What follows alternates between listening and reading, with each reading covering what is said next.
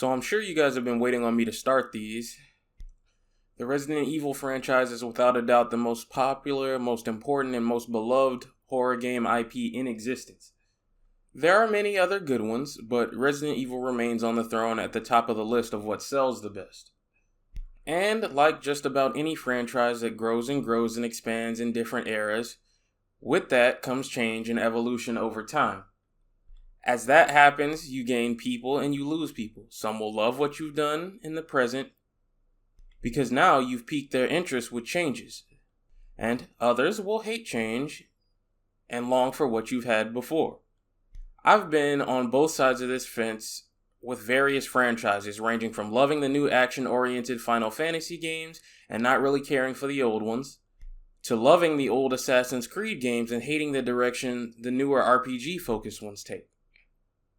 If those of you who are familiar with my old Let's Plays kinda wonder why I just abruptly stopped playing Assassin's Creed around the time of Syndicate, it's because I did not care for the massive overhaul that Origins made to the franchise, and so I lost interest. And that simply is what it is. It's the nature of things. Every human being's taste is different. We're gonna bicker, we're gonna fight. Sometimes we like changes, sometimes we don't. So, before I start this, I believe in pure transparency in where my biases are when it comes to this franchise. Because I plan to go through every mainline entry and a few spin-offs that matter to the lore and timeline. I don't believe there is such a thing as an quote-unquote objective review. No matter who you are and how you try to present yourself in regards to gaming discussions, analyzation, and criticism, it simply doesn't exist. I don't give a fuck if you're Mauler, I don't give a fuck if you're Luke Stevens, Chris Davis, Sphere Hunter, Avalanche Reviews, or whoever the fuck. Your preferences for what you like in games are going to poke their head through in your work. That is unavoidable, so I don't even bother with that, putting on that facade. I just keep it real and I tell you what I do and don't like. That being said, my ultimate goal with these discussions is to be fair to these games, regardless of what my preferences are.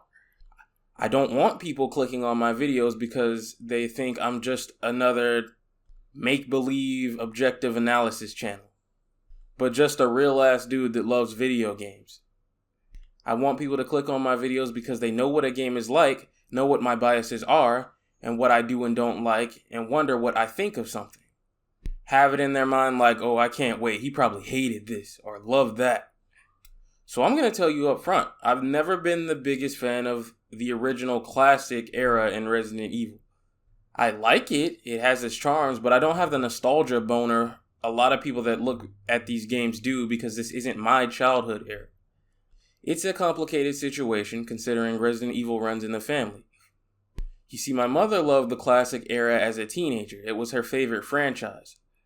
She had me in her teens and Resident Evil actually debuted the year I was born, so all while I was growing up, this is the kind of shit she was playing. Resident Evil, Silent Hill, the works. My introduction to Resident Evil was Resident Evil 4. And that entire era it started is what I grew up with. I literally begged her for a Nintendo GameCube for this specific game because Capcom swore this was a GameCube exclusive, where she wasn't exactly a fan of it because of how different it was. What Resident Evil 4 did with the over-the-shoulder camera, the aiming, the action, the laser sight and all that, nobody was really doing that quite yet, and it was about a year before everything that Resident Evil 4 set in motion started to take shape and become the mandatory standard, so this was all weird and foreign to her. There was no Gears of War yet, no The Last of Us, which is funny because she loves this game to death, and no really rules to say this is what shooters are at baseline yet. Get with the program or get left behind. That took about a year or two of people scrambling to overhaul their games to play like Resident Evil 4 because this game was so revolutionary. Whereas my sister, much like how I used to not be willing to touch any classic Resident Evil game that isn't action horror, still won't. I bought her the remakes of 2 and 3 under the impression that they've been touched up and are modern enough to keep her interested, and that shit still wasn't enough. She hasn't touched them since I bought them. They're just not the kind of Resident Evil she likes, but of course, she enjoys the remake of 4 just fine. It is what it is. Resident Evil is liked by different people for different reasons, and this kind of divide will always exist. The first time I laid eyes on any sort of classic Resident Evil game was over a cousin's house. The PlayStation 1 version of 2 was a 2-disc game, and Leon was on disc 1 and Claire's on the other. So naturally, loving Resident Evil 4 and Leon, I get a chance to play it, I load it up, and was immediately turned off by everything. The graphics, the controls, the camera, I'm like, what the fuck is this shit? So in the midst of that, I'm not familiar with the classic survival horror gameplay type of trying to avoid enemies versus the challenge coming from engaging with them like Resident Evil 4 had conditioned me to do. So in between dying over fumbling with all of this shit, running out of ammo, I finally make it to the RPD, and the final straw for me was when I walked into the hallway with this liquor and had nothing but a pistol, and my health is already low and it instantly killed me. Mind you, I have no idea how to save yet, because these are old games with no checkpoints, and I must have missed the typewriter and the shit graphics. And after getting this far, finally, and then dying and having to restart from the beginning again, I took this shit out, we went back to playing Resident Evil 4 on his GameCube, and I was so disgusted by whatever the fuck this was supposed to be, I didn't touch any Resident Evil game pre-4 for about 9 more years. And don't get me wrong, I played other survival horror games just fine, like Obscure, and I dabbled a bit in Silent Hill, but pre-Resident Evil 4 was kind of like a turnoff for me. So, eventually, I came around and I tried them once more around the time I was around 17-ish, but for a very long time, I thought this era was dog shit until I warmed up to it. And it took a very long time before I really started to appreciate it. And if my generation thought this shit was old, these games have to be absolutely painful to generations after me, because I'm late 20s now. I've been in the arguments where we're all eating each other alive on fan pages over what the games do and don't suck for years. And believe me, this discourse isn't brand new to me. It's why I jab at Avalanche Reviews and similar channels so much. They're from that era that I and others like me constantly bicker and fight with on forums, and that muscle memory has me ready to battle at all times. Especially because when you win the tug-of-war, it's fun to talk shit. There's a nostalgia I have for the forum arguments and discourse, even describing it to you. But that's neither here nor there. My job here is not actually to try to beg and convince you to play these classic games, and it's not to try to convince you that you shouldn't play them either. It's to look at each game in this era and ask the question if it's even worth it to go back to. And if you do go back to it, what are the problems you might encounter? What's the good shit that'll make you want to stick with it while you're encountering these problems? What I think is good about it, what I think is bad about it. Hell, I even have to convince myself that these are even worth revisiting. Only one of these games is still commercially available, and it's the one that Capcom doesn't seem to give a fuck about at all. Only available through backwards compatibility in both cases. No new updates, no new graphical features. Barely acknowledged, like an unwanted child. They just disrespectfully skipped it in regards to remaking the games. I'm here to talk about if you're willing to figure out how emulators work, how to get these games to work, how to make them look a little more presentable. What do you get for the effort? What's good or what's bad, and what does and doesn't work in a modern gaming world? You might ask why I would examine old games under a modern lens. And to that I would say, because again, I keep shit real and this is the real fucking world. And we don't live in La La Land where I can pretend these games haven't been completely replaced in Capcom's eyes that are more accessible to a modern audience. Especially in the case of 2 and 3. I'm not going to lie to you, I'm not going to bullshit you, and I don't believe in trying to examine games in a vacuum where decades of future never happened. Because it makes your nostalgia feel good. Especially because these games are often hailed as some of the greatest ever made. The problem with which being, when you say ever made, that means ever made. As in, no matter what time, people generations long after us will load something up and have a good time and it will hold up. So, to look at these games, of course, we have to start from the beginning, with the original. the father of survival horror, Resident Evil 1. The grandfather being alone in the dark, but that's a video for another time. From here on out, as always, spoilers galore all over the place. So this is your warning to back out now. This is also your warning that with some of the stuff I have to say, some of you aren't going to like me very much, and others will resonate and like me very much indeed. So this is your second warning that if you're soft as baby shit, it's time to bail out of the video. Resident Evil 1 starts us off by introducing us to STARS, the elite SWAT unit for Raccoon City Police Department, deployed to investigate a series of murders in the woods. There are two teams, Alpha and Bravo. Bravo was sent in before Alpha, but have disappeared with no contact, so Alpha is out looking for them.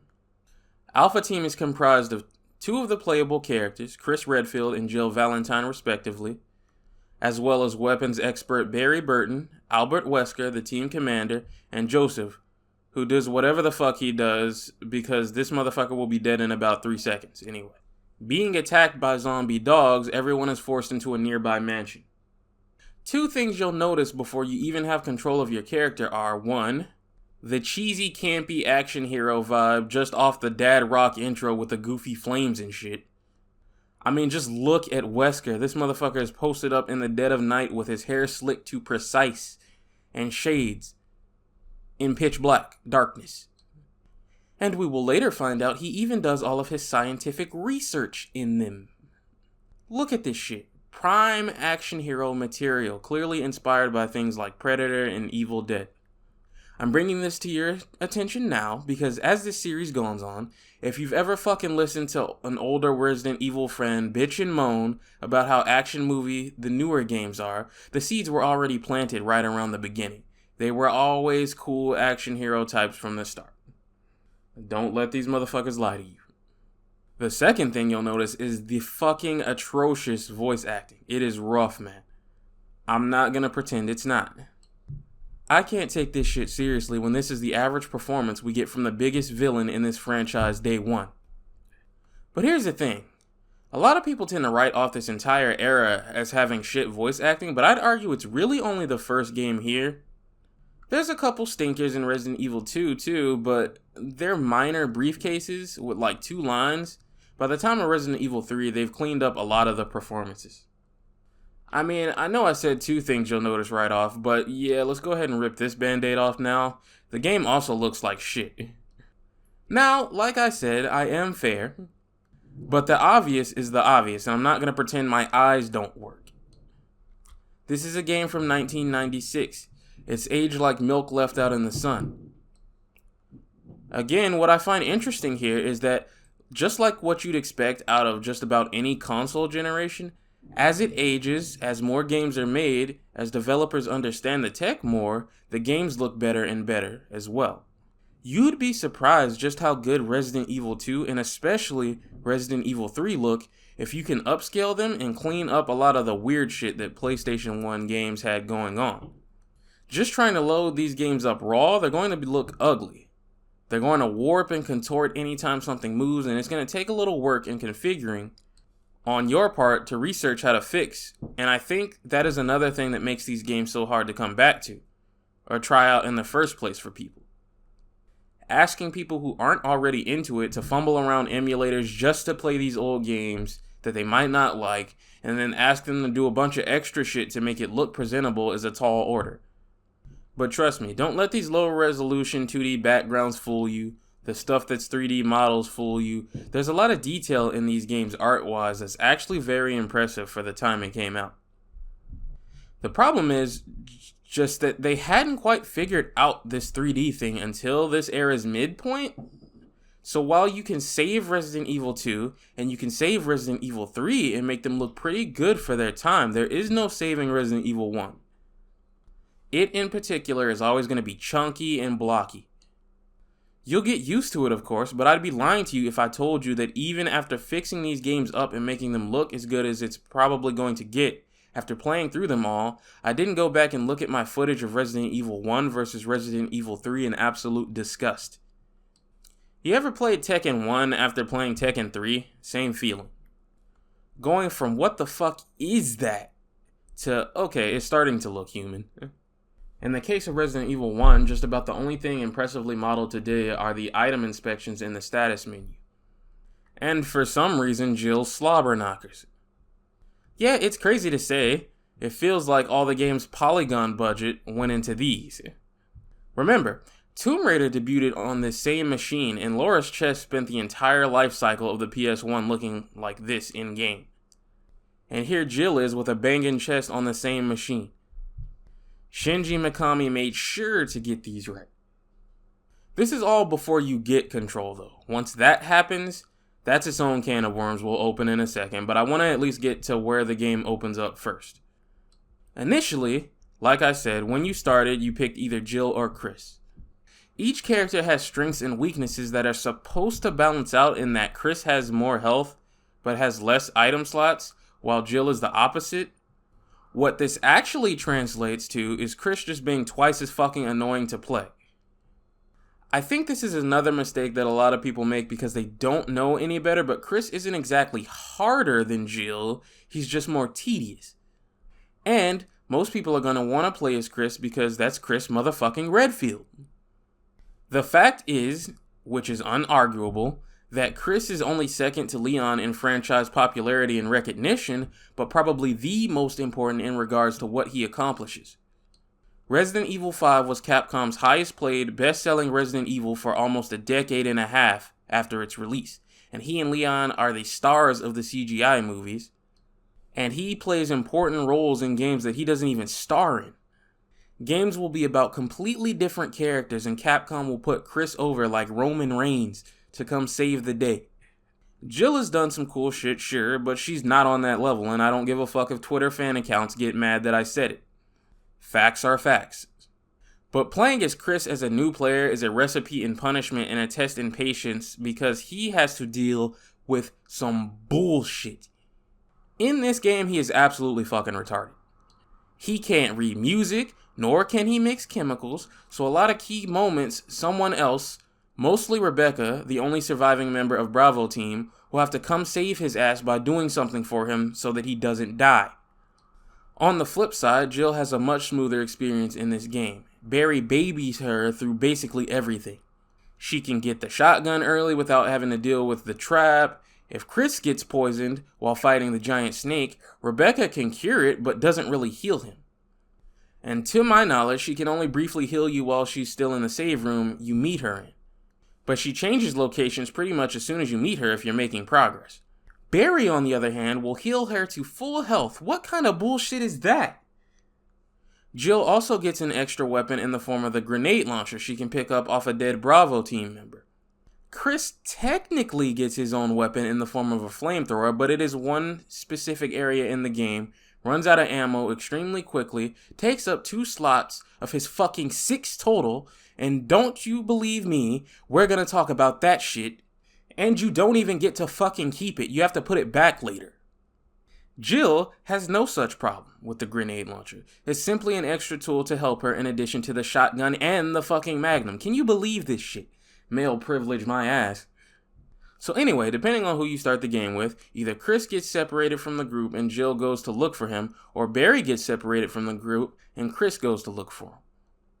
This is where we stumble on the first zombie with the iconic head turn, and right about here is where the game kind of fucks you depending on who you picked, because if you picked Chris, he dropped his gun on the way in the mansion, so he's stuck with his knife. This is all assuming you went and equipped anything in the first place, because the game starts you with absolutely no fucking weapon in your hand. Nothing. This is a problem that the remake completely fixes, and that's going to become a recurring theme when it comes to the negative stuff in this game. The remake fixes a lot of its problems. Don't worry though, the remake will get its own video later. But we're talking about the original for now. And in the original, yeah, it kind of screws you right from the beginning. Because one of two things happen. You either get to this zombie and get blindsided by not being able to fight back because you didn't know you needed to equip something yourself, or as Chris, you try to fight this thing with a fucking knife. And I tested this on purpose because I wanted to see what that was like. And as you would imagine, it's not very pleasant.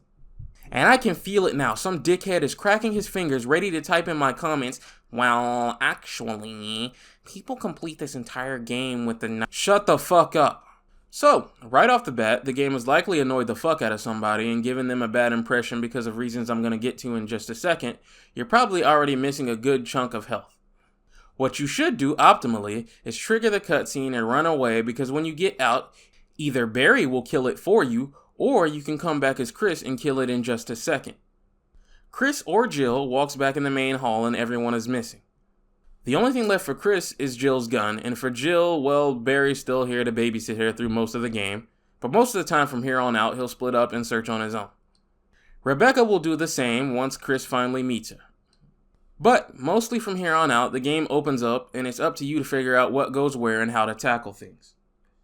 And, speaking of tackling things, before we progress any further, it's time to go ahead and address the major issues with the game. I promise you, I do like this game. Not as much as the other ones, but I do like it. But we do need to get the bad shit out of the way and address what doesn't work for people and why it's not really attractive in the modern mainstream market. There are some big elephants in the room to address, and I don't even know where to begin because of how fucking massive some of these roadblocks are. It's overwhelming how much shit I need to discuss, because what makes classic Resident Evil so niche and unapproachable to the average gamer today isn't really one singular issue or system. It's how each system combines with one another, even if there are solutions to one specific problem. For starters, we have the divisive and infamous tank controls. I fully understand why people don't like them, because I'm not a fucking Neanderthal caveman pushing 40 to 50 years old. They can definitely feel weird and uncomfortable. Eventually, you can get used to them. The more you play, you'll be using them just fine. But it never really feels precise, simply manageable, simply tolerable. But there will still be times, even 2 or 3 games in, where you're moving around, turning a corner, or trying to get around something, where you turn your shoulder into a wall or something, and have to course correct. Because turning in every game is not the same speed. It's not just the movement that's sluggish either. Aiming is sluggish too, so what often happens is you walk into a room and run into the faster, more dangerous enemies, and before your character can even pull up their weapon, it has time to run up and hit you. Especially problematic with hunters, who typically show up at about the midway to late game point in the average Resident Evil game. You simply cannot move as fast as some of the later creatures do, and even if you can visually react, nothing you can do will make your character physically react as fast. But I don't think it's really the controls themselves causing most of the issue here. More so, the next issue, and that is the camera angles and the controls are a double dose of uncomfortable that you have to learn to deal with. Most Resident Evil games, with the exception of Code Veronica, place 3D objects on 2D backgrounds. Your character moves within these backgrounds, and they're all drawn from different perspectives or angles that you move along, usually just referred to as fixed camera angles. And this, combined with the tank controls, are usually the bigger problem people have with these games. These games fucking love to put enemies out of view of whatever camera angle you approach the threat is actually able to be seen in.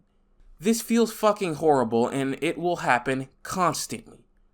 The amount of times I've been walking along unable to see what the fuck I can hear, only to walk directly into something's jaws, has got to be insane, to the point where I couldn't help but have that thought creeping in the back of my mind, like, this shit would never happen in the new remakes. I want to go play that. Constantly fighting that desire to have a better experience. Some will defend this to death as adding tension. Bitch, what the fuck is tense about me not being able to see the zombie that I clearly know is there? I can hear it, I just can't see it. Chris, Jill, Rebecca, Leon, and everyone else can see it just fine.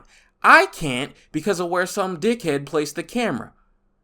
Nothing about me getting grabbed or killed because I can't see is scaring me. This is why, even though Resident Evil 4 also has tank controls, it barely even registers in your brain that it does, because you can fucking see what the character you're playing as sees. And I hear the defense for it now. Well, if you can hear them but not see them, just wait for them to come into view. 4 things wrong with that. 1, it's fucking stupid. 2, it doesn't even always work because the AI can be a little dense about pathfinding, so sometimes it can get stuck on a corner for a little while. And if you play like that, you'll be waiting quite a bit relying on the artificial intelligence from 1996 to finally get to you. 3, it's just fucking boring to play like this. I'm standing here like a fucking asshole because I can't see. Do you understand me? I can't see. You walk in a couple of rooms like this, sure, I'll play along, no big deal. But if you want to experience every classic mainline Resident Evil title, you have to deal with this shit like 6 times on a per game basis. That's like hours and hours and hours of walking into rooms and just standing here shooting at air, assuming that you're hitting something that you can't see from the angle you're shooting at in a game about conserving your fucking ammo. You can make this a little more bearable with auto-aim, but that requires you to know what the fuck is up with that, which we'll have to get to later. Fourthly, it's at odds with what the games want you to be doing. Let me reiterate, repeat, hammer this in one more time. You're shooting blind in a fucking game about saving ammo. Let's do some quick math. The PlayStation 3, my favorite gaming generation, came out in November 2006. Classic survival horror, as it is here, was basically dead and buried by this point. Knowing me, by the time I have this video ready to go, it'll be November again or close to it. Damn, now that I'm getting ready to record this long after writing this script, that's actually pretty fucking accurate. Anyway, that means that it's 2023. Someone born in 2006 would be 17. And remember, we are now on the PlayStation 5. That is 3 generations of gaming that they've all known to play like this. Now, do you understand how difficult it is to look that kind of person in the face and tell them, yeah, so you should be conserving ammo like you would in any other horror game and making your shots count, but the game uses fixed camera angles and you will often have to shoot things that you just can't see. That shit doesn't even go together saying it out loud, and I actually like these games. Even outside the realm of shooting shit, there are a lot of hallways where trying to avoid enemies by moving around them, with the fucking tank controls, might I remind you, is extremely difficult on its own. Now, the general game plan that people will tell you is to be smart about when you want to fight or when you want to run past everything. And my counter response to that is, how the fuck is the player even supposed to assess whether they should fight or flight when they can't even see the room and assess the danger to decide what they want to do? A room or hallway could have 1 or 2 enemies that you can get around if you're smart about it. Or it could be a fucking shitload of them. If the camera isn't facing them, and it usually won't be, you have no way of knowing until you decide either to wait for everything to get close enough to where it won't even matter what you could have done, or get in closer to try to get a better look at things and force the camera to shift. But doing that risks you running face first into whatever the fuck was in the room anyway and getting grabbed because you couldn't see how close or how far away it was. And you better hope it was a zombie, because here is issue 5. The hit stun and invincibility. Zombies in these games are just about the only thing you can ever really shoot whenever you want, regardless of what state they're in. Falling or getting up, it doesn't matter. You can shoot them whenever you want. Sometimes they fall and play dead, wait for you to walk by and take a chunk out of your ankle. You can tell when they're dead or not because they pull blood on the floor if they're down for good.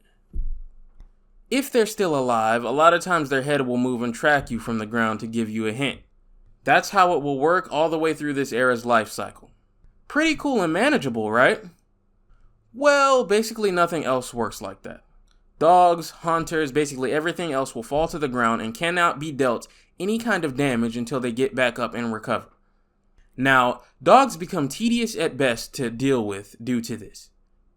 Combined with the camera angles, as you stand somewhere laning and they get knocked constantly out of camera shot over and over with your only indication that they're fully up and ready to be shot again is that they might feel like growling before they run at you again. That's at best. At worst, they're not all coming from you at the same angle. So you're sitting here wrestling with the camera trying to juggle everything's iframes. And the more dogs there are, the more they can get close to you while you're shooting at something else. Now, most people seem to like when I play clips of things I'm talking about, but I do get a few that complain about it, and to that I say tough fucking tits. So here's what it looks like to deal with dogs in best case scenarios.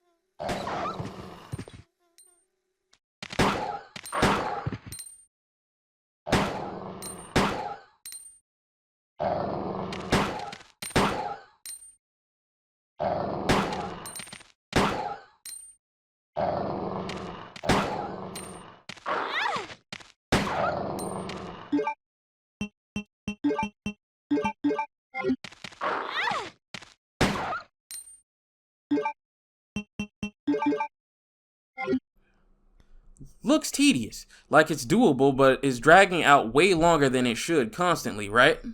Now imagine doing that for 4 fucking games in a row for hours and hours. And that was dogs, the weakest enemy to deal with. If you've got something else stronger like a hunter or chimera on your ass, it is 10 times worse. You can knock one of these down and think, oh okay, as soon as this fucking thing gets up and is out of its iframes, I'm gonna blast it. Joke's on you, as soon as it gets up, it could be vulnerable again, or it could decide it just wants to leap into the air. If it does that, the shot you just took is worthless because the nanosecond it decides it wants to leap, it is completely invulnerable to standard blasts. You have to have predicted that it will jump instead of charge at you so that you can aim up in the air and hope to hit it. If you guess wrong, you're getting hit. Especially if they're not in camera shot after you knock them down. Oh, but you? The game doesn't give a fuck about you.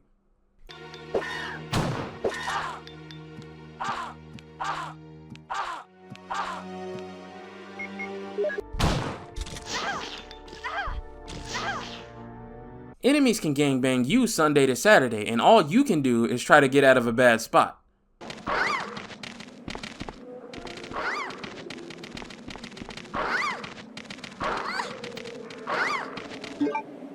Mind you, again, this is all why the camera angle constantly shifts over and over as you try to make an escape, which I almost forgot to mention, micro freezes the game anytime the camera needs to load a different angle.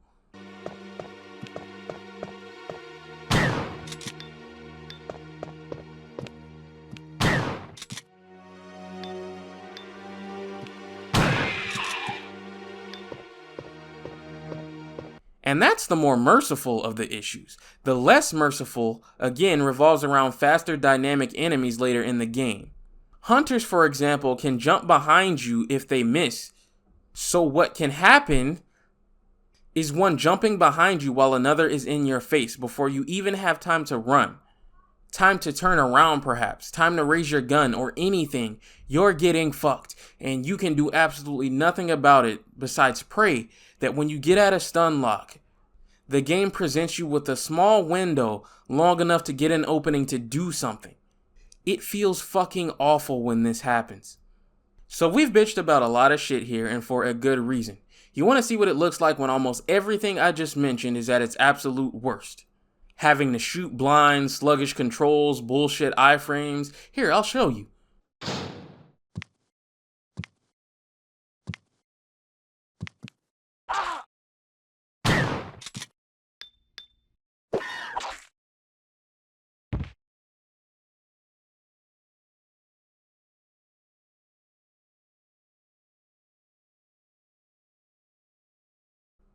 I got fucked here as soon as it got up. I took aim and it was so fast compared to me I couldn't even aim, let alone try to wrestle with these tank controls to turn out of the fucking way. Then I shoot it and now I need to guess when it gets up because I can't fucking see. And just like that, I'm dead. Oh yeah, did I forget to tell you that the hunters have an instant kill attack that they can basically just do whenever the fuck they feel like it. In later games, it will be nerfed to where they only really do it when you're in caution or below, but in this game, they can do it whenever. I had almost full fucking health when I walked through this door. It did not matter. That's the kind of bullshit you have to deal with when it comes to this game. And the list of bullshit to deal with, especially for new players, just keeps going. Guys, I promise you, I do actually like these games. I do. But I have to tell you fully about what you're getting into and what to look out for and be aware of. I've watched plenty of retrospectives and reviews that look back at old school Resident Evil, and just about the only person that's even mentioned some of this more problematic shit outside of just the tank controls and the camera is probably Avalanche Reviews. But because he's fucking ancient, he can only address this shit from the perspective of someone who loved these games day one. I'm giving you the perspective of someone who had to learn to love these games, despite their age and issues, even in their day of release. All of the hurdles I had going from Resident Evil 4, 5, and 6 all the way back in time to 1, 2, and 3 the first time I played them, they're going to be even bigger hurdles. Remember, it wasn't until Resident Evil 6 that a mainline, non-spin-off Resident Evil lets you move and shoot at the same time. That's its own problem that we'll touch on when we get to that era, because by this point, Capcom was just being fucking hard-headed and dumb. But it's a little easier to adjust when you're still used to shit like that. But Resident Evil is past even that now. It's been letting you move and shoot for the longest. Meanwhile, Silent Hill was letting you move and shoot on the PS1. Capcom was just being fucking Capcom. Speaking of damage, these games won't tell you until Resident Evil 3 in-game how to deal with getting grabbed if you're new to this. You'll likely assume you need to mash the action button to escape, but you need to mash everything, not just the action button. I'll cut the game some slack here because I'm too young to have played these games on the original hardware to know what the manuals in the box said, but old enough to remember that games did used to have physical manuals in them, in the PS2 and some of the PS3 era. But most of the games never tell you this.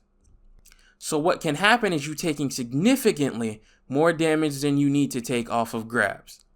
Like in Resident Evil 1, Chris can take more punishment than Jill, right? Like way more. But if you don't know any better, you can be down to danger in like 2 zombie bites. And that can give you the wrong impression about how punishing damage in this game really is. It's not anywhere close to that bad, but if you get grabbed by something without knowing to mash all the buttons, you'll go back to the status menu and be like, what the fuck kind of damage is that? Just another roadblock when it comes to getting into this game. Another issue is ammo. See, a common misconception when it comes to classic RE is that it just doesn't give you enough ammo. That's true and also kind of untrue. Untrue in that when you play these games enough times, you actually start to see that they give you a shit ton of ammo. Especially by the end of the game. I have so many shotty and magnum rounds, I couldn't possibly use all this. But true in that the early game, especially in RE1, can be really fucking dry on ammo drops. With the combo of how the camera angles don't let you even see what you're shooting at, a lot of times the ammo can be scarcer than it was ever supposed to be if things don't go your way. Not helping this is the fact that the PS1 era of RE games exclusively used to fucking hide unseeable, undetectable ammo drops on dead bodies or random spots in the backgrounds constantly. Ammo that is very important and can be the difference between your playthrough continuing and being soft-locked and you writing the games off as outdated trash. All because you had no idea that pistol bullets were behind some fucking trash can in a city or on the first dead body you see. The decision to do this was a mistake. One that they know they made because by the time of Resident Evil 3 they do this less often, and by the time of Code Veronica it is almost completely gone. Someone is probably sure as shit typing some 200-word essay in the comments rushing to the game's defense on how it was done for technical limitations and blah blah blah blah blah. I'm calling complete horseshit. Because I'm looking dead at physical, invisible, in-world ammo drops with my own two eyeballs right now as I type this. This was absolutely a stupid idea, and one that the remakes will correct in one way or another. But I also mentioned the auto-aim system helps with a lot of these issues. And I want to touch on that because I feel it is absolutely the most important difference between these games being playable and enjoyable and just being fucking unbearable. See, Resident Evil 1, for whatever reason, didn't launch in the US with auto-aim.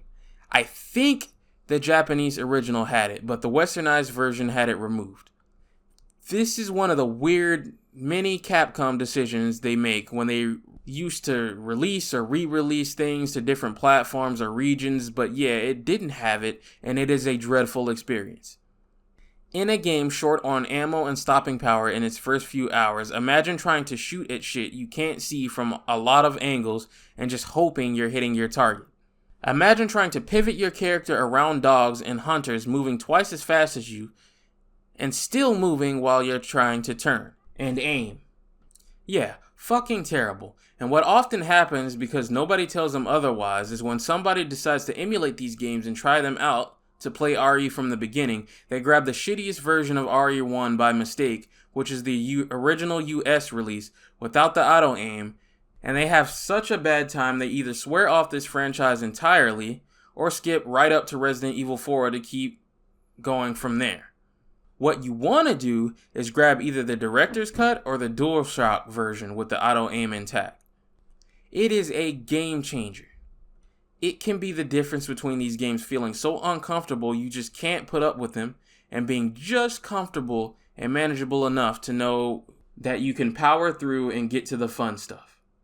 Only problem is there used to be stupid shit like the auto-aim not being set to the default control scheme until about Resident Evil 3, even though it's literally the same control scheme as default, just with a change aim button. So remember, if you're going to play Resident Evil 1 or Resident Evil 2, grab the DualShock versions and remember to switch the control scheme to Type C. Only problem with RE1's original DualShock version is the absolutely botched soundtrack.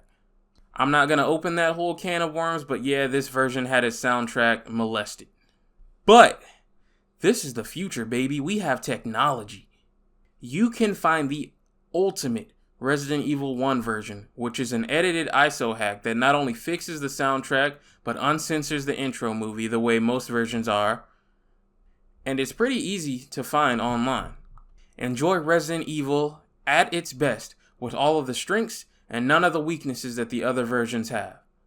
Unless you're one of those weirdos like Avalanche Reviews or something that absolutely must play the game on original hardware, then I guess you're just kind of fucked. But you kind of do that to yourself. The last of the major issues spanning the entire era up until 4 is the ink ribbons. The fucking ink ribbons. I can wave most of the issues off. Any of what I've mentioned can understandably make these games unapproachable to modern audiences, but can be put up to varying degrees. But I personally, for me, fucking hate the ink ribbon system. I despise the ink ribbon system. These are how you save. If you play these games the proper way without using save states, that is, which I definitely recommend you do because fuck that shit. One of my biggest pet peeves with games is when they do not respect my fucking time. And the very idea of ink ribbons is about disrespecting your time. It's why these games don't do this shit anymore. This is a major advantage that Silent Hill had over Resident Evil, outside of a better inventory system too, that just lets you pick up what you want to pick up. If you don't have one, you cannot save, period. Listen, I can give a game the time that I can give it, when I can give it, and when I can't give it anymore for the rest of the day because I need to head to work, or I need to go on a date, or hit the gym, or something, or it's time to get off, I don't need my fucking playthrough fucked over for it.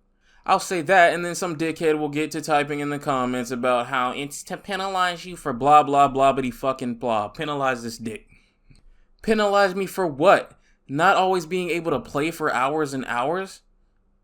As insufferable as I think Dark Souls fans can be, at least in those games which are notorious for demanding your time, with their long tedious boss runs when you die, whenever you need to log out and get something else done for the day, you can do that, and the game will literally put you back where you were with no bullshit. There are no checkpoints because this is a game from the 90s, and that's fair, that's fine, but I think getting sent back to your save point is punishment enough. Don't sit here and fuck with me with these dumbass ink ribbons on top of that. Now, some people will defend this to death. It holds nostalgic, sentimental value for them. But I say again, they don't do this in Resident Evil anymore for a fucking reason. What is supposed to be a tense, limited resource is actually just an exercise in frustration and fucking you over if you're not a psychic able to tell the future. You have zero way of knowing what is coming up and what you're gonna face as you explore, which encourages you to save. But the first game especially is a dick when it comes to ink ribbons and saving. Throughout the course of this series, they take up an inventory slot on top of everything else I just mentioned. What's the problem with that? Two major ones, actually. Let's do some more quick maths for starters. Remember, Chris gets 6 inventory slots total. Remember, the handgun and its ammo take up 2 slots. Shotgun and ammo take up 2 slots. We're down 4 and have 2 left.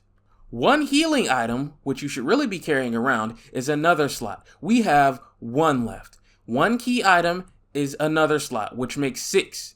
We're already out of space, and that is best case scenario. Worst case is to running into a situation where you need 2 or 3 key items for a puzzle. So you've put up the shotgun or the ammo, or good God, no, not your healing items, and your slots are filled up. Nowhere in this equation does ink ribbons fit into what you should be carrying. You'd have to be deranged to just be running around all the time willy-nilly with ink ribbons filling a slot at all times. So what ends up happening is you put them all up in the item box. Then you'll save as you see fit until you find some more ink ribbons because your space is likely full. Now, they have the common sense to put the ink ribbon pickups in save rooms a lot of times, but also a lot of times you'll just find them out in the world. It just becomes tedious over time to pick them up, go back in some room in the item box, remember to merge the ink ribbons you picked up with the ones you already got in the box, save, put them back in the item box, get your shit back out over and over and over and over. Monotonous shit the game doesn't need. Which brings me to problem 2 with picking them up and them taking up a slot, and that is running all the way back to the item box in the first place. The game wants you to avoid enemies and conserve bullets, when you can, by narrowly dodging things through rooms. That's already its own problem I've already talked about, but that's cool. That fucking falls apart though, when you did it the first time, maybe got lucky, and in the next room you find some ink ribbons. It doesn't matter whether you have space or not. You can't really just trek around with these in your inventory taking up a slot, so you've got to run back through what you just dodged to get here, not once, but twice. Worst case scenario, that could be 5 times. Once to get in there in the first place, once to go back to the box if you don't have space, once to go back through again with your free space, another time to go back through to the box, once again to come back through now that you've put them up. When people say these games are outdated and a chore to try to get into and that they just can't do it, this kind of shit is why. This is why you will likely never see ink ribbons return on a normal standard difficulty in a mainline Resident Evil game ever the fuck again.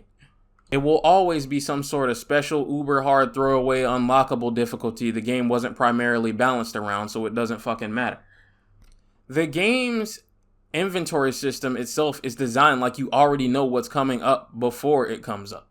So if you get to the point where hunters spawn and you didn't bring the shotgun and ammo, since this is the point where you really should probably start lugging around the ammo for it too, which I need to remind you, takes up 4 fucking inventory slots if you still have the pistol on you. So you're probably not carrying around the ammo as a new player, because also carrying around at least one healing item means that you've got one single slot for a key item. And I wouldn't fucking wish playing the entire game like that on Hitler. You're basically fucked. How dare you not know that you needed it? And I can hear the knights coming to the shield now. Well, actually, you shouldn't be carrying around the handgun by the time you get to the hunters anyway. Shut the fuck up. That is not a defense for this. How would you even know as a new player that your B&B weapon that you've been using as old reliable needs to be put up at this point? Reminder, the game is still giving you ammo for the pistol. Or how about not knowing that you will have a boss fight that you will never have any sort of heads up about? Better hope you brought the Magnum and ammo for it. Or the shotgun and ammo for it. Also, better hope you saved before you got here, which you likely didn't because the game just dropped a boss fight out of nowhere in a random room that felt like any other room that you would stumble on. This happens more than once. No, being able to skip the first yawn fight and by picking up the key item does not count as a defense. For starters, you see the crest is guarding for half a second at most, so you'll likely miss it and not even know it's over there until you've already beat this thing. And on top of that, you're not even encouraged to go over here by the way the room is laid out if you have any common sense. To intentionally corner yourself like this in this narrow way versus this wide open circle to fight it in is just about the worst thing you can do in any Resident Evil game. Now, I've torn these games, specifically the first one, to shreds pretty bad, and it is well deserved. Well-earned criticism. Some of the shit these games were doing and continue to do are the reasons that games like Silent Hill, Fatal Frame, Obscure, and other survival horror games were even able to come up because they kept the strengths and eliminated a lot of the weaknesses. Some of them axed the tank controls, others axed the stupid-ass save system, or the tedious inventory, and were able to prosper and come up by being much more digestible to play. That doesn't make them necessarily better than these old Resident Evil games. Clearly, all those games are mostly dead in the water, while Resident Evil has survived by adapting and doing away with a lot of the old frustrations. But there are problems and frustrations to be had here. I think a lot of people that try old survival horror and say that they just don't like it might be misled by Resident Evil to believe that all the games are like the bullshit that Resident Evil puts you through. And the problem might not be necessarily that they don't like old school survival horror, but that they're trying the wrong game. I'm hard on this game because you need to know what you're getting into here when it comes to problems. But there are strengths. I think every classic Resident Evil game tends to start off really poorly and heavy-handed on the player, kind of fucking them if they don't go a specific way first. And it can be just another one of the many reasons modern audiences put these old games down. But just about every Resident Evil game here has an, okay, this isn't that bad, this is actually kind of enjoyable now that I'm adjusting, sort of moment where you start to have fun, and it's typically right around the time you get your first, what I like to call square business gun, your heavy hitter. In most cases, it will almost always be the shotgun. All the bullshit you have to put up with is worth it once you start being able to do this.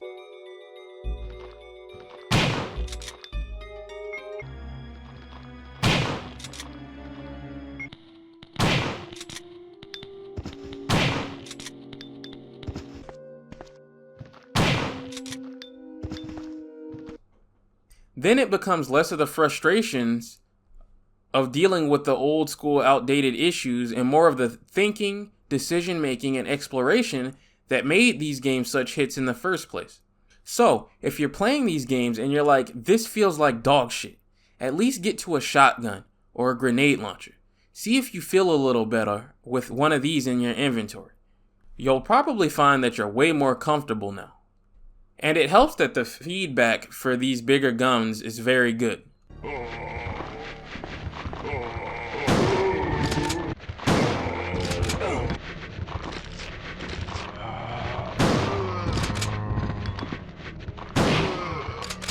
At least in the PlayStation era. Once we get to later shit like RE0 and Veronica, they start to fumble the bag, but for now, yeah, this feels pretty punchy, and it has the firepower to match. This is about where we'll pick up back in the story too, because you're really just fucking around finding keys and opening doors up until you get here. The goal being to look for Crest to escape the mansion through one of the back gates. Once we do that, we explore a side cabin that's been overrun by something called Plant 42. This is where the character that you choose will matter the most in the game. Like I said before, Chris Redfield in this game is an absolute fucking moron. Plant 42 can actually be weakened with something called Vigil before you fight it. And it doesn't matter that he picks up both a document on it and the solution to the problem is written on the goddamn wall. So all this fucking caveman needs to do is read. He can't mix the chemicals to do it. This dude is useless. They could at least give this dude a 10 to 15% critical chance with pistols to reflect him being the best marksman on the squad to make up for how dirty they did him in this game. But to my knowledge, he doesn't have one. It's bullshit. He'll go here, get snatched up, and beg Rebecca for help. And I have to not only suspend my disbelief that she not only walked in here, and the thing with a million tentacles didn't grab her up too, while she had a whole fucking conversation with this idiot, but she had enough time to go make the serum, ruck all the way back to the lower levels, pour it on the roots before it killed him in the 2 seconds it would have taken to do it. Jill, on the other hand, has no such problem. I think even in the worst case scenario, Barry will straight up come in here and help you if you're struggling. This is bullshit, dude. I don't want to hear shit about how men have it easier. Chris is in here getting fucking scammed. When you kill this thing, you get a key to go back to the mansion and run into Wesker again. Barry will leave some supplies for you if you're Jill, and if you're Chris, Wesker leaves them, which is funny because he's the traitor. And by this point, there's realistically no reason to help Chris. He'll be killing STARS members himself in like 30 minutes. Probably said this already, but right around the time these hunters show up in this lower middle stretch of the game is about when the first game's quality starts to dip to me. I do not like the hunters in this game specifically. They're iconic and all that shit, but they are so fucking irritating thanks to the movement and the clunkiness and variables that are completely outside of your control, like what attack it decides to do. If it hit, or even if it missed, that can lead to you taking damage you can do nothing about. And if there's more than one of them and they're not all in the view of the camera, everything goes to shit. Now, I don't like them, it's annoying, but it is manageable. You can deal with it. It is bearable as you run around exploring this mansion a final time. What you're looking for while you're here exploring are MO discs, wolf metals, and a battery to help you get further underground. You'll also have to deal with Yon a final time, putting it out of its misery for good. Everything's cool until you get to the fucking underground mines. Oh my god. The issue here is that just before this, you needed both the battery and the crank to even get here, so naturally, you probably never put up the crank and pushed on ahead. Down here, this place is almost 100% hunters, and there is no fucking item box down here. There's a million things to pick up, and as a further slap in your face, that square crank is now useless because there's a hex crank down here that you'll need to lug around instead. That's in addition to all the other items there are down here to pick up, which you will definitely have almost zero space for, especially as Chris. And these motherfuckers have the audacity to present him with a special flamethrower exclusive weapon to his scenario that takes up 2 slots. If you still have the pistol on you so that you can conserve your ammo and not fucking waste good shotgun shells on zombies you have no way of knowing you won't run into again until you're in the lab, so you don't really need right now, that is all 6 of your slots taken up by the pistol, the shotgun, and this flamethrower with no room for the crank, any healing items, nor the fucking ink ribbons down here, because I need to remind you here, there is no item box. And as another kick in your dick, there's 3 different instances of a boulder rolling to instantly kill you if you don't do the exact, specific thing the game wants you to do to avoid them. 2 of which are before the boss fight that you have to get through. Oh yeah, the boss fight you need to get through that can also poison you and requires you to either pick up the knife the game places on a barrel next to you, which is the likely scenario, or we have the unlikely scenario in which you've been lugging this knife around that was so useless they had to make sure to give you another one so that you weren't stuck here. To sit here and waste another inventory slot that you can't afford to waste in these mines. Some unfortunate soul somewhere had the displeasure of getting fucked by this section of the game, avoiding some hunters to get here, completely unable to save because there is no item box here, and they're out of healing items. And out of space, gotten to this boss, gotten poisoned by the boss with no space for the knife anyway, and decided to run back through and try to make it to one of the item rooms in the mansion. Because again, you have zero way of knowing the item box is behind this door and you need to just desperately make some knife room. And gotten clapped by something on the way there and had to redo this entire section.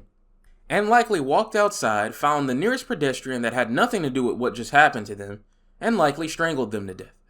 You know those YouTube videos you watch about people who commit a crime and there's never a given motive, nothing obvious, and everybody is like, bruh, what made them do that? This is what the fuck made them do that. This section of the game is horrible. It's so bad they had to apologize by making sure the item box is one of the first things you see here in the remake. This is a playthrough motivation killer tier fuck up that can easily make someone never touch this game again ever. Imagine loading this game up just before work to try to make some progress, and then just before you're able to ever really save, you die and lose 45 minutes of progress and you've gotten absolutely nowhere, with no time to both redo all this and make some more progress before work. Uninstall worthy. This section of the game is designed so shitty that they give you the map for the area behind the final of these instant kill boulders. Do you understand what I'm telling you?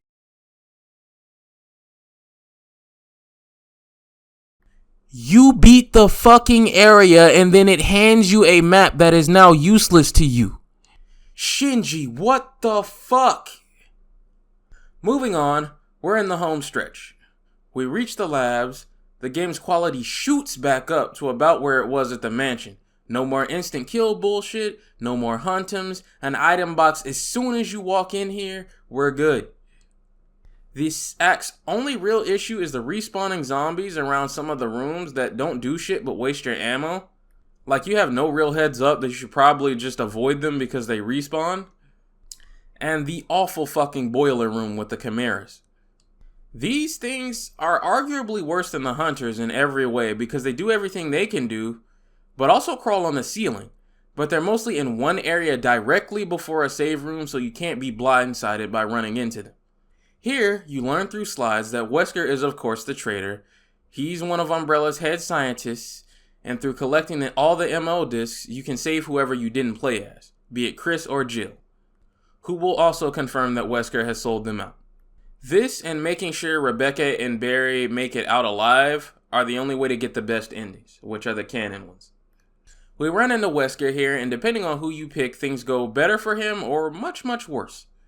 As Chris, he'll shoot Rebecca. Don't worry though, she's fine. I want to call him a fucking idiot for shooting a STARS member in the fucking bulletproof vest that he knows she's wearing, because he's her captain and knows she's wearing it because he's also wearing it. But listen, hear me out.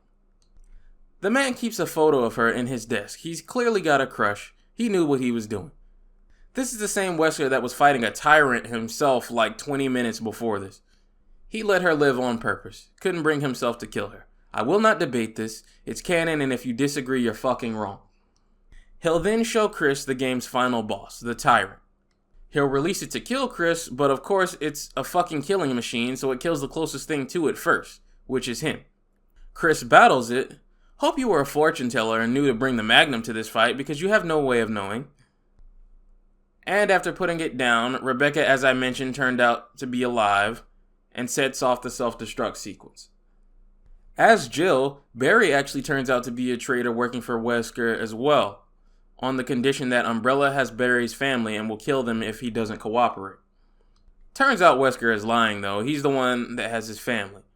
Wesker doesn't get the chance to show Tyrant to Jill because Barry knocks him out. Jill and Barry decide to investigate the Tyrant Wesker is referring to, and instead of Wesker getting murked, it's Barry who gets a slight slap, and Jill has to battle Tyrant. When she puts it down, Barry wakes up and is fine, and Wesker is nowhere to be found. They also start the self-destruct sequence. I don't really like this scenario's version of this as much, and it's something the remake does a better job with. Here in the original, if you go by Jill's scenario, then Wesker having powers and shit by the time of Code Veronica makes zero sense, because he never died. He escapes completely unharmed outside of a slight bonk on the head. Pretty lame if you ask me. Regardless, remember to grab whoever you didn't play as on the way out. They'll stay behind with either Barry or Rebecca for a second as you battle Tyrant one final time. Brad, the STARS pilot, will return, hand you a rocket launcher to finish it off for good, and then pick you up in the chopper. Something that will become a series tradition in a lot of these games up until Resident Evil 7 comes and fucks everything up, but we'll get to that later. Like I said, I shit on this game a bit. Actually, a lot more than a bit, Jesus. Because it is the roughest and without a doubt the most tedious to play of the original PlayStation trilogy. And I have to examine these not as a person that already knows what happens, what to do, and where to go, and the solution to any of the fucking puzzles that could block your progress, but as a person that might be going through these for the first time.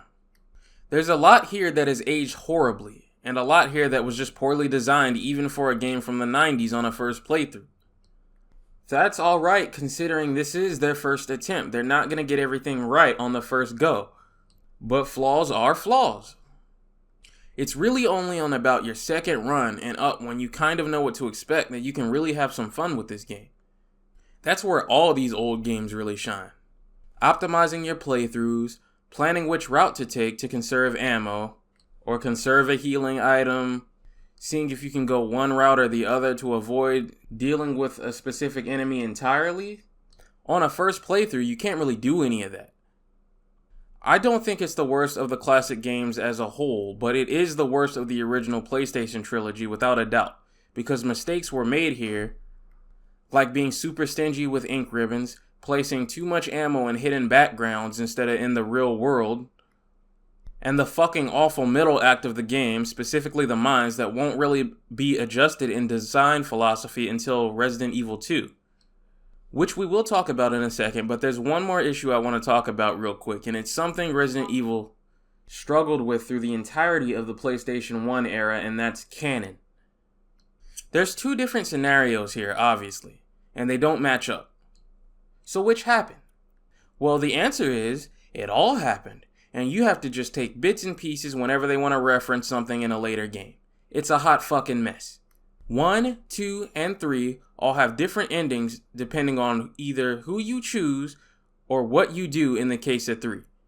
And while at the time I'm sure this seemed like a good idea, in retrospect, when you consider how big this franchise has grown and become one of, if not the most popular horror game franchise in gaming history, this is one of the worst mistakes they made for these games.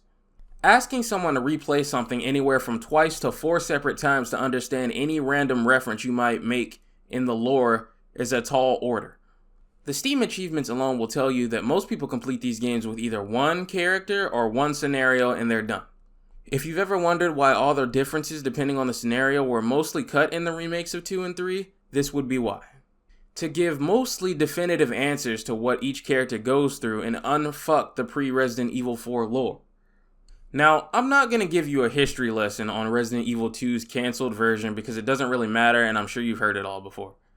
If you haven't, briefly, Resident Evil 2 started as a sequel that was a hell of a lot more action-packed from the looks of it before it got overhauled for a variety of reasons, and some characters were changed around and reimagined or deleted entirely. Either way, in the end, what we ended up with is an extreme improvement in just about everything the original did. That being said, it still has its issues, one of which being the opening run to the police station. If you ever wonder why this run is shorter in the remake, it's because this game starts pretty fucking brutal and can screw you before you even get in the groove of things. Going through this, I'm going to mostly talk Leon A and Claire B here because let's be real here, most of this fan base is here for Leon, and that's just statistically inarguable. And any notable differences in Claire A and Leon B I'll talk about later. Leon arrives in Raccoon City late to his first day on the job and quickly finds the entire city overrun with zombies. Running into Claire Redfield, sister of Chris Redfield, who's gone missing shortly after Resident Evil 1.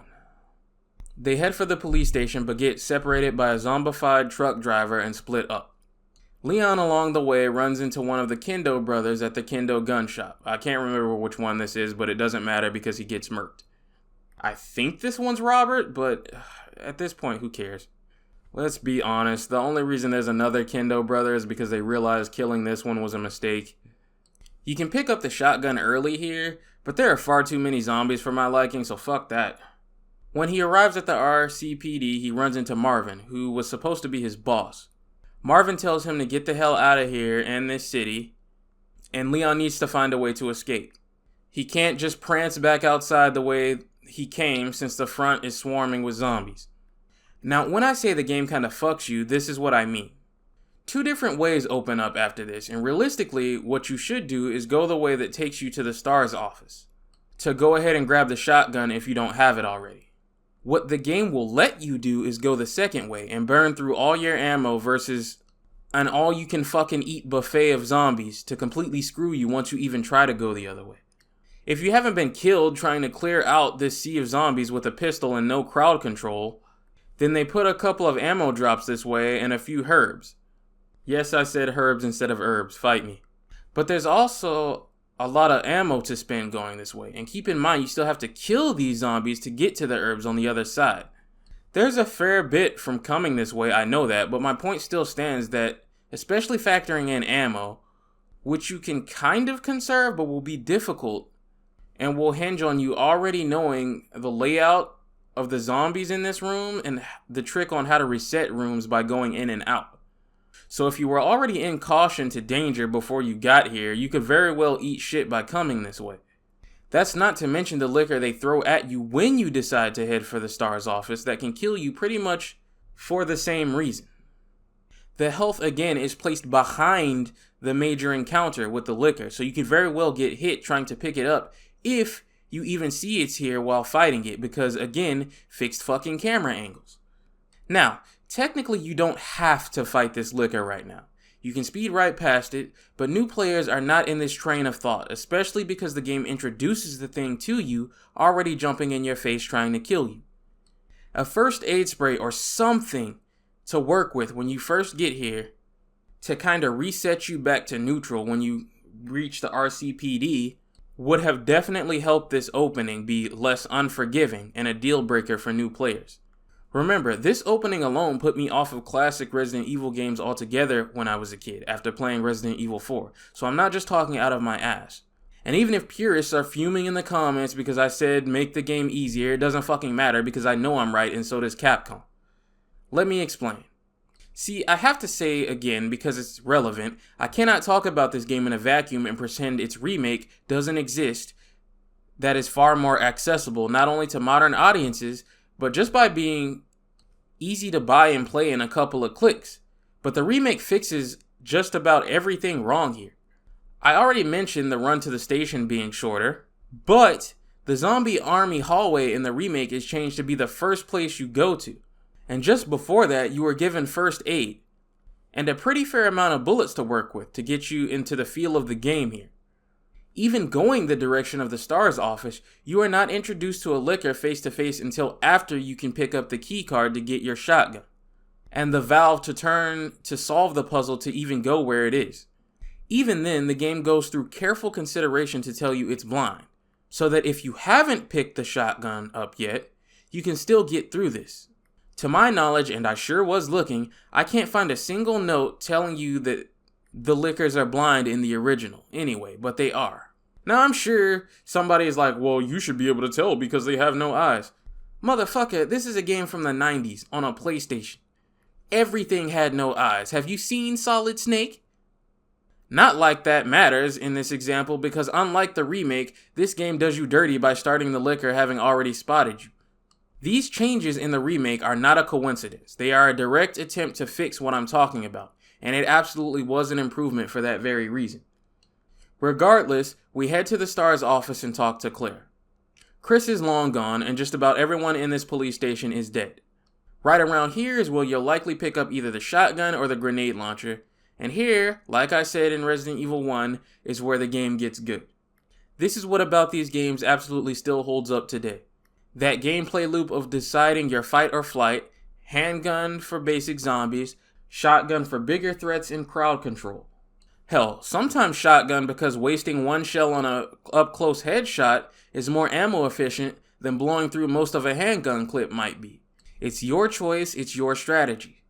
Some choices may be more optimal than others, but I feel this game is definitely a lot more fair than Resident Evil 1 is when it comes to ammo and ink ribbons, which unfortunately are still here, and will still be a fucking cancer to this series for quite a while longer, but definitely have been upped in count and frequency encountered. Save points are also not so fucking cancerously far between as they could be in the first game. In addition to that, there's no more the 6-slot fuckery to make inventory management a chore. Each character starts with 8 slots, and the Scenario A character can choose between expanding their space and a powerful machine gun. I recommend giving Claire the side pack because she gets way more shit that's actually practical to carry around. Like a pretty decent bowgun that's not only good for crowd control, but pretty damn beefy if most of his shots land on a single target. I've had it one-shot zombies a lot for that reason. And a grenade launcher with several different ammo types that, unlike Jill's in the first game, can actually be swapped between without emptying the gun. Leon, on the other hand, realistically, you're gonna mostly be running around with a handgun and shotgun and saving the magnum for bosses, so the machine gun is something to take the load off your other resources. Leon also gets a flamethrower that's basically useless once you use it for 10 seconds and the gun is empty. And Claire gets a spark shot that hits like a motherfucker. I know I keep saying this, but they were killing it with these old school weapon sounds. Another thing to mention is the custom parts for guns that Leon can pick up to compensate for him having less utility weapons compared to Claire. A good change, as in the first game Chris got absolutely fucking nothing, to balance out Jill having better shit. Custom burst fire handgun parts, custom magnum parts, and the holy custom shotgun.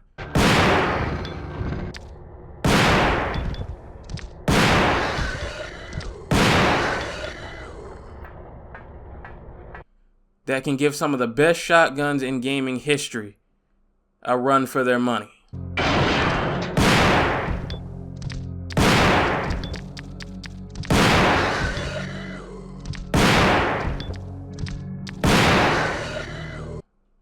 That leads me to something that I don't like about this game, and that's the scoring system.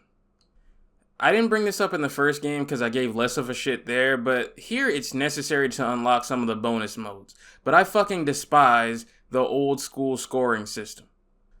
Never mind the idea of revolving the scoring system around speed running your game, rushing through it, ignoring all the art, the atmosphere, and everything just to be absolutely contradicting to the kind of game you're making in the first place.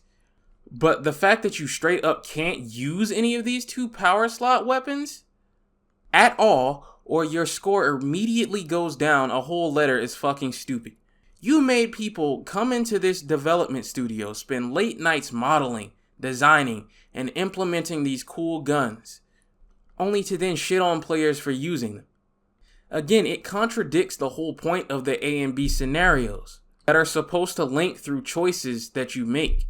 The fuck is the point of this system where one character gets one thing and the other gets something else depending on what you do if one of the things straight up punishes you?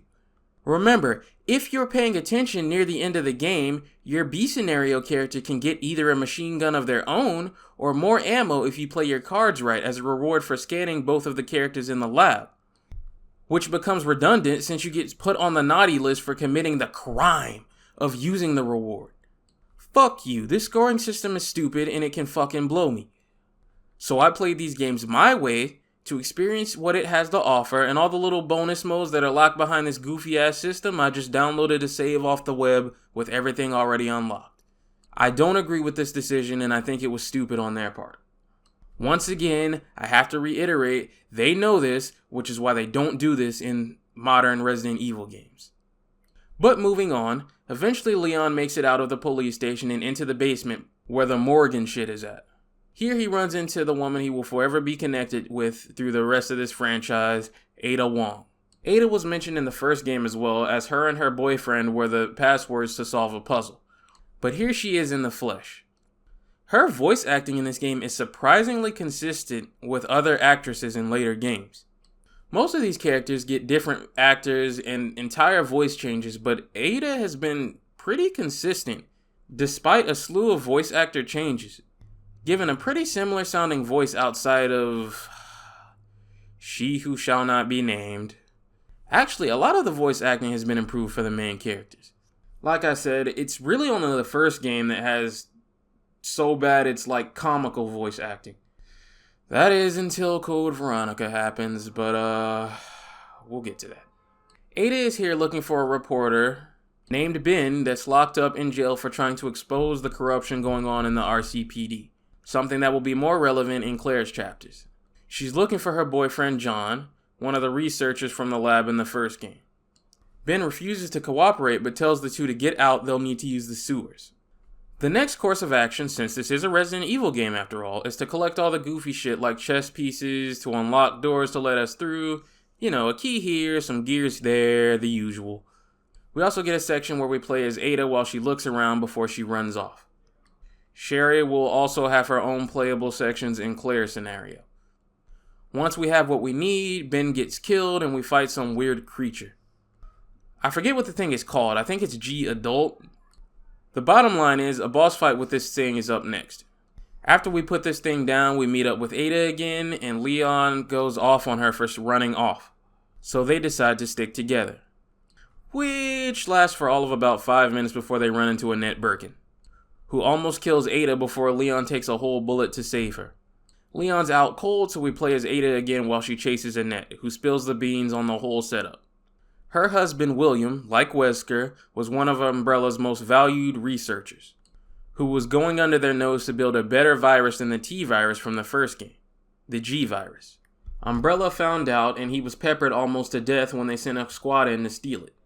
In retaliation, he injected himself with the virus, and chased after them, killing them all. Well, almost all of them.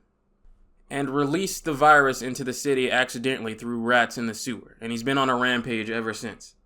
A fight breaks out and Ada tosses Annette off the balcony before being ambushed by what we will later find out to be a giant fucking alligator that Leon needs to save her from. Pretty cool set piece, I must say. Watching this thing blow into little cute 2D chunks from 1998 is pretty funny. With Leon saving the day, they make for the lab Annette works at. Along the way, we pick up the wholly custom shotgun I mentioned earlier. I can't stress enough how good this thing feels to shoot. This is your reward for all the bullshit these games put you through.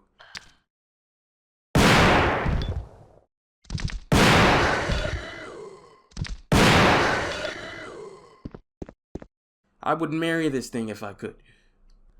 Ada will unfortunately get injured by Birkin along the way, and you'll need to fight him. With her out of commission, Leon needs to explore the labs looking for a way out by himself. He really just kind of fumbles around here for a little while, solving shit as you do, before he runs into Annette again, who tells him Ada's been playing him and is his spy sent to obtain a G sample. She gets bonked over the head by a random piece of the ceiling, and when Leon confronts Ada and she figures out he has the sample, she turns on him. Annette shoots her and passes out again, and Ada falls off the balcony, apologizing to Leon, who throws the sample down there as well in a fit of rage. In this original version, you can inspect Ada's gun, and it turns out there's no bullets in her gun in the first place, so it's left ambiguous if she would have shot him if she had any. In the remake, she just doesn't shoot him because she can't bring herself to, which I think works way better for their relationship anyway. Either way, devastated, Leon runs into Birkin for his final time, who's transformed far beyond recognition, and mollywops him again and escapes on a train that Claire and a little girl named Sherry has been on. Now, if there's one thing I will say about the original over the remake, it's how the B scenario presents its introduction to you.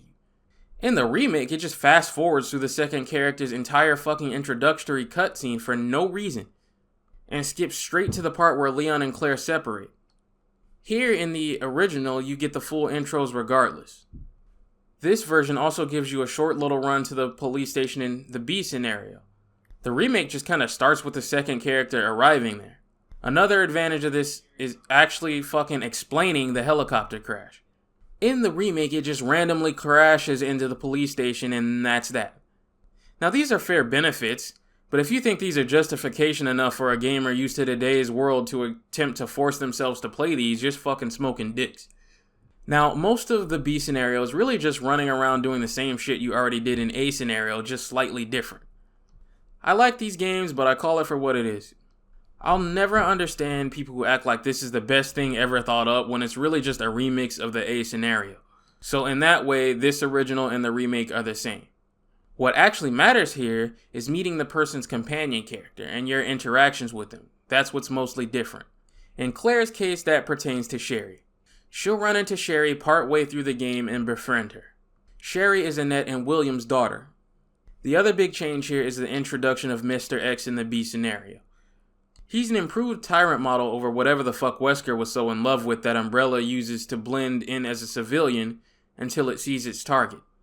At certain moments in the game, Trenchy will ambush your B scenario character. Claire in this case, and you can either put him down or sometimes run. He's going to be the main threat in the B scenario. Claire mostly does the same shit Leon does up until the point where she actually needs to blow a hole in the wall with C4.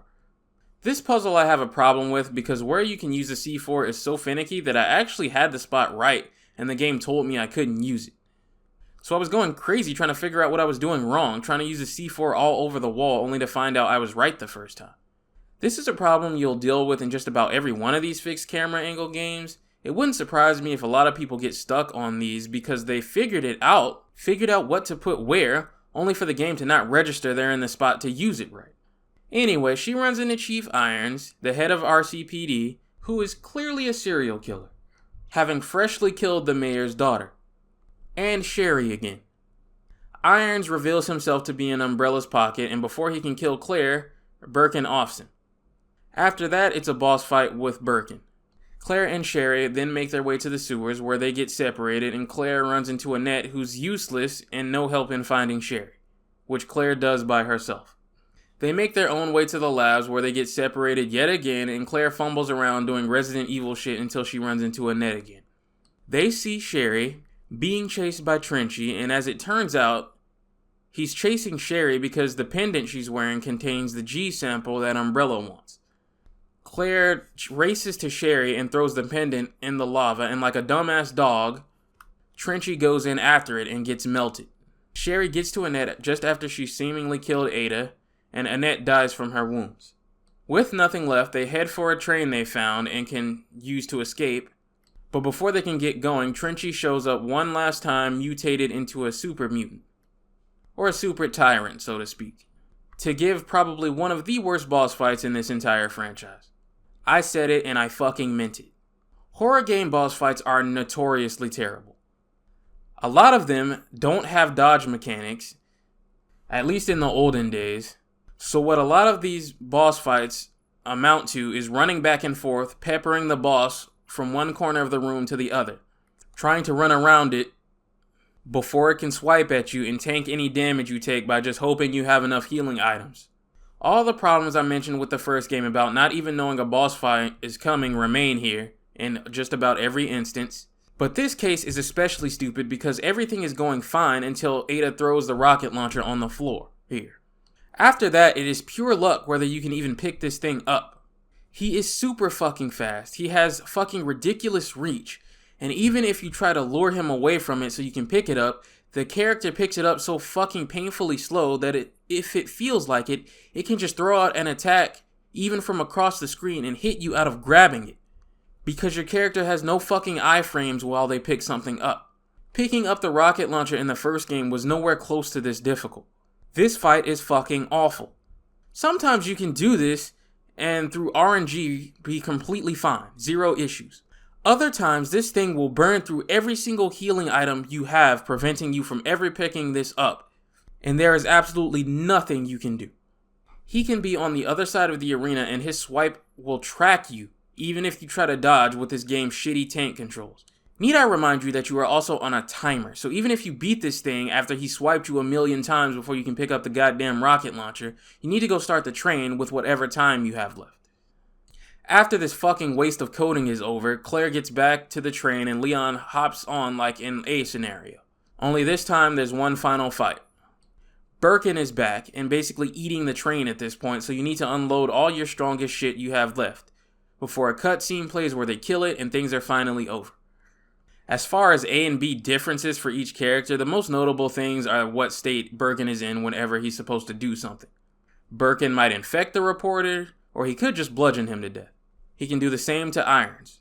He'll be in one phase or a later one during the ride to the lab. Your A scenario will always have to fight the gator, shit like that. There's also smaller minor changes like Leon actually running into Sherry during the B scenario, or Ada ending up with Sherry's pendant, but they're not all worth meticulously documenting. The biggest changes happen in the lab anyway. A scenario, Claire will be here looking for a cure for Sherry because Birkin infected her with the G virus. Birkin will kill Annette himself, and Claire will cure Sherry while Ada will be pursued instead down to the reactor since she's wearing the pendant that contains a sample, which will result in her being killed by Trenchy instead. He'll be the final boss of Leon's campaign, which is a lot more fitting considering Ada's the one who throws the rocket launcher to whoever fights him. Like I said, canon here is a mess. Sometimes Capcom acts like Leon A and Claire B happened, other times it acts like Claire A and Leon B happened. They were all over the fucking place back here in these days, and you just had to roll with it whenever they contradicted themselves or changed something. That might be the end of the game, but not quite the end of discussing this game, because there's some bonus modes that are actually worth discussing, unlike the ones in the first game. For starters, we have the most popular and recognized one, the Fourth Survivor. Controversial opinion here, and I don't really fucking care. I hate this mode. It's complete dog shit. One of the members that was sent to steal a sample from Birkin actually survived by the code name of Agent Hunk. He needs to get to the extraction point for evac. Sounds like a cool idea, right? Well, it is one. The issue is it's an unbalanced fucking mess comprised of a bunch of slapped together, cobbled together mobs and shit like this is one of the action era Resident Evil games and a game this doesn't fit in. It's made to be so hard and intentionally bullshit that it kills you over and over and over until you memorize exactly what is in each room and achieve the perfect run. You get no healing item drops or ammo drops from what I can tell. It starts you with your supplies and you need to make them last until you get to where you need to get to. This mode is unbalanced garbage to me and I make zero apologies for saying it. You will walk into mobs and mobs of things like zombies and zombie dogs constantly, with no way of even seeing the sheer amount thanks to the shitty camera angles, and dodging is complete fucking RNG. All of the worst parts of these games make this mode fucking irritating. Getting stunned like by 12 million dogs they place down a narrow hallway like they're playing No Mercy Mercenaries in Resident Evil 5 or 6 is enough to make me eject these discs and break them into a million fucking pieces with a sledgehammer if I had physical hardware. I have no idea how Hunk became popular because this is a cow shit mode. He's a cool character in RE4's mercenary mode, so that probably has something to do with it, and probably where most of his popularity comes from, but here, the mode is so shit I just don't care. The much more interesting mode here is Extreme Battle, which is like low-key the grandfather of what we know as Mercenaries mode today. It's got a bizarre setup just to get you going, but I kinda like it. You pick your starting character and your goal is to get from the lab back to the police station and locate some bombs placed around. It's like a zombie-filled Easter egg hunt. Unlike how shitty Fourth Survivor was, this is actually a lot more fair and balanced, like someone didn't just throw it together in 5 minutes. Health and ammo drops, characters with their own unique loadouts and everything. They even have Chris Redfield from the first game as a player character, fully remodeled and upgraded, and it really makes you appreciate the graphical leap from 1 to 2. It's not without the same issues as you'd expect. A lot of time you spend getting fucking hit or grabbed by something will be from something you cannot see that you walked right into. And it's starting to get so fucking annoying dealing with it that I just stopped playing it after a while. But this mode I could absolutely see myself returning to for some fun. And that pretty much wraps up Resident Evil 2. I'd say without a doubt this is the sweet spot for if you wanted to start the series from its earliest release point and still have a decent introduction. I say that after shitting on that literal introduction, but as a game, this is way more fair and enjoyable than one is to go back to today. And it corrects a lot of the mistakes that one made.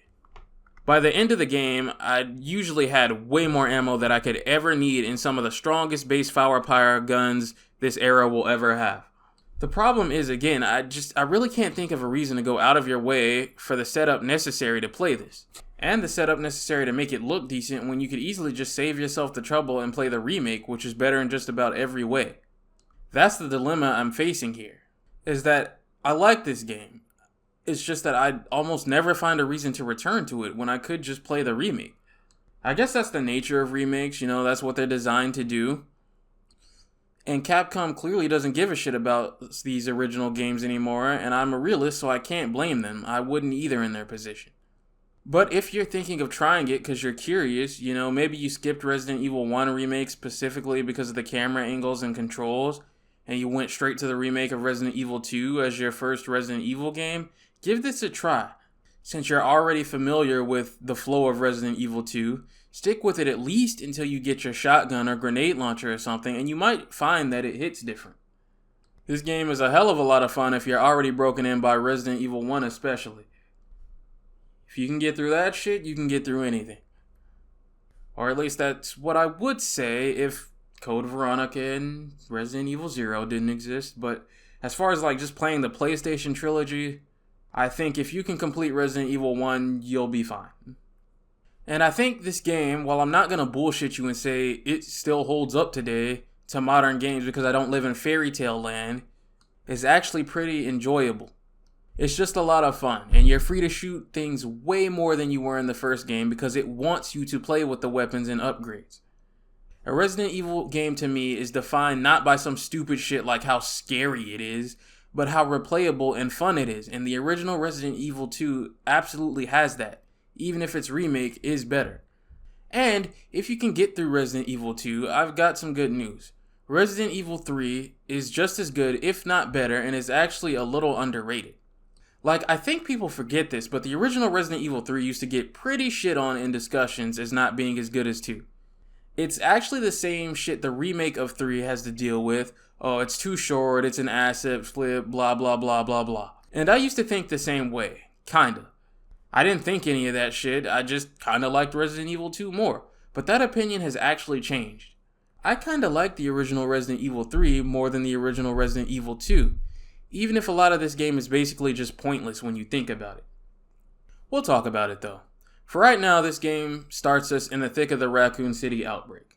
It's both a prequel and sequel to 2. It's a prequel until Jill passes out from infection, then it becomes a sequel. But for right now, the city is being fucking bent over. You'll notice right off the bat, this game definitely is a lot more action-packed. A lot of stuff is going to blow up in this game, and it starts you off with Jill flipping out of a fucking exploding building.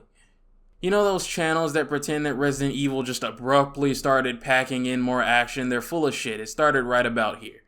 And I'd argue it started gameplay-wise at least around the midpoint of Resident Evil 2, when you're out of the police station for good.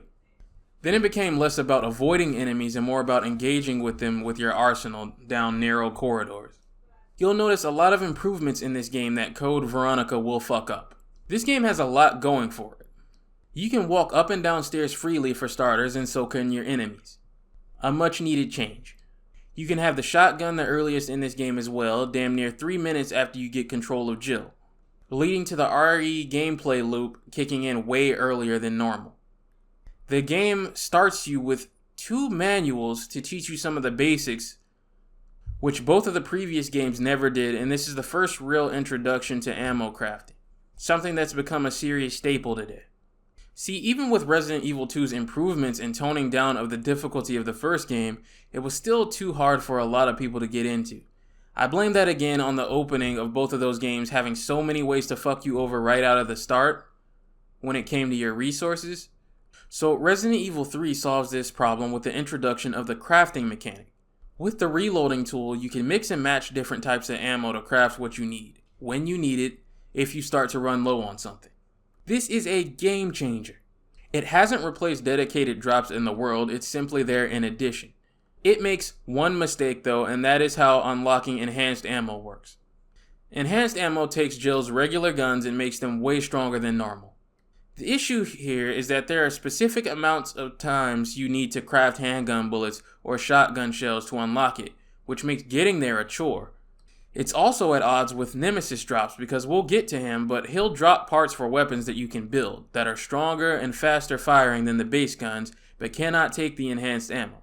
This is supposed to, add some sort of choice, but in reality, if you decide you like the upgraded hand-up but end up unlocking better handgun ammo crafting, fuck you, I guess, and the same with the shotgun.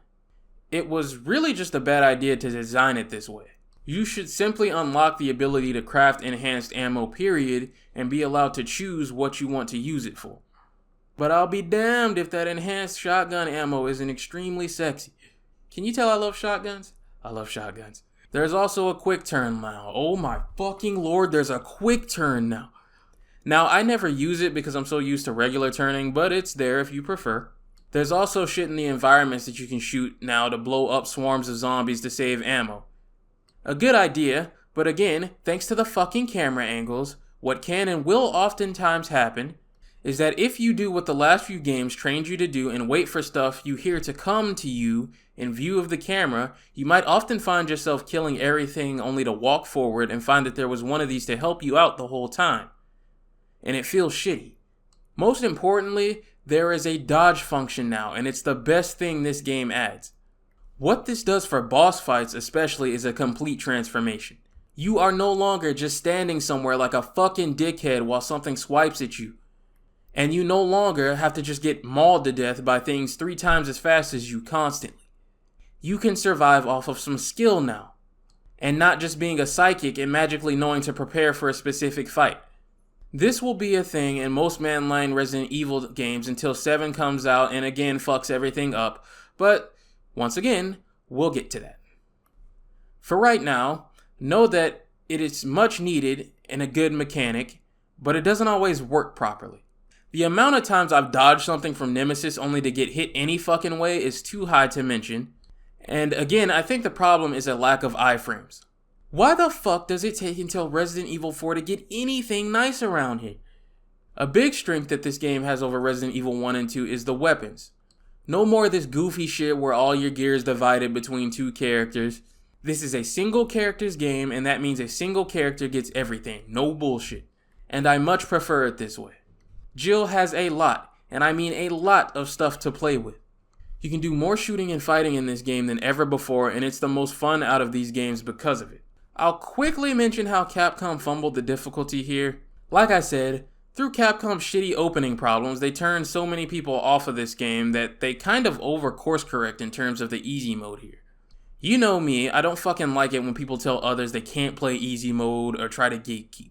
You want to run through it on easy, that's your business. You do whatever the fuck you want to do. It's your game. But it is an easy mode for sure. You start with an assault rifle and a bunch of shit you really shouldn't have until later progression wise. The mistake is not calling this easy mode. It's an easy mode that does easy mode shit. The mistake is calling the other mode hard instead of normal. Because people will pick easy thinking hard is going to be brutal, but really hard is your standard Resident Evil difficulty. And what the game was built around, Capcom was just being fucking stupid here. The city is now ours to explore. It's probably the most fun location in the classic lineup of games. We run around stumbling into Brad and collecting our arsenal. Eventually running into the game's iconic villain, Nemesis, who kills Brad and introduces us to the game's other main mechanic.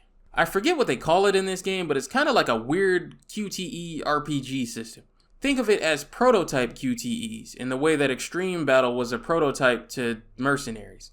I think a lot of people overfluff this up way more than they should, especially when they try to use it as a reason that this game is better than the remake or some shit. Really, 9 times out of 10, it's just a decision between being pursued by Nemesis throughout a location or dealing with, usual Resident Evil enemies in a location instead. The game never really frames it that way to you, and sometimes it appears to do absolutely nothing substantial. Like this time you need to dodge these crates. If you're thinking you're gonna replay this shit specifically to make these choices like this is some kind of RPG and it's gonna dynamically really change the way the game is, you're kind of wasting your time. The only relevant one will be the one you make at the start of the game's final act, which again is kind of stupid because it's all cute and dandy for your different endings, but it's really just a waste of your time and fucks up the lore since one ending is canon, and fuck you if you made the other choice, I guess. Nemesis is the first and probably the best example of a pursuer enemy in Resident Evil games. Not because of some nothing burger reason like nostalgia for him since I have none. Not because he's scary, because that starts to wear off once he starts transforming. But because this is just about the only time they will do this over the course of this entire series outside of Resident Evil 7 and have the common fucking sense to clear out any other enemies in your way that can unfairly fuck you. They also never really have him on your ass while you're trying to move bookcases or something so he can't get on your goddamn nerves. He is encounter-wise designed extremely well. People who try to tear down the remake of Resident Evil 3 overstate just how much he really chases you, and it's really not enough to overstay his welcome in this game. He's pretty scripted himself. You'll progress to a certain area or come back through a certain area, and he's scripted to show up and chase you around a little until you pass through, and then he'll leave you the fuck alone as he should. You can actually walk right back through the area and he'll be gone.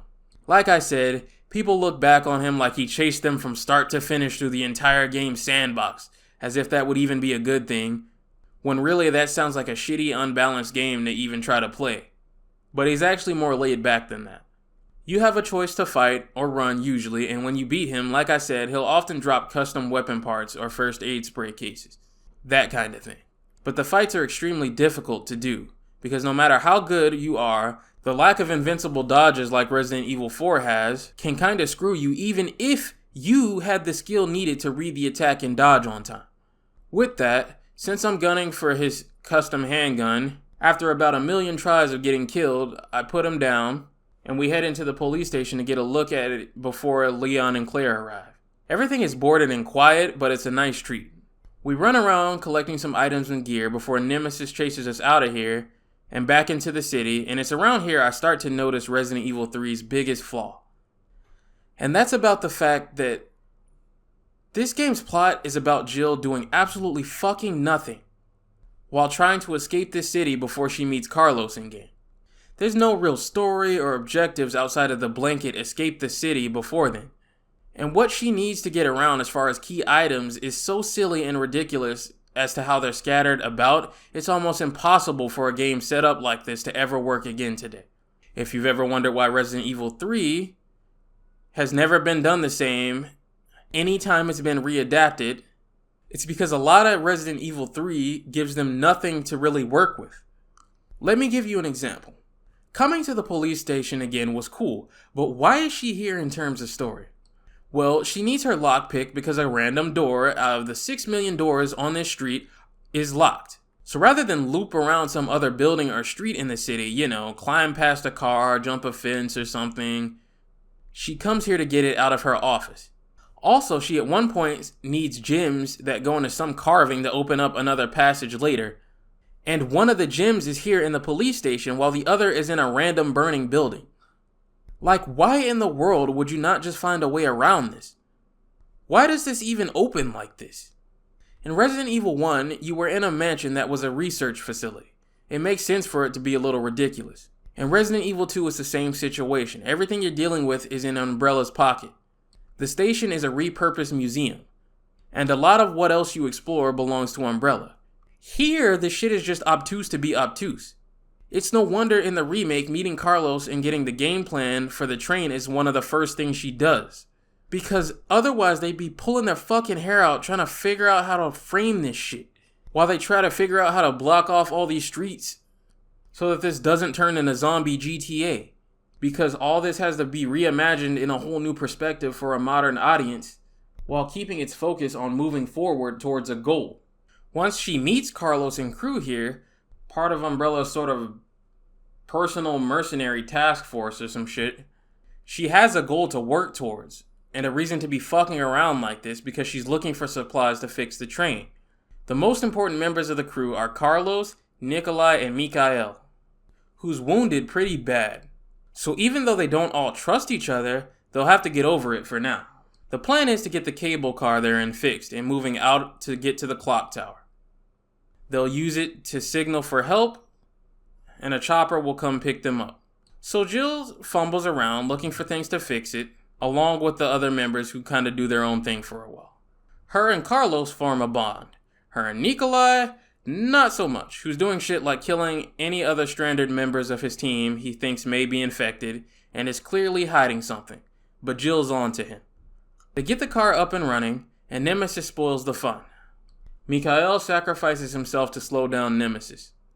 They crash at the clock tower anyway, which is mighty convenient, and Resident Evil shenanigans ensue while Jill works to get things fixed. I haven't talked about this yet, but unfortunately this game also has the most annoying puzzles of any game so far. And some dickhead at Capcom thought making them random was a good idea, so there's a few variations to a lot of them. So that looking them up if you're starting to get irritated irritates you even worse. Fuck this marble weight puzzle, and fuck this water treatment puzzle too. Once Jill gets the clock tower running, a chopper shows up to extract them, but Nemesis says fuck that and shoots it down. Now welcome to another one of the worst fucking boss fights ever designed, only to be saved by the dodge mechanic. What fucking baboon at Capcom decided that Nemesis should poison you and make your health completely unreadable? Are you fine? Are you in caution? Danger? Who knows? You sure don't. Oh, and did I mention that Nemesis has a grab attack that can kill you from caution? Yeah, not helped by the fact that getting poisoned makes you animate like you're in caution at all times in these games. So you have no fucking idea. No way of knowing. What the fuck were they thinking? Who played this shit and gave it the green light? I want a name, I want a location, and I want an address. When you finally beat this shit on a plate, you play as Carlos for a little while he tries to look for a vaccine at the local hospital. Carlos's problem is that he won't get much of a refill for his assault rifle, and once you get to the hospital, the hunters make their return. Dealing with the hunters with a pistol is a horrible idea, obviously, so it's crucial you have enough ammo to deal with them, not helped by the game swarming you with a bunch of shit before you even get there that encourages you to burn through a good chunk of your assault rifle ammo. I was running on fumes by the end of this section. While he's here, he also gets betrayed by Nikolai, who kills one of their stranded team members in cold blood and plants bombs around the hospital that Carlos barely escapes from. Using the cure on Jill, they split up, and Jill once again just kind of proceeds to fumble around the city with no plan again. This time exploring a nearby park while she runs into Nikolai again, who gets spooked by our next boss, whatever the hell this giant worm is. Unfortunately, this one kind of sucks because the dodge mechanic can't really be used reliably, and as a result, we're back to running back and forth between the ends of the room, scarfing down healing items anytime you get touched. Then we come up on that choice I mentioned earlier. The quote-unquote canon one is to jump off the bridge so you can be saved by Barry at the end of the game, since he can't stop fucking babying this woman in her own game, instead of pushing Nemesis off. By this point, I'm swimming in so much shotgun ammo, I just go ahead and push the pistol up. I'm talking like 150 plus rounds. Carlos will tell Jill when she arrives that an airstrike has been ordered to completely wipe Raccoon City out to contain the outbreak, so they need to leave ASAP, no Rocky. Nikolai, depending on the ending, will either get clapped by Nemesis just before the next boss fight, or try to escape on a chopper that you can shoot down if you grab the secret rocket launcher. Either way, Jill will have to fight Nemesis in a room where the goal is to melt him to death with the acid valves around the place. Doing that, he gets turned into sludge and thrown down the waste disposal where he can mutate again for one final boss fight, where we need to use a ray gun to blow him away one final time and can finish him off for good. They escape by chopper just before Raccoon City gets bombed, and with that, the story is finished. As far as extra modes, this is the first example of the mercenaries in Namesake, and it's not very good. Extreme Battle was way better. You play as one of the Umbrella Mercs, and you need to get around to the end before the bomb in your chest goes off. I don't really like the way the time limit works, and I don't really like the way you need to rush to save civilians before they die in places you have no way of knowing they'll be at, or you run out of ammo to work with. It's shitty and not really worth talking about. RE4 is where the real mercenary starts. You're not missing anything here. And with that, we have one more game to cover in this video, and that's Resident Evil Code Veronica. Unfortunately, is without a doubt the second worst mainline entry Resident Evil game in my opinion, and undoes just about everything Resident Evil improved. Not gonna give too much of a rundown on what happened with this game, but some people say this game was supposed to be the real Resident Evil 3. But others say Resident Evil 3 was always supposed to be made and this game was always its own thing. None of that shit really matters in the end, they're both here. Now, before we get started with this, I should let you know that there's several versions of this game, but only two really matter in this day and age. And it's not worth giving you a laundry list of changes between each single one. The old school Code Veronica X on PS2, and the updated Code Veronica X that was released for PS3. If you're playing this on PlayStation 4 or 5 these days, your options are the PS2 version. The HD version comes with improved lighting and shadows and has a darker feel to it, more in line with the later Resident Evil games and the remakes of the previous ones. There's some debate on which version looks the best here, but I'm sorry, some water that doesn't fucking ripple in one room that it will only ever matter in does not justify trading up the HD remaster with improved effects, lighting, and dynamic shadows for the PS2 version where the water just looks worse in general. The real case for the PS2 version is that the controls can be changed similar to that of the first three games, whereas the PS3 version is swapped to the PS3 HD version of Resident Evil 4's control scheme, to help keep it consistent with that release with no way to switch back. But it's not too different and you can get used to it. I'm using a PS3 emulator, so if you see a few bugs in the footage here and there, the emulation is 90% perfect, but that 10% of imperfection can still fuck around every now and then. Code Veronica starts as 3 months after Resident Evil 3, with Claire breaking into some sort of base and being chased by soldiers. She's looking for Chris in an umbrella facility in Paris after Raccoon City got wiped. Unfortunately, as good as she is, her luck runs out and she gets captured and brought to Rockford Island in a special prison. The island has come under attack and an outbreak has started, which she smack dab in the middle of, and since the facility is toast anyway, the guard lets her out to do what she wants. Her goal now is to get out of here. Looking around, she runs into Steve, one of the coolest looking characters they've ever designed with some of the worst voice acting you'll ever hear. I don't know what happened, but there are a lot of stinkers in terms of voice actors in this game. He tells us he's an escaped prisoner just like her, and there's an airport on the island that they can use to escape. But he's gonna go his own way for now trying to find it. This is about where we pick up our handgun and we're off to get our Resident Evil journey going. The opening setup for this game is solid, but the actual opening itself is probably the worst it's ever been gameplay-wise. It has both of the issues that made Resident Evil 1 and 2 such turnoffs in their beginning. It has the issue Resident Evil 1 had of the sheer amount of shit that you can pick up and fill your inventory up with before you even get access to the item box. The little metallic drop box in the 3D printer room doesn't count. You're also encouraged to get all your shit out of there anyway, and if you don't, and you leave the wrong stuff in there, it will have dire consequences for later. So you're running around just filling your inventory with shit, some of which you won't need anytime soon, and it's already leaving a bad taste in your mouth. But then, once you open the gate to progress past the prisoner barracks, you can end up going the wrong way to the training facility you don't even need to be at yet to pick up even more shit you really don't need. The only reason to come here right now is probably to get the bowgun and leave. But you could very well not have space for this, or the 2 special pistols, or any healing items if you don't know exactly what to plan for picking up. I counted, and minus the 10 minutes I was fumbling around with the emulator settings, it took about 50 to reach the item box, knowing where it is, and planning for what I would pick up in this playthrough. Though I will say, this game definitely has the best save theme so far. This shit bangs.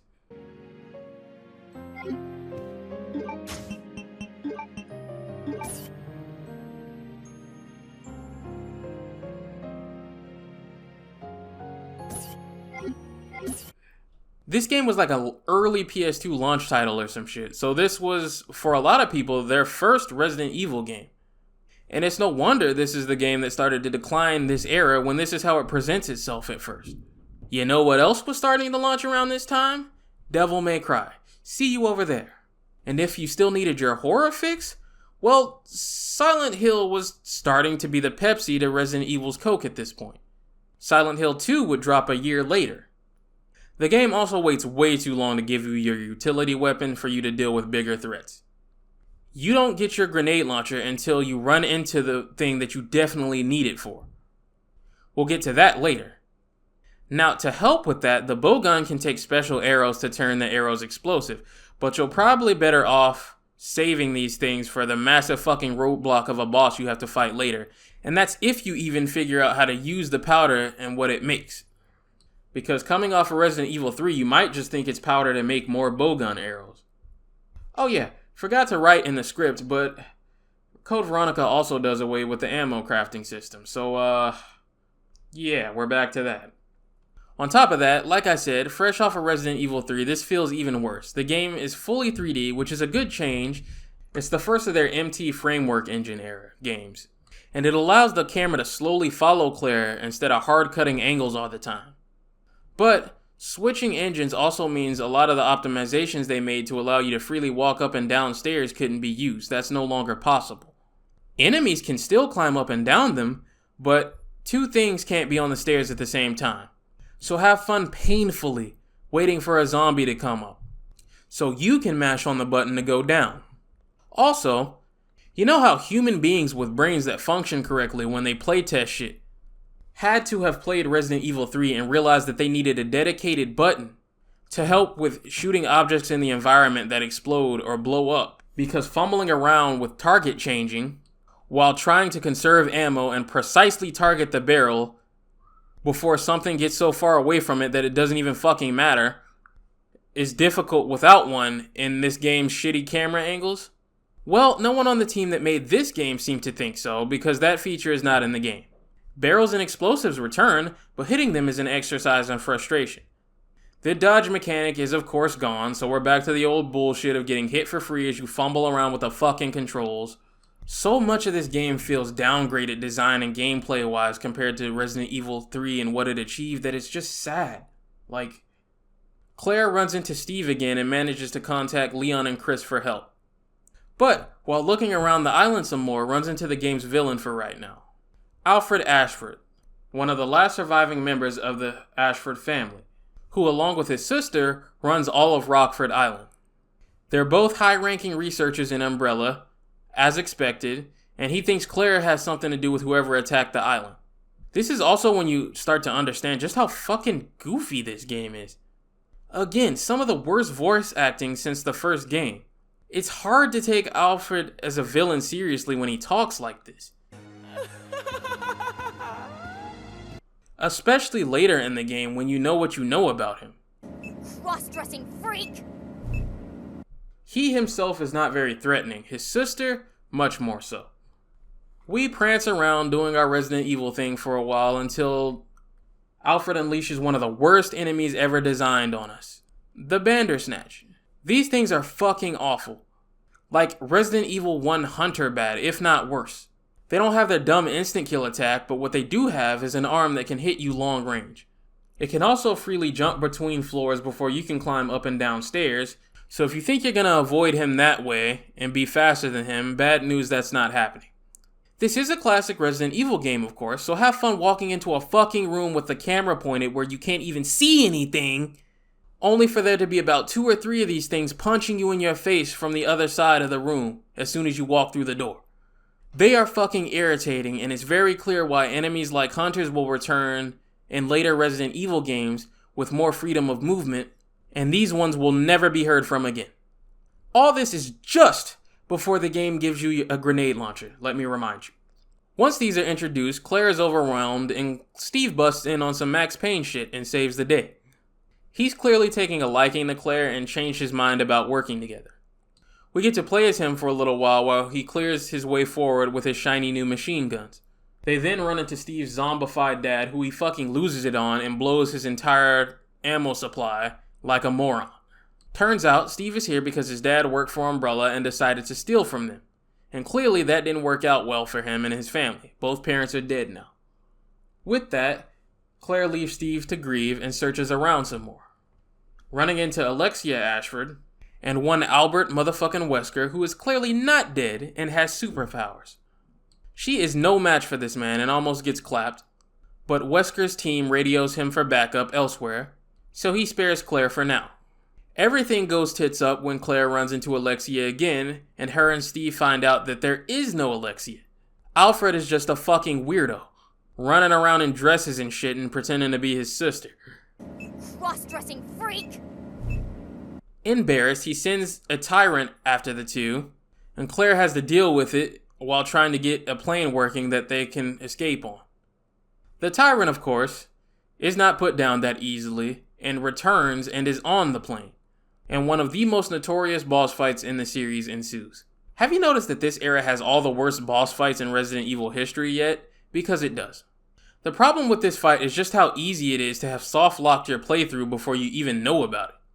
You have to have enough ammo for this thing or you're screwed. If you killed too much of anything, wasted too many grenade rounds or explosive rounds, you straight up cannot progress past here. And it is very, very easy to end up in this situation. Far easier to screw yourself than just about any other Resident Evil game. You are on an extremely tight leash supply-wise. This thing does massive fucking damage too and can set you up to be hit more than once. So I hope you brought enough healing. He does all the shit you've come to expect out of Tyrant fights now. Tracking lunges in a game with shitty tank controls, the works. Just to shit on you further, you're fighting him in a tiny cargo bay that is essentially just a square. With one end open because the gimmick of the fight is to do enough damage to weaken him and hit him with cargo and knock him out of the plane. If he hits you while you're on the wrong side of the room, he'll knock you out and kill you instantly instead. This fight alone is the death of a lot of playthroughs for this game. And I'm glad I didn't get into Resident Evil until 4 because I would have been fucking furious if this happened to me. Those BOW rounds that the game gives you actually do extreme damage. Save them for this fight at all costs. Though, since the game barely fucking makes it clear the differences between this and the other rounds in terms of sheer damage, you'd be forgiven if you used them earlier. Putting him down for good, they try to escape, but Alfred takes control of their plane remotely and forces them to land at another Arctic facility, one that he also owns. They begin looking around for a way out of here too. Also, as another middle finger to you, I hope you decided in your quest to save space at the beginning of the game, where there was no fucking item box, to go back for the fire extinguisher after you emptied it and used it. And likely dumped it and left it in the deposit box, because if you didn't, fuck you, no Magnum for the entire game. Unbelievably shit game design. They run into Alfred again, and sick of his shit, Steve caps him. That also releases Asher's father, who they locked up and experimented on for years, and has turned into a monster. The game also fucks you in that right after this happens, you better save and prep for a boss fight, because if you pick up Alfred's rifle, since it's glowing and shining at you, you're taken straight to the fight. Though I think, in a rare case of common sense, they give the first ever series checkpoint just before this fight after going back and realizing that they fucked this up. Now, this is a game from literally the year 2000, so aiming the sniper is a pretty shit experience. But it's doable to get at least a couple of shots in his heart and do some heavy damage. They then make their escape only for it to turn out that not only is Alfred alive, but there is an Alexia after all, who's been asleep for years and has powers of her own. And she is not too pleased with what she's seeing after waking up. So she personally snatches Steve and Claire right the fuck back up and brings them back. We then take control of Chris Redfield, who's reached Rockford, and this fucking idiot drops his gear before making it up top. I see he is still stupid as shit. And for the second half of the game, we'll be playing as him. It's good to see your boy back in action. He's been out of commission since the first game. You can save the guard from the beginning of the game if you've given him his medicine as Claire, and haul ass when he gets grabbed here long enough to give Chris his lighter before he dies. And you'll score another 2 SMGs out of it. Chris's half of the game is actually way better and has a way better start than Claire's. It's crazy how the simple act of making sure to give the player a fucking item box close to when they start can improve things dramatically. Now, I know the game also kind of fucks you by not giving you any indication that you'll even be playing as Chris here, so you likely won't prep and leave him anything on your first run through, but it's actually not that bad. Chris gets plenty of ammo and his own toys during his half of the game. Anything you leave in the item box is just extra. The biggest thing that happened around this time is Chris learning Claire's location at the Arctic base, and learning that Wesker is still alive and ain't exactly human anymore. This is when the iconic Wesker versus Chris beef really started to kick off. Chris flies to the Arctic base and searches around for Claire. Like I said, hope you have the fire extinguisher, cause if not, no Magnum. Alexia is also at large running around here. Alfred is dead as shit. And there's a cool replica of the Spencer mansion that the Ashford mansion is based on. Finding Claire and freeing her, they separate, and Claire runs off to go find Steve. These are the game's final moments, and you better believe they fuck up almost everything from here on out. This is the last time you'll be playing as Claire here.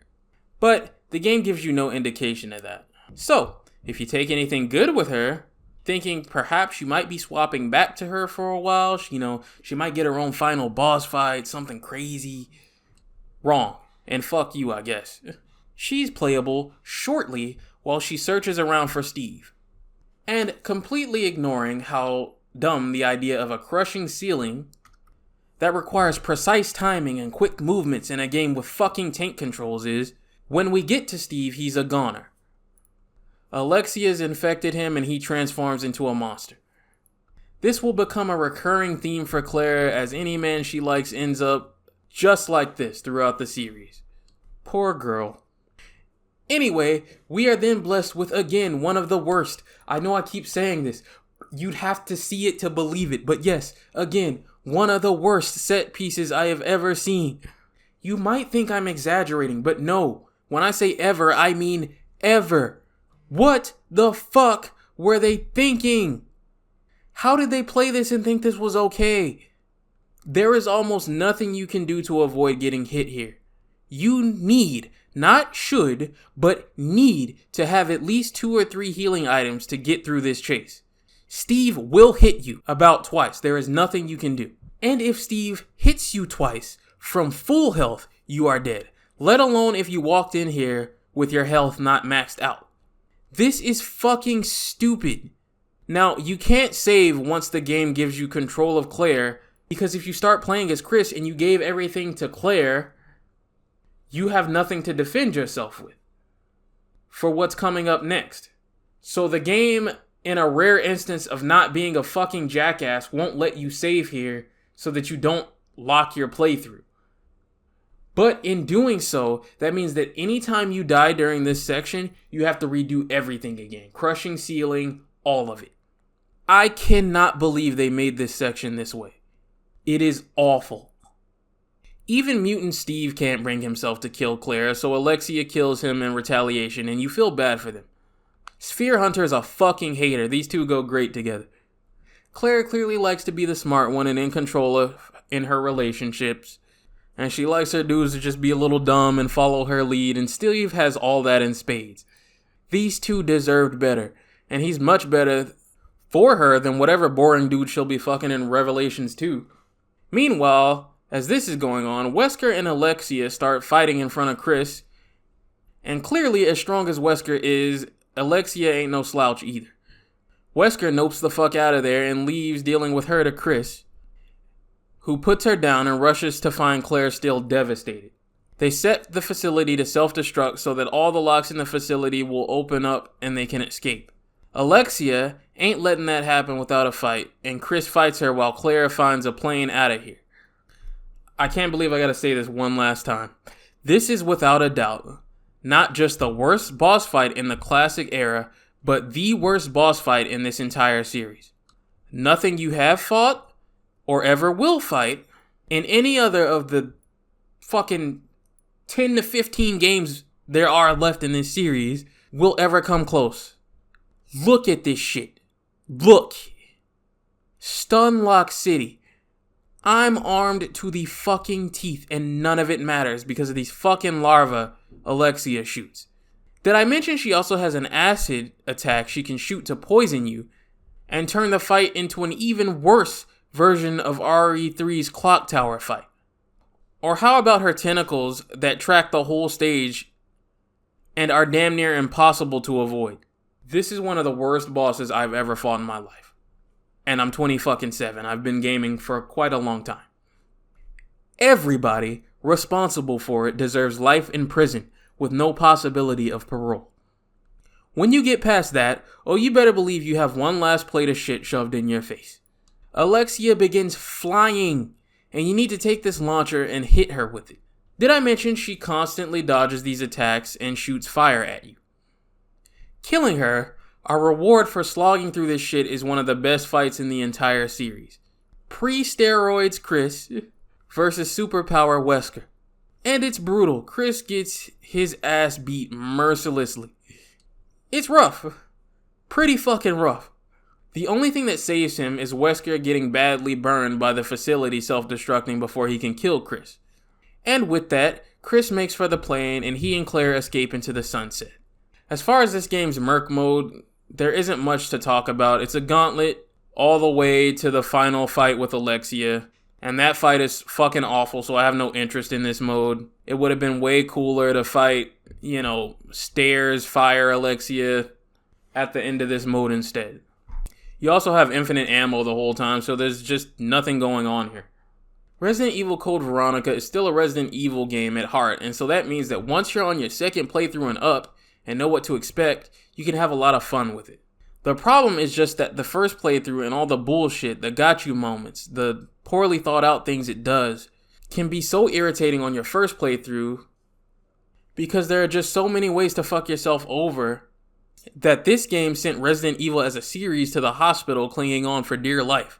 Other horror games were doing things better, and just about everything that you will stereotypically hear someone say they don't like classic Resident Evil games for, this game does twice as bad as anything in the PS1 era. I know I gave Resident Evil 1 especially a pretty hard time, but that is still better than some of the shit this game makes you suffer through, if you don't do exactly what the game expected you to do. When I look back on this game, the thing that sticks out to me are how cool the moments with Wesker are whenever he's on screen. He is the highlight of this game, and he and Chris have to carry this game on their fucking backs. They're the highlight of this game and just about the only reason this game is really even relevant to the lore, because this leads directly into their beef in Resident Evil 5.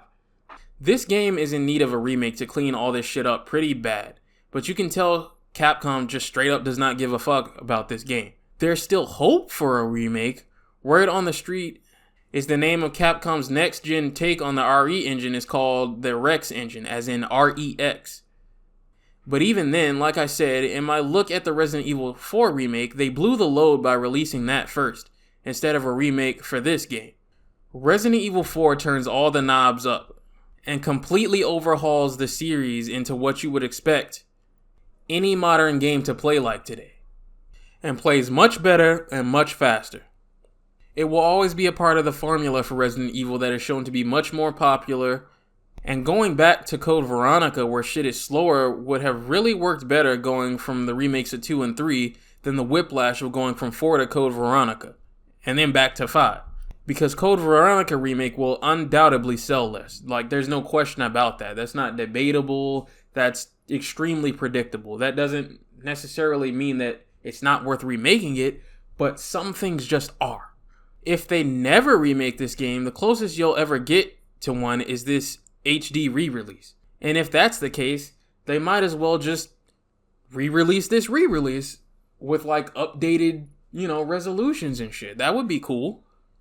They could do the same modern control thing to get newer players into it that they do with, the Origins collection. I think it would work out really well. And it would also give classic Resident Evil fans another game to kind of stay relevant in modern Resident Evil as a whole. Because right now, all they got is Resident Evil 0 and Resident Evil 1 Remake. There's something to say about the only two classic era Resident Evils left that are still relevant to the lore, being the two worst in the franchise by far. But hey, that is what that is. And with that, I think we're done for this video. I'm going over most of the entire RE series, but I want to separate these videos by era. I consider these 4 to be the end of a bygone era. One Capcom doesn't really care for anymore and doesn't actively push. 3 out of 4 of these games have been remade, and the 4th is just a complicated situation. Capcom makes no attempt to sell these, the PS1 era games especially, and that leads me to question if these are even worth it. They don't want you starting here. Ideally, they want you starting with the Resident Evil 1 remake. But realistically, they know today's market is likely going to start with a remake of Resident Evil 2, which is more digestible and accessible of a way to get into Resident Evil today. So is it really worth it? I mean, I'm going to piss people off when I say this, but realistically, no. At least not to force yourself through. I think if you can keep an open mind and you're tolerant of some of the issues, and you can get through Resident Evil 1 and still be on board, I think you'll find that these games still have charm. They still have merit, and if you lower your expectations a bit, you really can have a good time with them once you find your rhythm. I enjoyed my time here, especially with Resident Evil 2 and 3, but it's a hard ask. A very, very hard ask, especially today. And most people today simply won't be replaying these the same way they replay 2 and 3 remake. And if you just can't do it, you don't have to force yourself anymore like you used to back when I was a teenager. There are more modern versions of every single game here besides Code Veronica. And that game sure as shit is not the place to start in the 2020s if you're trying to win over anybody with Resident Evil. So yeah, controversial take here. Are they worth checking out if you're curious? Sure, but they're not really worth forcing yourself through if you're already dreading it and just not feeling it after trying Resident Evil 1. Even if I do think 2 and 3 make up for all of 1's shortcomings. Code Veronica, I guess you're just kind of stuck out for right now. But you really weren't that great anyway. Up next, we'll take a look at the new starting point for the series, and one that's done a little work to be more modern. The remasters of the Resident Evil 1 remake and Resident Evil 0. Or as Capcom refers to, by era now, the Resident Evil Origins collection. I'll see you next time. So last time we looked at Resident Evil, we looked at the original classic run of the games from Resident Evil 1 to Resident Evil Code Veronica. I'm not gonna lie to you fellas, that video was extremely complicated to write. Not only because almost none of those games are still relevant, but because that lineup of games started out as an ugly duckling a bit, but started to really get good around the time of Resident Evil 2 and 3, and then Code Veronica came in and did a lot of damage and started to really decline things. This video should be a lot easier to make. Unlike the PS1 trilogy, both of the games we talk about today are still relevant in Resident Evil's lore and timeline of events. We're going to look at Resident Evil 1's remake and Resident Evil 0. Both of which, for some bizarre reason, used to be GameCube exclusives that never saw the light of day on other consoles until they were remastered around 2014, if I'm remembering right. I was still fresh out of high school when the PlayStation 4 was launching, and these were a cross-gen release, but I was too busy bumping Resident Evil 6's Mercenaries mode online to really give a shit.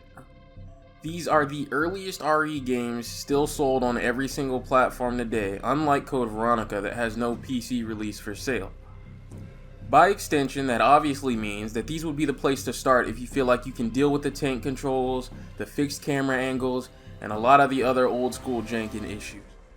This is actually an interesting duology because looking at it, you get a rise and fall of an era in one neat package. Resident Evil 1 shows you how good this style of game can be, if we take everything Capcom learned from making the originals into account. A lot of mistakes and missteps the original version made are fixed and corrected here. It will show you why this era is still charming and beloved by a lot of people. Resident Evil 0, on the other hand, will show you everything wrong with this kind of game. Why not everyone was or is in love with this style of Resident Evil. And how sick of it a lot of people were by this point. Even the people making these games had had enough of this shit. That's why I say rise and fall. Resident Evil 1 is everything that works about classic Resident Evil, and Resident Evil 0 is everything that fucking killed it. So we're gonna look at these games start to finish. The remastered re-releases specifically, as they not only are the definitive releases, but are how most people will play these games in this day and age. And they do everything they can do to try to alleviate a little of the clunky control schemes of the originals. In these ports, you can switch between a classic control scheme and a more modern control scheme. Classic gives you the tank controls, and modern gives you fully 3D movement. Now, just about every channel that's head over heels for these old Resident Evil games will try to tell you that the modern controls are terrible and they aren't good, blah blah blah blah blah. But really, they're full of shit, and they're just trying to con you into playing these games their way that they approve of. Plenty of Let's Plays I've watched where people don't even know the difference and just have everything switched to modern by default with almost zero issues are evidence of that. Their main complaint is that the camera switches can be disorienting, since when the camera switches, your directional inputs will switch with them.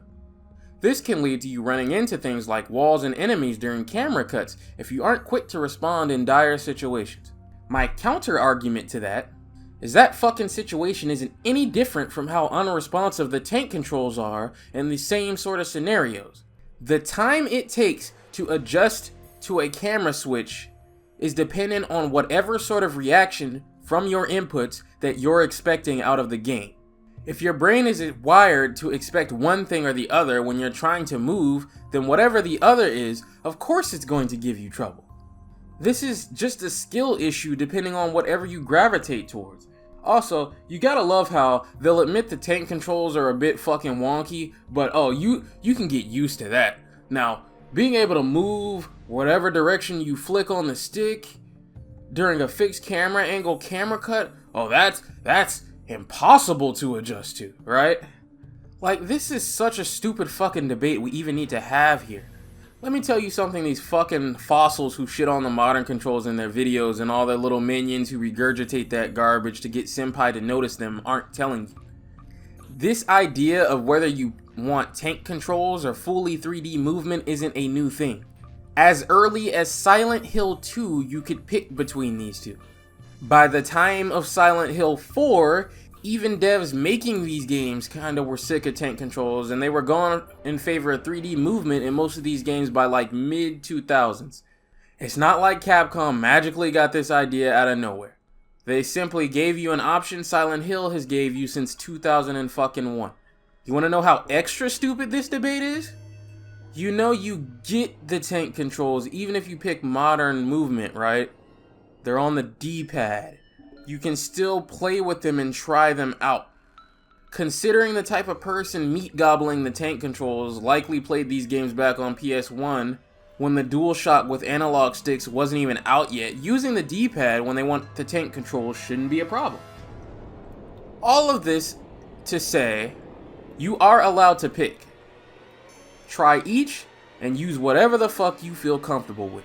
Don't let these fucking fossils pressure you into making your experience with these games more miserable. Pick whatever you want and enjoy yourself. If you prefer the tank controls, use them. If you prefer basic 3D movement, use it. And if anybody doesn't like it, fuck them. You spent the money on this game, you can play it however the fuck you want. All this debating is really the result of the camera angles and not really the control scheme when you really boil down to it anyway. The camera switches are the real reason people are so divisive on one or the other. Evidence? Resident Evil 4 OG also uses tank controls. And while yeah, some people find the controls a bit stiff there today, it is nowhere near the deal breaker that it is for these older titles. Because of the perspective, absolutely still playable and still enjoyable today. Damn near a modern shooter with even now with some slight blemishes on it, regardless of the lack of strafing like RE5 and up have. Even more so now that the controls are swapped by default to standard shooting controls on console. Something that modern controls for these remasters also allow you to do. Left trigger to aim, right trigger to shoot. These aren't the only games to switch to standard shooter controls in their layout either. You also get a dedicated reload button. I can't believe these old games didn't have one their entire run through. It's crazy. I forgot to mention that in the last video, but yes. To reload, you needed to pause, go into the status screen, and combine the ammo with the gun over and over and over again. Now, you can still do that here, and I do recommend it a lot of times if something fast is in your face and your ammo is getting low. But again, now it is your choice. It has its advantages to go to the status screen and check your reserve ammo count there. Hell, you still had to do it in Resident Evil 4 with the dedicated reload button and ammo clip counter at the bottom of the screen, only telling you what is in the magazine. But now the player is in control of how much they need the information versus just staying in the world and staying in the zone. Sometimes I already know I have enough ammo and I just want to get the damn reload in and get back to it. I'd rather stay in the world, in the zone, and worry about the ammo count after I kill whatever I'm shooting. Because a lot of times, since I've spent the ammo, I'm now in a situation where I have to kill it anyway. Think about it. Enemies you've damaged refill their health if you don't kill them before you exit a room. So you will never really find yourself in a situation where you put half a clip into something and then decide not to kill it because you should save the ammo. Unless you don't know that they're healed if you leave. At this point, should you decide to disengage, you're just wasting your ammo anyway. Also, controversial take here, but pausing the game like this to reload or swap weapons anytime something gets close to you has always felt kind of scummy in my opinion. Feels like it was an oversight they didn't really think about when they made the original, which kind of rendered all the reload animations they designed useless. You don't have to worry about any sort of bad positioning or pressure from something closing the distance as you reload in those games. And clearly a lot of game devs see it this way too. Resident Evil 4 forces you to reload in real time. You can only swap weapons in the status screen. By the time of Resident Evil 5, the inventory screen doesn't pause the game at all, and it won't for a very long time in this series afterwards. It also doesn't in other horror games either. And also, just to hammer it home, I like the pressure of staying in the world and worrying about when to reload. Imagine playing Alan Wake 2, but anytime something gets close to you, you can just pause the inventory screen, and how many shots you spend or the need to swap a weapon doesn't even matter. Sounds pretty fucking lame. Now, that part of the equation is just a preference thing. That's how these old games were designed. If you play the inventory away, it's not like you're playing wrong or cheating or something. But should you choose to make it more tense on yourself like a modern horror game would be, you absolutely get to do that dynamically and freely with the modern button mapping.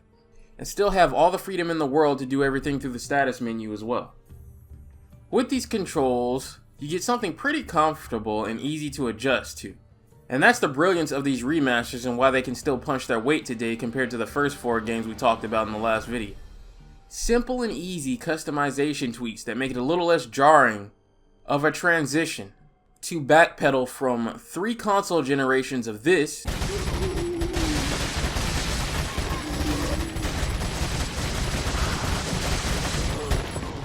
back in time to this. And the best part, you can mix and match. You still want to rock with a classic button layout, but rock with the modern movement? You can do that. You want to rock with the modern button layout, but the classic tank controls? You can do that too. I didn't even realize you could do that until about partway through this playthrough of these again. Before that, I was rocking the modern layout in full, but I switched to a hybrid of modern controls and tank movement to try it out, and it was really nice. Since I was already fresh off of playing the original 4 games in my last video, and this is kind of my preferred method for playing these games from now on. Now, from here on out, we're going to do these videos the way I always do them, so that means taking you through both games from start to finish, starting with Resident Evil 1 Remake, which I 100% recommend starting with. Spoilers all over the place, vulgar language, yada yada yada. I've made enough of these videos to where you should know what the deal is when you click on one of these. I just freestyle through the game, talking about the good and the bad. In Resident Evil 1's case, my summary is going to be a lot more brief than the Resident Evil 0 one because I literally just covered this game in the last video. This is a remake after all. I'll mostly talk about changes and improvements that I deem worth mentioning, as well as using it to discuss things that are still a problem by nature of it still being an old school Resident Evil game. You know, that sort of thing. Before we start, one more thing. Let's quickly touch on the issue of difficulty. See, I'm sure you know this, but if you don't, Capcom on your first playthrough kind of misleads you on what difficulty you're playing. They don't give you a straight answer on what hard, normal, and easy are here. The option you would think is hard is actually normal. The option you would think is normal is easy. And the option you think is easy is very easy. You don't get a standard, normal, hard, or easy difficulty select until you beat the game once. This isn't the first time they've worried about their games being too hard on people. Resident Evil 3 called its normal mode hard as well. Like I said in my last video, I understand why they do it. I just think the way they tried to fix this issue is wrong. And this is probably their most egregious attempt. To recap what I said on that, Resident Evil 1, 2, and Code Veronica all have pretty terrible off-putting openings balance-wise that kill a lot of new player interest. These classic Resident Evil games typically have a very low completion rate on something like Steam when you look at the achievements. Just because someone buys a game, that does not mean they're going to complete a game. For example, the original 2's problem is the A scenario run to the police station is just too hard on you. If you've played this game a bajillion times, you can probably coast by this easy peasy. But for a new player, it is pretty frustrating. Putting a sea of zombies down one direction and a liquor down the other right after getting to the police station, which in itself can be pretty brutal. Code Veronica's is terrible because it takes almost an hour before you get to a fucking item box, and even longer to get the grenade launcher. Almost 1/3 of Claire's campaign, so you're taking pot shots with her pistol for a long ass time. 1's opening puts people off for a similar reason to Code Veronica. The sheer amount of stuff you can pick up before you can find an item box, and that problem still remains here in the remake. Actually, much worse so.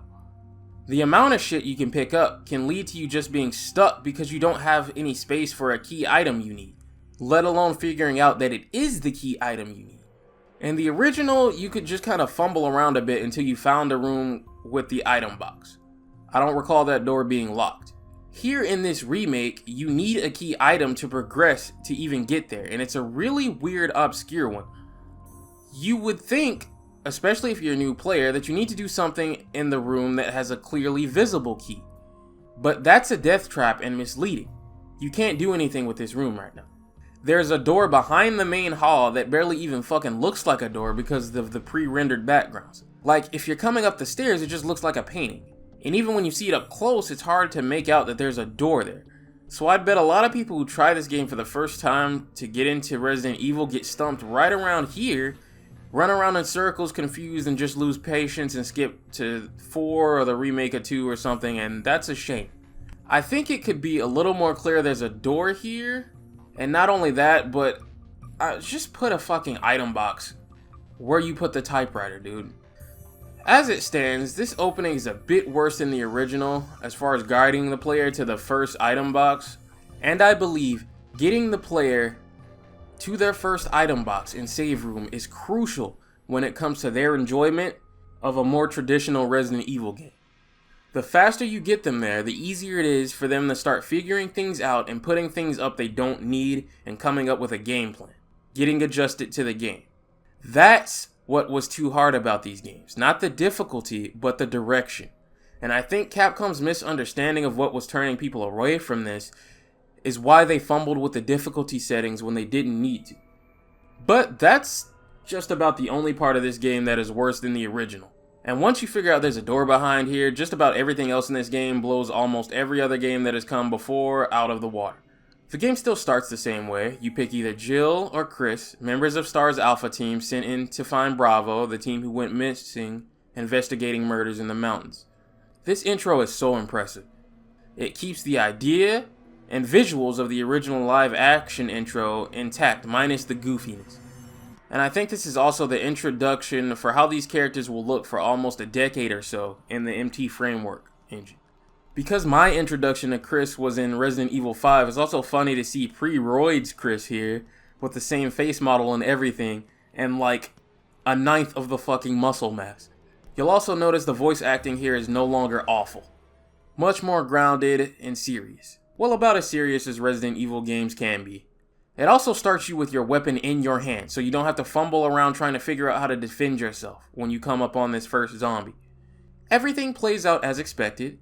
Chris finds Wesker and Jill missing after investigating a noise, or Jill and Barry find Wesker and Chris missing, and you're off on your Resident Evil journey from here.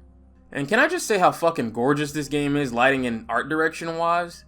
Improved item models, lighting, decorations, there are mirrors in certain halls, and it's not just for show either. Yeah, the fixed camera angles still fucking suck, that's still a problem, but there's walls with mirrors in them that reflect whatever you can't see down them, or like puddles and, reflective water.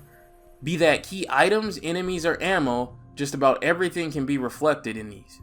This is also the first appearance of the Samurai Edge, that's become iconic to the Stars team. The only thing I have to point out is how muddy and low resolution the textures and art actually is.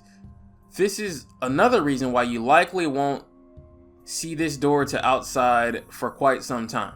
Resident Evil 0 doesn't have this problem, just Resident Evil 1, so I think this is a result of them using shit that was just far too resolution when they originally made this game. Now, to my understanding, there is a mod that makes an attempt to try to correct how low res a lot of this shit is, but that's irrelevant to how most people will be playing these games, so it's worthless in this discussion. But, even being low res, what we're looking at is fine work. Everything in this game is a lot darker and creates a much better atmosphere and mood than anything in the original lineup. There's improved lights, shadows, lightning crackling outside to set the mood. This game may be a little muddy, but it still looks good. Improvements don't stop there. A new addition to this game is defensive items. Sort of an answer to Resident Evil 3's dodge system as a tool to use so you're not just standing around like a fucking idiot while things grab you. Daggers, flash grenades, even tasers for Jill, because of course the woman gets the taser. I recommend going into the status screen and setting this from auto to manual as soon as you can. Chris's flash grenades are especially lethal because shooting them after jamming one in a zombie's mouth will kill it and deal heavy damage to whatever is near it as well, including you, so back your ass up. Now, my first time through this game years ago when I made my Let's Play, I never really found myself using these much. That might be because I got conned by the difficulty. But this time playing on normal, yeah, these are extremely useful. Even mashing the buttons to get out of grabs, they do more damage in this game than they've ever done until now. About what they'll do in the remakes of 2 and 3 to balance out having these defensive tools. So instead of the question being, do you want to spend ammo to get past something or a healing item, the defensive items present a third choice. They're not too scarce to where you won't want to use them either. Especially the knives, which don't do much damage, just get things off of you, so you can have a little fun. You can't use a defensive item if you get grabbed from behind though, so you still need to be careful. All of this you will likely need anyway because of the main addition everyone remembers this game for, completely exclusive to this game, Crimson Heads. As you kill zombies, you'll notice that sometimes their heads pop. Outside of just being a general improvement that's cool and satisfying, it also greatly benefits you because it means they won't come back as Crimson Heads later, which are stronger, faster, and harder to stagger. Your only two ways to prevent this is with a critical head pop, which happens at random with the pistol, but also makes the old trick of using a shotgun upshot headshot more useful than ever, or by using a fuel canteen to burn the bodies. There's tanks of gas scattered all throughout the mansion that have a limited supply to refill the canteen with. This creates a balance using a pistol, hoping for a headshot to save shotgun ammo, using the shotgun to save pistol ammo, if you can spare some shells, and using the fuel canteen so you're not pissing away any of your resources later. And that's probably the funnest part of this game. Like, in my first opening hours, I couldn't believe it, but I was genuinely tense. And that doesn't happen very often for me in Resident Evil games. I don't play them because they're quote-unquote scary. I play them because I enjoy them. I really like the lore, I like the characters, and they're just fun to play. Alright? It's very hard for horror to get something out of me in regards to fear anymore. Like I said, these games are defined by their replayability, and this loop makes this game so fun to play if you're down for a classic Resident Evil game. Now, admittedly, I don't replay this one as much because still, it is a classic Resident Evil game. That means all the parts that were tedious or annoying about playing through these kind of games before still are exactly that. The fixed camera angles, the movement, the ink ribbon system to save that I still fucking hate, the constant running back and forth to and from the item box that I just get tired of doing by the midpoint in the game. And that's actually even worse this time around because now that you have to run and grab this damn fuel canteen to go and burn a body anytime you fucking kill anything in this game, you will be doing it twice as much as you ever were in the original. And do not get me started on the fact that Chris still only has 6 fucking inventory slots, and how unbearably tedious that still is to deal with.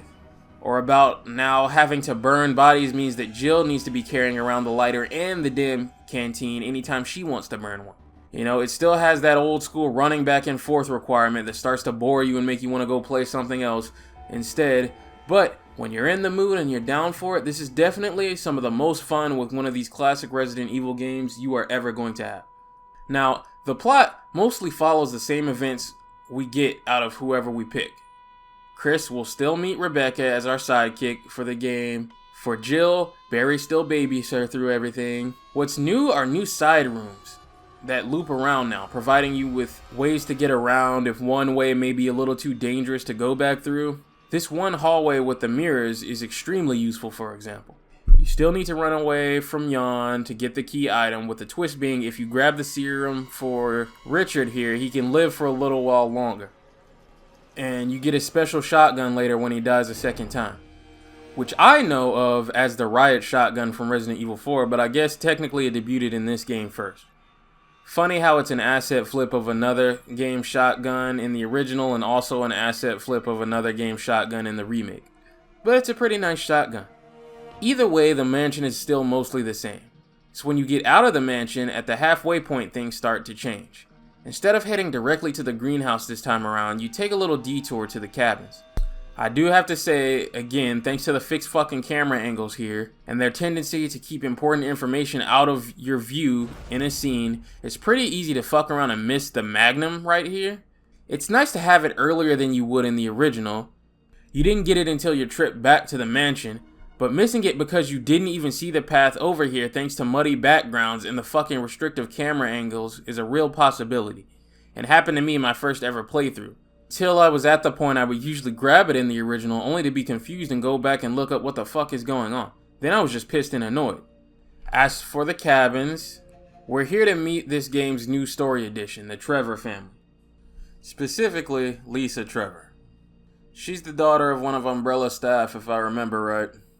Umbrella is constantly treating their staff like shit, man. It's crazy. Similar to the Steve situation, her dad worked for Umbrella and her mother and her were just collateral damage. The father, I'm pretty sure, is in the coffin we needed all these damn masks to open. And the mother is in a coffin later in the game. She's infected with some wild shit and has been ever since she was a child. Whatever this monster is. Umbrella tried to fake someone else being her mother once she died, and so that sent her off the deep end, and she goes around killing and collecting faces to find her mom's real face. For now, instead of killing us, she just bonks us over the head because we have plot armor and we're free to continue business as usual when it comes to Plant 42 and dealing with it. The shark room is new and improved, and this is where Richard will die if you saved him earlier. If you saved Richard, as Chris, you get absolutely no help with the Plant 42 boss. Rebecca will only weaken the roots apparently if you didn't manage to get Richard the serum. I think this is 100% fucking bullshit and a shit decision, especially because as Jill, if you use V-Jolt, then you don't even have to fucking fight it at all. Barry barges in with a flamethrower and kills it for you. What the fuck? If anyone tells me that women get treated bad in these games, I'm gonna break the fucking neck. They did my boy Chris Redfield dirty here. Either way, back to what we expect. You run into Wesker, head back to the mansion to look around some more, and the hunters get introduced. They're still fast as shit and annoying, but they have been nerfed a bit and are actually designed like someone who made them had some goddamn sense this time around. You no longer have to wait for them to fully get up before you can shoot them again. Their lunge attacks is where they jump in the air and not completely fucking invulnerable to damage on startup. And their instant kill attack is no longer fast as shit with a seeable wind-up now. They take less damage and no hit stun if you try to shoot them while they're getting up, but I can live with that. I think that's fair. And all these improvements mean that this section of the game is no longer trash. I actually had a lot of fun with this part of the game, whereas in the original I found it to be complete cow shit. I like that the Jan fight has been moved to the library with a better area and strategy to fight it in. The only thing that irks me here is the part where you need to get to Rebecca to save her from a hunter. Resident Evil 0 is a thing. This bitch killed a million of these things in a game set just before this and even killed her own tyrant. I know that game was made after this one, but that still makes this moment so silly. This is why I'm not a fan of using prequels as crutches to make a new game. Devs and fans both in a lot of series tend to just mindlessly lean on making a prequel as an excuse to make another game with characters they like. And this is the kind of shit that can happen when you need to make a story using characters you've already used elsewhere. Besides that, the only blemish here is this dumbass wall crushing puzzle. You get stuck on the other side, you're dead, and it's extremely easy to accidentally do this while trying to figure out what to even do. So if you haven't saved, you can end up needing to redo a shitload of progress off of one easy mistake to make. Characters in these games are too stupid to understand how to pull things, and you guys already know I don't even like puzzles, so this one pissed me off especially bad. Whatever your defense for this is, you're fucking wrong and it's fucking stupid, end of discussion, moving on. I can't believe I'm saying this, but they completely unfucked the mines. It's actually a good location and one of the highlights of the game. They fixed the biggest issue that made this section complete garbage originally by putting an item box right by the typewriter. This edition alone completely fixes this location, but they do even better than that. And Rico still gets capped by Wesker, and you still need to fight the spider boss, but you actually don't need to pick up the knife to unweb the door.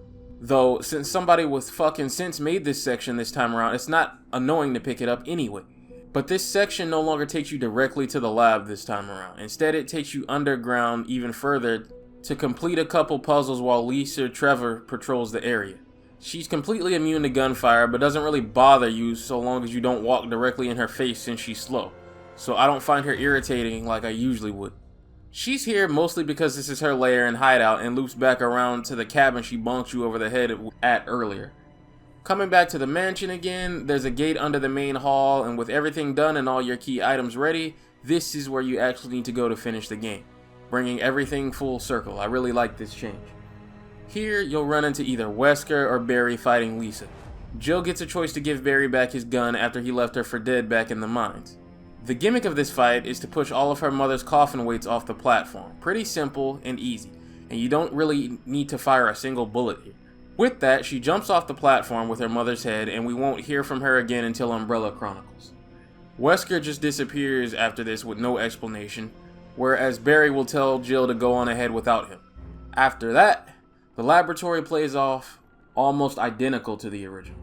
Because again, someone on Capcom's dev team's brain kicked into activating correctly, there's now a typewriter by the item box when you first walk in so that you can save before the final boss. You still need the MO disc to save Chris or Jill if you didn't play as them, and Wesker is still the traitor. As Chris, he still gets murked by the tyrant after he shows it to you. As Jill, there's one change, and that is instead of knocking Wesker out, Barry will shoot him to keep it consistent with him dying and being reborn by the virus in the lore. That and the tyrant still attacks him, which in combination I assume kills him from blunt force trauma and blood loss. This also takes place in the room with the tyrant this time around, so Wesker can still show you the tyrant and still release it. Everything is the same after that. They set off the self-destruct on the facility, we grab the other character out of lockup, and haul ass out of there. Tyrant is still the final boss, but your companion will help you in the battle if they're still alive. They all escape on the chopper and all is well for a while. Resident Evil 1 Remake is still absolutely phenomenal if you're on board with the problems that come with these older Resident Evil games, and is without a doubt probably not only the best of the classic Resident Evil games, but one of the best remakes ever made.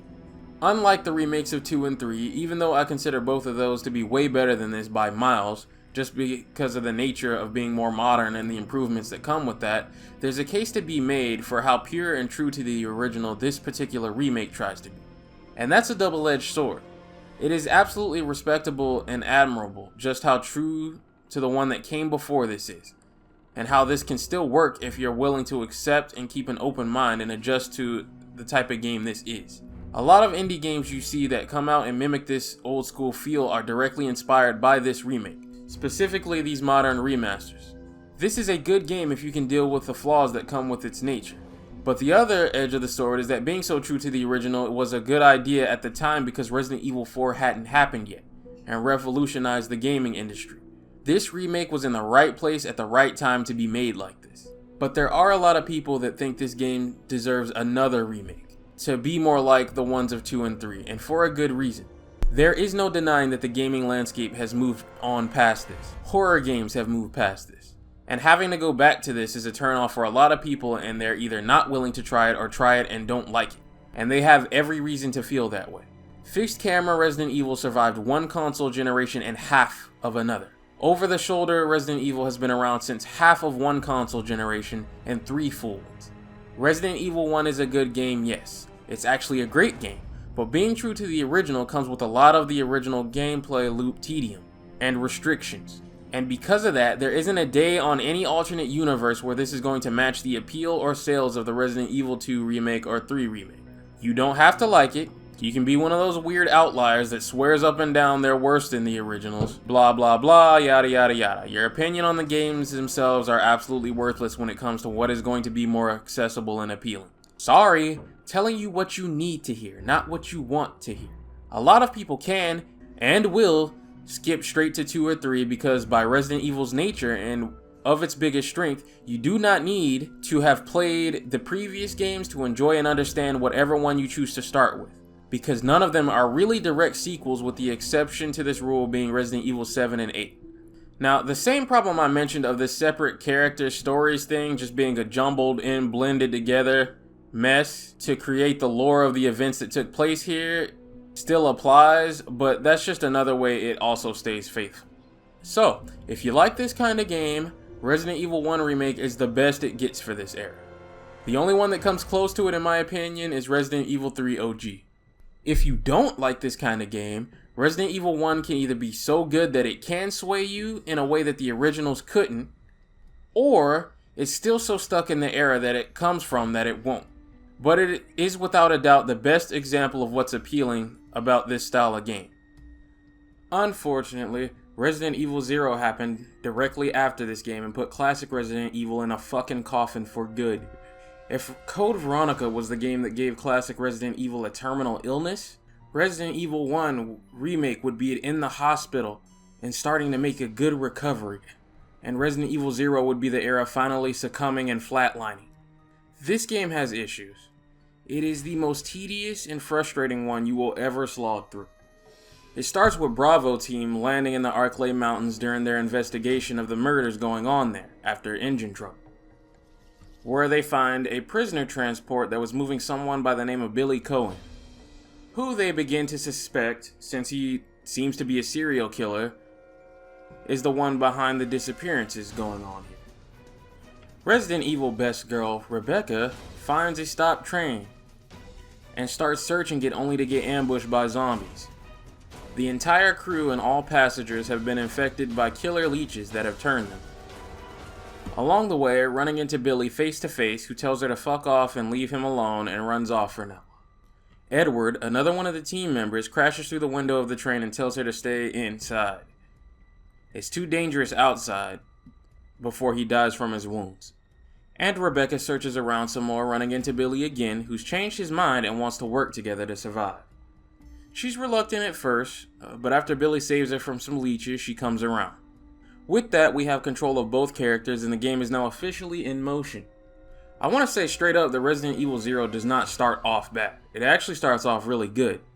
You'll load it up, play the first couple of hours or so, and you'll be like, what's the big deal? This is nowhere close to that bad.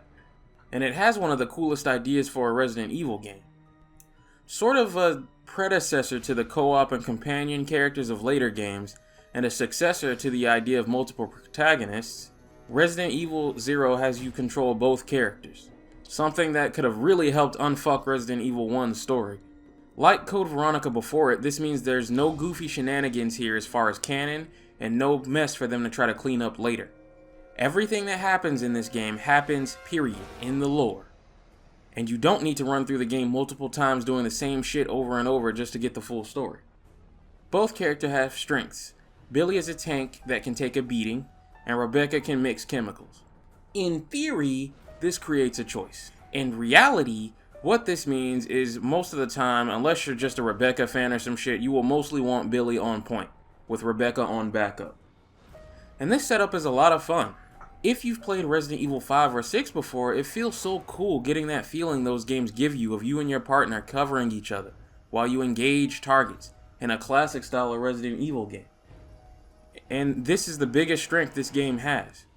At certain points you will need to split up the characters to solve puzzles or progress forward, and while there are definitely more optimal decisions on who to go where, nothing is so fucked up where if you didn't send a specific character it's an unplayable mess. Unless you set that character up without a power weapon or something, but that's an issue with classic Resident Evil as a whole, expecting you to be fucking psychic and know what's coming next. So it's not really an issue specific to this game, and I can't hold it against it. More of just an old school issue that gets on a lot of people's fucking nerves. But yeah, this system is pretty appealing. Anytime, regardless of wherever the other character is in the game, if they've split up, with the touch of a button, you can swap to the other character. Almost completely seamlessly. It was impressive tech for the GameCube, and even today it's impressive because not even GTA 5 can do this without loading. I also forgot to mention this when talking about the Resident Evil 1 remake, but those ammo issues that the original games had, where the devs would hide crucial drops in unseeable, undetectable parts of the world, is almost completely fixed and done away with. You'll still find a hidden box in a drawer or on a body or something, but I think that's fair. What you won't have to deal with is the ammo being hidden in some random corner of the room, unseeable in the backgrounds where you just randomly mash on that action button until you pick something up. Speaking of ammo, whenever the characters get separated, usually there's a little drop box to pass supplies and key items between the two. As you'll probably predict, something you find as one character will likely need to be used somewhere the other character is. And I gotta say, while Resident Evil 1's remaster was no slouch when it came to looking good, this game blows it out of the water graphically. Same sort of improved lighting and shadows, but the backgrounds are cleaned up a lot more here and are extremely less muddy. I don't know what the issue was there in comparison to this. Maybe something related to the aspect ratio? But since only a purest fucking caveman pushing over 40 would ever be playing this in 4:3 instead of 16:9, they definitely could have done a bit more work to clean that game's backgrounds up. I think this remaster was released after that one, so maybe they learned some things and upgraded their tech. Also, why do the worst Resident Evil games, being Code Veronica and this one, have the best save themes? Crazy but true, this shit is a banger too.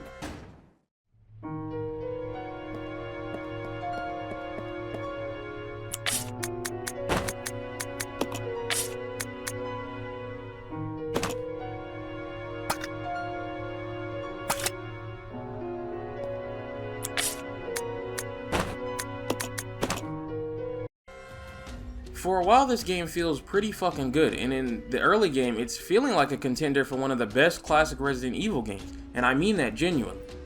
Now, there's one major issue here you've probably noticed at this point if you're playing it, but I want to save that for the point where things start to go downhill in the game in general later. But for now, I'm having a great time. It's just some good-ass old-school Resident Evil with the twist of having some backup. The train starts driving itself, and Billy and Rebecca get a glimpse of some twink outside singing and controlling the leeches while they try to find a way to stop the train. We pick up our first shotgun, of which there are 2 in the game, with strengths and weaknesses, fight our first boss, and would you look at that, Wesker and Birkin from Resident Evil 1 and 2 respectively turn out to be old pals and are having a conversation. They're confused as shit as to what's going on since this T-virus leak wasn't planned. The squad they sent in to investigate the train has been wiped out, and the train crashes into a weird facility that turns out to be another branch of Umbrella similar to the first game. Seems like it's owned by a Dr. Marcus, the old man that the leech monsters that Billy and Rebecca keep running into look like. Over the cameras, the game blows its load on the plot pretty early. The twink they keep seeing is actually a younger Dr. Marcus, revived by the T-virus infected leeches, who have for some reason given him back his youth and made him pretty powerful. And he has Birkin and Wesker pretty damn spooked because they helped Umbrella murder him. Exploring the mansion, we're just doing some good old survival horror shit. Solving puzzles, we're looking for a way out of here, requiring some key items. All of this to open a passage behind the painting of Dr. Marcus in the hallway. But, minus some typical old school Resident Evil annoyances, we're having a good time. This is probably the most fun you're gonna have with this game, so enjoy it while you can. Get a real good feel for how great Resident Evil 0 could have been, because once you open this painting and proceed through, it's all downhill from here, and it will be a very, very long time before it gets good again. Once Billy and Rebecca get separated here, Marcus unleashes these T-virus infected monkeys and Rebecca falls down a hole in the ground, and Billy has to go save her. While that's going down, Wesker and Birkin, feeling like Umbrella is finished if Marcus gets his reign of terror started, for reasons we'll get to later, form their plans for the plots that will become Resident Evil 1 and 2. Wesker has been working on his own tyrant for quite some time, so he'll lure his STARS teams into the mansion to acquire combat data on the virus and his personal creation. Birkin is going to set this place to blow, and then get to work on his G virus that's supposed to be better than the T virus. As soon as these fucking monkeys get released, this game turns to shit. Let's start with the monkeys themselves. These are hands down the worst enemies ever put in a Resident Evil game. Worse than the hunters, worse than the chimeras, worse than the dogs. Everything you've ever hated about the clunky controls, the horrible movement, the sluggish characters will all be amplified by fighting these things. They are faster than you, even if you try to run past them.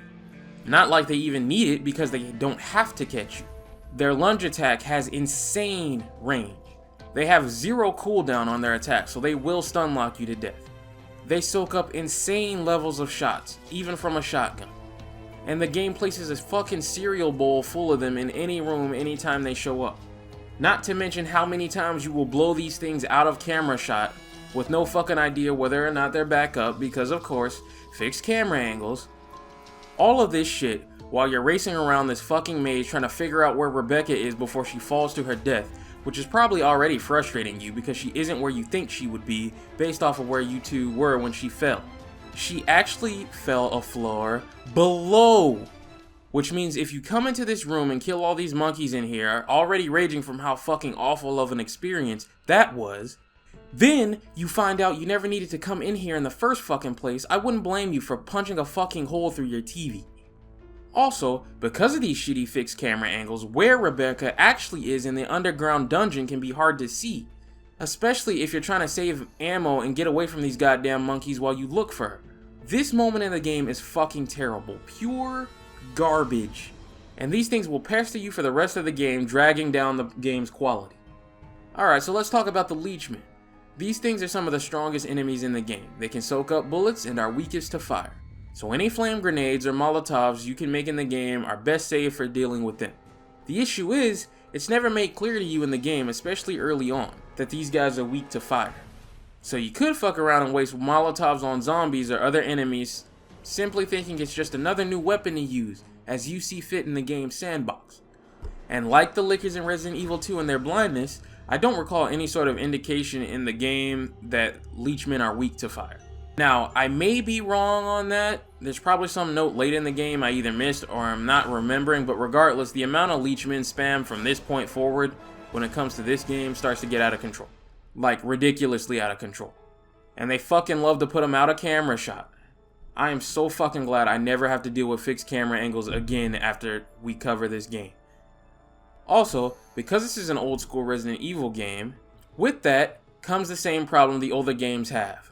Of being real asshole-ish and expecting you to know the future when it comes to a situation where there's a boss fight, or where Billy and Rebecca will be separated.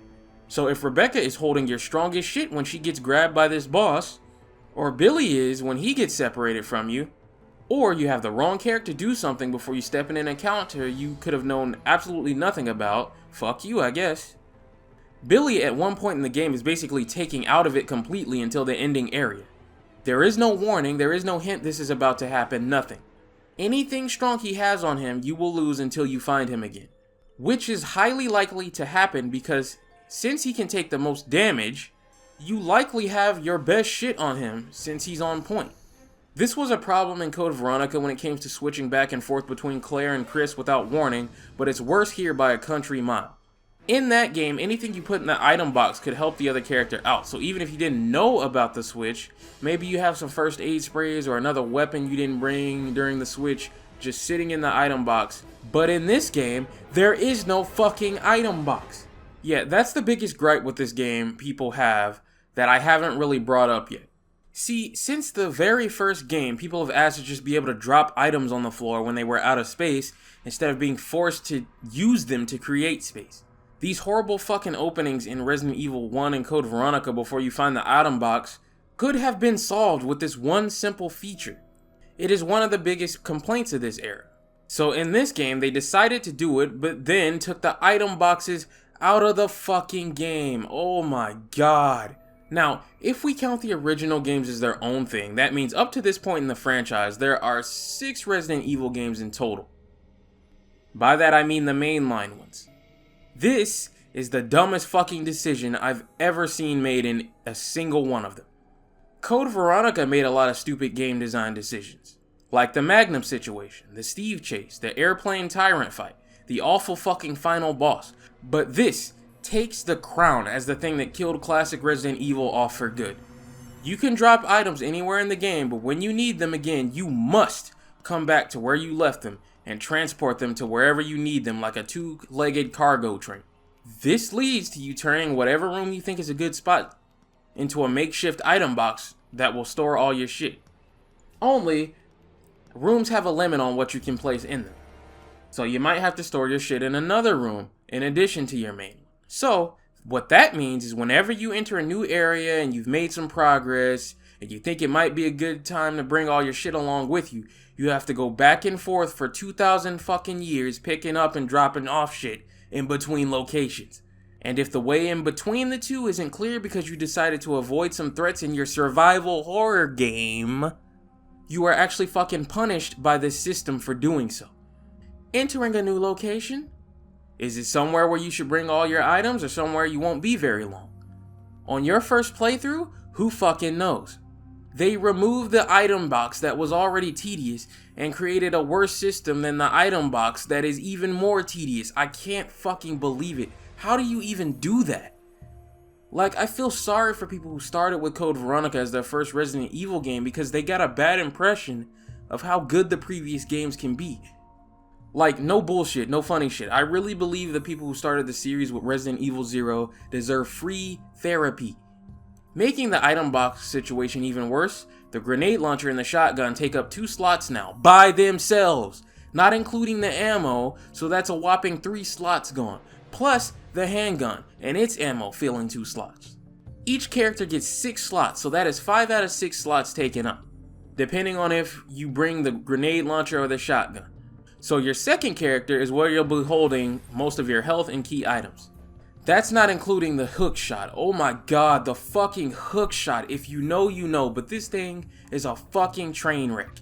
At certain points in the game, you will need to come fucking lug this piece of shit from wherever you left it to whatever hole in the ceiling you need to climb, which can be hard to see in certain scenarios anyway because of, again, the fucking fixed camera angles, just making it look like any other angle. But also annoying just because you straight up don't want to fucking backtrack for this thing. It's so fucking tedious, annoying, and boring. You will be in the zone, you know, that Resident Evil zone, and be completely taken out of it once you realize you need to go backpedal for this thing, after making hella progress. Oh yeah, I should also mention, from this point forward, you will only sparingly encounter zombies until you reach the final lab area. Almost every Resident Evil game tends to have. So, for the rest of the game, most of what you deal with will be leechmen, these fucking monkeys, and hunters who've returned again. So yeah, all the most annoying shit out of the rogues gallery until you get to the final area of the game where they bring back the zombies. So, be prepared for the rest of the game to fucking suck until then. Last thing I want to mention, the puzzles. You guys know the deal. I already hate puzzles in games, but in most of the other Resident Evil games, they were used reasonably. In this game, you cannot walk 3 fucking feet without having to deal with some puzzle. So I'm already irritated by that because I came here for this.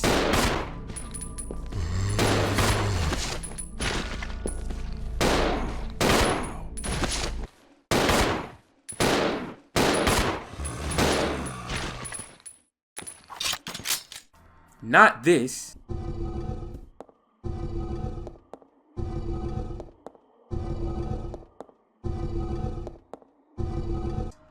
But on top of that, this game also does that stupid shit Resident Evil 3 did where the puzzle solutions are randomized from a table for some of them, so there's that. I'm just so fucking disappointed by this game once we hit this point in it. Because it starts off so good, it's such a cool idea for a Resident Evil game, and then they fuck it up completely. It's a slog to get through. I played this years ago and was so annoyed that even with a guide I found it tedious. But coming back to it for this video, I thought to myself, you know, maybe I was too hard on this game when I first played it. Let's give it another try with a clean slate. And no, it is still every bit as awful as I remember it being. I say again, it is just so fucking tedious. A huge chunk of your playtime is just running back and forth, depositing items into wherever you dump them and coming back for them. getting frustrated if you get hit by something that you were avoiding along the way. Because this just completely destroys that fight or flight decision making these old RE games are known for. And you're just flying on autopilot, zoned out while you run around. Like I'm not having fun. It's like reading a book where the first chapter is great, the last chapters are great, but the 6 fucking chapters in between them are all boring to read. Anyway, once we save Rebecca here, suddenly she has the hots for Billy and lies to her commanding officer about having found him. Doesn't matter that he's allegedly on death row for murdering 23 people, he's handsome, he's tatted up, and he's nice to her, so she thinks she can fix him. Easiest trick in a man's handbook. And he explains he's sentenced to execution because he was a soldier on a mission in Africa in a war, and the squad got bad intel on a target. His commanding officer ordered the entire village slaughtered, and he was the only one who didn't comply, and was so horrified by what they had done he went apeshit and killed his entire squad. So he killed people, but not 23 of them. The situation is complicated, and that's all Rebecca needed to hear. From here, we find our way out of Marcus's mansion into a boss fight. It's of course, and unsurprisingly, awful. Not even the auto-aim can help you here. These bats make targeting the boss a frustrating mess as you mash on the target change button. Trying to hit the flying fucking enemy moving around in a game with a fixed camera and tank controls giving you absolutely no sense of perspective or direction, and putting it down, we mess around in another lab area with a cable car we work to get up and running. Doing that triggers the point where Billy is separated from Rebecca for almost the rest of the game with no warning, so I hope you didn't have any good shit on him. You get one treat for your troubles. And that's a revisit to a couple of areas from Resident Evil 2 in all their beautiful remade and remastered glory. This is also the very last time Rebecca will speak to Enrico, as he'll run into her and never be seen again until his death in the first game. And what happens next is a boss fight with a proto-tyrant. This is your typical tyrant fight ruined by an oversight through the shit game design just preceding it. The second you use the key, you need to start the fight, the area locks down. So if you dropped anything like I did to pick up the key you need, in this case being my shotgun ammo, you will never see it again because you can't come back here. I'll let your mind wander on all the possible useful shit you could drop in this one room and never see again. Needless to say, I reloaded my save. This is even worse because to account for this possibility, when the train crashed earlier in the game, the devs made sure to drop all your shit outside the train, knowing that you couldn't come back, but completely missed this like there was no possibility you might drop something to make room for this fucking key. But I'm already getting even more pissed off just talking about it, so let's just move on. Outside of that, it's about as annoying as a fight with one of these things usually is. Run to one side of the room, spam magnum shots until it locks you down while you take 70 years to get back up, repeat until it's dead. Here, we're in the home stretch for the game now, once we reach the lab. Next course of action, find Billy immediately. Doing that, we'll have one more fight with the proto-tyrant and really just kind of run around until we run into Marcus for the final boss. Marcus will explain that 10 years ago he ran the training facility we've been running around in, and Wesker and Birkin were his brightest students, his pride and joy. But they betrayed him for his rival, Spencer, the owner of the mansion from Resident Evil 1, and had him killed. The virus-infected leeches have revived him, and he transforms into a monster for our final fight. In horror tradition, he's actually weak to sunlight, so to kill him, that's what Billy and Rebecca use.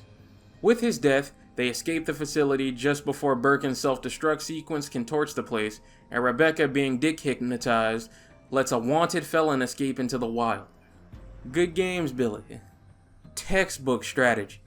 Played her like a damn fiddle. With that, Rebecca makes for the Spencer Mansion to kick off Resident Evil 1. New and exclusive to Resident Evil 0, almost as an apology for the game being so fucking shit, is Wesker mode, where Billy is replaced by Wesker, complete with powers, and Rebecca has the infamous mind control device placed on her from Resident Evil 5. Confirming what we already know, which is that Rebecca was the only woman that could warm this man's cold, dead heart, and he only settled for Jill and Jake's mom on the rebound. As far as the mode itself, it's pretty cool, it's interesting. The problem is that the mode is in Resident Evil 0. And I just cannot bring myself to play this game again, I'm sorry. I played this mode until the monkey showed up when the game goes downhill and then just went ahead and cashed out. I can't see myself ever revisiting Resident Evil 0 again. I tried it twice, I don't like it. It is the worst mainline Resident Evil game in this series, and I make no apologies in saying it. It had a cool idea that was overshadowed by some of the worst fucking game design in this franchise. And this, right after how bullshit Code Veronica was, put the final nail in classic Resident Evil's coffin. Even the fucking devs were bored of this shit. And halfway through Resident Evil 4's development, they scrapped everything and reinvented it into one of the best games ever made instead. I still remember the day I got my hands on the Origins collection. When it first released, I was so excited to bring it home and try it out, play through both of these games for the first time. I'd heard great things about Resident Evil 1's remake, but I made the horrible mistake of thinking since I already knew RE1's story, I'd start with Resident Evil 0, and it's probably the worst thing I could have done. It originally sucked all my motivation and patience out to even finish this shit that by the time I started Resident Evil 1, I was so fucking agitated and easy to set off, I never even completed it. Until years later in a second attempt at a Let's Play of it on this channel, and I had a much better experience. Like I said at the start of this video, Resident Evil 1 will show you everything great about old school Resident Evil. Resident Evil 0 will show you everything fucking horrible about old school RE that buried it. And it will make you understand why Resident Evil 4 is the best thing that ever happened to this franchise. And just about the only reason Resident Evil is still alive today. These games themselves have done a lot to be modern, and I think if you can be a little patient with Resident Evil 1 Remake, its strengths and corrections to the original's fuck-ups make up for the outdated shit you have to put up with. That being said, I'm not gonna lie to you and tell you that I revisit this game the same way I play Resident Evil 2 and 3 Remake. Just by the nature of the kind of game it is versus the kind of game those are, I really don't touch this game as much. And a growing number of people feel that way about it. A lot of people think it needs another remake, even with attempts to make it easier on new players, and while yeah, I'd personally love that, I don't think it's necessary. If Resident Evil 1 got remade again to be over the shoulder, Jared from Avalanche Reviews might actually fucking cry. That's not a joke, I'm dead serious. He might actually cry real tears in heartbreak. Yeah, over the shoulder Resident Evil won the war and we're never going back to this shit ever again, and rightfully so. Good riddance. But as much as I love sitting on my throne with my numerous action RE games and my over the shoulder camera, you gotta leave people like him something still in the pipeline. Let Resident Evil 1's relevant version stay pure and fixed camera angled so that there is still one relic left of what this franchise used to be. And its best example of it. The over-the-shoulder fans like me have enough games already. This franchise is ours now. Hell, they fucking added the mode to Resident Evil 8 for us, and Resident Evil 9 will probably be back to it as well. Let them keep something. Alright, so that's all the classic Resident Evil games I need to talk about in combination with my last video. And I really should just move on to Resident Evil 4, 5, and 6, where things get a lot better, but there's one more era I want to take a look at that still has lore relevance, and that's the Chronicle light gun games. Parts of these are still canon, and while it's no replacement for playing a proper Resident Evil game, if you just can't be fucked to do that and want to skip straight to 4, these do offer an interesting and player-engaged way to get a little story recap, with some exclusive stories that help supplement the later games. Believe it or not, these games are actually really important to Resident Evil's overall narrative. We'll talk about it though, I'll see you next time. So, in my last couple of videos, I covered every mainline entry in the Resident Evil franchise from the classic lineup of fixed camera angle games. That took a lot to do. Especially because of the age of those games, and it really drained me out, but I made it through. I think I deserve a little treat for getting through all of that, and that brings me here. The Chronicles era of Resident Evil is a bit hard to explain. It's one of those things where you just had to be there. This was back during the motion control phase that developers of the late 2000s were obsessed with. The PlayStation Move, the Nintendo Wii, the Xbox Kinect. Even growing up with it, I knew it was a gimmick, but we did get some absolute bangers. And my mother, herself being a Resident Evil fan, picked up Umbrella Chronicles for the Nintendo Wii she was obsessed with. And we all used to play this, House of the Dead, and Dead Space Extraction on these things. These games are, believe it or not, since you would think these are just light gun spin-offs, actually canon. Well, partially they are, and that's why we'll be going through them. What these are is sort of shorter, summarized light gun versions of Resident Evil 1's remake, Resident Evil 2, Resident Evil 3, Code Veronica, and a few special exclusive stories that lead into Resident Evil 4. These were a way for Capcom to not only cash in on the motion control craze at the time, but also a way to give new Resident Evil fans something to play as an alternative to experience the stories of all the games before Resident Evil 4. By this point, the gaming landscape had changed. Almost every third-person shooter was and still is using over-the-shoulder camera. So more than ever before, it was difficult for people to go back and want to play the originals.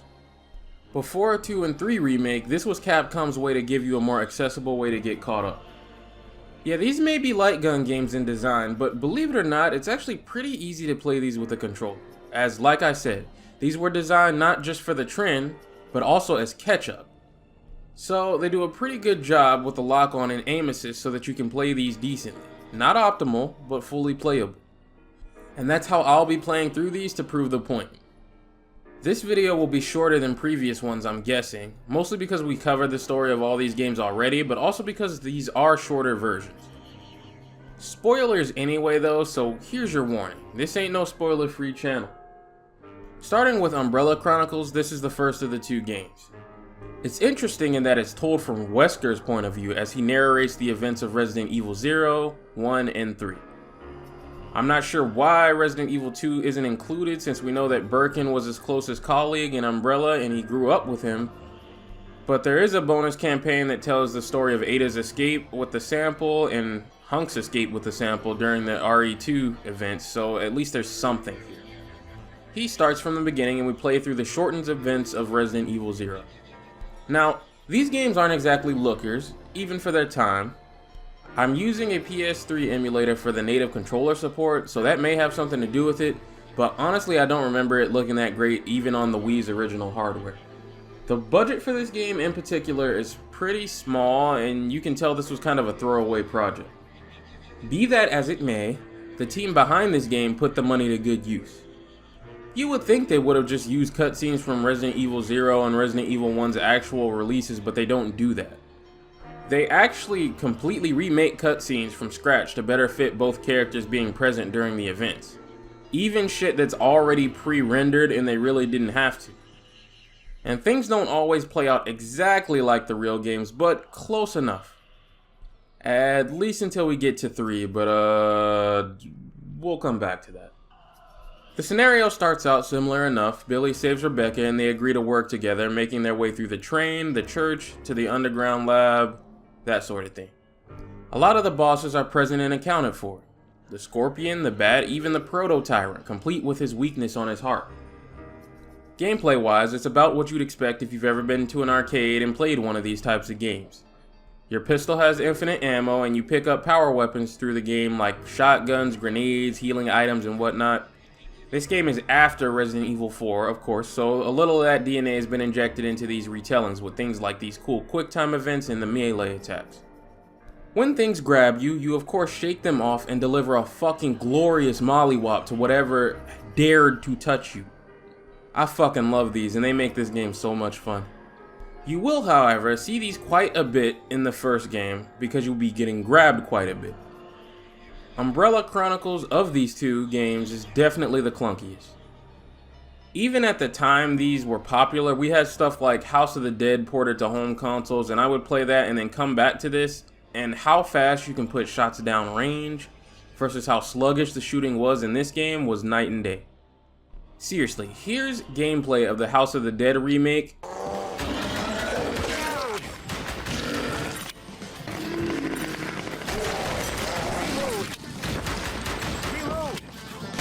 Versus Umbrella Chronicles.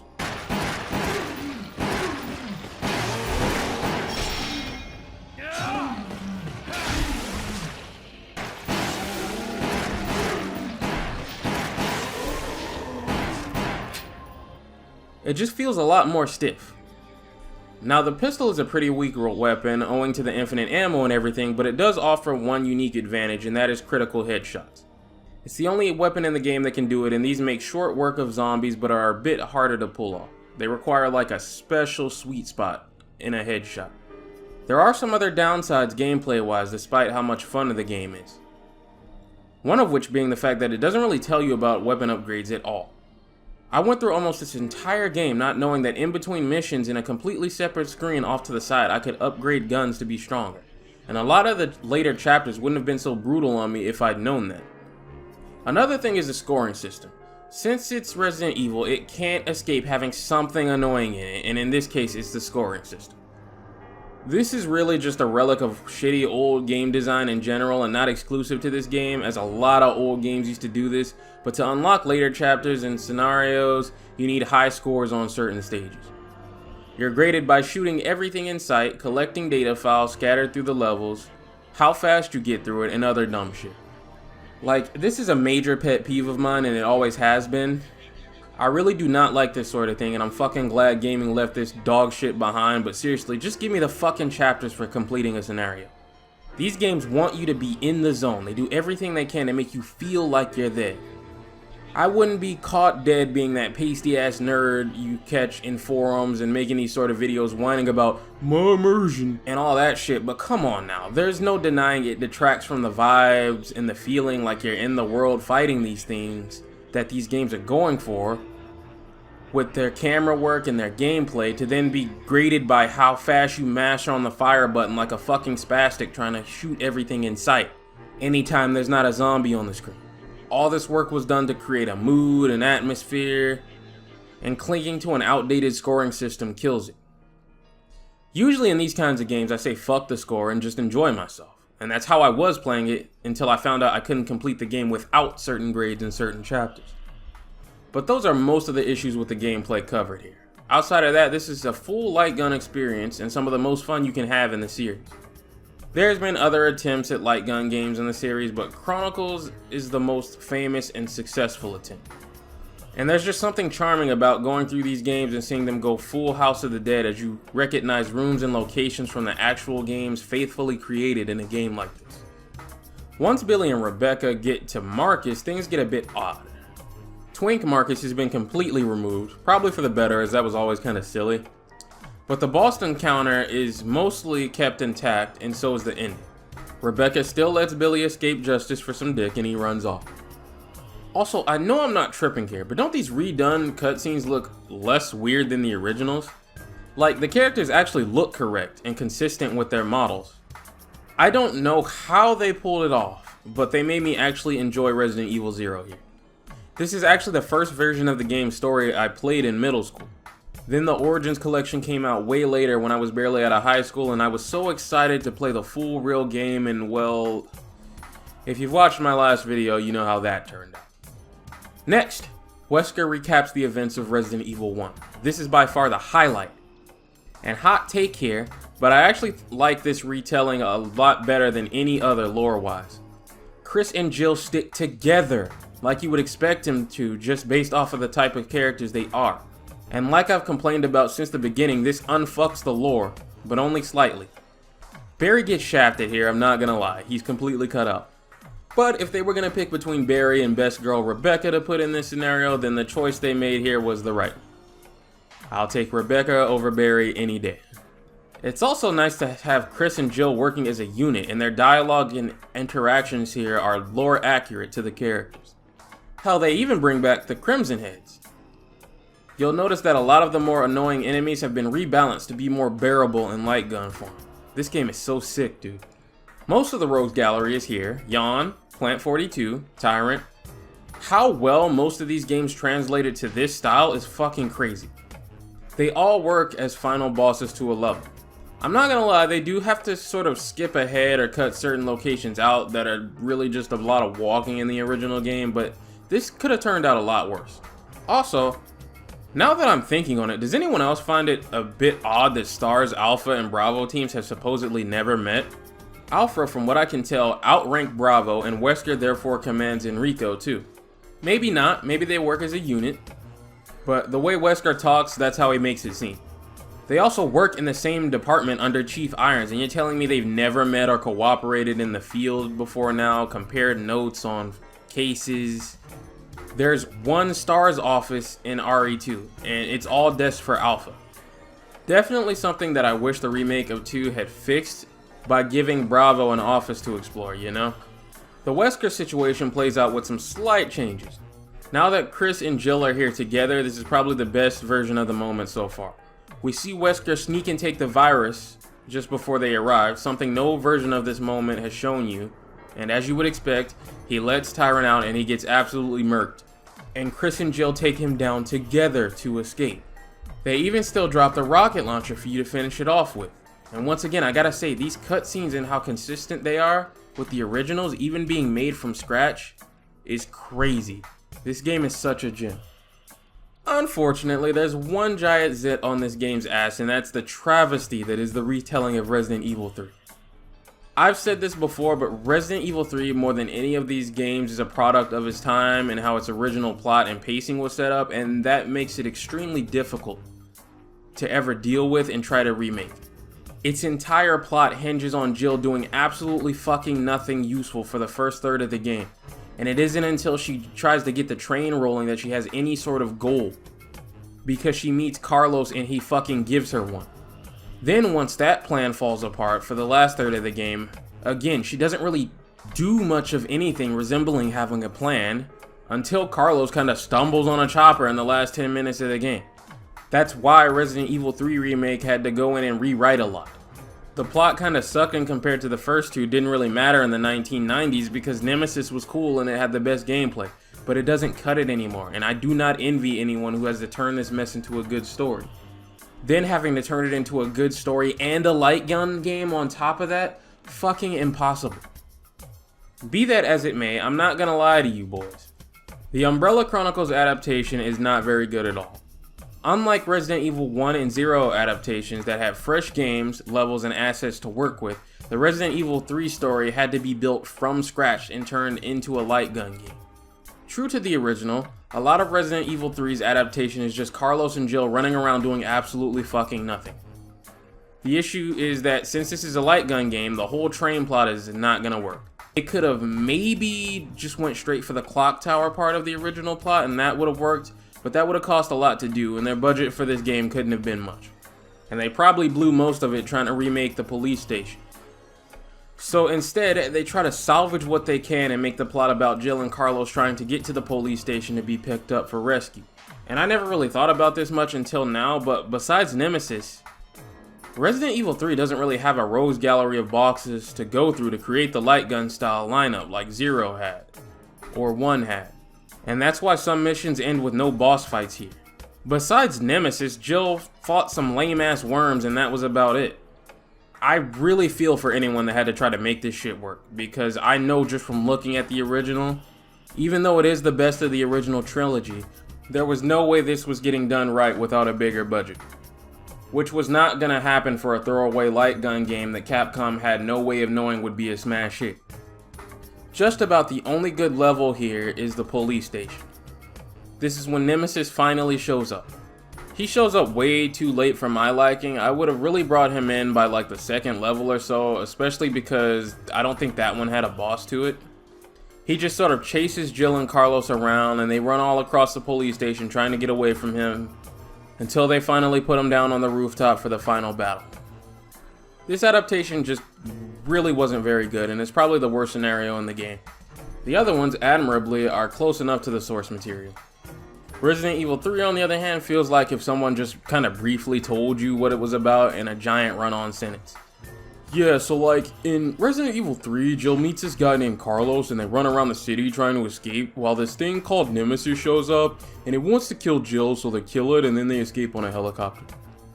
Thankfully, with that done and out of the way, the rest of the game is much better, and this is where we start getting into the exclusive lore of these games that is still relevant today. This is the juicy shit.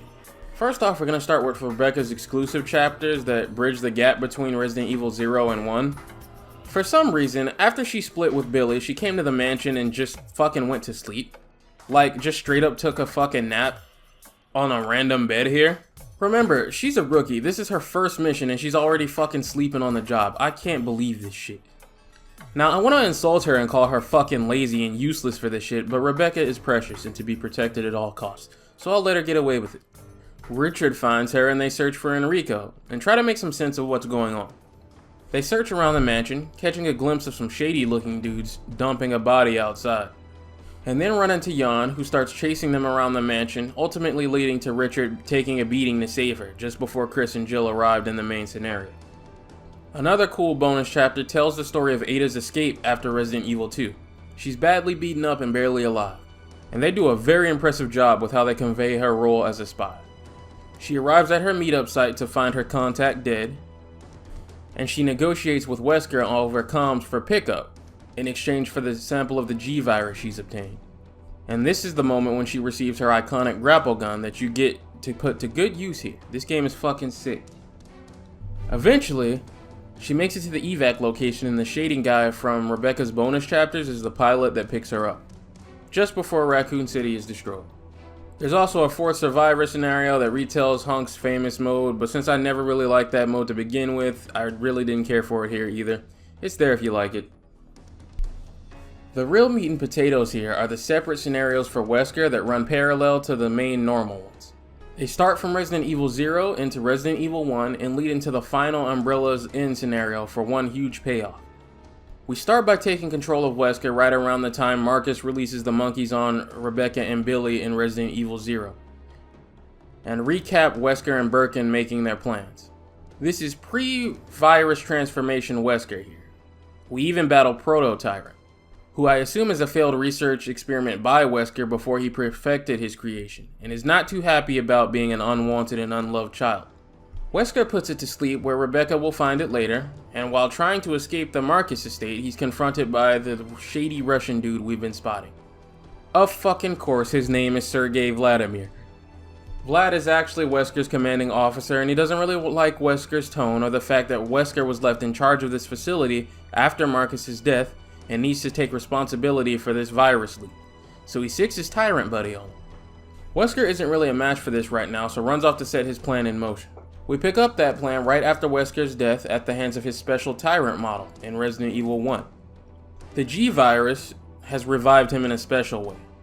He's retained full mental clarity, functionality, and has gained superpowers instead of being turned into a zombie. We'll learn in Resident Evil 6, this is due to his special blood and immune system that can fight off this sort of thing pretty strongly. I always thought it was a T-virus, but I guess it was a G-virus. Wesker tries to grab his data, only to find that Vlad has stolen it and transported it to something called the UMF-013. The same container we see him lugging around in Ada's chapter, where he's stealing it from Umbrella there too. I'm not gonna keep tiptoeing around this, it's the Red Queen. Yes, the AI Red Queen from the live action movies. I think this is pretty cool. It's a computer core that stores the archives of all Umbrella's research and important data. Whatever your opinion on the movies are themselves is fucking irrelevant.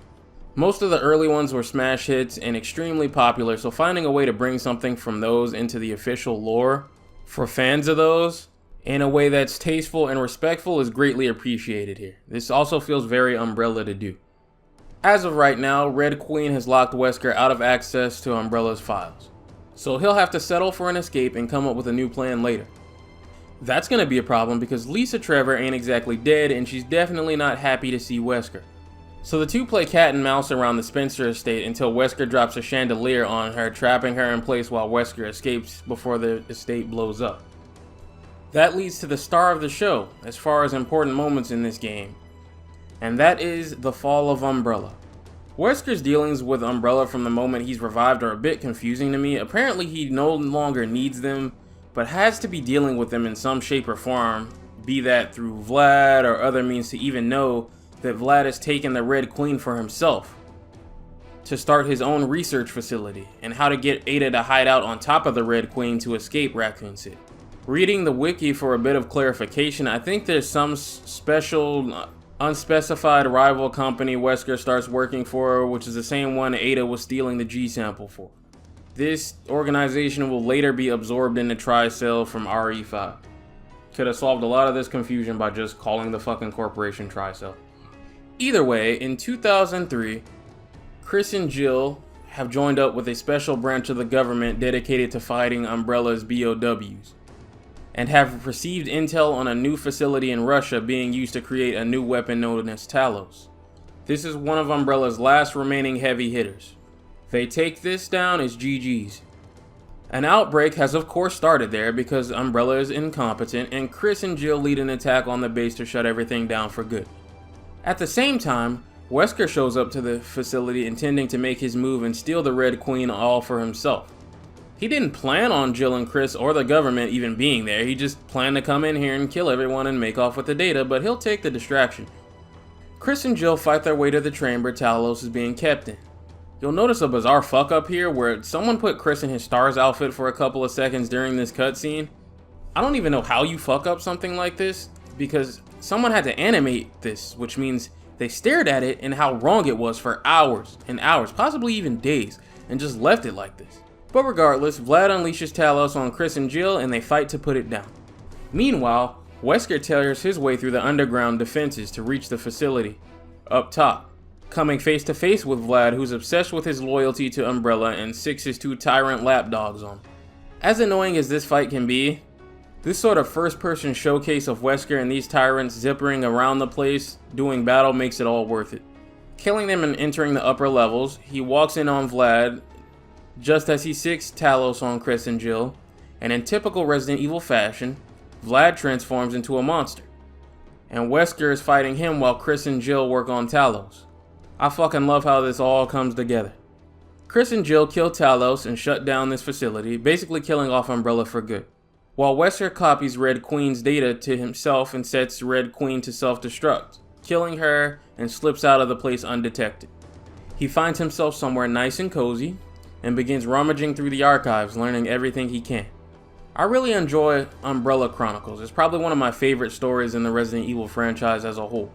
You would expect it to be a soulless cash grab, just to cash in on a trend, like a lot of earlier attempts at something like this in the series were, especially Gun Survivor 2. But even with a small budget and the expectation that it was kind of just a throwaway title, these guys crafted something out of love and care, with only a blemish on it being Resident Evil 3, which was an impossible ask to do in the first place. I had moments of frustration with the boss battles being a bit bullshit, but overall I enjoyed my time with it, and it's absolutely worth checking out on an emulator if you're interested. And I got even better news. Darkseid's Chronicle is even fucking better than that. With the first game being a hit, the team was clearly given a bigger budget and more freedom to craft one of the best types of these games you can ever play. It looks better, it feels better, it plays better. Starts with Leon and Krauser on a mission called Operation Javier, somewhere out in Mexico, to apprehend a man by the name of Javier, who's suspected of attempting to work with Umbrella on bioterrorism. Their mission right now is to meet their contact in a local town that will take them to Javier's mansion. When they get to said town, something is definitely wrong. They're attacked by infected villagers. You'll notice major improvements over Umbrella Chronicles right away. The camera is more cinematic, more active, more wobbly, mimicking a found footage style of horror film. The graphics have improved quite a bit, and your partner is visible and active in the world. These games were always made with co-op in mind, but now even solo you get a crazy cinematic experience. One thing that I really like is the physical and visible reloads in the world that help you feel like you're really there. All the cool shit like the melee counters to grabs are all still here. Only you'll probably see it much less because of how much more responsive the controls are. So things rarely grab me. There are some quality of life improvements here as well. In Umbrella, whenever you picked up a green herb in the world, you used it instantly. Here, healing is mapped to a button and you can store multiple healing items, complete with mappable weapon hotkeys. In the last game, you picked up weapons and had to shuffle between them all awkwardly, and in the heat of the moment, it was a little clunky to get what you wanted when you wanted. All of these sort of additions bridge the gap between light gun into proper Resident Evil game a little better, and I had so much more fun playing this. Only downgrade from the previous game is that grenades now have to be equipped to be thrown, whereas in Umbrella they were a quick throw. Leon and Krauser fight their way to a man who warns them about a girl before he dies. They find her in some church singing to some monster that attacks them when she stops and passes out. They fight it until it runs away, and then they check on the girl. Krauser, seeing how easily Leon is able to deal with these things, thanks to his previous combat experience with them, asked to be filled in on Raccoon City. And this is how the game's narrative will work from here on out, formula-wise. We rewind back to the events of Resident Evil 2, and my god, these cutscenes are fucking gorgeous. In-game, the graphics are way above what the first game was, but they're still low budget. Right now, the PS3 emulator I'm using does not like MT framework games, so trying to up-res them for better and cleaner graphics and textures has zero effect. But fuck man, these cutscenes? Incredible. Especially Claire. This is the best she'll ever look in any Resident Evil game. I really like that they've modified her OG Resident Evil 2 outfit to be less tacky with blue jean shorts instead. That will become her trademark look from this point on in the series going forward. A red jacket and some sort of blue jeans with a few exceptions. Claire ain't no slouch in this game either. They make it clear she's got some fight in her this time around. And once again, just like Resident Evil 1's retelling, this game just flows so much better and smoother story-wise with Claire and Leon sticking together and working off each other back and forth with the dialogue. This shit is so good. Also, because there's only 2 scenarios to work with here, they're longer and more faithful to the source material than the previous game was. Not much of note that's actually important is cut here. You basically go through almost the full games from start to finish. This feels as much like a proper Resident Evil game as a light gun game can. You get a nice, cohesive, easy to understand and piece together flow of events here, because both A and B scenarios are combined into one and every bit improved. For example, they together chase Sherry down at one point when they see her.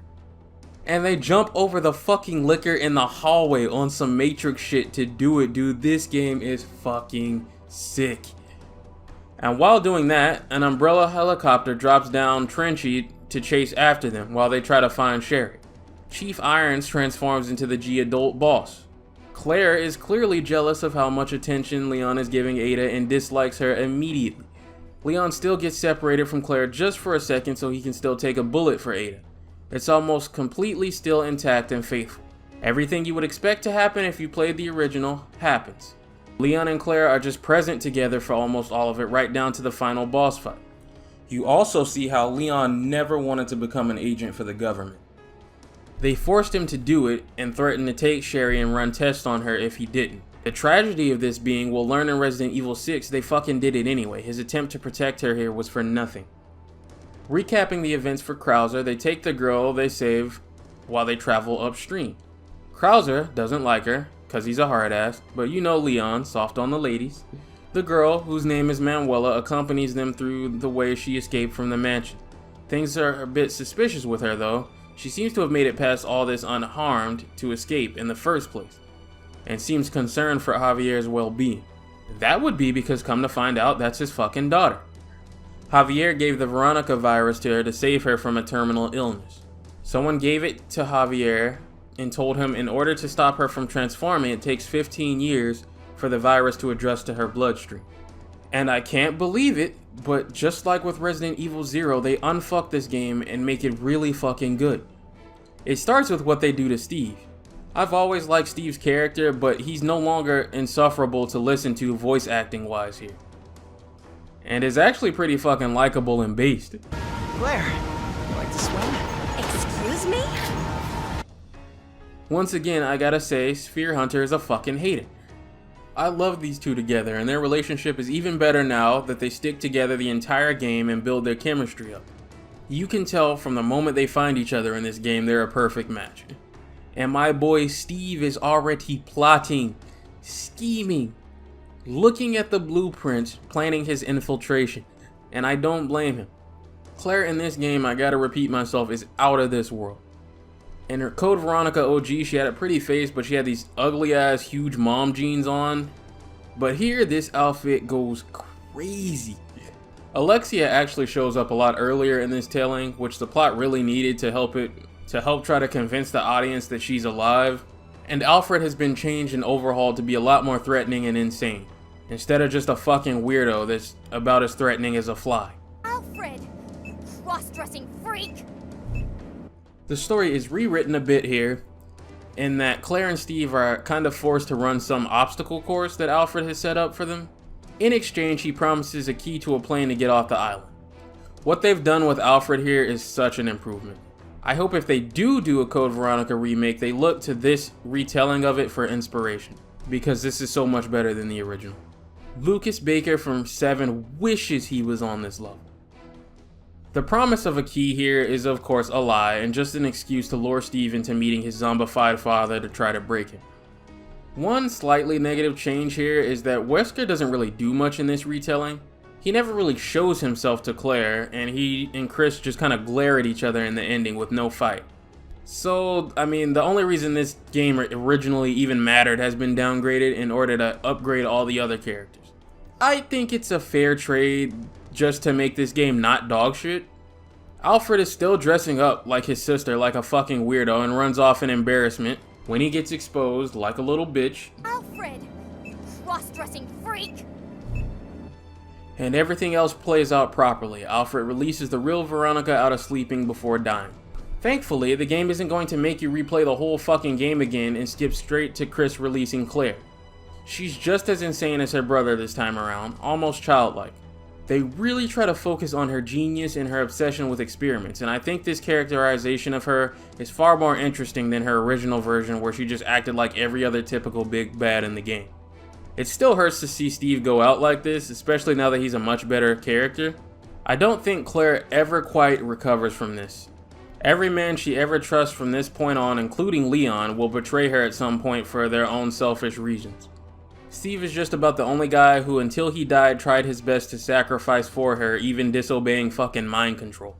If you compare how happy and playful she is during her interactions here, versus how she interacts with the guy she liked in Resident Evil Revelations 2, it's like night and day. These two were kind of made for each other here, and something in her definitely died after this. Anyway, Chris and Claire confront Alexia for the final battle, and in this version, she's actually killed Alfred herself. And here, Chris and Claire work together to take down Alexia. Much better. This puts Chris and Claire over in the lore both as capable fighters. They escape on the plane and book it out of there. The rest of the game is Leon and Krauser finishing up the Operation Javier story. They find Manuela again, who escaped to come help them get to Javier's mansion, explaining that she has a terminal illness that she inherited from her mother, who's dead, and Javier in desperation injected her with the Veronica virus. Javier so far has managed to keep her from transforming into a monster. Leon, who's here on top secret orders from the president himself, lets Krauser in on the real mission, not just stopping Javier, but to investigate all knowledge on the virus that could be useful to the government, and Krauser agrees to help him until the end. They storm Javier's mansion straight to his lab to find that the missing teenage girls in the village were kidnapped to transplant their organs into Manuel. This has been going on for almost 15 years. He needs to change them out regularly to keep her from dying. And he unleashes the same monster that they fought when they first found Manuela. It cripples Krauser's arm before it dies and turns out to be Manuela's mother mutating. Her father has had enough and transforms for the final battle, where Manuela helps by using the same flame powers that Alexia was using. This is one of my only major gripes with this game. You get a different ending where she lives or dies depending on how much blood she gives during the fight. Since in typical Resident Evil fashion, you will never see or hear from her again in this series, I really couldn't give a shit.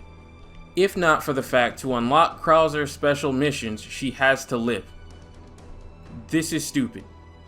I tried this mission many times, but I'm not gonna grind for weapons and ammo to try to complete this boss fight with Manuela living, and then every time I fail it, the resources just get drained. Eventually I just gave up. It's a waste of my fucking time. I've seen his special missions on YouTube anyway. They're just a rehash of the 2 final levels where you play as Krauser with his secret thoughts on the mission that show he's turning into a villain and becoming distrusting of Leon and the president.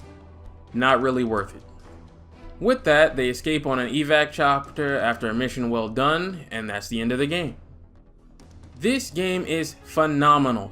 miles better than the first game. This might honestly be my favorite retelling of Resident Evil 2, and that's saying something, because the Resident Evil 2 remake is fucking insanely good.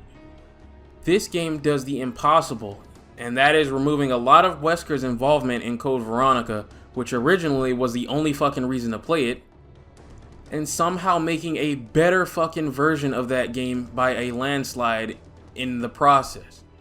I definitely see myself revisiting this game. There's also cool unlockable costumes like Leon's Resident Evil 4 outfit and a model viewer that's become a series staple. These games both were a lot of fun to play through. Are they a replacement for a full-fledged Resident Evil game? No. Are they a replacement for getting caught up on Resident Evil's original timeline? In the case of the first game, kinda, if you just want a brief, basic overview to catch up to speed and still play something. In the case of the second game, absolutely. Better versions narratively than the originals. And since Capcom acts like everything in every scenario fucking happened anyway, you might as well get the best story experience you can get. If you've never played these, give them a try, especially the second game. You'll have a lot of fun.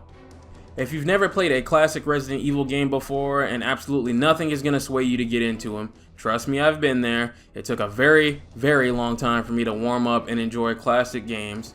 Or if you tried them and didn't like them and so never played the rest of them, I would say also give this a try. You might enjoy them a lot more this way.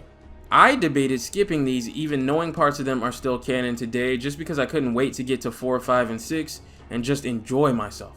But I'm glad I stopped by to take a look at these. This was well worth my time.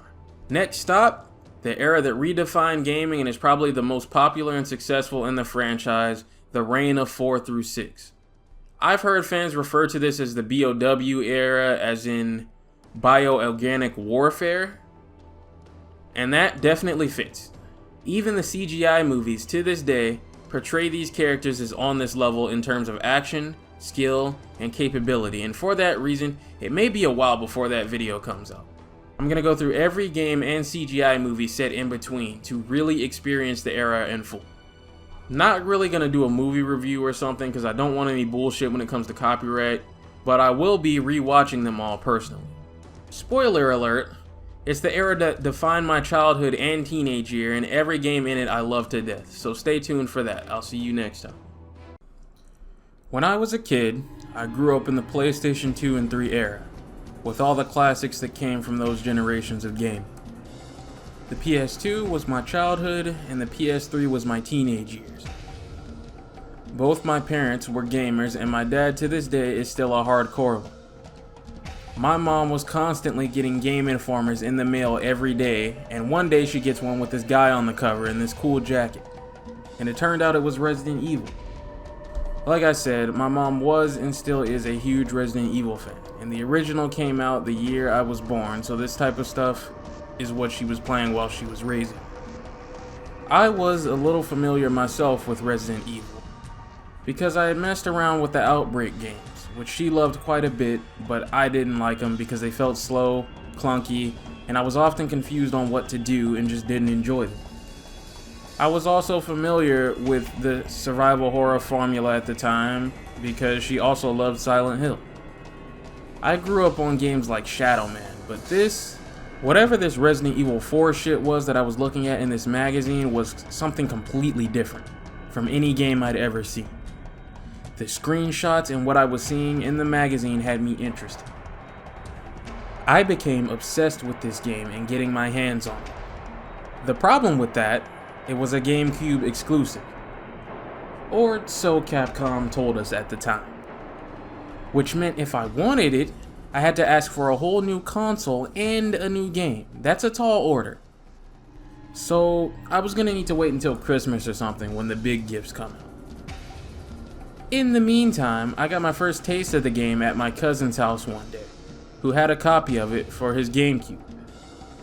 I played up to the village section and in a panic climbed up the tower and got forced down by Molotovs and came face to face with the chainsaw villager and got clapped.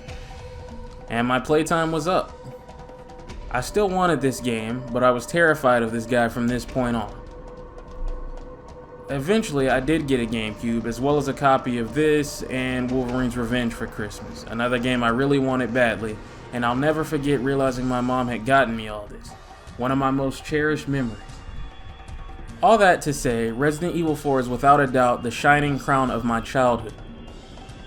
It also helps that it's one of the greatest games ever made still to this day, captured lightning in a bottle in a way that is impossible to ever replicate again today, and forced a change in the industry.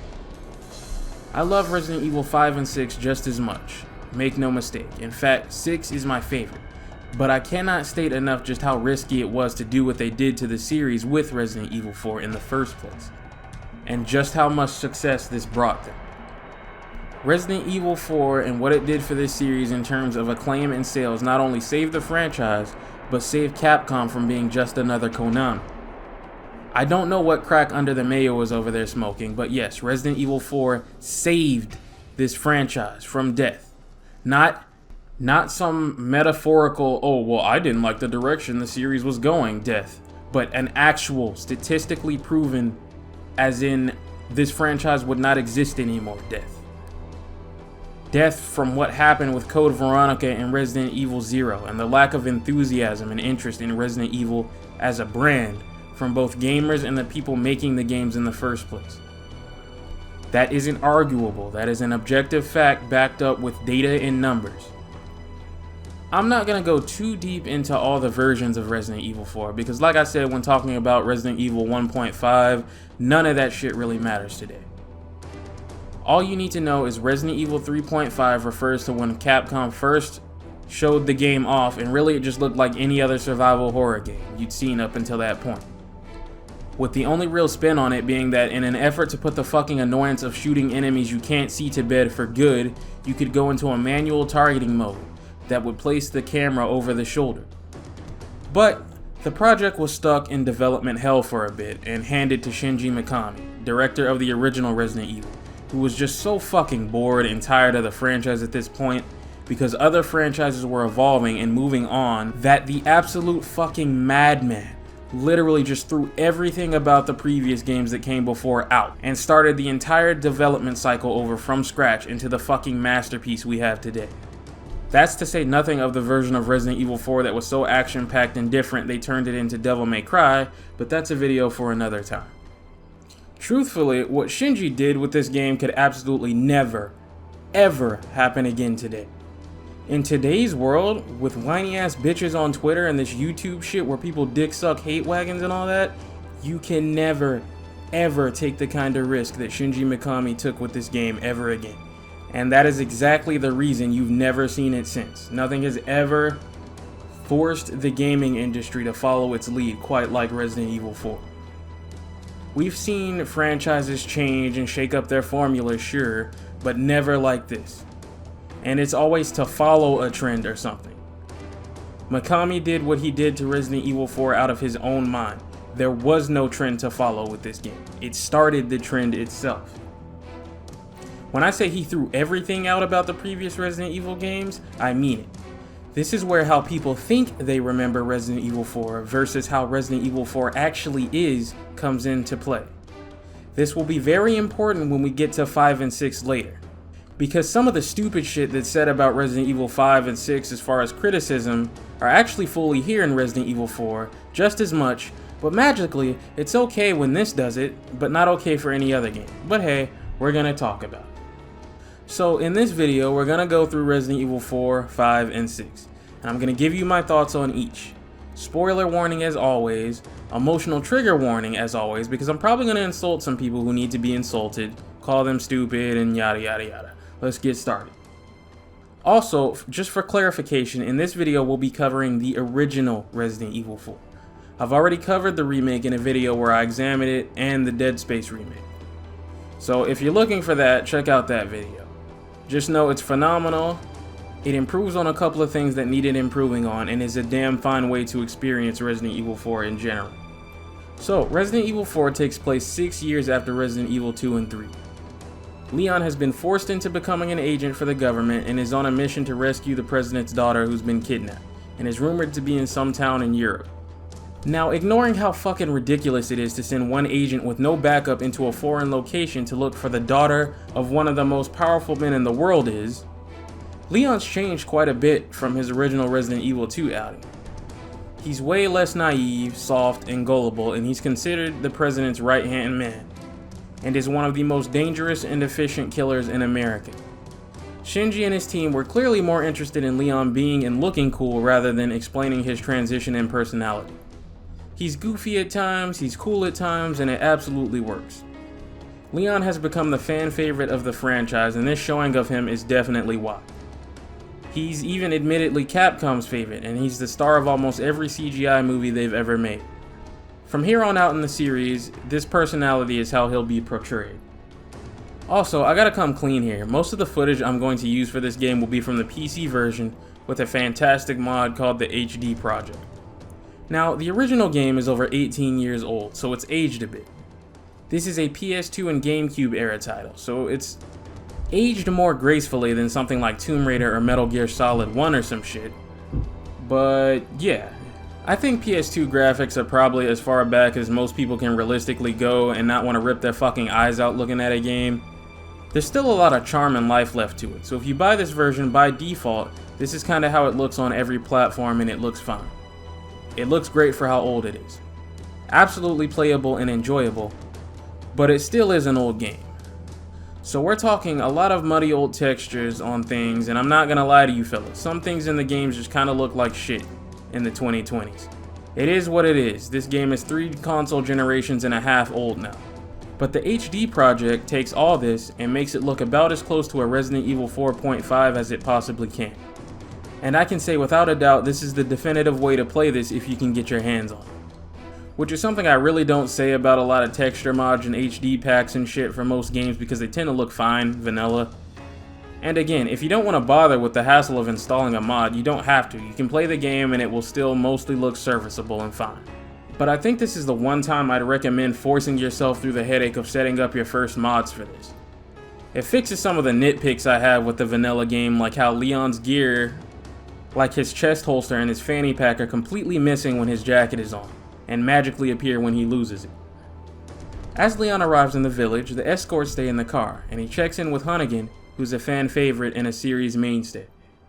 She's usually Leon's contact on whatever little adventure he's off on and his mission briefer. With the path forward blocked, what the game wants you to believe happens here is that Leon questions a local villager about the president's missing daughter, one Ashley Graham, and is unjustly attacked and forced to kill him in self-defense. In reality, what happens is that a foreign American agent enters a native man's house with his fucking gun out and proceeds to speak to a man who speaks nothing but Spanish in English. And he rightfully responds by telling him to get the fuck out of his home and picking up an axe to defend himself. Then Leon commits a literal crime by gunning down an innocent man in his home. If it wasn't for the fact that this village turns out to be infected, this fucking buffoon would be in serious trouble right now. And this is something that the remake fixes. Either way, his police escorts are captured and he's attacked by the local villagers. He explores the local village for clues, coming across one of his escorts dead and torched, but is swarmed by an endless sea of villagers flooding in and is chased around by them and a chainsaw-wielding maniac. It looks like there's just straight up no end to this shit until the church bell rings and they all leave. This intro is iconic, and both the original and the remake used it as its demo slice to pique player interest. And to this day, this opening still works. But with it out of the way, let's go ahead and talk gameplay changes. Because now that we're in the era of Resident Evil 4, and all of the sequels that will follow after it, it's goodbye to the era of shitty fixed camera angles and getting mauled by shit 5 times faster than you, and hello to the era of headshots and beating your fucking ass.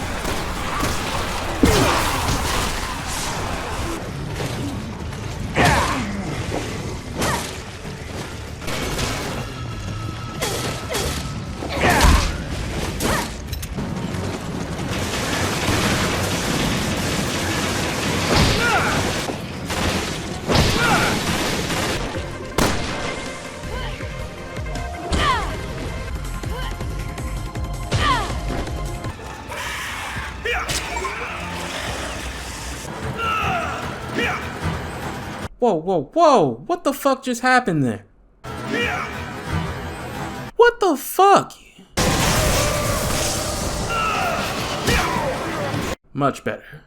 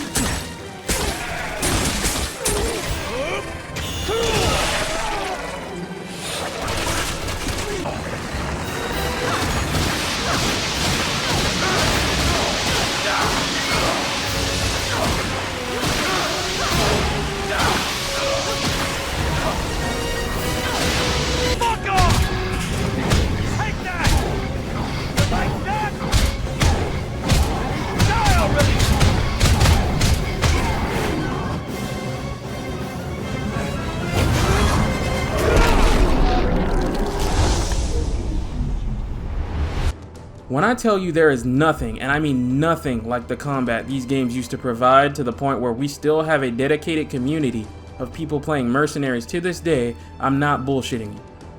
Resident Evil 4 was the birth of the modern third-person shooter, but still, to this day, the iconic combat of this era has never been replicated. It's beyond just spamming shots and hoping for the best, which is a valuable tactic, but still not quite ammo efficient. What you're looking to do in these games is hit the enemies in a weak spot, like their head or their legs, and get in for a melee strike, which is great for crowd control, does insane damage, and even better, because these games are made by people with some goddamn sense, are completely invincible to any damage once the animation starts up. You will be doing this for the next 5 games or so, and it is undefeated as some of the best third-person shooting you will ever find. And each game from 4 to 5 to 6 will only get better in terms of the combat and melee mechanics. For now though, 4 is the baseline the rest will build on, and it's fantastic. Its only problem is that once you play Resident Evil 5, and I'm sure I'm not the only one who's done this, you may find yourself stunning someone with an arm shot only to fuck around, run up, and realize they hadn't put arm shot melees into this game yet, and now you're kissing a ganado you just ran up to like a fucking dumbass. Outside of that, absolutely solid shooting, made even better by the laser sight reticle on every weapon in the game to emphasize precision and good shot placement. This was a signature of the series until later games where it was turned off by default for a traditional reticle because people who suck at video games were bad at aiming with it. That leads me to a big piece of advice I have. If you're playing on PC and you boot this up for the first time and are completely fucking disgusted by this abomination of a default control scheme, you may be led to believe this game has aged like shit the second you touch it. Go pause the game and switch it to standard third-person shooter controls. I believe it's Type 3. On modern console ports, third-person shooter controls are the default mapping now. On PC, it's still set to the original control scheme, which I think is a huge mistake, since unless you know to switch to the modern control scheme, the game will probably turn you off. I don't know what fucking butt hash Jared from Avalanche Reviews is fucking huffing over there at his house, The default control setup was really weird and didn't make any sense at all to me. For some reason, it has you using R2 to fire your weapon when every game so far has used the old aim with R1 and fire with the action button approach. And yes, I was able to change it to something a little more familiar, but I kind of wonder why they'd go in and make the default configuration for this port be so wildly different from the original release. I mean, you gotta figure people playing this version would be looking to play it the same way they did the original, but hell, for all I know, this might be some sort of really efficient speedrunner approved control setup. You guys tell me. For some reason, it has you using R2 to fire your weapon. For some reason, it has you using R2 to fire your weapon.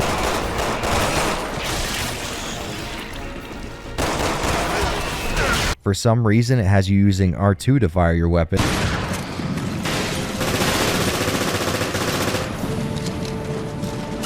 For some reason, it has you using R2 to fire your weapon.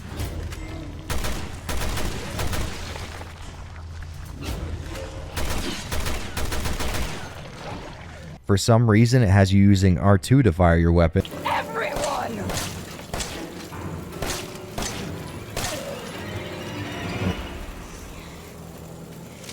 For some reason, it has you using R2 to fire your weapon.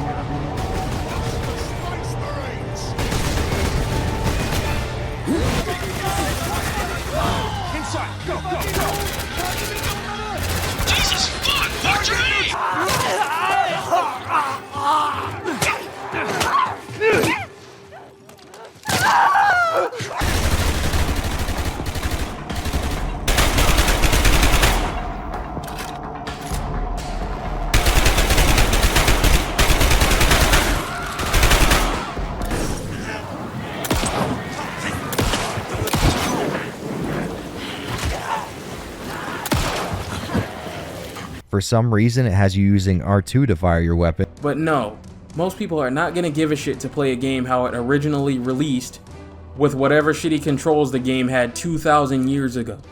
They want to play it like any other game in this day and age that they would load up. That's why when old games are remastered, one of the first things that get touched are the controls to modernize them. Understanding that is the difference between your favorite childhood games being seen as outdated and being seen as still holding up today.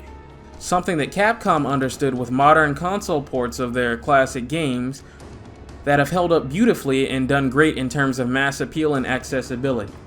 Now, for those of you wondering how the fuck people even played with this travesty that is the original control scheme, you have to understand. Not only did this game originally release on the Nintendo GameCube, and I mean, look at this fucking controller, it's a train wreck. I cannot believe we gamed with this thing. But keep in mind, Gears of War and other shooters didn't really come out with the unified control scheme we know of for aiming and shooting until after this. So you gotta cut this game a little slack, as the original control scheme wasn't this fucking dog shit on purpose. It was just kinda all we had back then. Which is funny because when Resident Evil 5 came out, I hadn't really played Gears of War since I was stuck with the GameCube and the PS2 for most of my life up until then. So the first time I played Resident Evil 5, I switched it to the original Resident Evil 4 controls instead of the default third-person shooter controls, and I can't fucking believe I did that. If I could go back in time, I'd kick my own ass. All this to say, yeah, in the gameplay department, the original Resident Evil 4 still mostly holds up. It is the birth of the modern third-person shooter, so all you have to do is slap some modern controls on it, and it plays just fine. But it has aged a bit. For starters, you still cannot move and shoot at the same time, which is probably the biggest thing that cripples both it and Resident Evil 5. I let Capcom slide in the fixed camera angle era, even though other classic survival horror games let you move and shoot just fine. But by the time we get to Resident Evil 4 and we still cannot move and shoot at the same time, Capcom is just being fucking stupid and hard-headed. That's part of the reason Resident Evil 4 Remake happened, and a Resident Evil 5 remake is inevitably going to happen. Because these games are damn near perfect, but this one decision sealed their fate as the biggest way they are outdated. Listen, I'm probably the biggest shield for these games you're ever gonna run into, but I cannot defend this decision. Some people try to deflect the criticism of this here as adding to the tension and the fear, but there has never been anything scary to me about my character standing around in place like a fucking idiot while things approach me. I'm not feeling fear here, I'm feeling clunkiness. The next biggest issue is the menu system. Listen, yes, it's iconic, there's a nostalgia for it, and seeing your character holding and posing with whatever weapon you have equipped is really nice, and I still have that nostalgia.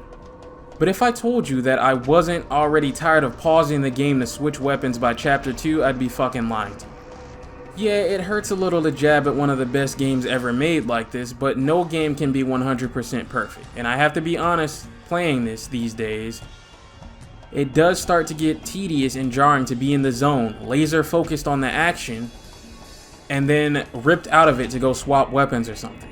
And you will have to deal with this your entire playthrough. Eventually you kind of get used to it again, and next thing you know you're doing it without even thinking, but it is still a problem. There is no quick select, there is no quick swap, so anybody expecting that is gonna feel a bit of age. Lastly is that even though the modern controls do what they can to make this game as accessible as possible, the game still uses the tank controls from previous games. Now it is nowhere near as shitty to deal with as it can be in those games, because the entire game takes place over Leon's shoulder, and not from annoying ass angles that keep swapping every 2 feet, hiding whatever you're shooting at from you and disorienting you, but it does mean that it doesn't have anywhere near the movement and flexibility that the games after it will have, nor the remake. The right stick turns and shifts the camera, but not the character. I've played this game hundreds of times, and I don't think I've ever used this camera thing the way Shinji thought people would use it, which I assume was to check your surroundings quickly from angles you can't see. Instead, it just makes the right stick completely useless and movement on the left stick extremely stiff. So you will have to get used to that if you want to play this game. Again, this was before third-person shooters took this blueprint and improved the design, so some of the things like this are just hard-coded and cannot be fixed with an updated control scheme, as Leon has no strafe ability whatsoever. These are sort of the main downsides to the original, and outside of these, the game has aged extremely well.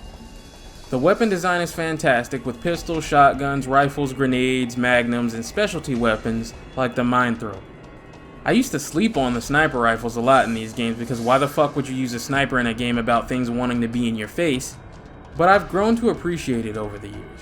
My personal favorite weapon is the default handgun known as the Silver Ghost. Now, a lot of people will usually roll with the Red 9 or the Blacktail, but the real ones know the maxed out standard handgun is where it's at. Critical headshot and critical melee gang supremacy. Raw damage is for bitches. Oh yeah, the upgrades. Weapons can be upgraded with money you find in the world from killing enemies and collecting treasure, used to either upgrade your weapons or buy new ones. Each weapon, with the exception of the Killer 7 in the original, has an exclusive upgrade that basically breaks it and makes it overpowered, but costs a shit ton of money to unlock. Resident Evil 4, as you can see, is very different from previous games, and basically throws everything they had going out the window in order to make a better game, even down to the level design. No longer will you be running around mansions and police stations with no fucking clue where to go until you figure it out. It always makes me scratch my head in confusion how people complain about the linearity of later Resident Evil games, but act like Resident Evil 4 isn't just as linear.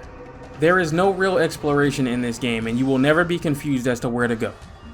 You mostly go from point A to point B, from chapter to chapter, and everywhere that is not the main path will be locked until, as part of the main path, you find a key item in your straight line that may loop back around sometimes, and may take you back to an area with a door that was locked before. This is not the type of game where you're going to be running around the Spencer Mansion. While you try one key on a handful of doors you need to remember were locked with this armor symbol or some shit. This is a very linear game. And I don't say that as a negative because it isn't a negative. I much prefer story-focused linear game design like what is in Resident Evil 4 to what came before. What I am saying is that the linearity started with this game. Let me give you 2 examples. When you reach the church Ashley is being held at later, and it's locked, you don't have to look for the key at all. As part of the story, Leon does, but you, the player, don't have to run around this fucking village looking for it or checking a map or any of that shit. You simply progress the game and the chapter, going basically in a straight line until the game hands you the key, and you continue again in a straight line back to the church, not even having to turn around. Or how about in the castle when you need the 3 puzzle pieces to unlock the wall past your first meeting with Salazar? You don't have to branch off to different areas of the map, checking for different pieces, backtracking, and coming back to here yourself. No, once again, you go in a straight line from point A to B, completing chapters that conveniently happen to have a piece of the puzzle placed in rooms as you progress the story. Until, with no effort on your part, the line you're following loops back to this room, and you place the pieces back to back. The only way you can fuck up this linearity is if you miss a piece, which will only happen if you're not paying attention since they're handed to you on the main path. Resident Evil 4 is just as linear as 5 and 6, and I consider that to be for the better. But my eyes fucking work, so it's clear to see how linear it is in the first place. And the game is every bit improved for ditching all the wasted time backtracking to and from the same locations over and over and over, in favor of crafting new locations and new rooms to always have something new to take you through. I prefer this design any day of the week. This also isn't helped once again by the fact that I've said this before, but all this shit has the entire gaming industry, including devs that make horror games, just slapping the term survival horror over everything they make, when they really just mean to say horror game in general. Like I said, been over this in previous videos before, but I'll reiterate it here. Resident Evil 4 is not really a survival horror game, it's an action horror game, and it's a better game than what came before for that reason. You aren't meant to slowly be creeping down dark hallways, avoiding enemies, worrying about your ammo count, trying to save bullets and health. The game is designed for you to walk into a room full of enemies and kill everything that moves. You will rarely, if ever, be out of ammo unless you have the aim of Stevie Wonder or some shit.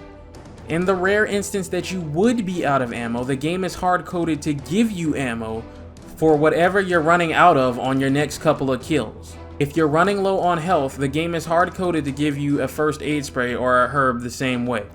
This is nothing like the previous games. This is something that I rarely ever hear people who analyze Resident Evil 4 talk about. All they know is they like Resident Evil 4 more than 5 and 6. Next thing you know, they're blabbering on about how those games deviated from what came before, and I'm trying to figure out what the fuck they're smoking because I'm looking at Resident Evil 4 completely deviate from what came before. But magically, because 4 is in the title, it wasn't a problem when it did. And they're at least halfway right in that it's not a problem, and halfway fucking stupid in that Resident Evil 4 started the deviation. There's also no item box, and thank fuck it's gone. Playing through all these games back to back, I was so damn sick of that thing by like the midway point in Resident Evil 2. Your inventory management is through the attaché case I mentioned earlier. This solves every problem the original games had of completely fucking you if you didn't bring something to a boss fight you couldn't have fucking seen coming. You will never be blindsided because everything you own will be on you at all times. Bonus? Key items do not eat up your inventory space. They are their own separate menu away from all your shit. Hallelujah. Sweet release. Thank you, Shinji fucking Mikami. You won't have to deal with the annoyance of some key or something wasting your inventory space. You know what else won't be wasting your fucking space? Ink ribbons. Tossed in the fucking garbage where they belong. You find a typewriter? Save whenever the fuck you want. However fucking much you want. We don't have autosaves just yet, but what do we have now? Checkpoints, because base Shinji respects your goddamn time. You don't have to redo 30 minutes of progress because you died to some bullshit ever again. Like ever, you're free. Ink ribbons in the old save system will never ever return outside of some cute little throwaway extra difficulty or some shit that you don't ever have to play or care about. After putting up with that shit for 4 games in a row, I feel free. Like a convict that just got released from prison. Let's talk about Resident Evil 4's difficulty quickly. See, back when this game first came out, nobody was used to this yet, really. So even though most players can just kind of breeze through it with their eyes closed today, back in 2005 this shit was tense. There's a secret adaptive difficulty that determines how much damage enemies do to you, how much you do to them, blah blah blah. I don't really want to dive too much into the numbers on it and the stats and the deep details, but just know the better you do, in summary, the more the game kind of rises a bit to the challenge. If you're over here getting clobbered, the game will adjust a bit so that you can have an easier time. This isn't the first game to do something like that. Max Payne, for example, actually has something similar, only it doesn't really matter because that game is soul-crushingly difficult anyway because fuck you. But either way, it's definitely a nice feature. Though in honesty, playing the remake of this game will make you realize just how easy you have it here in the original. Enemies can swarm you, yes, but they are way less aggressive than you think. You have a lot of breathing room. The best way I can describe it is how the remake feels to play today is how this game felt to play back in the day when nobody was used to this kind of shooting yet. And I guess, I don't know, if I was somebody who decided to review games as a job, but I was really shit at it because I had one tunnel vision idea on what makes a good horror game, and I needed to summarize Resident Evil 4's gameplay loop very poorly, I'd just call it a beat-em-up third-person shooter action game with light, and I mean light, survival horror mechanics. A beat-em-up third-person shooter action game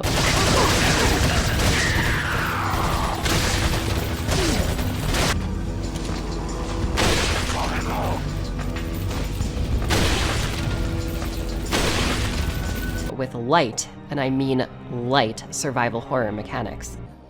Oh, wait, it's Resident Evil 4. I don't want to piss anybody off. I'm a little scared of that, so... Yeah, Resident Evil 4 is great, but everything else after that is bad. But it absolutely works as a whole. These aren't zombies we're fighting anymore. I mean, kinda, but not technically. And these guys don't move slow. They can run, they react to damage, and are much smarter than zombies, and will try to duck and juke your shots. They move and behave like humans in the original for a long time, and it won't be until later until we realize they're not quite human. The breakout star of the show in these games is the Chainsaw Villager. Yes, I know his name is Dr. Salvador, but most people will refer to these enemy types as the Chainsaw guys. These dudes were definitely scary as shit for their time, and as I've said before, a lot of the people who played this game as a kid got killed by this guy once, and were so terrified it would take months to rework up the courage to get past this village section. If you don't know any better, he seems extremely tough as he doesn't react much to small arms fire, and likes to walk around towards your sides and trick you into wasting ammo, hoping you'll have to reload in his face. In reality, especially as an adult who's played this game a million times, he may be the quickest of all the chainsaw enemies this series will have, but also by far the weakest in terms of resilience. Rifles and shotguns send him flying when he's hit, rendering his threat meaningless for the most part. It's why in 5 and up he barely reacts to these. Just know that from this game forward, chainsaw enemies, or sometimes drill enemies that serve basically the same purpose, become an iconic signature of the franchise. Getting hit is almost always an instant kill, at least until Resident Evil 8, where it's just massive damage. But this has become a series tradition type of enemy, and it's all thanks to this game. No real Resident Evil game is complete without one anymore. Anyway, after the villagers let up, Leon continues his search, running into Luis Serra, being held captive. But before he can release and question him, Chief Mendez shows up, and Leon delivers one of the sickest looking kicks that gets blocked on some Matrix shit. And he too is captured and infected with the virus while he's unconscious. When he wakes up, he's chained up with Louise, and it's funny how buddy and friendly they are in this game, whereas in the remake, Leon is ready to snap this man's neck at a moment's notice. Anyway, Louise tells Leon that Ashley's in the church, before a wounded villager attacks them and presents them with a chance to escape, where Louise runs off to do his own thing. This is where we meet another icon, Resident Evil 4's Merchant. He needs no introduction really, you know the beloved lines. He's where you buy and sell things. If you shoot him, he'll still show up the next time he's supposed to. He's a chill dude, just trying to run a business off of whatever survivors he runs across. He's clearly infected himself since his eyes glow like the rest of the guys later in the game, but he clearly doesn't give a shit about Sadler's mind control either. Does he make sense? No, but who gives a shit? He's fun, he's cool, that's all that matters. With some shiny new toys, Leon slaughters his way until he passes through a house that, unfortunately for him, turns out to be Chief Mendez's house. And he almost gets killed before Mendez realizes that the infection has started, so he decides to spare Leon. Now, I imagine a lot of first-time players don't do this, because why the fuck would you? But if you turn around and go back through the door into Mendez's room, a cutscene plays where this time he's straight up about to kill Leon, and Ada saves him before flying off. This is a nice cutscene that is so fucking silly because even Leon acknowledges just before this that he should probably stay out of Mendez's way because he almost killed him. But this is canon for this game's events, and Leon just straight up turned back around and went in there like he didn't learn his lesson the first time.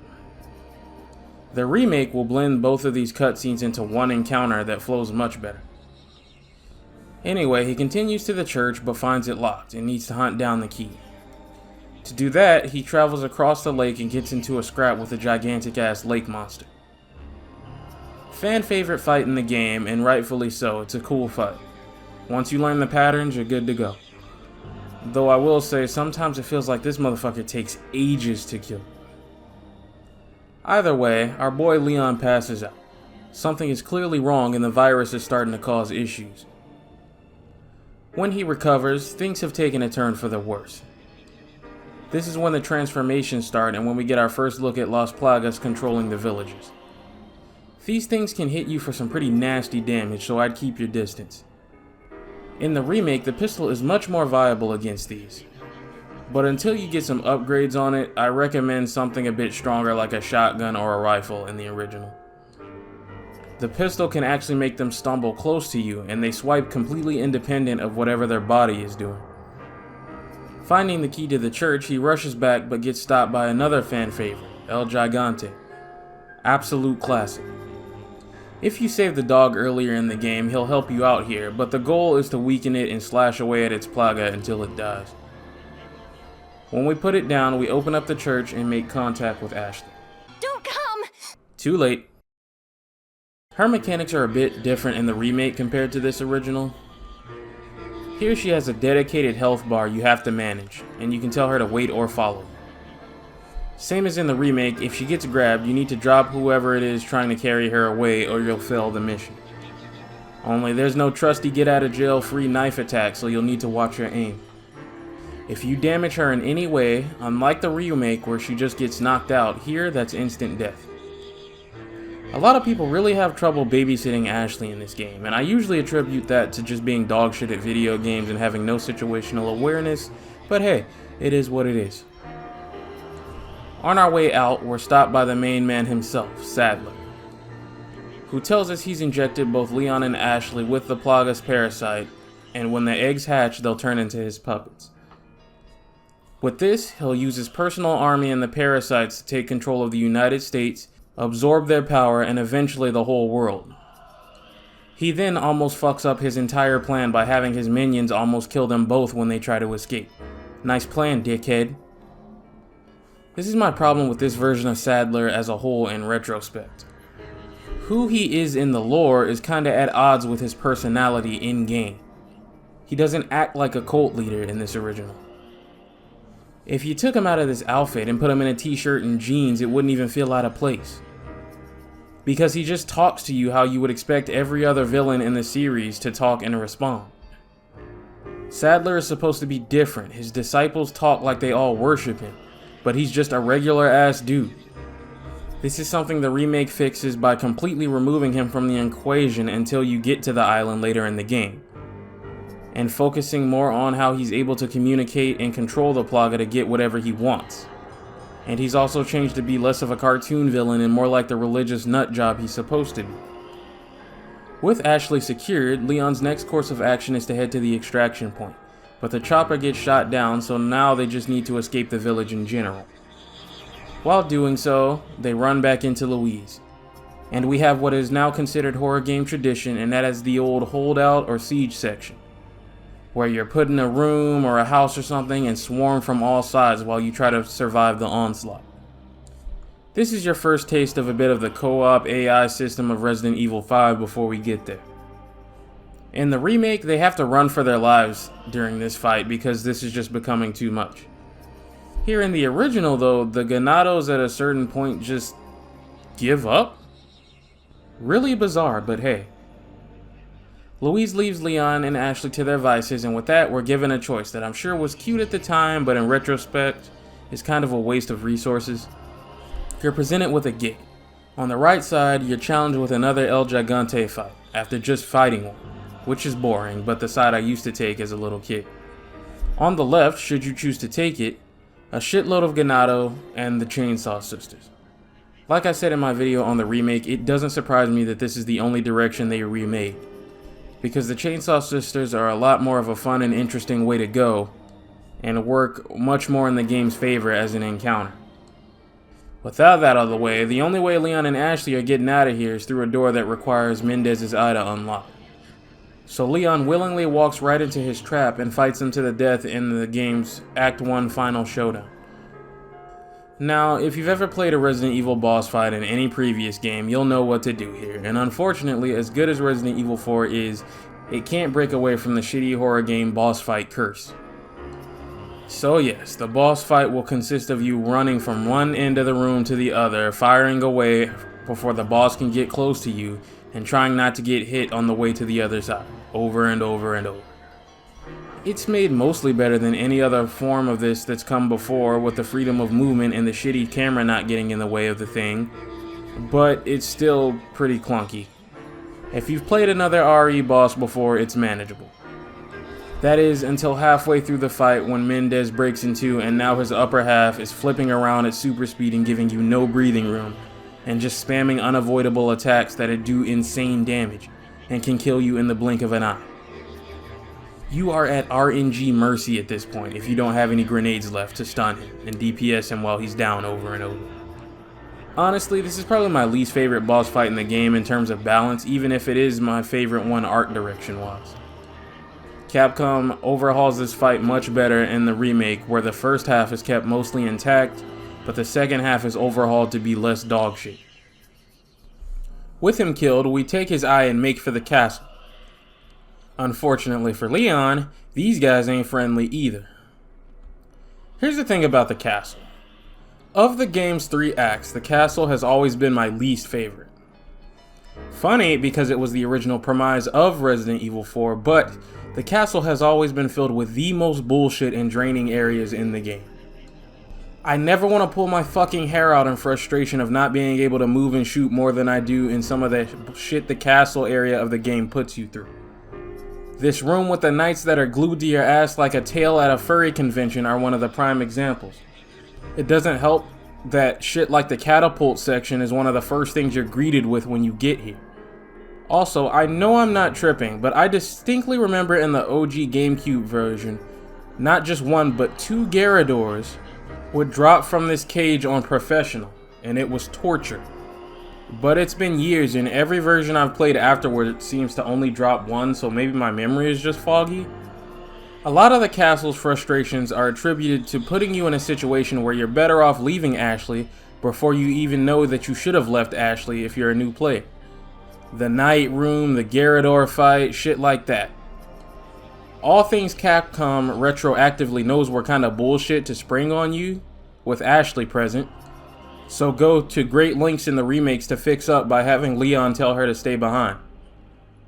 On the plus side, once you get here, it's welcome to Suplex City. Leon will upgrade his knee melee to a suplex on the castle enemies and Saddler soldiers from this point on, but the villagers will still get the basic kick attack. This is to sort of counterbalance the introduction of a second Plagas type that is an instant kill if it hits you, and a third that's kinda useless and had to be reworked in the remake to be more threatening. Flash grenades will be extremely useful from this point onwards, as they're an instant fuck you to all Plagas types. Leon and Ashley look around the castle before Leon loses contact with Hunnigan for basically the rest of the game. And they run into Louise, who comes clean and lets them know that he already knows they're infected and he's here to help, but this dickhead dropped the medicine and needs to go back for it. They also run into this act's main villain, one Ramon Salazar, owner of this castle and devoted lackey for Saddler. Leon ain't giving up Ashley, so Ramon tells him he's a dead man. With that, we pass by a few classic encounters. First, the Gyarados sub-boss. Listen, these days it's a little clearer to tell that he's blind thanks to higher resolutions, but I remember not really being able to tell on a shitty old low-resolution box TV of the time, so it took me a couple of deaths to figure it out. Once you know what you're doing though, he can be dead in less than 30 seconds. Right after that, the infamous water room. Listen, back in the day, this area was seen as hard as shit and complete bullshit. Remember, nobody was used to this yet. And when I was a kid, it seemed like the enemies here were fucking endless. They're not, but it really did feel like it. Optimal strat is to beeline it for the room at the end of the stairs and then thin the herd a bit, funneling them in here until you feel comfortable. From there, the room should be pretty fair and balanced, unless you don't have any sniper ammo to protect Ashley with. Or, you know, if you sold your sniper rifle because you weren't really finding it useful in a game where things are always in your face, then fuck you, I guess. Better single fire that TMP, bitch. Moving along, Ashley gets captured in probably the goofiest way I've ever seen. If she had been standing an inch out of place, she'd be fucking dead. Salazar has also jacked the line, so Leon will be talking back and forth with the villains from here on out. Yeah, if you've played the remake, it should be very clear most of the changes in that game happen right around here, and it's mostly improved for it. I guess it's up to you which Act 2 you prefer, but I like the way the remake makes the way Ashley and Leon separate here more believable and respectable, and also trades up having the villains blabber on like goofy comic book characters for Louise and Ada to have more involvement in the narrative. The original has some charming lines, sure, but personally I'll take the trade. The famous shooting gallery minigame you've probably seen in other games like The Evil Within and Dead Space is introduced to us here. Unlike the remake where precision doesn't really matter, just raw hits, here headshots are important for your score. The better you do, the more bottle caps you get. Think of bottle caps as your model viewer from the RE Engine games. Back in these days, it was a pretty cool idea, but I've played this game so many times on so many different ports that I'm just so overdoing this shit on a fresh save to get them all, so I'm gonna cheat in this playthrough and just put them in my inventory, fuck it. We get introduced to the bug monsters around this time. I believe the proper name for them is Novistadors or some shit. And around here is when the game has stopped fucking around and being beginner friendly and starts to bring out the big guns literally. Yeah, I want you to keep shit like this in your mind for when we get to Resident Evil 5, because some of the stupidest people I've ever had the displeasure of having to listen to speak or read words from when it comes to Resident Evil magically forget all these Gatling guns, rocket launchers and shit in Resident Evil 4 when they talk about Resident Evil 5. For now, we're grooving along. Salazar's still sending his people to try to stop Leon, but it isn't working because this man is death on two legs. A lot of you don't know this, but I have a phobia of dog bites, even though I love dogs. And this section used to scare me a lot as a kid. These days I can clean house, but back as a kid it took me another couple of months to work up the courage to get through this. Once we do though, Leon meets a familiar face. His other half, Ada Wong, finally shows herself for a bit of playful fun. In the old days, this was so cool to see, and this is a scene that's been referenced in the CGI movies and stuff a couple of times. This is one of the game's most memorable moments, even if I do admit these days the flashbang spy glasses are a little silly. Especially because she's only wearing them for this scene even in her own campaign. Cyborg grapple hook eyes in the remake are way cooler. After that, we are treated to one of my top 3 bullshit castle moments. When they drop this damn Garrador and a couple of enemies on top of you with motherfuckers with arrows also shooting you from outside. To get out of here, there's locks on the door you need to shoot off, but they're reinforced, so you'll probably need to shoot them multiple times while you're in a cage with this fucking Garrador in a game where you cannot move or shoot at the same time. Oh my god. There's no defense for the balance here. This is just some straight up fuck shit you're gonna have to get through, and I apologize in advance to anyone who has to deal with this shit for the first time today with no idea this is about to happen. Like I said, could have sworn in the GameCube version 2 dropped down on professional mode, and that one of them was fucking armored, and it was just so bullshit that they nerfed it on the PS2, but maybe that's my childhood memories playing tricks on me. because a fucking armored Gyarados in here is insane. Either way, suffering through this, in the next room we can pick up a lot of goodies, like this free rocket launcher. Grab that shit up, my boy. Make whatever space you need for it. You're gonna need it for later. And Luis shows up with our medicine and the Plaga sample, but gets killed by Sadler, who takes it from him. With his dying breath, he gives Leon the last of his suppressant medicine. Like I said in my Resident Evil 4 Remake vid, original Luis is a fan favorite character because of the game he's in and his personality, but the story that's originally told with him here isn't doing him any real favors.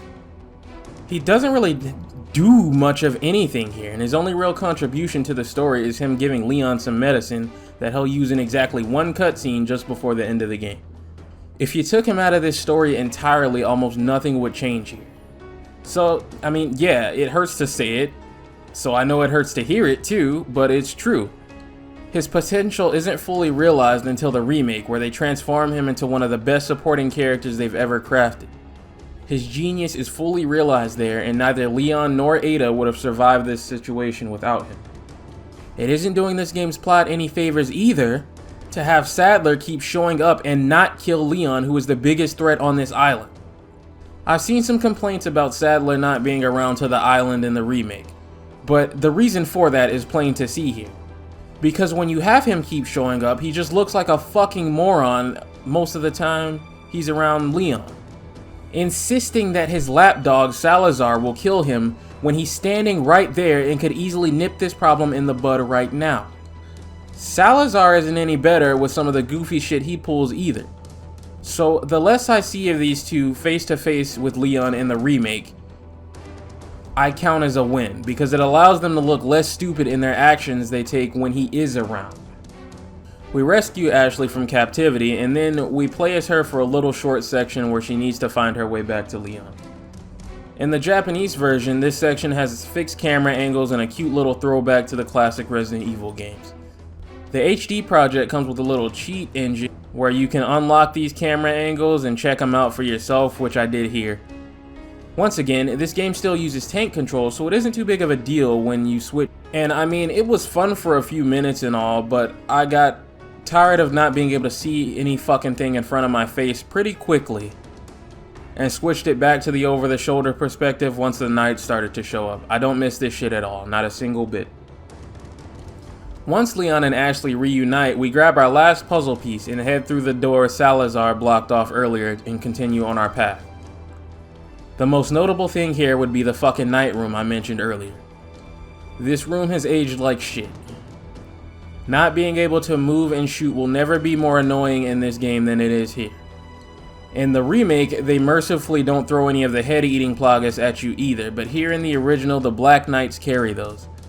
This is the worst encounter in the game by far. It's not difficult per se, it's just annoying. You spend a lot of time running, turning around, getting one shot off, then running again. It's tedious. Eventually, Ashley gets grabbed up right in front of Leon, who can't really do anything but watch. At least in the remake, he has an excuse. He was caged up. But here, he just let this thing creep up and grab her. And with that, Ashley will be out of our hair for a while. We need to make our way up to Salazar's throne room. Biggest encounter of note is the two Gyarados you need to get through. One of them is armored, and the room is constantly being filled with regular enemies to fight, forcing you to make noise when you really don't want to. Another situation where not being able to aim and shoot at the same time becomes a problem. Especially because the enemies you fight can run and make as much noise as they want, but you have to walk. The Gyarados also can't damage each other or other enemies like they can in the remake. This encounter isn't as bad as the night room to me, but it's still pretty bullshit. And the remake cleans up, once again, a lot of what's wrong here. What's crazy is that it didn't even have to be like this. There's a silencer in the game. Wesker has it on his gun. And yeah, I know it doesn't really do anything but eat space, but it could have. In old betas for this game, there were handgun silencers for almost all the different handguns, and they were simply scrapped.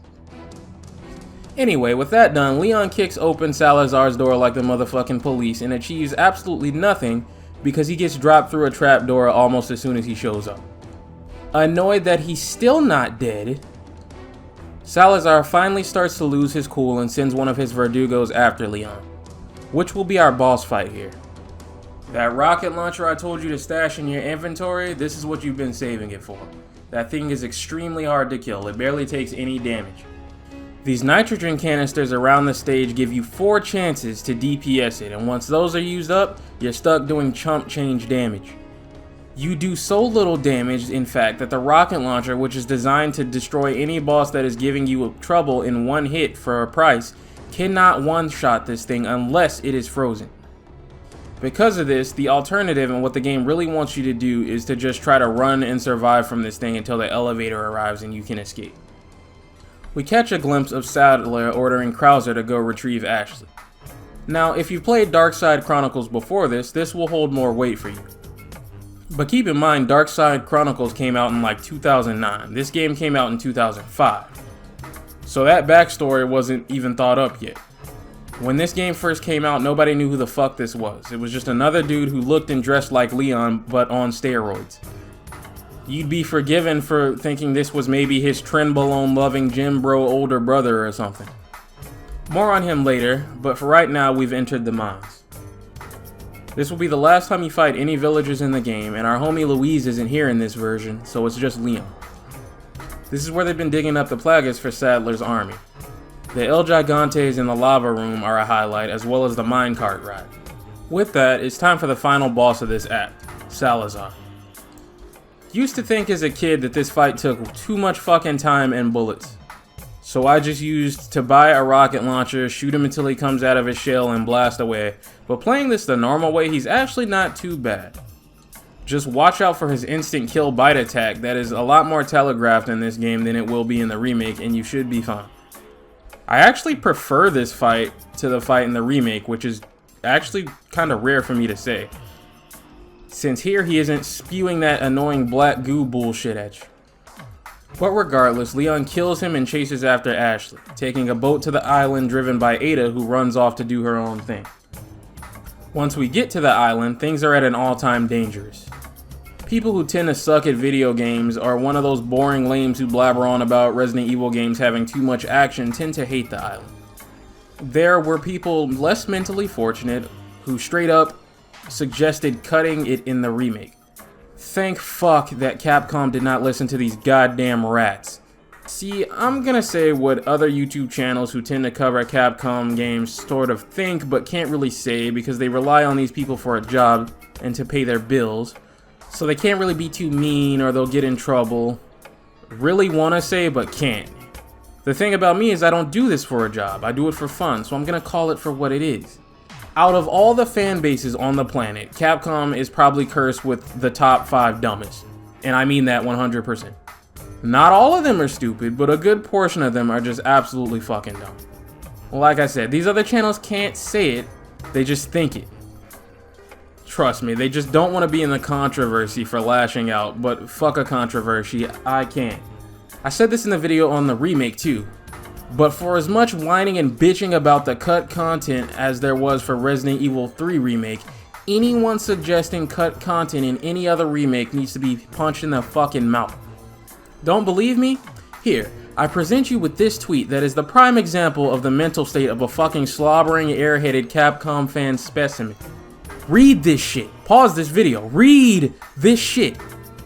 I hope they don't cut content this time, but also, I'd be perfectly okay and I'd like them to cut content this one time. Are you reading this contradictory shit? This is what the fuck kind of fan Capcom has to use as feedback. These are the people they have to try to please and work around anytime they make a game. Like I said, not all of the fan base is this fucking stupid. For example, a lot of my audience thus far has been one of the ones that have been waiting for a channel like me to come around and slice through all this stupidity and bullshit. But since I was 18 and started to get on these forums and engage in these discussions, these are the kind of people I've had to debate with for almost a fucking decade when it comes to Resident Evil. Do you understand why I'm so fucking angry all the time? These idiots are everywhere in this fandom like roaches and rats. It's mentally painful for me to read this kind of shit. Like, imagine being on Capcom's communication department and then you gotta relay this shit back to the devs. Yeah, so they don't want us to cut any content, but also, like, there's this one thing that they want us to cut, so, like, I don't know, bro. What do we do? Anyway, the island is actually my second favorite act of the game, and I much prefer it to the castle. The island tones down a lot of the castle's bullshit in favor of just rolling with the dick out. The island location in this game sets the entire tone of what this action horror era is really about. Experts like Leon and Chris, who dedicate their entire lives to stopping BOWs from being used as weapons by terrorists, and kicking ass and saving the day against somebody's personal militia army. The island section is probably the most important section in the game as far as theme. The village and the castle just show you the infection and the virus. But Leon and Ada are running circles around these morons. It isn't really until you get to the island where you start to see what a threat Sadler can pose to the world if he gets control of the armies, spreading his plagas everywhere like he wants. In most Resident Evil games, a cute little outbreak happens and then what? The government comes in and easily cleans house and is able to wash away everything with a nuke or something. This will happen multiple times over the series. And these next few games though, that is not going to work. The stakes will never be higher than they are here in 4, 5, and 6. And if these people are not stopped now, there will be no stopping them later. These people aren't out to test some cute little virus in a city or town that'll just get wiped off the map by the end of the game. No, they're out to destroy or control the entire world with their plans. And this island act is the first real manifestation of that. Sadler's army is not some pushover. He and his cult are extremely dangerous. This act is all about the grand action-packed finale. Gatling gunners, turrets, rocket launchers, stun batons, all kinds of military equipment is what Leon will be up against here, and it all does a fuckload of damage. To help with that, you can buy a vest to reduce the damage if you need it. It's more useful in Resident Evil 4 than 5, so enjoy it while you can. This honestly is my favorite area in terms of aesthetic too. I really love these dirty, grimy, rundown, rusted, military sort of looks in games. Act 3 and the military areas are usually when these games each try to bring out their scariest creatures as well. For this game, that's the Regenerators. These things were scary as fuck when I was a kid. These days, compared to the remake, they're an absolute joke here. And when people look back on them, admittedly, it is just with rose-tinted nostalgia goggles. Because they can't run, and therefore you can basically kill these in about 5 seconds. But for their time, these were about the scariest thing Resident Evil 4 had to offer on a first playthrough, and they were a brilliant creation. Fun fact about me is that I was so terrified of them as a kid, I never ever grabbed the thermal scope. Because I didn't want to be locked in this freezer with one. So my first 5 or so times beating this game as a kid, I would just spam all my shotgun shells until they died. It's a common misconception, but no, you don't actually need the thermal scope here to deal with it. They just take a beating if you don't have it. But they can be killed with straight up raw damage. They have a more dangerous variant called the Iron Maiden, so watch out for that one.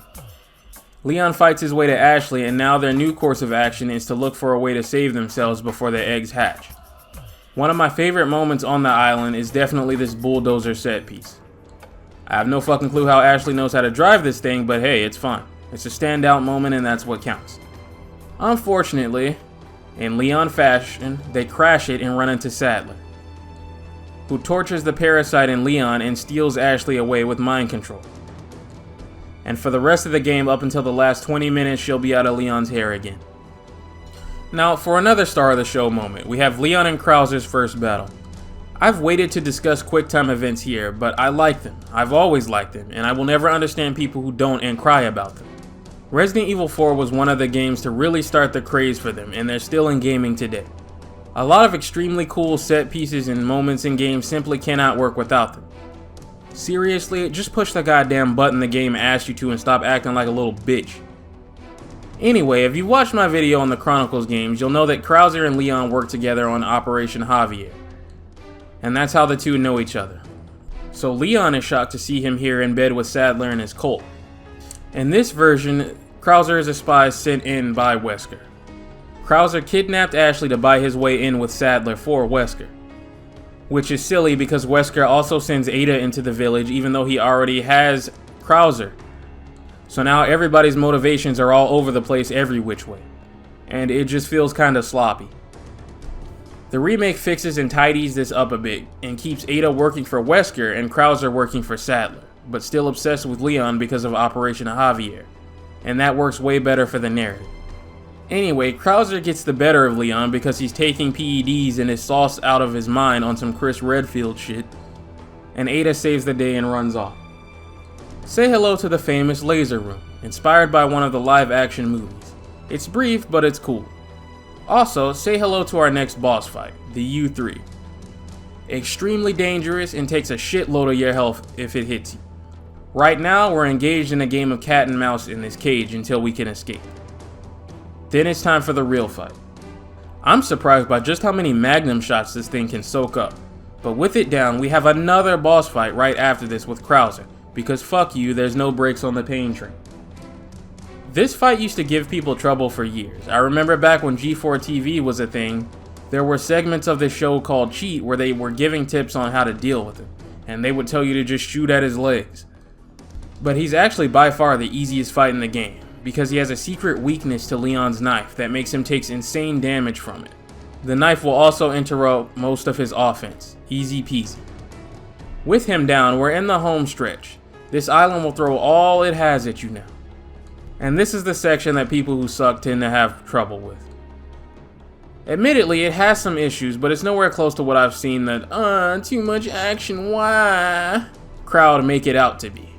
Stop kissing bullets with your face and get in cover, you fucking doofus. The issue with this section is that the game has exactly 2 spots I know of where you can use a button to take cover from gunfire and pop out and shoot. And exactly one of them is here and not really even that useful, because of the enemies that flank you almost immediately. So you'll be relying on old school jank to make your own cover, which would be fine if you could move while you shoot to kind of pop in and out, but you can't. To help you a little, we have Mike here, who's been sent to back Leon up. I say help, but really on higher difficulties he is absolutely worthless and his AI is horrible. You'll be doing almost all the work here. This section definitely had some cleaning up to do in the remake, but thank fuck Capcom didn't listen to these brainless bums and remove it or nerf it into the ground. Bad news for Mike, Sadler doesn't really like visitors, and it's RIP. Leon meets up with Ada just long enough to damn near strangle her to death under the effects of the plaga, before coming to his senses long enough to mow down anything else in his way to Ashley and Sadler. Leon doesn't stand a chance right now, and Ada saves the day once again long enough for an escape. Because the story can't figure out how to cure Leon and Ashley now, they legit just stumble on a magic chair that will remove the plagas just before the game's final boss. I wish I was making this shit up, but I'm not. Listen, I love this game, but anyone who says its plot is better than the remake is fooling themselves with rose-tinted goggles, because what the fuck is this? In the remake, this is Luis's lab, and he's the head researcher responsible for anything related to the plagas, so it makes sense for him to have something like this. And only he has the key to open it. Here, this is like the dumbest thing Sadler could have possibly left lying around, unlocked, while Leon is single-handedly slaughtering his entire army. And yet here it is. Anyway, Ada's been captured by Sadler, and Leon rushes to free her, and Sadler transforms for the game's final boss. Any grenades or mines you have left in the mine thrower will come in real handy for this fight, as they'll drop him to his knees for a critical melee attack. Without them, I recommend the shotgun, as you'll need to shoot the eyes on his legs to do it, and they can be a bit tricky to try to hit otherwise. Eventually, as tradition, our girl Ada will drop Leon a rocket launcher to finish this fucker over with. With Sadler dead, Ada shows her true hand here and steals the sample from Leon, and sets the island up to explode. But leaves him a getaway ride because she's a complicated woman. And Leon and Ashley race against the clock and the waves to escape. With that, Ashley offers to get piped down deep dick style by Leon, and he declines it like a complete buffoon. You see those fucking missile launchers on her chest? I would have folded for sure, I've earned it. And with that, Resident Evil 4's main story is done. Originally, this was the end of the game in the GameCube release. We had a special little cute mode called Assignment Ada, but it wasn't canon and the story for it is bizarre. Ada in this outfit is an absolute sight to behold, but these days it's pretty redundant because the PS2 release introduces something called Separate Ways. Like I said, Capcom swore up and down this was a GameCube exclusive, so a lot of people went out and bought a GameCube for Resident Evil 4. But because the GameCube simply could not match the PS2 sales, and putting the greatest thing you've ever made not on the PS2 would be fucking stupid, Resident Evil 4 was announced on PS2 a while afterwards, with Separate Ways as an apology for the fuckery that Capcom put everyone through. Was definitely bullshit at the time. I remember wanting to play Separate Ways so bad, but I didn't get a copy of this game on PS2 until years later. I was stuck with the GameCube version for a very long time and didn't play Separate Ways until Resident Evil 5 was already out. You'll have to forgive these cutscenes in the Separate Ways campaign looking like shit. The PS2 release of Resident Evil 4 used pre-rendered videos for all of its cutscenes instead of real-time ones, like the GameCube had. And since the GameCube release didn't have Separate Ways, whenever Capcom re-releases OG Resident Evil 4, they just slap the PS2 cutscenes on the campaign since it's all they have. Real-time engine cutscenes for it were never made. The HD project tries to salvage these and bring them up to 1080p as best it can, but it's a wobbling, janky mess. This is the best that can be done. With that, OG Separate Ways starts us with Ada in the village just humiliating Ganado before Wesker calls her up and briefs her on the situation, and tells her to ring the church bell to quiet them down so she can look around a bit more. I'm not bullshitting you, that's it. That's the objective. Yeah, one thing you'll pick up on very quickly here, especially after the phenomenal remake version, is that OG Separate Ways plot really isn't that great. It's really just Capcom scrambling for ways to let you play as Ada, who really doesn't do much of anything at all relevant or important to the story unless she's saving Leon from something. She catches sight of him in this village and knows he's involved in this too. At the time, this first chapter was definitely the highlight of this whole extra campaign, and what they clearly put the most work into. You can catch glimpses of Leon while you're fighting around this village, running past you, completely unaware of your existence, and all that. It was a good time, but don't let this first chapter fool you. Most of what Ada's got going on here in this story is a whole lot of nothing. She gets her own new exclusive weapon in this scenario, the bowgun, which will become her signature weapon of the series going forward. Here, it shoots explosive arrows and is pretty damn strong. She gets her own exclusive shotgun too, but the stats aren't too great. Speaking of stats, she can't do any weapon upgrading like she can in the remake, so what you see is what you get for every weapon you buy. Anyway, she rings the bell, and the Ganado stop attacking Leon and everything fits into place. Expect a lot of time jumps here because they kind of just cobbled this shit together. But our next course of action is to find Louise at the house Leon finds him in the main game. But of course Leon got to him first, so now Ada's task is to figure out where they've been moved to. Next thing she knows, she's rescuing Leon from Chief Mendez, and in the process, she herself gets captured and knocked out by this fucking tranquilizer gun that definitely could have come in handy when dealing with this American that's running around your village and killing all your people. And definitely was not just put in here as an excuse to have Ada go to sleep for another time jump later. When she comes to, it's nighttime and she magically just knows to go meet Louise at the house he and Leon are having a siege moment in. She asks Louise where the sample is and he says he doesn't have it and is off to get it. We skip ahead again to when Leon and Ada meet. Wesker informs her that Louise has the sample and is ready to meet, again, and also tells her that if she sees Leon again, she needs to kill him. But, as we know, Sadler will take out Louise and steal the sample before she can get it. We skip ahead yet again. Wesker slips up and makes it known that he's ordered Krauser to eliminate Leon, and Ada rushes to stop it, getting there in the nick of time.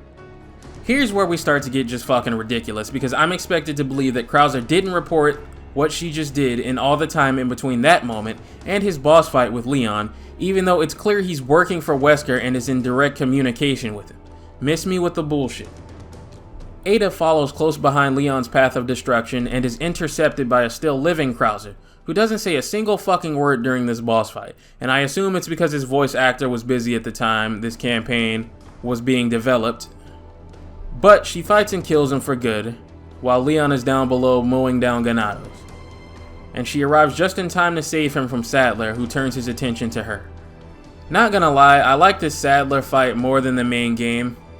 I know it's Resident Evil tradition for a huge fight with a ridiculous monster at the end, but something about a human fully controlling all of this monster's powers was a really cool idea for a boss fight.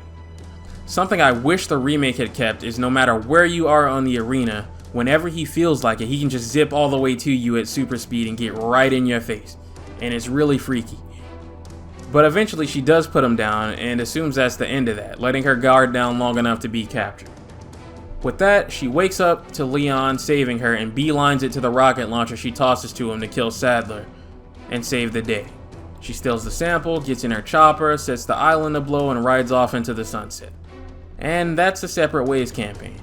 Unlike the main campaign, which may not be as great as the remake in my opinion, but is still comparable and pretty damn close in quality, when you compare the remake Separate Ways to the original, it completely squashes this. It tells a much better, much longer, and well-written tale comparable in quality to the main game. The last thing to talk about is the mercenaries. Everything about Mercs modes of previous games have been thrown out in favor of the mercenaries mode we know today. It's a time sort of survival horde mode where your goal is to survive and get the biggest score you can. You'll be running around picking up time markers to extend your playtime and bonus times where you'll get more points for racking up high kill counts. The more kills you chain together, the higher your score, the better. It was a great mode for its time and a solid foundation that Resident Evil 5 and 6 would build off of. Its problem in this game specifically is simply balancing. Certain characters are just going to have a horrible fucking time on certain maps. There are 5 characters in total. Leon, Ada, Krauser, Hunk, and Wesker. Sorry, no Louise. Yeah, they did our boy dirty in this game. Hunk is definitely a bizarre addition to pick instead of Louise when you think about it. He's not in this game's story at all and is from a mode that the majority of people didn't even play in the original 2 because of the ridiculous unlock requirements. But it paid off. This mode made him a fucking star. That being said, Leon and Hunk are absolutely the weakest characters in this mode.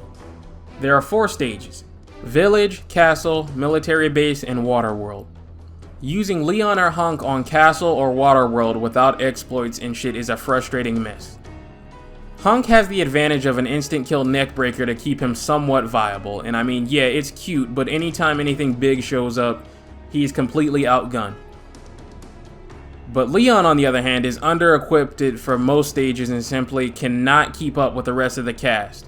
He takes an extreme amount of work versus low reward and isn't really worth it. The 2 strongest characters in this mode are definitely Krauser and Wesker.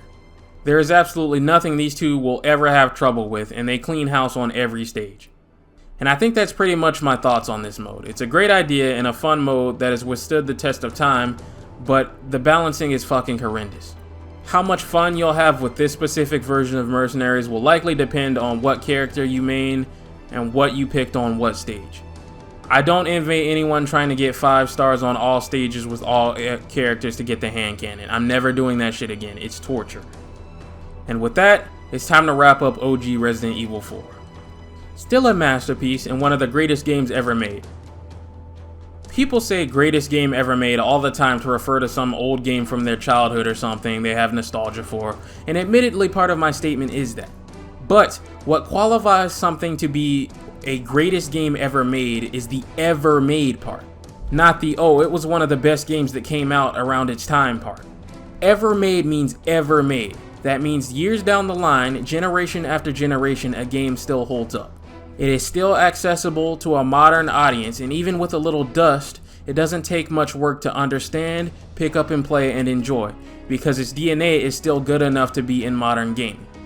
That's what Resident Evil 4 is. No matter what you put Resident Evil 4 on, it has aged beautifully, and it is extremely easy to pick up and play and have a good time.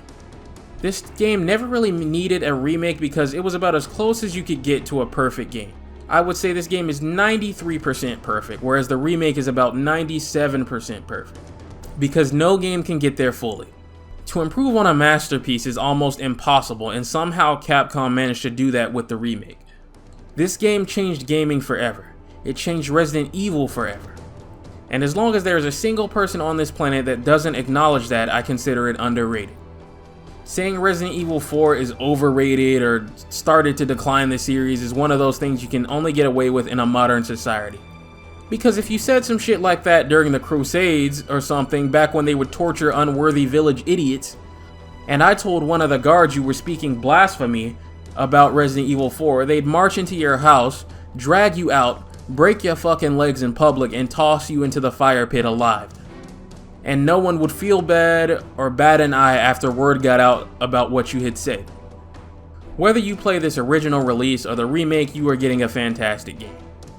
And I'm not afraid to say that the remake is probably a better game than this, which, like I said, was an almost impossible task to pull off.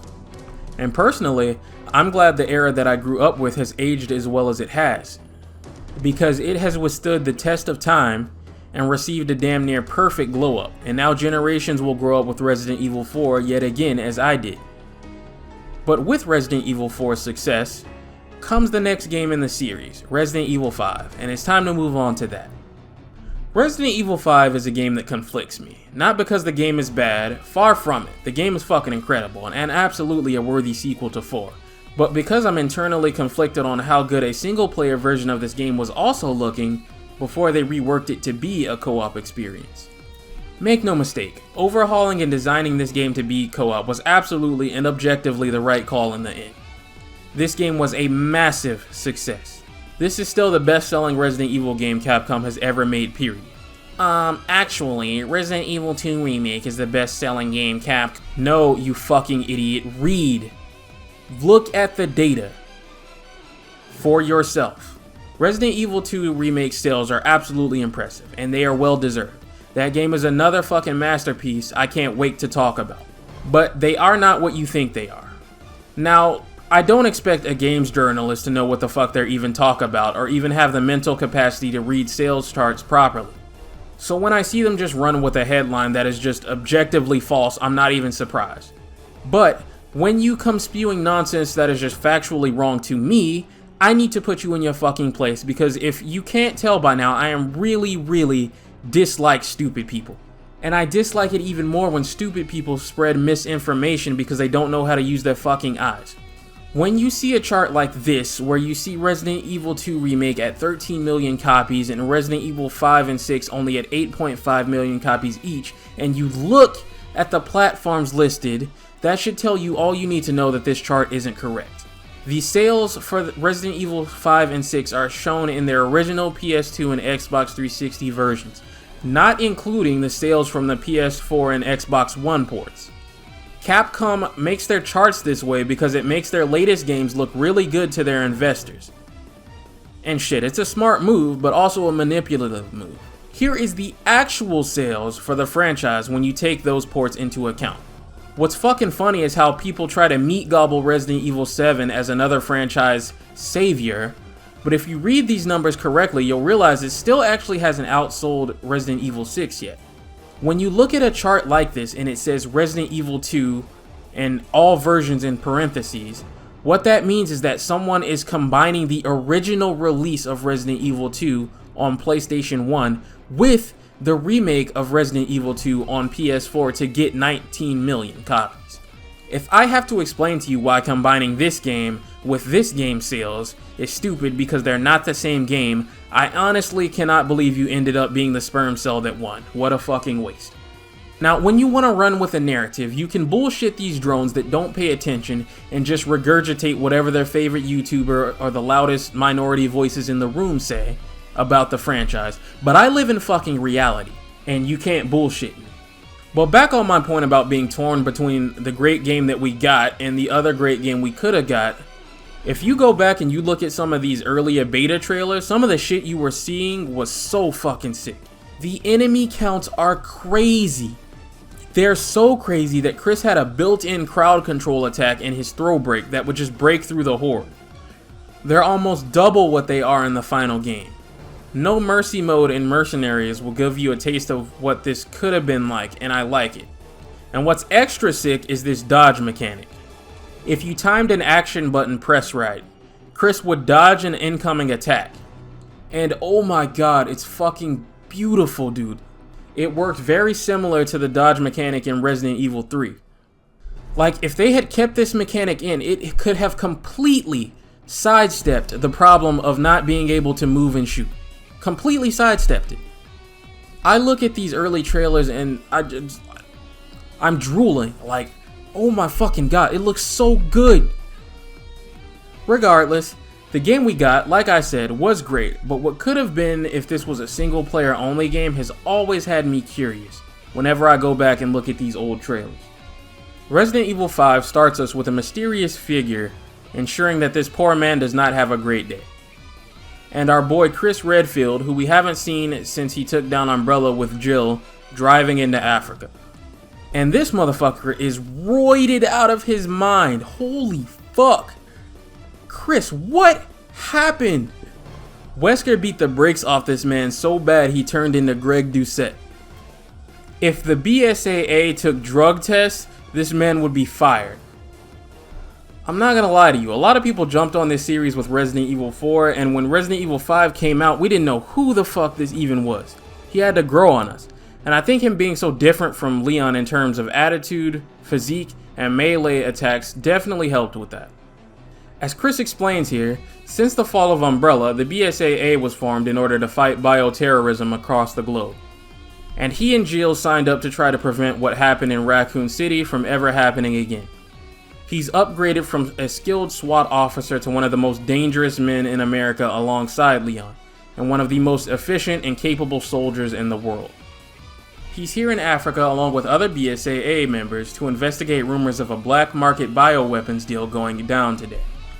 We're also introduced to Sheva Alomar of BSAA's Africa branch, his backup for this mission and the game's co-op partner.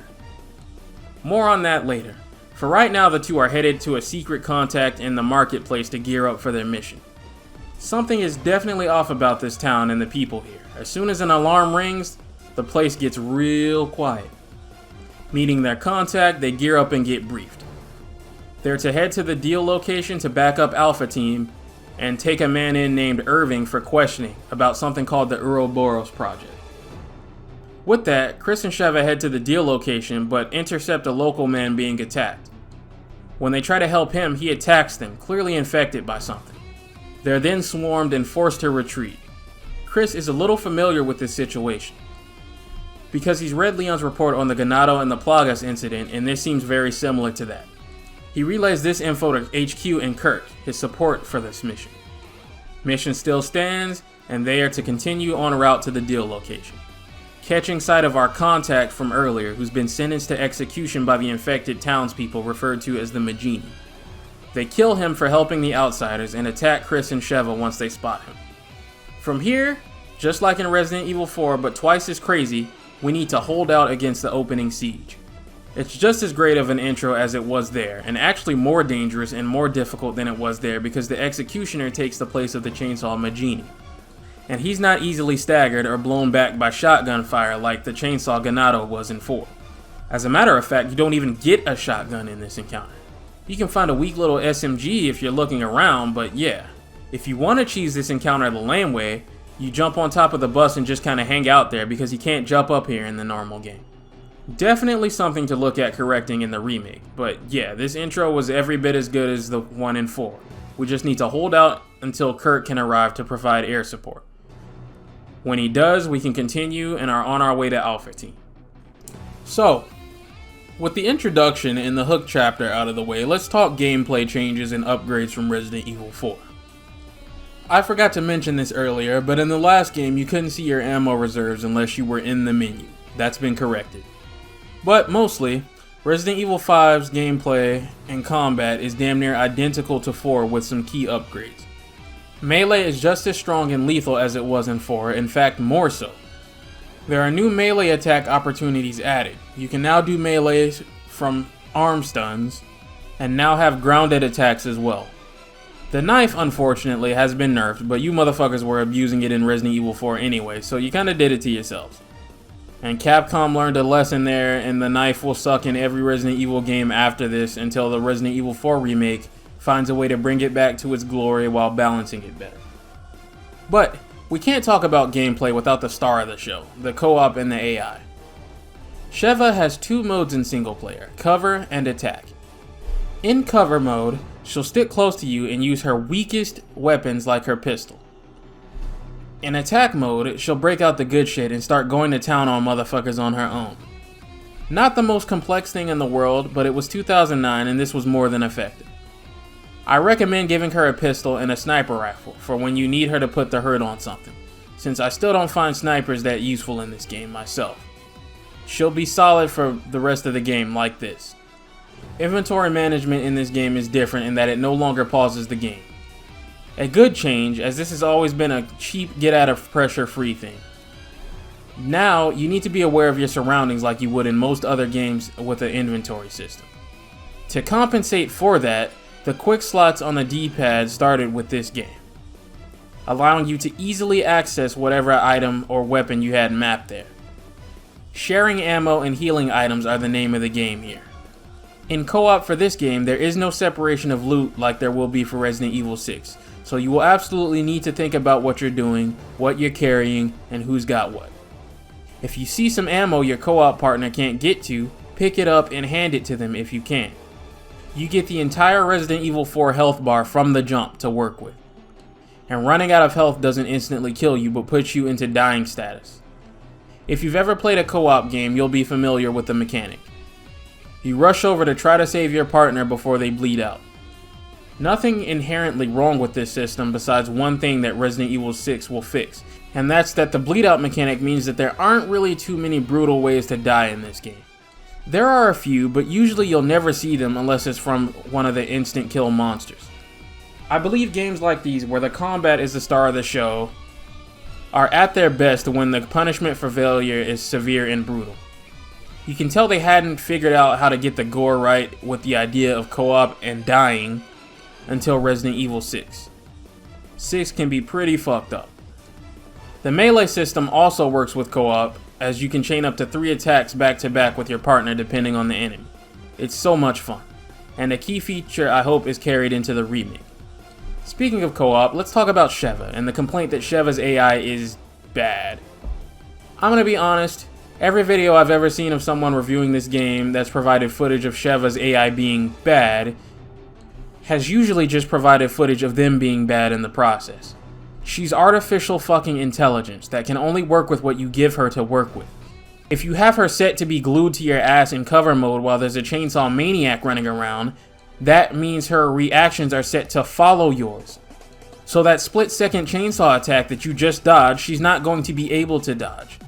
If you set her to attack mode but you don't give her anything strong to attack with, she's gonna get herself into a situation where she stands in front of something tough with a pistol and do what anyone would do and get absolutely fucking murked because she doesn't have any firepower. Now, it's absolutely possible for her to do something dumb every now and then on a, maybe once or twice on a playthrough, but that's AI in any game for you. She's constantly dying. She might not be the problem, but it might be someone's skill issue. Weapon-wise, there's a whole assortment of things to play with as per usual, like shotguns, pistols, a couple of new toys like stun rods, and the grenade launcher makes a return and is more useful than ever. But mostly, if you played Resident Evil 4, you'll feel right at home with the gallery here. They even bring back the damage vest from 4. Not quite as useful in this game for a couple of reasons. One of which being they separate the damage types this time around. So there's a melee vest and a ballistic vest, which I think is overkill because it leads me to my next issue with it. And that's just that they both eat up way too much space. Each character gets 9 slots total, which I think is a good balance for the type of game this is to still keep the spirit of inventory management. And a weapon and ammo will each eat up 1 block of space, plus any healing items or grenades you'll need to carry around. Which makes something like vests a cool idea for pros and cons on paper, but just something that ends up being not worth it in reality. As you can see, Resident Evil 5 for the most part is literally just Resident Evil 4 with co-op. Which makes it all the more fucking bizarre when I hear that annoying part of the fanbase creeping out of their corner like a bunch of roaches to tell you about how Resident Evil 4 is a masterpiece, but Resident Evil 5 is a bad game, or whatever stupid shit they want to say about it, because this is just a mindless action game, or whatever the fuck. And again, I'm baffled by the idiocy on displays because my fucking eyes work. Now, people who don't like 6, I don't agree with either, but on some level I can understand it because 6 puts a lot more emphasis on enemies with guns and makes a lot more changes to the overall gameplay loop. For a good reason that we'll get to later, but good reason or not, it is still ever so slightly different from these two. But 4 and 5 are so damn near identical that the type of people who try to shit on 5 to fit in with this weird vocal minority circle jerk just sounds stupid. I give Jared from Avalanche Reviews shit all the time. But if there's one thing we'll agree on, it's that. And that 6 is really just the natural progression of the action horror gameplay these games made famous. Now, if your problem with 5 is that you simply prefer the feel of being alone in your Resident Evil, and that you'd rather not have a partner in the first place, that's fine. I don't have to agree with the opinion for it to be valid. But you better be fucking consistent about it. And I better not hear a peep out of your fucking mouth about Resident Evil 0 being good, or Revelations 1 or 2 being good either. Otherwise, I'm gonna have to start asking you some real hard questions you're not gonna know how to answer because your retarded ass brain didn't think that far ahead. What really irks me are the people who say 5 is bad just because it's an action heavy game. One, because I fail to see how that's even a bad thing. These are hardened killing machines who do this for a living, and I much prefer combat and shooting shit in my horror games because things are actually happening as opposed to walking around spooky hallways with jack shit going on in a walking simulator. But hey, horror is like music. It's a vast ocean and different people like different shit. I just happen to like gameplay in my game. I personally will be more scared of an extremely dangerous enemy that punishes my mistakes severely in a game focused on combat and skill than I ever will be of walking down the same fucking hallway over and over and over again for 20 minutes straight because the atmosphere is good. But secondly, and more importantly, because let me repeat, my eyes fucking work. They work. Because they work, I need to ask you a question. What the fuck is all of this?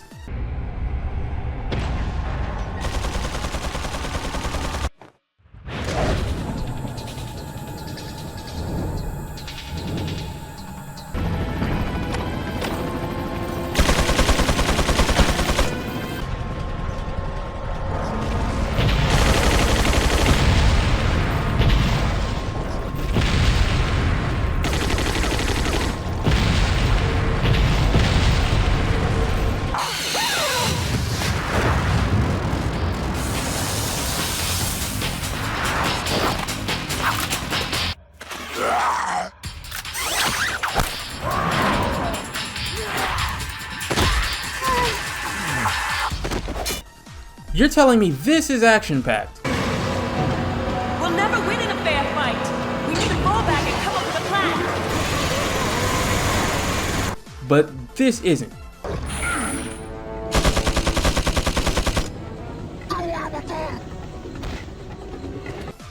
Do you understand someone somewhere could really use a new pair of eyes and put them to good use doing productive shit? And here you are wasting them to say some of the dumbest hypocritical shit I've ever heard. Do you understand why I'm so fucking abrasive with these absolute buffoons? Imagine loving Resident Evil, so you start engaging in forum conversations, and next thing you know, you're arguing back and forth with these idiots for 10 years straight.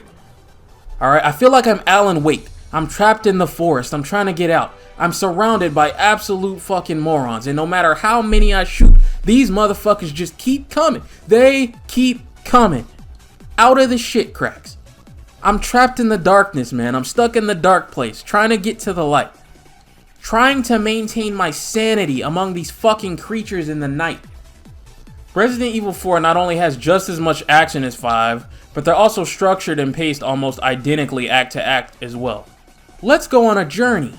Act 1 starts with our hero arriving in the main attraction of all the marketing and the selling point of the game, a village overrun with plagas infected people, ready to swarm, overwhelm, and kill any outsiders. Act 2 takes us to a cultural location with enemies inspired by the region the game is setting, and secretly a critical source of the main villain's master plan. In 4, it's a Spanish castle. In 5, it's a huge ancient tribal set of ruins. And in Act 3, we ramp up the action. Crank up the difficulty and battle the villain's personal army that are armed to the teeth and require the heroes to put all the training and combat experience they've acquired over the years to good use to stop them from destroying the world. I just described both Resident Evil 4 and 5. At least these motherfuckers that say shit like Resident Evil 4 is overrated, Resident Evil 4 ruined Resident Evil, Resident Evil 4 is an action-packed mess. They're at least consistent. They're consistently retarded, but they're consistently something. And just like people who say shit like, oh, Fallout 3 ruined Fallout or something, you just gotta let them stay stuck in 1998 running PS1 emulators for the rest of their lives. But again, they're consistent nonetheless, in acknowledging that it is no less action-packed than the next few games that come after it.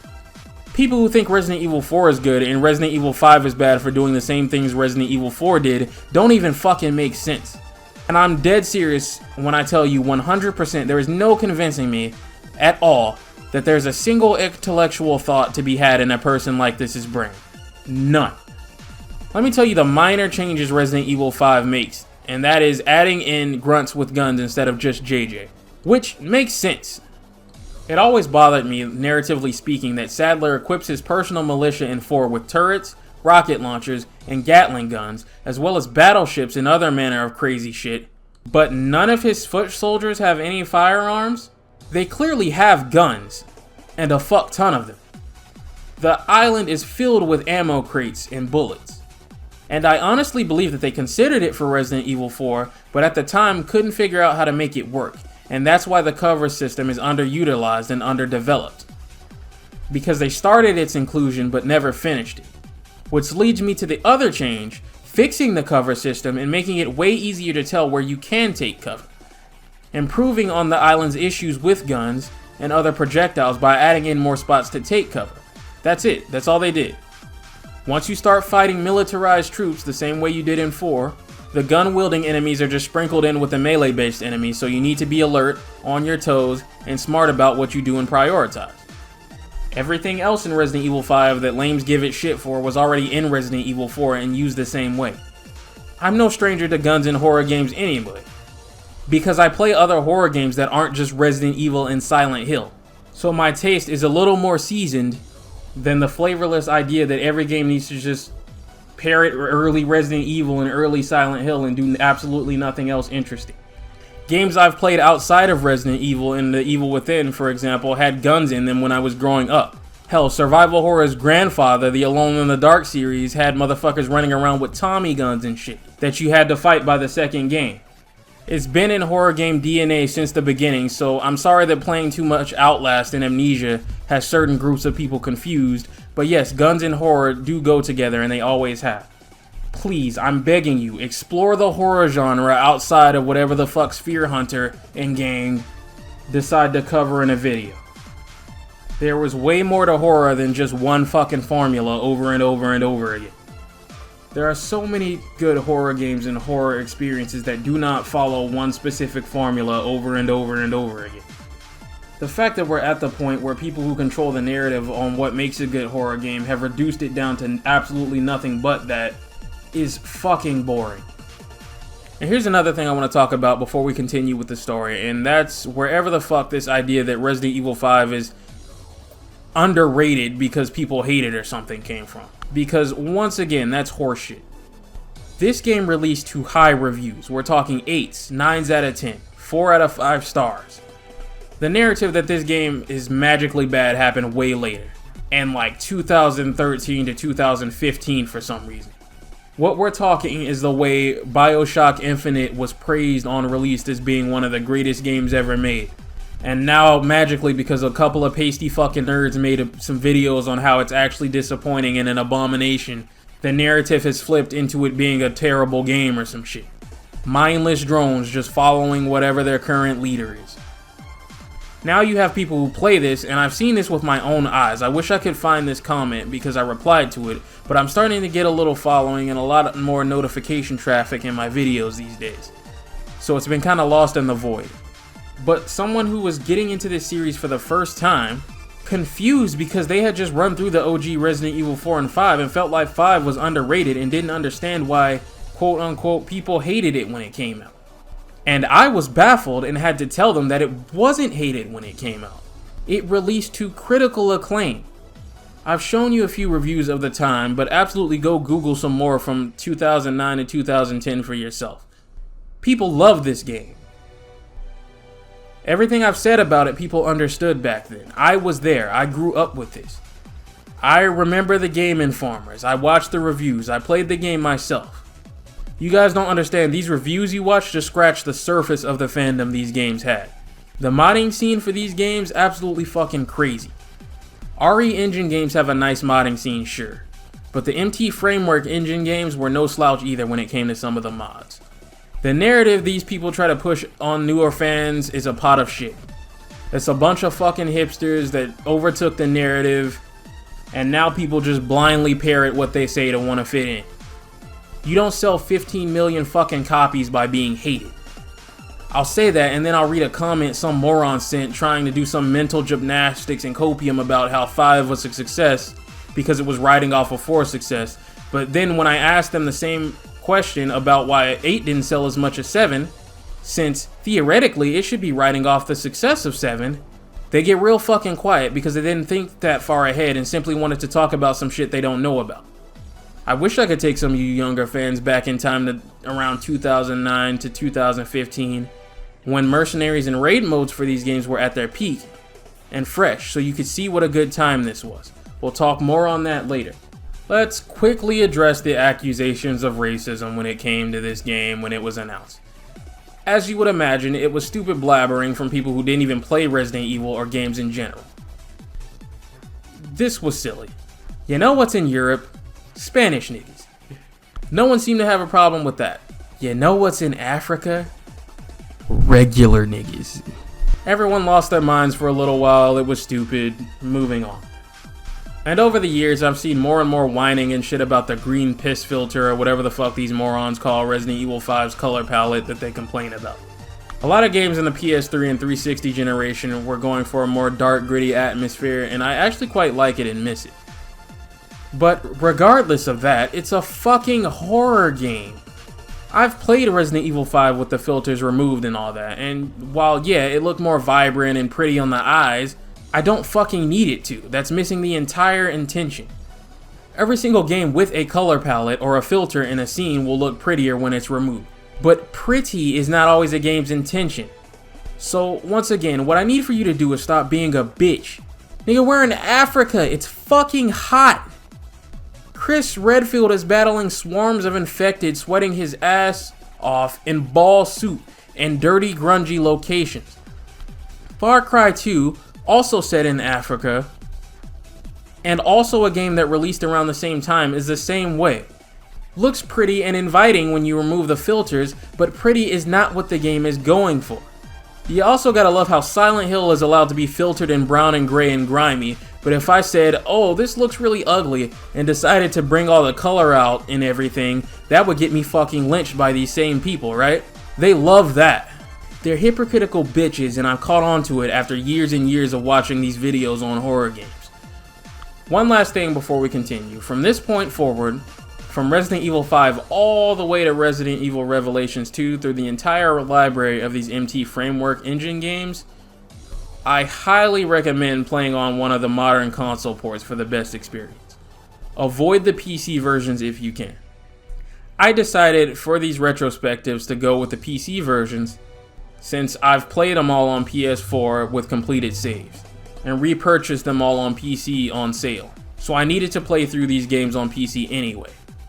And when I tell you there are so many things wrong with these versions, from bugs to missing DLC that you literally paid for and cannot access because of technical issues that haven't been addressed in half a decade, to updates that console versions got that PC never did, it's crazy the shit I had to put up with.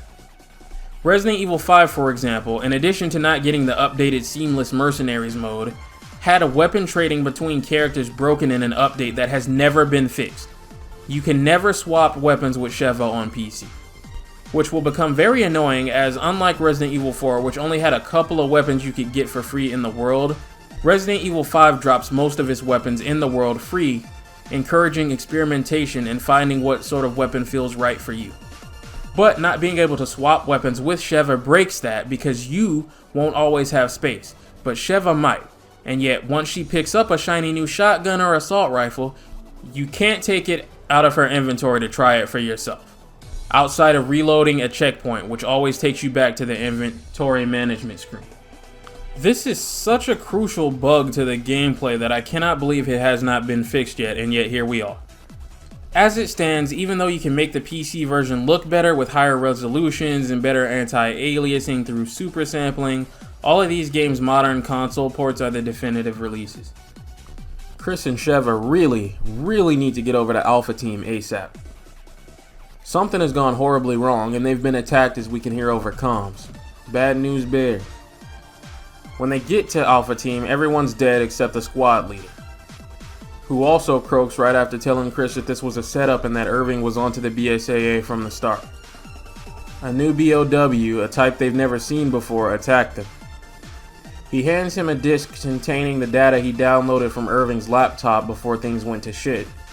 And Chris and Sheva have no choice but to press on to Alpha Team's parked trucks in the storage facility where they can relay the data back to HQ. The BOW that team wiped Alpha has other plans, and this is our first look at Ouroboros in action. This boss fight can go the easy way or it can go the hard way. The easy way, and what the game wants you to do, is lure it into the furnace and trap it to kill it. With it done, we can head for the truck safely.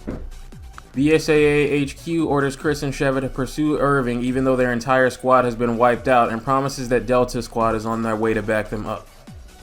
But for right now, they're on their own. Their only support right now is Kirk, who's providing backup while the two trace Irving's last known location, but ends up getting swarmed and crashing. Chris and Sheva race to rescue him, but not before getting cock-blocked by our boy the Chainsaw Majini. His balance is a bit different this time around. Like I said in 4, he's only a threat if all you have is a pistol, which likely will only be the case the first time you encounter him.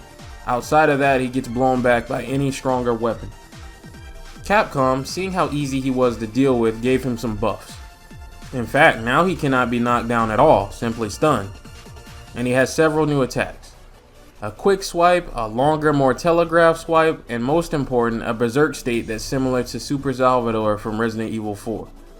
That he has a chance of going into after dying the first time, requiring you to kill him all over again, with twice the danger. To compensate for how much stronger he is, he's actually a lot slower to actually do anything. Which I think they went too far on, as because of his lack of speed, he isn't any more threatening than his 4 counterpart, even though they did all this work to balance him to be. They took 2 steps forward and then 2 steps back and didn't really go anywhere in terms of his threat level. Putting him down, it's far too late for Kirk, and Chris and Sheva are ambushed by Majini, and in deep shit. But Delta actually shows up in the nick of time to save the day.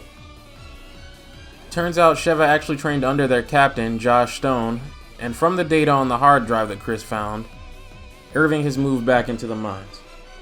Also on the hard drive is intel that Jill Valentine, who was believed to be dead, is still alive, making this mission much more personal for Chris, as he needs answers. The mines is probably one of my favorite chapters because I find this section where one of the characters has to light the way while the other does all the shooting quite interesting. Something another game will try to expand on as a concept later. But it's really kind of silly when you think about the BSAA having no flashlights or anything for this specific mission, even though in every game after this is standard issue equipment. Hell, even Ethan has a fucking flashlight. When they catch up to him, he's saved by the hooded woman from the introduction. Well, listen, let's stop beating around the bush. This is Jill.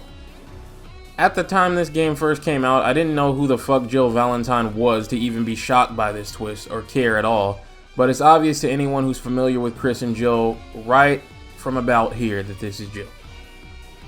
Looking through Irving's notes, they find something about a research site at an oil field, and they pass the intel on to Delta, who send people after him, while Chris and Sheva try to make their way back to Josh and the rest of Delta. On their way there, Irving sends this weird wombat creature after Chris and Sheva for our next boss fight. With that threat neutralized, Delta's driver picks up Chris and Sheva to bring them back, and we play a little vehicle chapter where we need to fend off Majini while we race back to Delta. For the time, this was pretty cool. This was one of the first demo levels I saw for this game back when it was coming out, and it had me hyped. I was so fucking ready to play this. When they get back, they find almost all of Delta Squad massacred by this El Gigante type creature, wearing some of their bodies like a sash or something. That's fucking metal. Anyway, this thing is way bigger than any of the ones Leon fought in 4, so their only shot is to run back to the truck after the driver gets clapped and use the firepower there to try to bring this thing down. With it dead and Delta Squad dead, with the only exception being Josh, who's nowhere to be found, Chris and Sheva are kinda fucked. Sheva wants to pull out of the mission, but Chris plans to see it through now that he knows that Jill is alive. He plans to search for her, even if it's alone, so Sheva agrees to help him continue the mission and track down Irving for answers, giving some whole fucking speech about how these are her people dying here and she has to get justice for them. Right after just going on a rant about how they should abandon the mission and how it's too dangerous to still do this. Women never fucking change, it's hilarious. From here on out, they're on their own, with no backup or assistance from HQ. Along the way, Chris explains that him and Jill were on a mission to apprehend Spencer for his crimes, including the Raccoon City incident, as well as pursue Wesker, who was said to be there. In the process, they ran into Wesker face to face again and were completely outmatched. This fight is probably one of the best moments in Resident Evil's history. It's fucking art. Jill sacrificed herself to save him, and neither her nor Wesker's bodies were ever recovered. Sheva's reason for doing this is less interesting. Her parents were killed by Umbrella, so she signed up with the BSAA to make a difference. It's not really her fault her backstory is bland, she's a one-off character, but someone like Billy from Zero had a way better setup to me. But it's fine, I mean, it gets the job done. This is the start of Act 2, and much like Act 2 of Resident Evil 4, I consider it the weakest point in the game. There's nothing inherently wrong with it, it's just that, again, like Resident Evil 4, this is where almost all the gimmicky shit will be.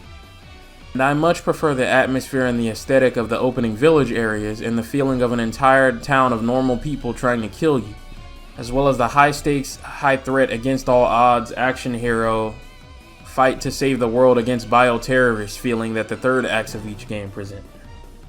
The idea for Resident Evil 4 Remake's expanded lake section has its roots in Capcom doing the same sort of thing for this chapter. And these fucking killer alligators here still make me nervous anytime I need to pass through here. Getting to the oil field, we'll return to basic villagers for one more chapter while we look for Irving here, as well as fight quite a few Chainsaw Majinis too.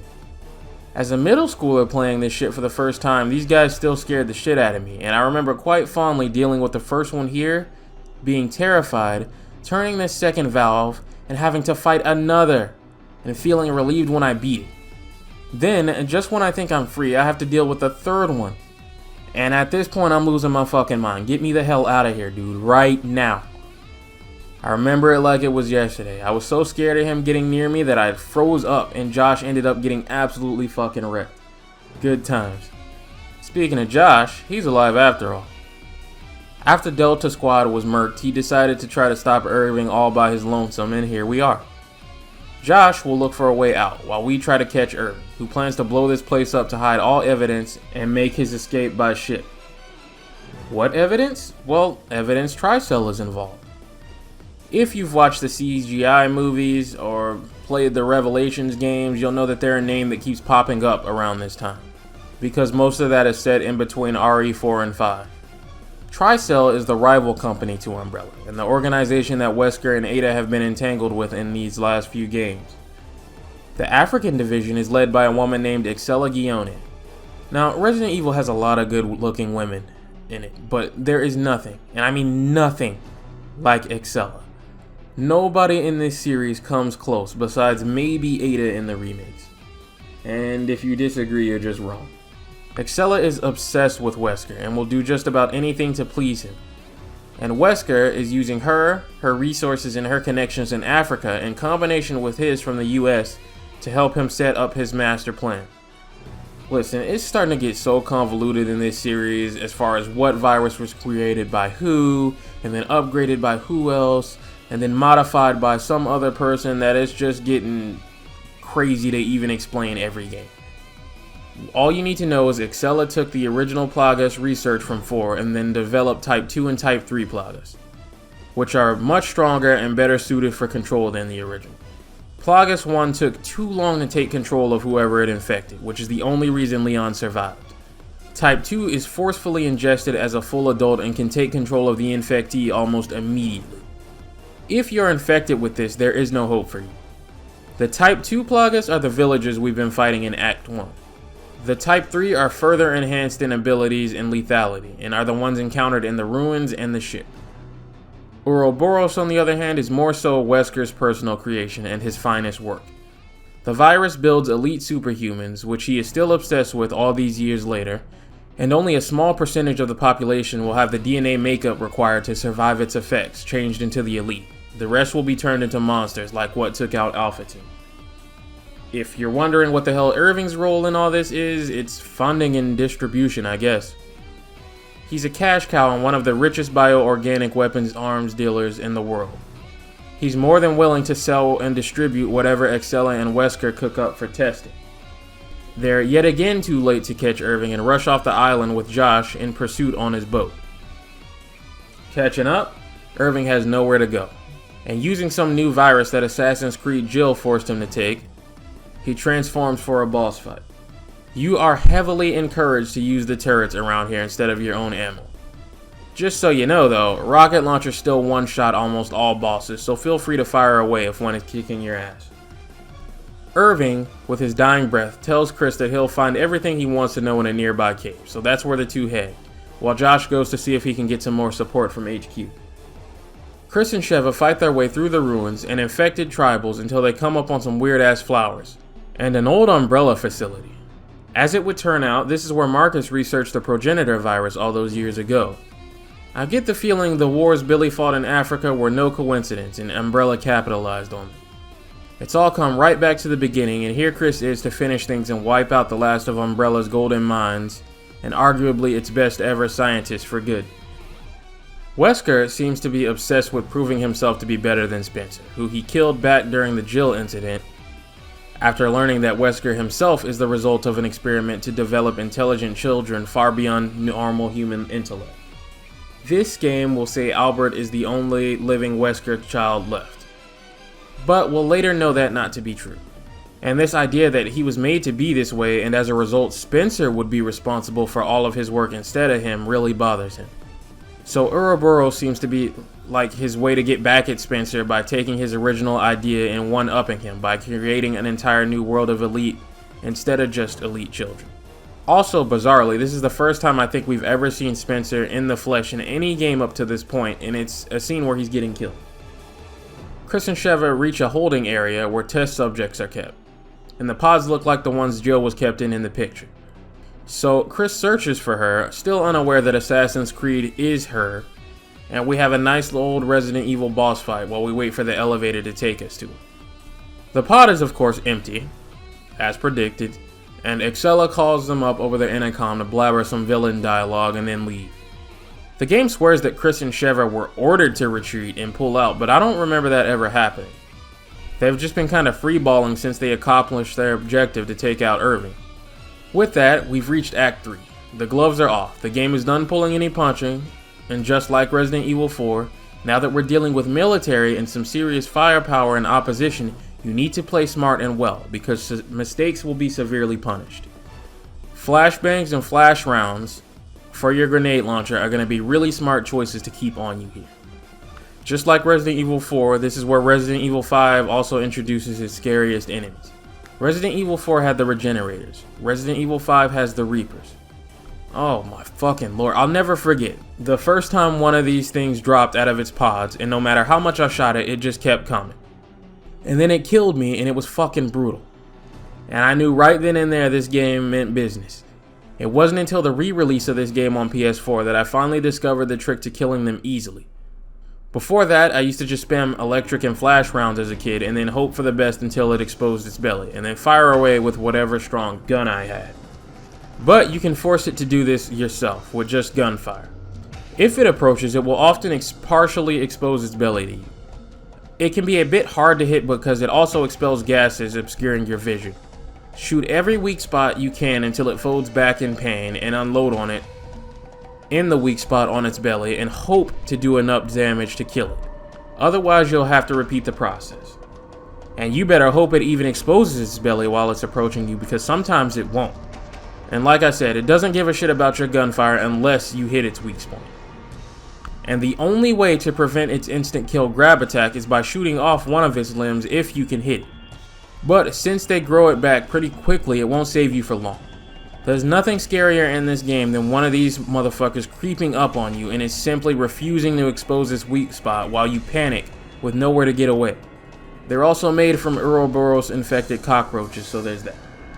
Eventually, we come face to face with Excella, who unleashes another failed Ouroboros monster on us, and explains that they have no intention of selling Ouroboros like they've been doing with their new line of plagas.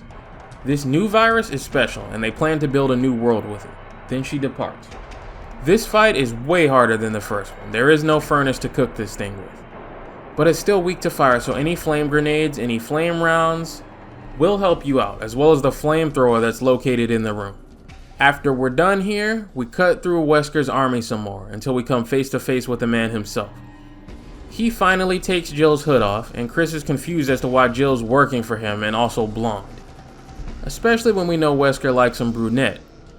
Regardless, it's time for our first fight against Wesker. We have to survive for 7 minutes, against him and Jill.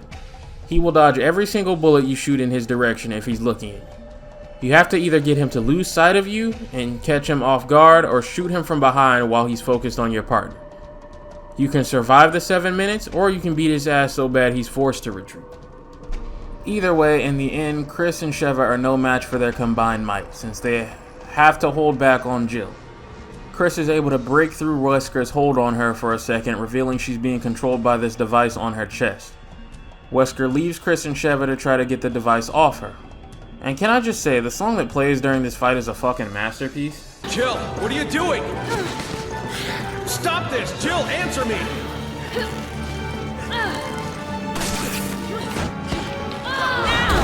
Hold it down!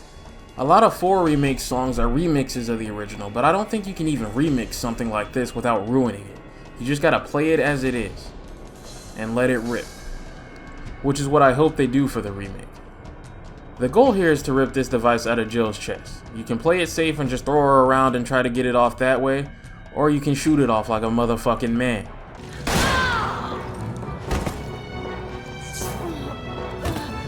Fuck.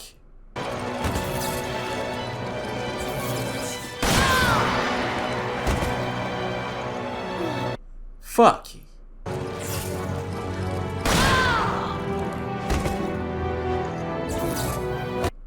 Fuck.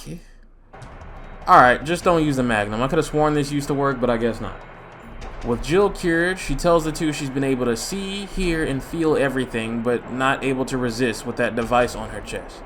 And that they need to get on Wesker's ship before he escapes and stop him before it's too late, because he will destroy the entire world. So they sneak on board before it can get away. Now, we're balls deep in the game's final act, and it's getting even tougher. A lot of enemies will have armor, requiring precision and skill, and a lot of them are rocking armored shields too, so you absolutely need to be on your A game here. Gatling Gunner is back and just as deadly to get caught lacking by. Speaking of getting caught lacking, Excella was here. And she drops a vial of something in her escape that Sheva picks up. More on that later. When they find her again, she's been double-crossed by Wesker, of course, who's infected her with Ouroboros. Wouldn't exactly count this as a double cross though, because they're so obsessed with the perfect world where only they are the chosen worthy. And if that's the case, they should damn well make sure they're worthy themselves. Which I guess Wesker agreed with, and Excella turned out not to be. She transforms into a giant Ouroboros monster bigger than any of the ones we fought before, and unless we stop her, she's likely going to destroy the whole ship. In a callback to Code Veronica, to do that we'll need a laser targeting system that the ship is equipped with to fight it. With her killed, Jill makes contact again and tells us about Wesker's weakness. To maintain his strength and balance, he takes a serum to help him deal with the side effects of the G-Virus, and it's the same vial Excella dropped and Sheva happened to pick up. The dose needs to be precise, and he just took one, so if they find him and inject him again, he'll overdose and they can weaken him enough to stand a chance. This is it. This is the final gauntlet to the most important mission in Chris Redfield's life, and believe me, they make sure you know it. This room is fucking brutal. Reapers, Gatling gun Maginis, all the heaviest hitters are here swinging to make sure that you don't get to Wesker. But this is Chris motherfucking Redfield, so he pushes through. They are still heavily outmatched and don't stand a chance without injecting him. And even that is easier said than done. I really like how this fight's power scaling is here. Every boss in 4 and 5 up to this point can be easily dispatched with a rocket launcher. As a sort of Easter egg for the two most iconic boss fights in the originals ending from one. But this is the most powerful antagonist in Resident Evil history, so Wesker doesn't play any of that. And this boss fight is built around how strong the rocket launcher has been in the games up to this point. If you shoot it, you have to catch him off guard in the first place. And even if you do that, he will react and catch it. You have to be quick and shoot it while he's holding it. Doing this, we finally started to crack him, and he runs off on his plane equipped with Ouroboros missiles. And convincing me that Chris Redfield, who has to weigh 250 pounds minimum, is faster than Sheva, who probably barely cracks 140 to 130, is just not gonna happen, but the game is trying. Wesker's goal is to fly the plane until it gets shot down by the African military, with his work of art on board. If that happens, it's game over. His plane will spread the virus all across the world through infection from whatever it hits. Now, we're just gonna have to forgive the plot for one thing here, and that's how inconsistent how this infection works is. Wesker makes it sound like it spreads through the air, but Irving and Excella seem to have been straight up injected with it. And if this is an airborne virus, why not just spread it through the ship's air to take out Chris and Sheva? He could have eliminated them with minimal effort just like that. I don't want to hear any paper-thin defense about how this is because of Wesker's ego or some shit either. It's simply silly. Whatever, man. It's just an excuse to give us this gem of a line. Ouroboros will be released into the atmosphere, ensuring complete global saturation. It also technically doesn't matter if the military does or doesn't shoot him down, because they'll just launch his missiles anyway if they don't. Regardless, we fuck him over once more by releasing the airlock and destabilizing the plane before it can get to any major city. And it crashes straight into a volcano like we're playing Tekken. Honestly, if I'm to understand how hot volcanoes are, Chris and Sheva should be boiling alive just from being in here, but we'll allow it because it's Resident Evil. Wesker still isn't dead. And out of anger, he infects himself with Ouroboros, and unlike any of the others before him, he seems worthy, as he's only received a minor transformation like Alexia did in Code Veronica, and isn't a full-blown monster. He is no less deadly regardless, and because of that, this is his last ride. Everything Chris and him have been through, and everything Chris has worked and trained to prevent, comes to a grand finale here. This is also where we get the glorious Boulder Punch QT. Now, I suppose if you're fucking boring, silly and ridiculous moments like this bother you. But if you actually like Resident Evil, and pay attention, you've probably noticed that by now that this isn't any less ridiculous than anything you'll see or encounter in any other Resident Evil game. Like, I don't know, killer leeches turning a shriveled old man into some 20-year-old twink again, some fucking weirdo crossdresser pretending to be his sister for years who happens to shoot flaming blood at you, Leon doing completely unnecessary backflips, or an out-of-touch Neanderthal castle having a trap room with a fucking museum piece that breaks away to reveal a giant turret. Punching a boulder sounds about Resident Evil to me. And a lot of people that aren't as interesting as an ice cube made out of tap water from the sink realize this too, which is why when it was referenced in Resident Evil 8, people loved it. This is a 100% truly Resident Evil type of moment, and I wouldn't change it for the world. Ridiculous is just part of Resident Evil's charm. Wesker's final fight also has a big secret finale finish that a lot of people may miss. It's beautiful, it's dramatic, and it's true to Chris's selflessness, and how he's willing to do whatever it takes to kill Wesker and save the world, to the point of being willing to take a bullet, Goku and Raditz style, if it means accomplishing his mission. Just in the nick of time, Jill and Josh arrive in a chopper, and hand Chris and Sheva rocket launchers for Resident Evil tradition. With that, Dr. Albert Wesker is finally put to rest, and Chris and Jill can sleep easy knowing their biggest enemy is finally gone, and the main story is now finished. Now, Resident Evil 5 received 2 DLC chapters, Lost in Nightmares and Desperate Escape. If you've been paying attention to what my preferences are in my horror games and what I like, you'll likely predict which one I like and which one I don't too much care for. So let's get the worst one out of the way, and that is Lost in Nightmares. It takes place during the search for Wesker at Spencer's home that saw Jill presumed dead. When they arrive, the mansion is quiet and all of Wesker's security is dead. The main way to his room is also locked, so they'll need to find a way around. And look, I appreciate what they're trying to do here, I do. This DLC is about fan service and nostalgia. When they arrived, Jill used her lockpicking skills to get them inside. You're running around looking for cranks, reading spooky notes, there's blood all over the place, throwbacks to old puzzles from the original. Whenever you open a door, it does that old school Resident Evil point of view thing. Real good shit, real respectable. This DLC is less about the balls to the wall arena action horror gameplay we've had up to this point in the series' reinvention with 4, and more about the more measured, suspenseful, atmospheric horror of the originals. This is another reason I disagree with people who don't understand color palettes and mood and just want everything to be sparkly, glittery, vibrant rainbow bullshit now. This DLC's mood relies on the washed out blue and gray look and the feeling it's trying to invoke. I'm grateful for the attempt and the mood here, I really am, and if this is your idea of a good horror game, you know, just spooky hallways and shit, I'm sure you're probably head over heels for this DLC. But here's my issue. Nothing fucking happens for half of it. Literally nothing. This DLC is almost an hour long total, and I bullshit you not, it took 25 fucking minutes before I ran into an enemy. This is why I don't for the life of me understand why people think they are so fucking clever for trying to shit on the jump scare type of horror or the gore porn type of horror as being cheap and easy and surface level and this and that, then proceed to dick suck atmospheric horror as the holy grail, because this is the most surface level shit and the most single serving type of shit in the world. Yes, all this shit is cute and great on your first time around, but I value replayability and solid core gameplay loops, because if you're gonna play a game once just to get the experience once, you might as well just fucking rent it or watch a fucking movie or something. A single player experience's value is increased by how much you want to come back to it. And what would make me ever want to come back to this DLC? Walking around? That's the huge weakness in atmosphere. Whenever I replay it, I know that for half of it, nothing goes on. I'm not worried about a spooky sound here, a lightning crack there, or anything like that, because I know nothing is going on. So now I'm just playing a fucking walking simulator until the halfway point.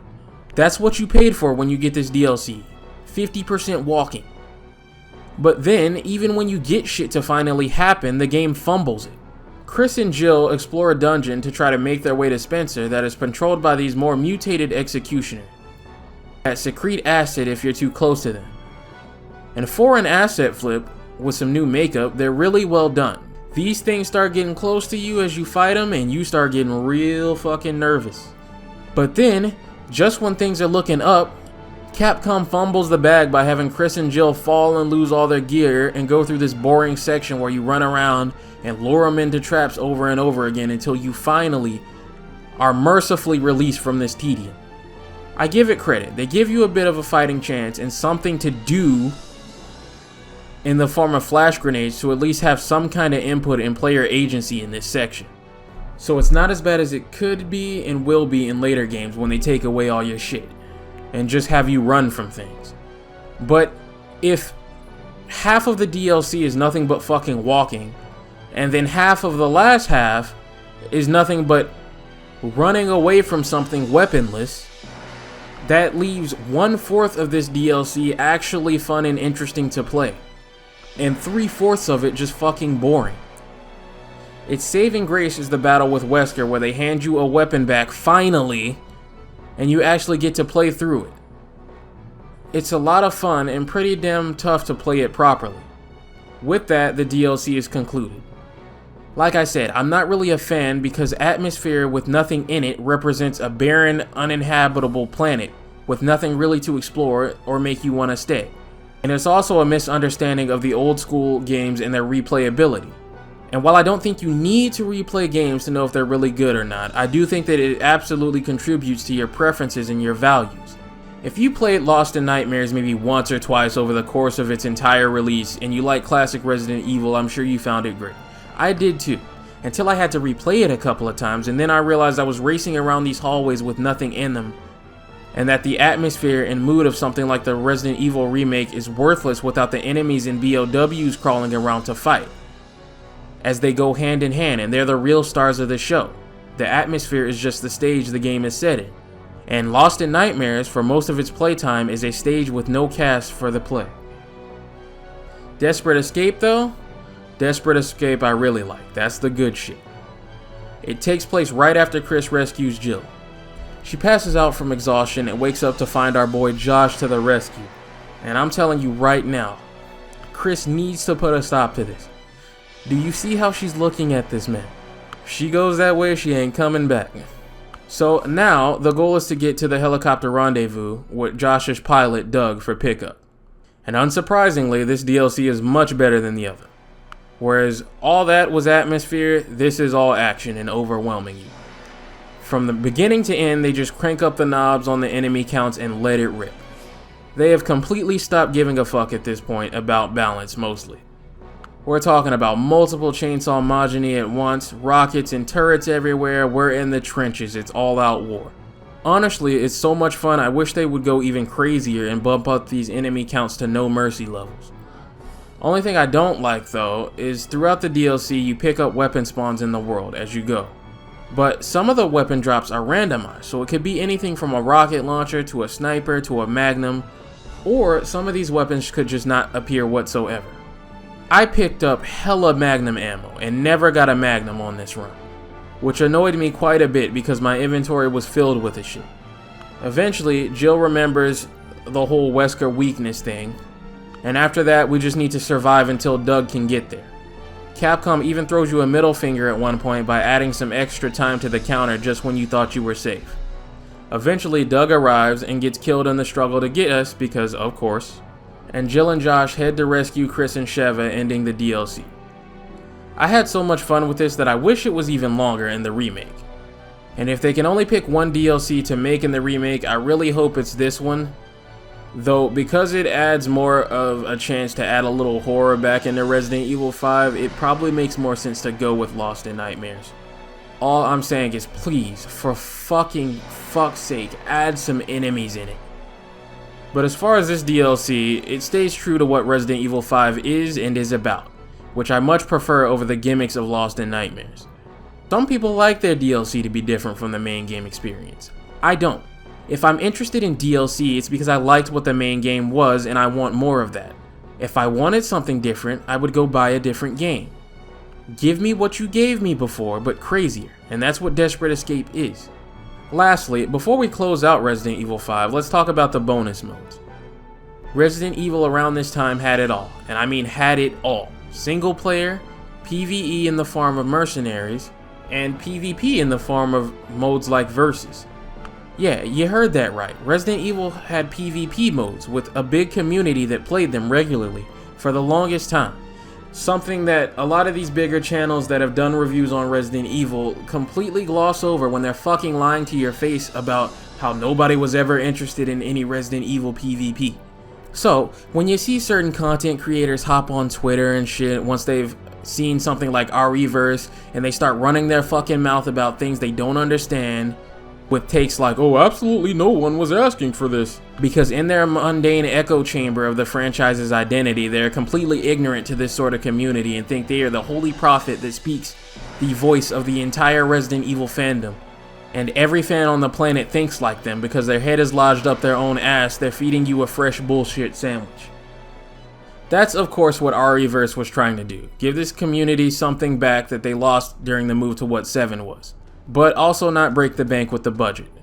Briefly, the problem with ReVerse, unless you're the type of person that is in that echo chamber that was just completely unwilling to try it just based off of what it was, is that while it was fun and the fan service costumes from different adventures throughout the years were cool, it can't help but feel like a pale imitation of the era that it's trying to emulate. Ironically much like 7 and 8, thanks to the watered down gameplay. And the basically empty budget that the game had to work with means that there was absolutely no real content for it, because it was never attached to a game like 5 or 6's PvP modes were. I didn't play PvP much in 5 or 6, I was more of a mercenaries guy, but a lot of PvP and PvE maps were the same, and built from the ground up with these modes in mind, and flowed beautifully. Our Reverse could never hope to match that, because the maps had to be made from the ground up, even from pre-existing blueprints to accommodate things in the PvP space. And that was just never going to work with the chump change this game was given for resources. Which means that even if you were having fun with the game, like some of us were, there was nothing to keep you playing. And their swan song of content that was just characters it's hard for the audience to even care about from Chris's Squad and 8 did nothing to fix that. Nor did the live service and hero shooter shit the game had mixed in with it, because of course, it is modern times. I think they really should have waited for the Resident Evil 4 remake, and for Capcom to really figure out how to get the action gameplay right, and get it back to its glory in the new engine, with more locations to work with from previous games. If they had done that, I think this game could have been much better. But yeah, that's an actual reason that RE-verse went out the way it did. Not just, oh, well, I had no interest in the PvP, so I'm just gonna say some shit, and I have no fucking idea what I'm talking about. But I'm popular, so people, please agree with me. As far as PvP of these old days, like I said, I can't speak too much for it. I was a Mercs boy. But in retrospect, I wish I had put more playtime into it. These videos on it have hundreds of thousands of views, so people were really into it, and it looks like I missed out on some real good shit by not focusing on it a little more. But I can talk about the mercenaries, and oh man, this is an upgrade from 4. Balance in 4's Mercs was pretty bad. Relying on silly exploits and AI limitations was the only way to make certain maps bearable with certain characters. Resident Evil 5 has no such problem. Every character has a bit more thought put into strengths and weaknesses of their loadout, and base Chris can comfortably perform in maps that would have eaten Leon alive in 4. With the new additions to the combat plus multiplayer, this mercenaries mode was great. It's basically just 4 in co-op. Again, I gotta say, for the best experience here, you really should be playing the PS4 or Xbox One versions of the games for the definitive experience, as these combine the original mercenaries mode and the mercenaries reunion mode that replace certain characters with old stars favorites like Barry and Rebecca, and added in characters that should have always been playable like Josh and Excella into one giant streamlined mercenaries mode, with everybody included for a damn good time. Even all these years later, I cannot believe how much fun I was still having with this, even knowing 6's mercenaries mode is gonna blow this out of the water later. The thought of Resident Evil 5 Remake getting all this in the RE engine is exciting. There's double the amount of maps there were in 4. And I had a good time on every single one I tried, no matter what character I picked, especially in co-op.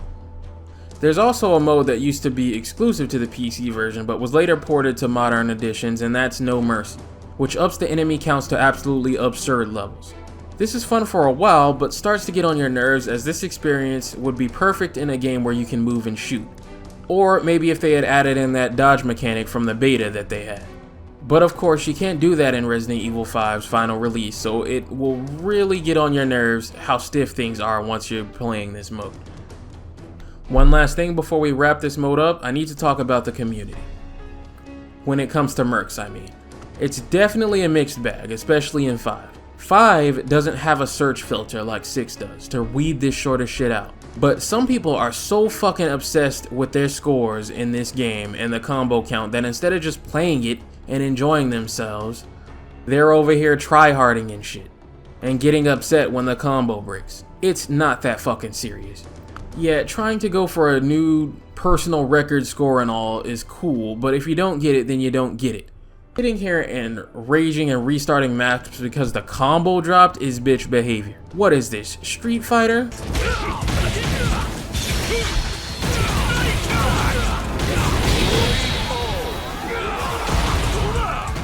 Mortal Kombat?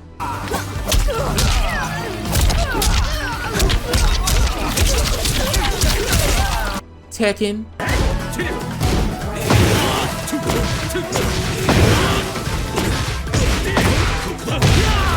Are we playing competitive Resident Evil Mercenaries or some shit? Listen, this game is over 10 years old. A lot of the videos with super high scores that have thousands and thousands of views are from fucking years ago. Any glory and fame you thought you were gonna get by showing off your high scores is long gone. That well has dried up. You're not about to enter competitive Resident Evil Mercenaries esports. You know, Resident Evil Evo Grand Finals or some shit.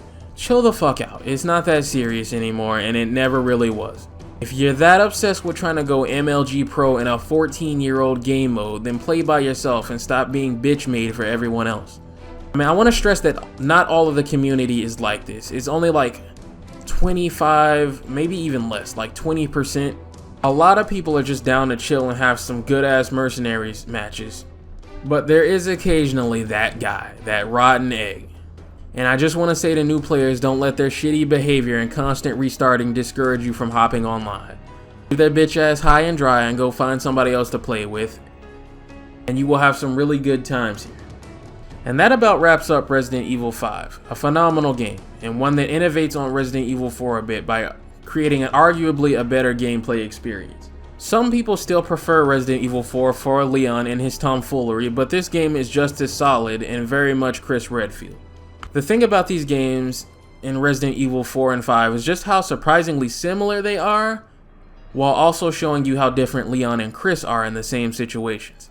Leon is a bit more of a quippy, flashing, joking, one-liner machine, and Chris is a lot more focused and more serious and determined. With Chris, it's all about the mission, and he's a lot easier to anger by villains and their crimes. So even in the same kind of game, the tone that is set by these characters are a bit different.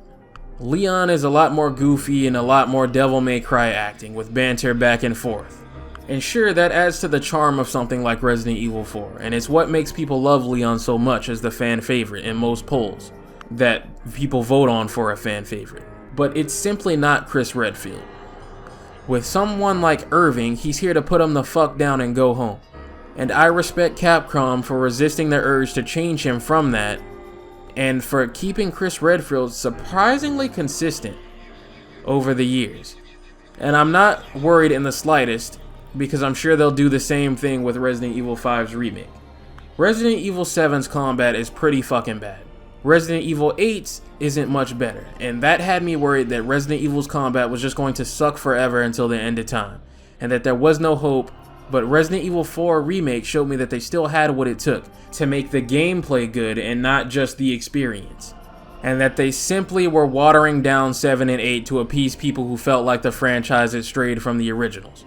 Which, honestly, to me has always just sounded stupid when you boil it down. Yes, the franchise strayed from the original. That was the entire mentality behind Resident Evil 4 and why it is what it is. That was the entire point. But after playing 4 Remake, I don't have any real worries about 5, because it's really as simple as doing exactly what you did with 4. Keep it true to the original, don't change it too much, don't water it down, don't neuter it or anything else to appease a bunch of bitches or anyone else you shouldn't be trying to appease. Make it for the people who loved it. Make it darker, make it spookier, but don't cut anything crazy like fucking up the third act or something. Same way you made 4. This was and currently still is their best-selling Resident Evil game for over 14 years and counting as of the making of this video. There are people who like this game more than 4 and consider this one their favorite entry, and I can see why completely. I prefer 4 just because I find Leon more entertaining, but the same way that Resident Evil 4 is considered Leon's greatest adventure, 5 is considered Chris's. Whenever you see Chris Redfield featured in any game outside of Resident Evil as a cameo, rest assured him and his Resident Evil 5 look is somewhere in it. I have one worry, and that's the melee tag moves being gutted a bit. Resident Evil 4's melee is great, but because of the way it works, it's hard for me to imagine how they'll be able to add in the ability for your partner to come in with a second attack, without it feeling like melee has been nerfed, since the locational damage works a bit different, especially with things like dismemberment at play. But we'll see, and I think they'll figure it out. Part of me will always be curious to know what the original single-player Resident Evil 5 could have been like, based off of how it was shaping up in the trailers. And that looked like an incredible game as well. I wish I could teleport to an alternate universe where that's the game we got just to play a copy of it and report back to you. But whether they were chasing the trend of co-op or not, to overhaul the game to co-op was definitely the right call. It did wonders for this game. And now, Continuing that co-op trend, we come to Resident Evil 6, a game that is admittedly divisive. Game journalists and hate bait channels on this platform seem to think that the word divisive is a synonym for bad game. Divisive fucking means divisive, as in divides. This isn't a hard concept to understand. When something is divided, that means one side is one way and the other is another. Not, it's divisive, so that makes it bad. That is not how that works, but somehow on this platform, that tends to be how it usually works because people are stupid. Divisive magically means everybody hates it. So here's all the things that people dislike about it, and none of the things that people like about it on the other side of the spectrum. Please give me views. There's a word for things that almost everyone hates. It's called panned. Which, I don't know about you, but my ears fucking work. And when I say that out loud, that sure as shit doesn't sound like divisive. Otherwise, when I go look at these reviews, I should be seeing a shit ton of red here. But how strange of me to mostly be seeing blue and mostly be reading positive reviews. See, that's the problem with an echo chamber. The shitty mundane reality you try to create falls apart when you start to sample a larger variety of people than the ones that are just chronically online. Anyway, yes, this game was kind of divisive. Some people will swear it's the worst game in the franchise, and I don't see how the fuck that's even possible when Zero and Code Veronica are looking you in the face right here. But hey, different strokes for different folks. Then you have the other side of the coin that's loved this game and swear it's one of the best and most fun of the franchise. And it should be blatantly fucking obvious by now, seeing what I value in games, I fucking love this game. I always have, I always will. This was my favorite Resident Evil game until Resident Evil 4 Remake came out. As a teenager, I was glued to this game's marketing. And everything I was seeing in the trailers and the playable demos they were showing off was everything I wanted out of these games and everything I had been asking for. Moving while shooting, dodging whenever you want, counterattacks whenever you wanted, Leon and Chris in the same game? I checked for demos and videos of this game every day when I got home from school. I was so excited. Looking for coverage of this game is how I got into YouTube. The Rad Brad's Resident Evil 6 Let's Play is one of the first ones I ever watched, and I've been a fan of his channel ever since. The Rad Brad tends to get me into a lot of shit. Like, he's how I got into Tekken and started taking fighting games more seriously. It's crazy to think about. When this game came out and I got it, I had the little character cards on my wall that came with the original box for years. This to this day is one of the craziest and most ambitious projects Capcom has ever done, because they focused on everything from the ground up. 3 separate campaigns, which actually turned out to be 4, but they marketed 3. One for Leon, which would bring back the zombies. One for Chris, which would focus more on the militaristic, intelligent enemies from 4 and 5. And one for Jake, who they said was Wesker's son? And they were showing off all these cool moves he had like his dad. Chris and Leon fighting in the trailer? Dude, you just had to be there. The fucking Capcom Civil War over who would win in this fight was crazy. It was still co-op, as it should have been, but all 4 campaigns were interweaved and connected. So, up to 4 people could be playing a section at once for a 4-player co-op section. That was fucking crazy. I'll say it again, you had to be there. You're not gonna understand just watching some review or reading some comment from the same kind of lame who never fucking enjoyed the direction this franchise was going in anyway, or whatever the fuck. This game and what it was showing off was the type of shit some of us had been begging for ages when it came to these games. This is a gameplay first, gameplay is the most important part of the game kind of approach to game design, and I love it. I still get nostalgic just thinking about it. No other game in the franchise has ever had me this excited besides probably the remake of Resident Evil 4 once I saw it for myself. And I'll never forget these memories. But 4 campaigns is a hell of a tall order. Trying to piece this web together from bits of every campaign in chronological order would just be a mess.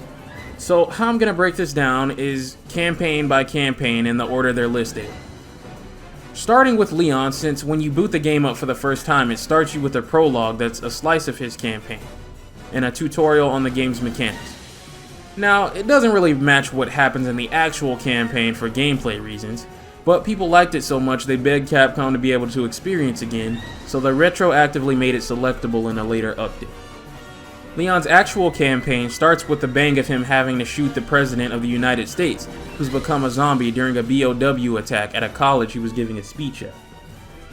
I've seen some people criticize this moment as Leon acting silly and out of character, but that is a blatant misunderstanding of the situation that he's in.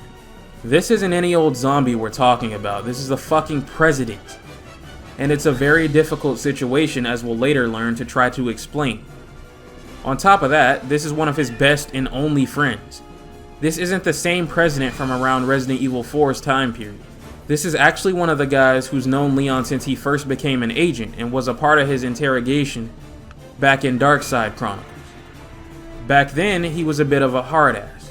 He was actually the head of that whole project. But since then, he's long gone soft and genuinely is trying to do the right thing here. So this isn't just anybody, this is a close friend on the same level as if he had to kill an infected Chris or Claire. And that's to say nothing of if he had to kill Ada. He'd actually fucking never recover if he even could do it. Along for the ride in his campaign is Helena Harper, also an agent of the Secret Service and the division Leon works for. Our girl Hunnigan is also back in action for this mission, and she's still adored as always.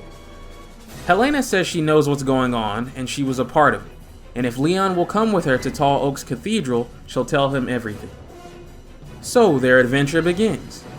They search around until they find this nobody here who's looking for his daughter among all these dead bodies and carnage. They find his daughter, and I like how the game plays with your expectations here. This entire time, he's been showing signs of being infected, but it's the daughter that turns into a zombie and kills him instead. And then we just have to ignore Leon canonically being bitten by a zombie here, as there is nothing you can do to stop this. This does happen. But I'll just assume she took a chunk out of that nice leather coat he's in. Now, a lot of people are of the opinion that Leon's campaign is the best, and I do agree with that. But I'll be damned if I don't get tired of this slow as balls opening to his campaign. You know, blah blah blah atmosphere, blah blah blah. Yeah, the shit's cute and all the first time around. But every time you go through it, you have to go through this slow ass opening. While the game makes a whole lot of spooky sounds and noises, but of course you've played this before, so you know nothing is gonna fucking happen. And finally, after you get out of this elevator, you get proper control. Now, later updates would correct this by allowing you to select not only the chapter, but the part in the chapter you'd like to play. This is an upgrade over Resident Evil 5's chapter select, which made you replay the entire thing even if you were only interested in a certain part. Because of this, I won't knock the game too hard for it, but I had the original PS3 1.0 version of the game with no updates for quite a long time, and it was painful to slog through this opening every single time I wanted to replay this game. Still not as fucking awful as dragging myself through Resident Evil 7's opening anytime I want to replay that game, but yeah. With this opening done and dusted, let's take a moment to talk about the game itself. First off, it's still got some fight left in the looks department.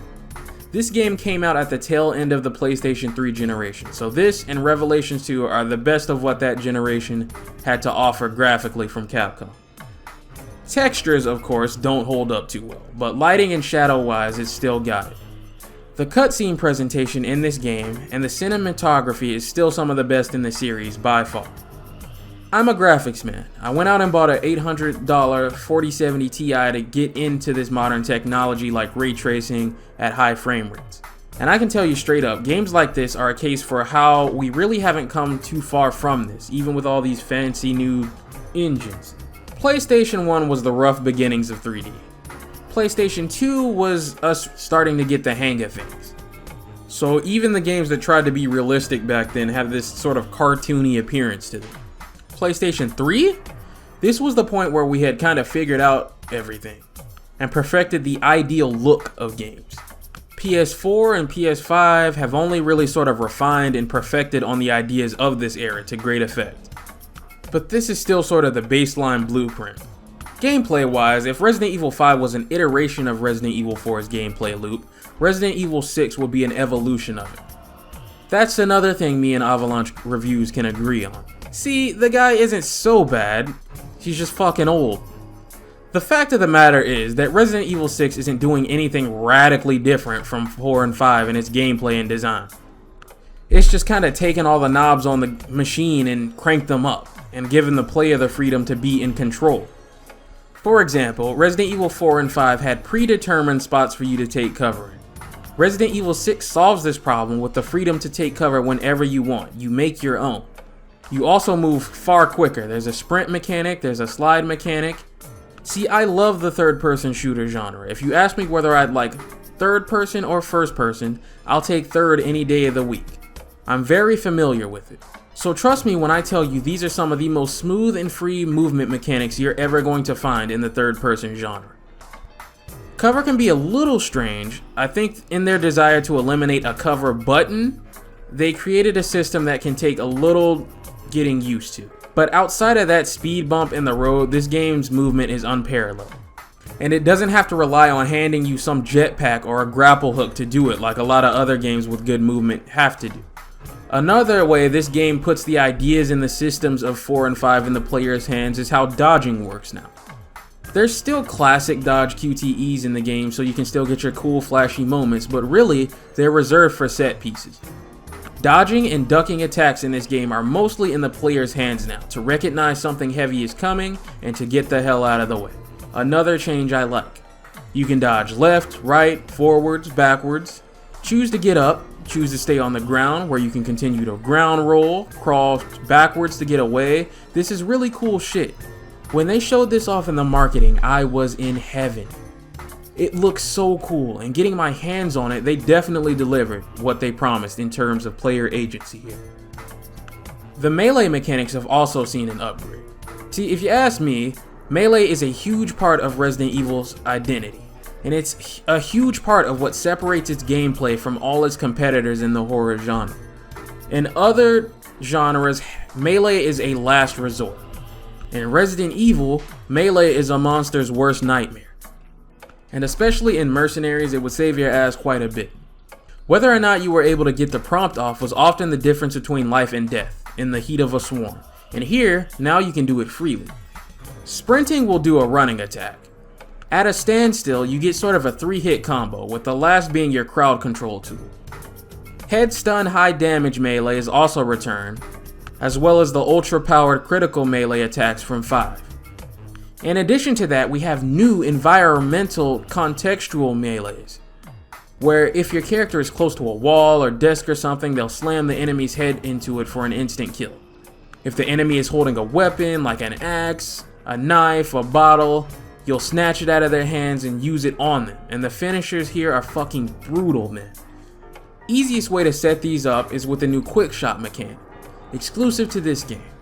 Pressing aim and fire at the same time will deliver a fast body shot to whatever's near you, stunning it for either a free melee move or a bit of breathing room.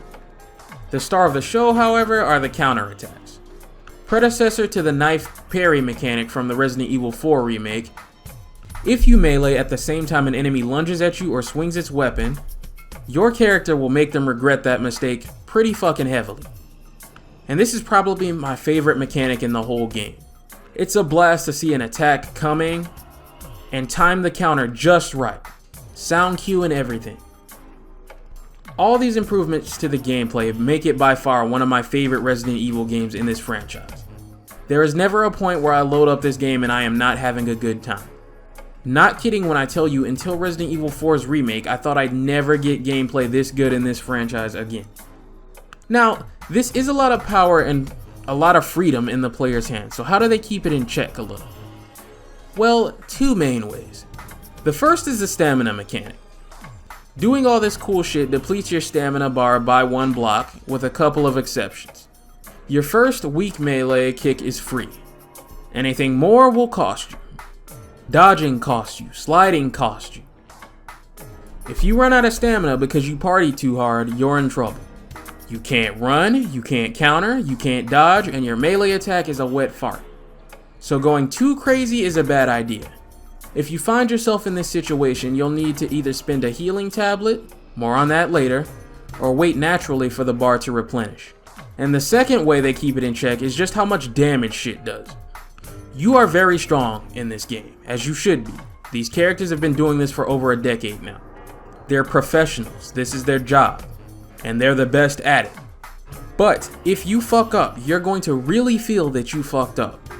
Getting grabbed or hit can take anything from like half of your health to straight up one-shotting you into danger status. And this to me is the kind of balance I'm looking for in my games. It's why, despite how cringy Dark Souls fans are, I do quite like the Souls-like genre. We can also finally fucking move and shoot at the same time. Oh my god, Capcom, why the fuck did it take you so long? What the hell were you doing over there? The HUD and inventory mechanics have also been changed. It's still real time like 5, so you can't pussy out and pause because you're in a bad spot. What's changed is how health works. Instead of a bar, you have 6 blocks of health. To heal, you have green herb tablets, or as I like to call them, Resident Evil senzu beans. I like the way they're balanced in world in real time as well. Because like 5, you have to physically use them. That means the lower your health, the more you need to pop, the longer it will take to heal. And if you get hit while you're pouring them out, that's gonna punish you pretty fucking hard. So you need to be situationally aware.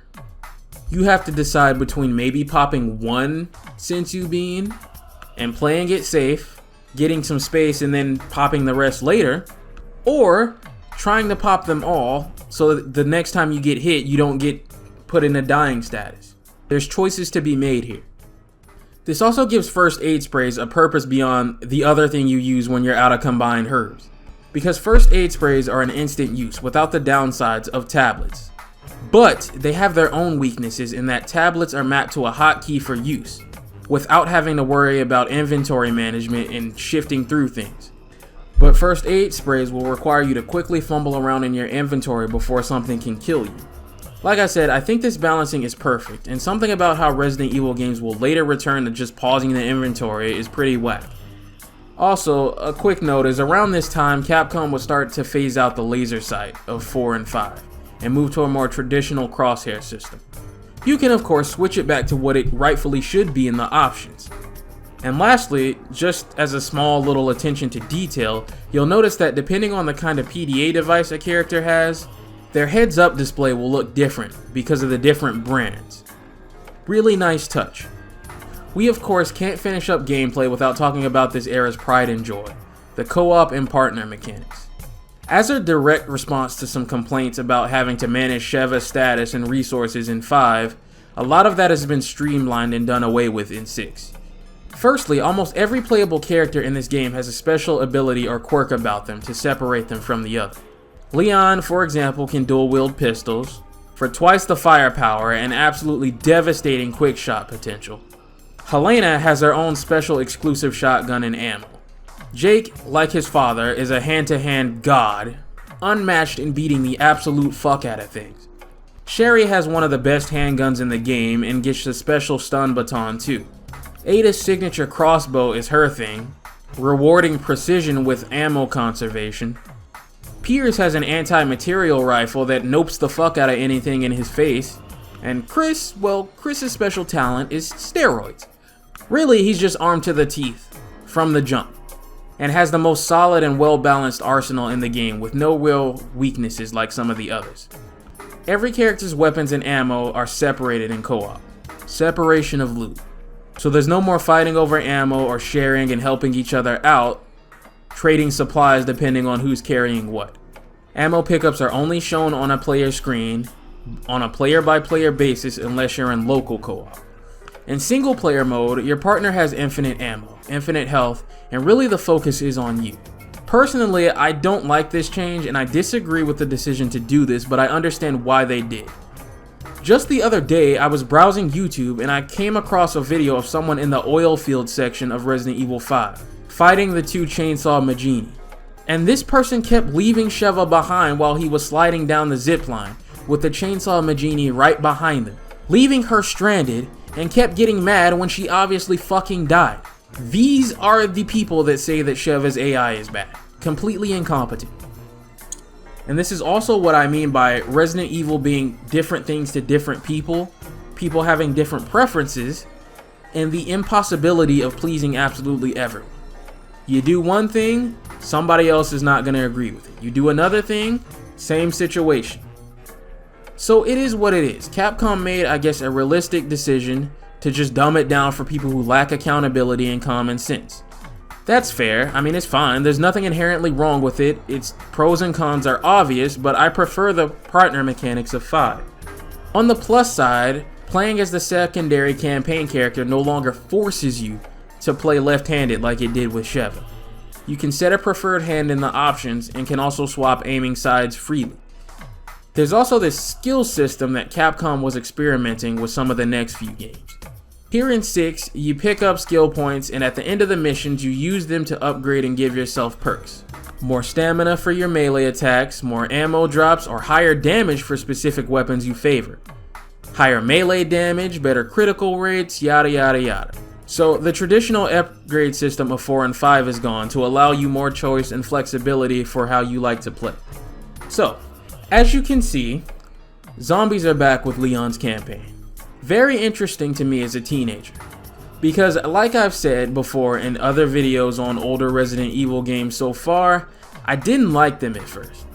I really had to warm up to these older games as I grew older, and that was long after I was already in love with 4 and 5. So the idea of that style of game with zombies was something I was excited to try out, with all the new gameplay additions and improvements that help make it work. It also helps that these zombies are faster and more aggressive than any kind in the series. This was their first attempt at bringing them to the over-the-shoulder era, and honestly, this is still probably the best to me.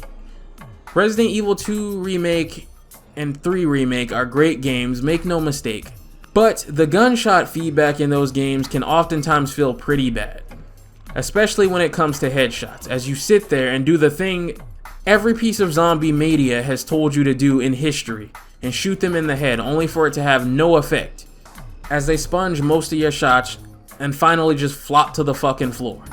Even Resident Evil 4 Remake, for as good as it is, still has this problem of shot feedback just not always being consistent. Unless you get a head pop, it can oftentimes feel unsatisfying to hit anything. Here they react to being shot, and while they may be less durable than the ones in those games, in trade-off, they're simply funner to shoot. There's the old favorites like the standard zombies, the zombie dogs, but also new additions like whatever the fuck this toad throat thing is. We'll talk more about Joavo when we get to Chris's campaign, but just know that the zombies in this game are my favorite of any Resident Evil game because they're agile, they're aggressive, they're fun to fight, and can oftentimes be more dangerous in mercenaries maps than the Joavo. Leon and Helena fight their way off campus, with Leon crashing a car damn near minutes after finding it. Yeah, it becomes a running joke among the fans that from this game onwards, Leon is the worst driver on the history of the Earth. He tends to crash anything he touches. But taking a detour through the sewers, they end up in the heart of the city, where the virus has been spread everywhere. Real Raccoon City vibes here. Unlike those games though, we're right in the shit of it. Resident Evil 2 takes place way after Raccoon City has already gone to shit. And even though 3 takes place before that, outside of the opening, Raccoon City is still mostly barren and everyone is dead everywhere you go. Here in 6, you get to see the city right in the middle of a fresh outbreak, as survivors struggle to fight for their lives. You'll encounter more living NPCs in this game than Resident Evil 2 and 3 combined. And it's absolute fucking chaos out here. Cars crashing every which way, shit blowing up every which way, motherfuckers getting eaten every which way. It's rough. Helena and Leon push through the chaos and fight their way to a group of survivors who are also headed for Tall Oaks Cathedral. Unfortunately, in Resident Evil fashion, by the end of the journey, everyone else is dead and they're plopped right in front of the cathedral. They meet even more survivors once they're inside, and they don't really make it either once we open these lower levels, and this weird BOW shows up that starts infecting everyone with gas. It seems to be turning everyone into monsters. Killing it and exploring the lower levels, things start getting real sinister. The cathedral is a front for an underground lab, and Helena has been here before and seems to be searching for someone in particular. Things get extra sinister when Leon comes across a tape of something called Project Ada, which shows her being birthed out of one of these weird cocoons that they've seen all around the lab. Leon doesn't know what to make of this idea that Ada might not even be human. But they push on under the lab itself into what appear to be catacombs, where they finally find what Helena has been stringing him along and looking for, her sister Deborah. They try to get out of the place with her, but she starts to transform, and lo and behold, who shows up but Ada to shoot Deborah right in the fucking face. Deborah isn't dead because she's infected. And before Leon can get any questions out of Ada, it's time for a boss fight and a ride through the catacombs. Throwback to the minecart ride of 4. This is a prime example of where the campaigns would intersect back in the day if everything lined up right. Eventually, Deborah dies and Helena comes clean. Derek Simmons, a high-ranking director, betrayed the president and blackmailed Helena for help under the threat of kidnapping and torturing her sister. With her help, Simmons was able to unleash the C virus while Adam was at the college, and it spread through the entire city. Ada parts ways, and on a call, Simmons frames Leon and Helena for the president's death, and forces Hunnigan to mark them as wanted for questioning. Planning to stop Simmons and clear their names, they fight their way out of the catacombs, while fighting against a giant fucking shark because this is Resident Evil, son. This is what we fucking do. And then, they ask Hunnigan to fake their deaths long enough for them to head to China, where Hunnigan has tracked Simmons too. There's been a bioterrorist attack there as well, and this one is similar to the one from a few months ago. The BSAA are already out there now. On the plane to China, Leon and Helena are apparently allowed to just walk around in this place fully armed, and the plane gets sabotaged by the same kind of monster that infected everyone back at the cathedral. Killing it and venting out the gas, they destabilize the plane and crash it into a random part of a Chinese city. And somehow, because this is Resident Evil, they fucking survive this. That's not even mentioning the hundreds of people this crash probably just killed in the first place. Yep, this is a Resident Evil plot, alright. Glossing over that, as you just have to do in Resident Evil games, they run into Jake and Sherry. She's all grown up now, god damn, and is an agent of her own. Things get a little awkward here because Sherry reports to Simmons, but won't give him up. And her aggressive pit bull of a boyfriend here definitely does not like Leon. But before things can pop off, the Eustanak, who we'll talk about more in Jake's campaign, shows up, and the four need to work together to put it down. Along with the first chapter of Leon's campaign, this fight was another big thing they marketed to show off the 4-player story intersections, and it doesn't disappoint. This fight is probably one of my favorite moments in the game, as this thing runs around just bulldogging through people, snatching them up, putting them on his back. It's just a fun time. But the fight separates Leon and Sherry, and they part ways. Sherry tells Leon where to find Simmons, and they race there. This is when the game introduces that third act creepy enemy. In 4, it was the Regenerators. In 5, it was the Reapers. In 6, there's... I'm not fucking pronouncing this name, so we're just gonna call them Breaky Boys. Breaky Boys are extremely dangerous. They break apart in response to damage and are pretty damn durable. Each piece that breaks away has a mind of its own and follows you around. In addition to that, their grab attack is heavily damaging, and if it kills you, the death is pretty damn gross. Think Facehugger from the Alien movies. I do think that overall it's less threatening than the Regenerator in 4 and especially the Reaper in 5. 4's Regenerators look really scary, but become complete fodder once you know their weakness.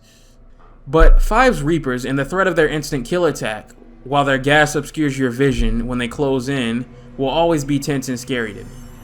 These guys could have definitely benefited from that, because I get what they're going for here, and you're meant to try to avoid killing them and run away, but that falls apart because of how easy it is to just shoot them until they're dead. Once you break them apart, they don't pose much of a threat. It's only the fully bodied versions that are technically the scariest and most damaging. Trying to get to Simmons, they run into Ada, who at this point I'm gonna stop pretending is Ada. Her name is actually Carla. Everyone just believes her to be Ada, but more on that later. This is another one of those plot intersection moments as Chris and Piers are also chasing after her. And this one is interesting as instead of working together, the players would actually be competing to get to Ada faster, trying to sabotage the other, and whoever won would get extra skill points in the next room, flipping the initial concept on its head. Eventually though, this leads to the famous scene of Leon and Chris scrapping for a bit before they draw down on each other. And you better believe, like I said, we were all arguing over who would win in forums and comment sections back in the day. I mean, the answer is Leon, of course, but anyway. Leon has no fucking clue what's going on, but he will protect Ada from whatever is going on here. Chris is after her for his own reasons, and because of Leon's commotion, she escapes. Leon and Chris, understanding the situation is more complicated than either of them fully grasp right now, decide to work together. Chris will go after Ada, Leon will go after Simmons. And with that, that's exactly who he runs into next before Sherry and Jake walk in on the standoff. Simmons admits to it all, saying he did it to stop Adam from telling the world about the US involvement in bioterrorism. In the shootout, Simmons gets infected by one of Carla's hit squads, and Leon and Helena go after him while Jake and Sherry escape. But not before Sherry gives Leon all her data on the C-Virus. They corner him to this train for this boss fight. His transformation looks especially brutal. But we take him out and jump into the river to avoid death by train, and swim back to the city.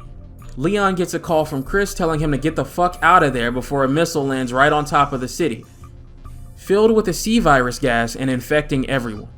Almost the entire town is lost, and Leon and Helena can't do anything but try to work with the soldiers to survive and run from the gas. Chris also tells Leon that Ada Wong is dead and our boy is hurting. He, in exchange, sends Sherry's data over to Chris and tells him he needs to find Jake and Sherry immediately. They've been captured after the showdown with Derek. Turns out not only is Jake Wesker's son, but he's the only way to stop this virus. The plan is to get on top of a nearby tower for evac. In the process, we pick up right at the start of the prologue with Leon and Helena being blown away in an explosion. Only this time things are changed. Ada shows up in a chopper, much to Leon's surprise, and Leon and Helena Resident Evil vortex their way to the tower where they run into Simmons again for another fight.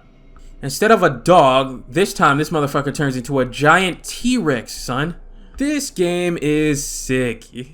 Ada's also here during this section to help us out. And killing Simmons a second time, we make our way to the top of the tower. While dealing with the elevator breaking, because of course this is Resident Evil, they catch a glimpse of Ada and Simmons fighting, and once he gets the upper hand on her, Leon says fuck it all and jumps over to save the day and protect her from him. Leon and Ada work together again, just like old times, to kill this motherfucker a third time, and Ada says goodbye for the rest of the game. On the rooftop, this motherfucker is still not dead. This time he turns into one of the craziest transformations in the franchise. A giant fucking fly. If you hate flies, watching this thing with its humongous fucking eyeballs fly towards you is freaky as hell. I don't like bugs in general, so this shit ain't exactly comfortable. But I enjoyed this fight and some of the cool shit you can do in it quite a bit. But finding the chopper left by Ada for us to take, and a rocket launcher because she knows what a man wants, we bring this fucker down properly in one of the most satisfying finishes in the franchise. With that, Leon and Helena escape with the evidence they need to clear their names, and we cut to way later after the fact, when everything is resolved. Helena visits her sister's grave, and instead of being arrested like she expects, she's welcomed back into the agency? What the fuck? That's not how that works. She still committed one of the worst crimes you can probably commit in America. She'd definitely still be taken away. That's how the law works. She'd be lucky if they actually even take her to prison, because they'd likely take her somewhere to be tortured relentlessly every day for the rest of her life and just say she went to prison. But alright, I guess. And that's Leon's campaign down. Definitely enjoyed it the most. Not because it's significantly better than the other four, as Chris, Ada, and Jake's campaigns are all still pretty good. After fighting the Ganado and the Magini in 4 and 5, it's just a nice change of pace to fight zombies again, under the same sort of gameplay loop you would expect in 4 and 5. I definitely see why a lot of people like Leon's campaign the best. But we have 3 more to go, and it's time to move on to Resident Evil's original hero, our boy Chris Redfield. Leon's story is a tale of revenge and a frame job. Chris's story is also a tale of revenge, but more so a tale of how years and years of this bullshit and losing all his comrades and friends and the pressure of being a leader constantly weighs on him, and how his struggle with that almost breaks him completely and leads to a fall from grace in one of the lowest moments in his life. We start with him wasting away in a bar, drinking his life away, while some guy constantly tries to make conversation with him. After he harasses the bartender and is asked to leave, Piers, the guy who's been talking his ear off, sits him down and grills him about how far he's fallen from the Chris Redfield everyone else in the BSAA idolized and looked up to. Turns out, this has all been a setup to find him and bring him back. He's been AWOL for 6 months. He's drunken and coped himself into some kind of amnesia where something so traumatic happened that he doesn't remember it or Piers. Skipping ahead to China, he's back in action to deal with the C-virus outbreak here, and Piers and a new unit of men are under his leadership. The mission right now is to head in the thick of the attack and try to rescue as many civilians as possible. Chris is noticeably a lot more irritable and angry than he was in the last game, and why will become apparent in a later chapter. For now, let's get introduced to the game's second enemy type, the Juavo. Juavo are the idea of the Ganado and the Majini fully realized but twice as intelligent. A genetically engineered super soldier army to be used and commanded at will. These guys behave like the Plagas mutations of 4 and 5 with some upgrades. For starters, we have locational mutations based on damage. Depending on where you shoot, they will mutate to form shields, arms that grab you, enhanced armor, and even head mutations like claws and berserk states. A fight with these guys once they start mutating can go from you coasting through them to being in some serious trouble in the blink of an eye.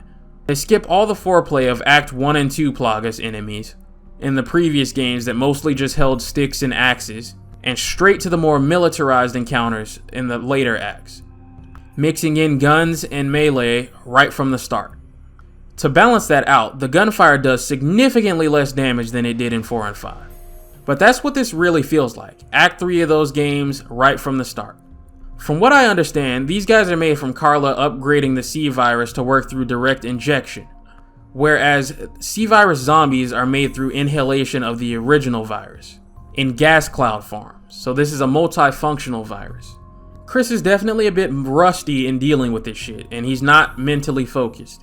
He's making mistakes that a Chris Redfield on his A game, like the 1 in 5, would never make. And it's made very clear that this Chris Redfield, as he is right now, could never have stopped Wesker. This is also the chapter that was showed off for Chris in all the marketing. I remember it like it was yesterday. Leon had zombies, Chris had Juavo. Capcom told you from the jump that his campaign would be way more action-packed.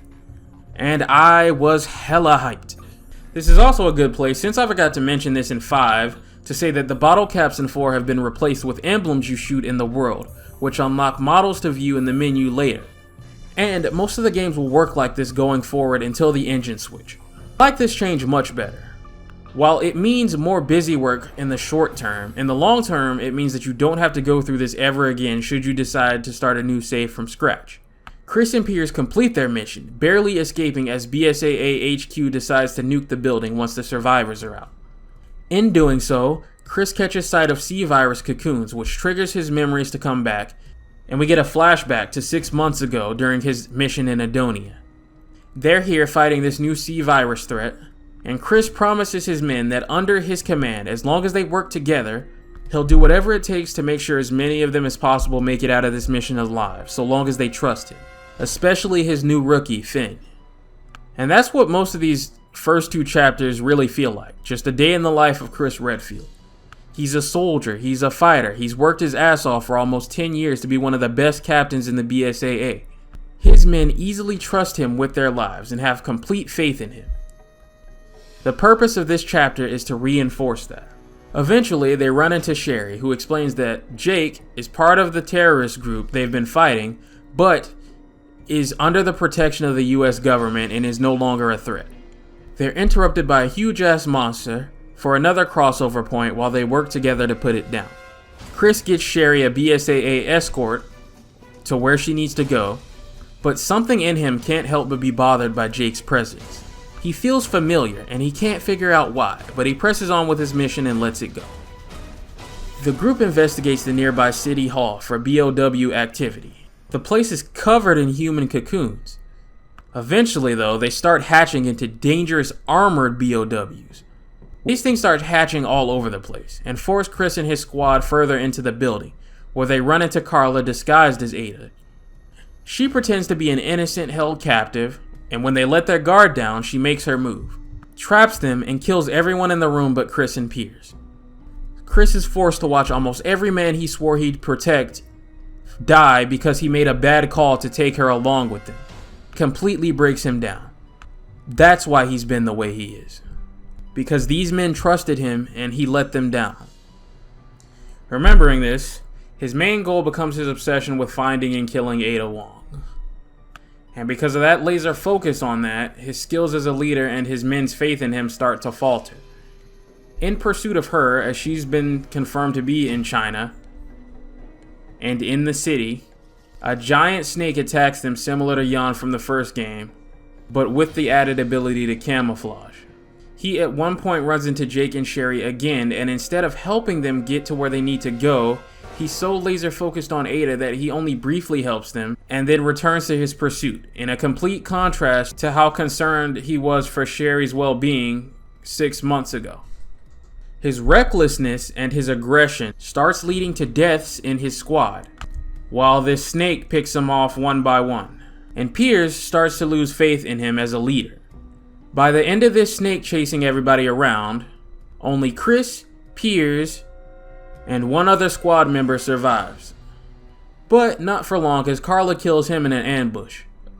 And with that, Piers is sick of Chris and his bullshit.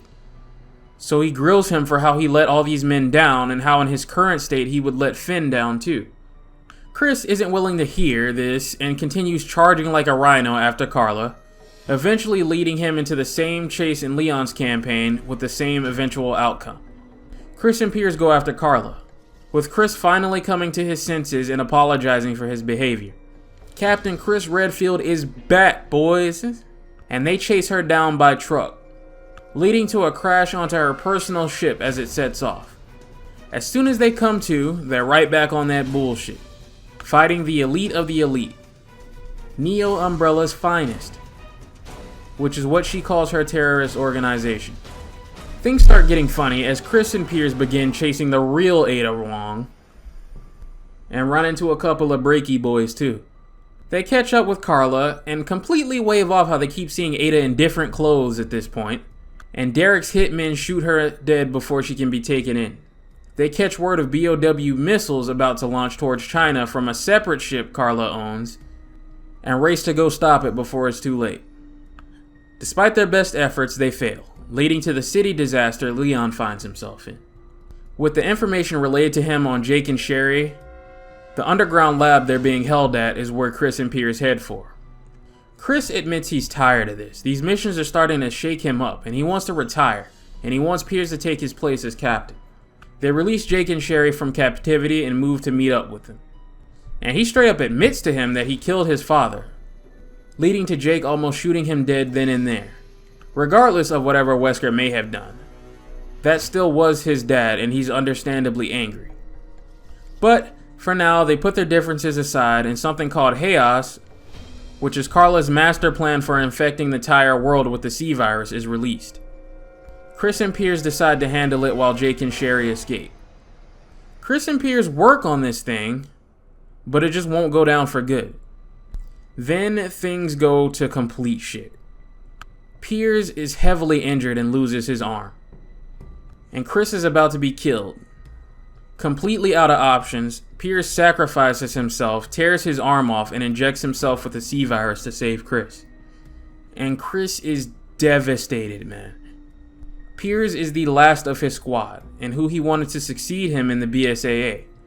But now that's a done deal. Piers, knowing his time is up, forces Chris into some nearby escape pods, and saves Chris one last time just as the lab blows up completely.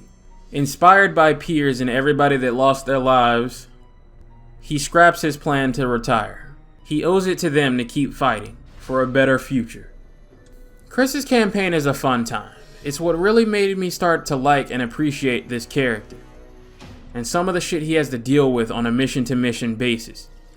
This is his life, and it isn't easy. He has to constantly meet soldiers, make friends, and watch them die over and over, all under his leadership. It's hard work. Yes, it's very militaristic, very Gears of War inspired, but that is the point, and I don't see that as a bad thing just because it is that way.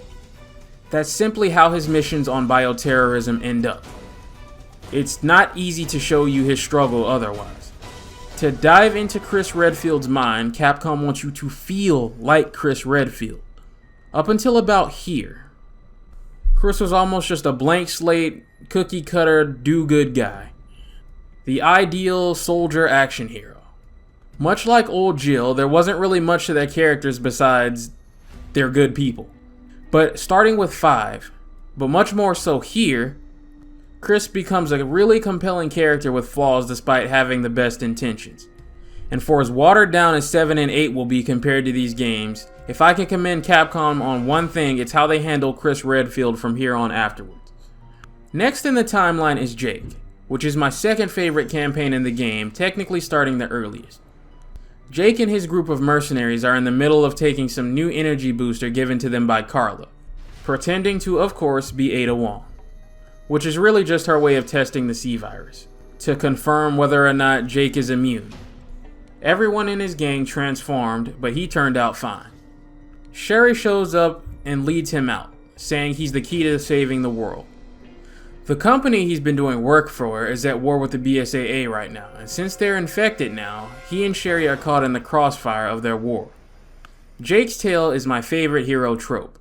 The arrogant, selfish asshole who's only out for himself at first, but love makes him realize he should try to be a better man. It's also a tale of legacy and forging your own way, regardless of whatever your parents may have done.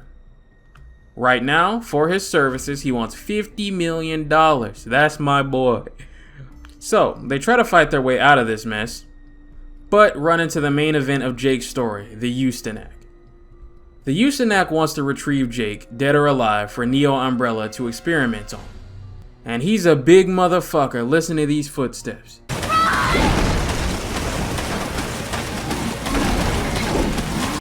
Now, some people have a problem with him being a set piece as opposed to a pursuer enemy like Nemesis, but I couldn't disagree more if I tried. I would much rather him be scripted and pop up for crazy memorable shit than just chase these two around and get on my fucking nerves. I'm already dreading how much I'm gonna have to deal with that shit once we get to 7. I don't need it here. He serves his purpose, and almost anytime he's a threat to Jake or Sherry, he's the star of the show for showing up and doing something memorable. The thing corners them and they're forced to fight it, barely escaping with their lives. Which leads to them running into Chris and Piers in the whole BOW situation. On Chris's provided transport, Sherry calls her superior, who we know is Simmons, and he agrees to Jake's terms. The Ustanak has tracked them and brings their chopper down in the middle of nowhere. Sherry is mortally wounded in the landing, but heals from her injuries almost immediately, freaking the pure shit out of Jake. Being infected with the G-Virus back in Resident Evil 2 gave her regenerative abilities on some Wolverine type shit. They search around for Jake's data, which Sherry lost in the fall before taking shelter in a nearby cabin. You can see their romance budding here. And Sherry explains her backstory, why she has her powers, and her father's crimes, and how she's managed since then. They're interrupted by Joavo, who've tracked them, and they escape by snowmobile into ice caves, where the Ustanak is now stalking them. As soon as it catches sight of them, it chases them and corners them, and they seemingly kill it by power drill in this bomb-ass set piece. When they make their way out of the caves, Neo Umbrella pins them down, and the Ustanak ain't so dead after all. Carla shows up, explains to Jake who his father is and why they want him, and they're taken to a secret lab in China where they're experimented on for 6 months. On the day of the bioterrorist attack in the city, Jake sees his opportunity to escape and takes it, releasing Sherry in the process. Jesus, dude. When they meet back up and get dressed, much to Sherry's annoyance, Jake blames his dad for his bad decisions in life, whereas Sherry has done all she can to do better than her father, so feels like Jake is just making excuses and needs to take responsibility. Using the bike, they race to the rendezvous with Simmons while being chased by Neo and Umbrella. This bike chase is probably one of my favorite moments in the game. They, in Resident Evil fashion, eventually crash the fucking thing, dodging a helicopter and ending up near Chris and Piers in their campaign, during the same boss fight with the chopper. Whereas Chris has to pepper the thing with a grenade launcher to kill it, Jake, because he's one bad motherfucker, can literally just climb on top of it and shoot the pilot right in the fucking face. This game is sick. Further exploring, because no modern Resident Evil game is complete without one, the chainsaw enemy is back. In this game, I think his name is Ubistivo, but I just keep it simple and refer to him as Chainsaw Joavo. And holy fuck, what an entrance. This is one of the sections they showed off in Jake's campaign in the marketing, and once again, hyped as shit, glad to see him back. He's been hella buffed since his Resident Evil 5 days. This, in my opinion, was the definitive version in terms of balancing until the Resident Evil 4 remake. For starters, he is no longer a sub-boss, but a reoccurring full-fledged boss. He maintains his resilience to stopping power weapons, but now he'll go berserk whenever the fuck he feels like it, instead of having to be killed first. His berserk swipes are much faster, and if they connect, you'll have to fight for your life mashing until your partner can save you. If they don't, you're dead. Fighting off the chainsaw swipe was an idea that was originally in Resident Evil 4 before they changed it, which is why Leon has two different but similar death scenes that can trigger.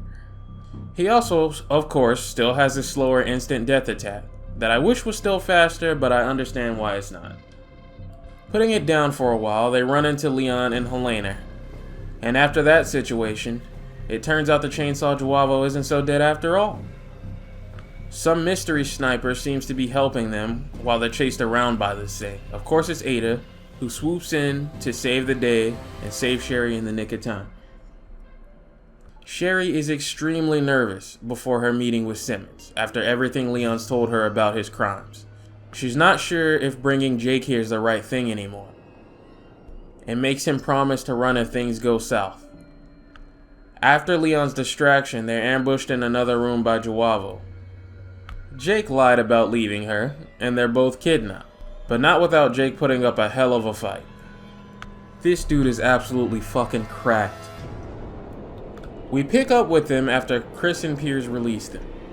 And after being pursued through one hell of a set piece with all these breaky boys, they link up with Chris and Piers, and you know what happens next. Like I said, regardless of Wesker's crimes, to Jake, that was still his father, and he's staring at the man that killed him before he ever got to really meet him. Regardless, Jake's anger is absolutely understandable here. Fast forwarding to their separation, Jake has changed and is fully determined to help Sherry save the world, because it's the right thing to do. But before they can leave, it's time for the final showdown with the Houston. And it's glorious. This is hands down the best boss fight in the game, and my favorite boss fight in Resident Evil history. Every phase of it is good, but the highlight is when the Houston manages to disarm Jake and corner him over a lava pit. Jake has had enough of this shit, and they just start slugging it the fuck out, man to man. Just describing this shit to you, I have a smile on my face while writing this script. This is the shit I'm here for. This is what I love this series for. This right here, hype shit. Nothing can really encapsulate what makes this series one of my favorite gaming franchises of all time that I love to death more than this moment right here. This is the highlight of the game for me. Notice how once they stop making the gameplay itself shit, none of the boss fights suck. Something I really can't say for some of the older games. You would think this would kill this thing, but it chases them one last time where they shoot it in its exposed heart, killing it for good. With that, Jake and Sherry escape, and Jake's blood is used to create a vaccine for the C virus. Sherry has left such an impression on him, he's decided to forge a legacy different from his father by working to fight bioterrorism and protect those in need on some Batman type shit. Jake's campaign without a doubt is my second favorite, and a close second favorite at that. In one game, this dude became my second favorite Resident Evil character of all time, right next to Leon. And he's got all the qualities and flaws I like in my protagonist. I think Jake's campaign, more than any of the others, best represents the spirit of Resident Evil 4 and 5's action horror pacing. A story about saving the world and kicking the boss's ass in spectacular fashion at the end. More than any other campaign, this is an evolution of that. The idea of Birkin and Wesker being two of the most heinous men in Resident Evil history who basically grew up together to become best friends, having children who then go on to be one of the greatest heroes in the franchise responsible for helping save the world to atone for their parents' fuck-ups, is a really special story. With that though, we come to the final campaign, Ada Wong's. Originally, at launch you could only select her campaign once you had beaten the other stories because hers acts as the finale, bringing everything together, and hers was exclusively single player. Once Capcom realized it was kinda silly to have the main draw of the game be co-op and then have her story not be, they backpedaled on this with a patch and created this non-canon agent character that only exists so it can be played in co-op. Additionally, while the other three campaigns were exclusively zombies or Jawavo, Ada's campaign will bounce between the two depending on the chapter. Her story first begins with her infiltrating a submarine that Simmons has lured her to. And honestly, her campaign doesn't get off to the best start. Because she's a spy, they try to do this goofy low ammo stealth thing for the first 15 minutes or so, where they punish you pretty hard for getting seen, and I just don't like it. The rest of the game isn't like this, and I'm just not interested in stealth bullshit in my Resident Evil. And the final room for this chapter, thanks to all this low ammo stealth shit, can be a bit frustrating as your resources are low, while you try to answer this stupid machine before the timer runs out. As she's looking around, things start getting weird. The ship recognizes her prints and DNA.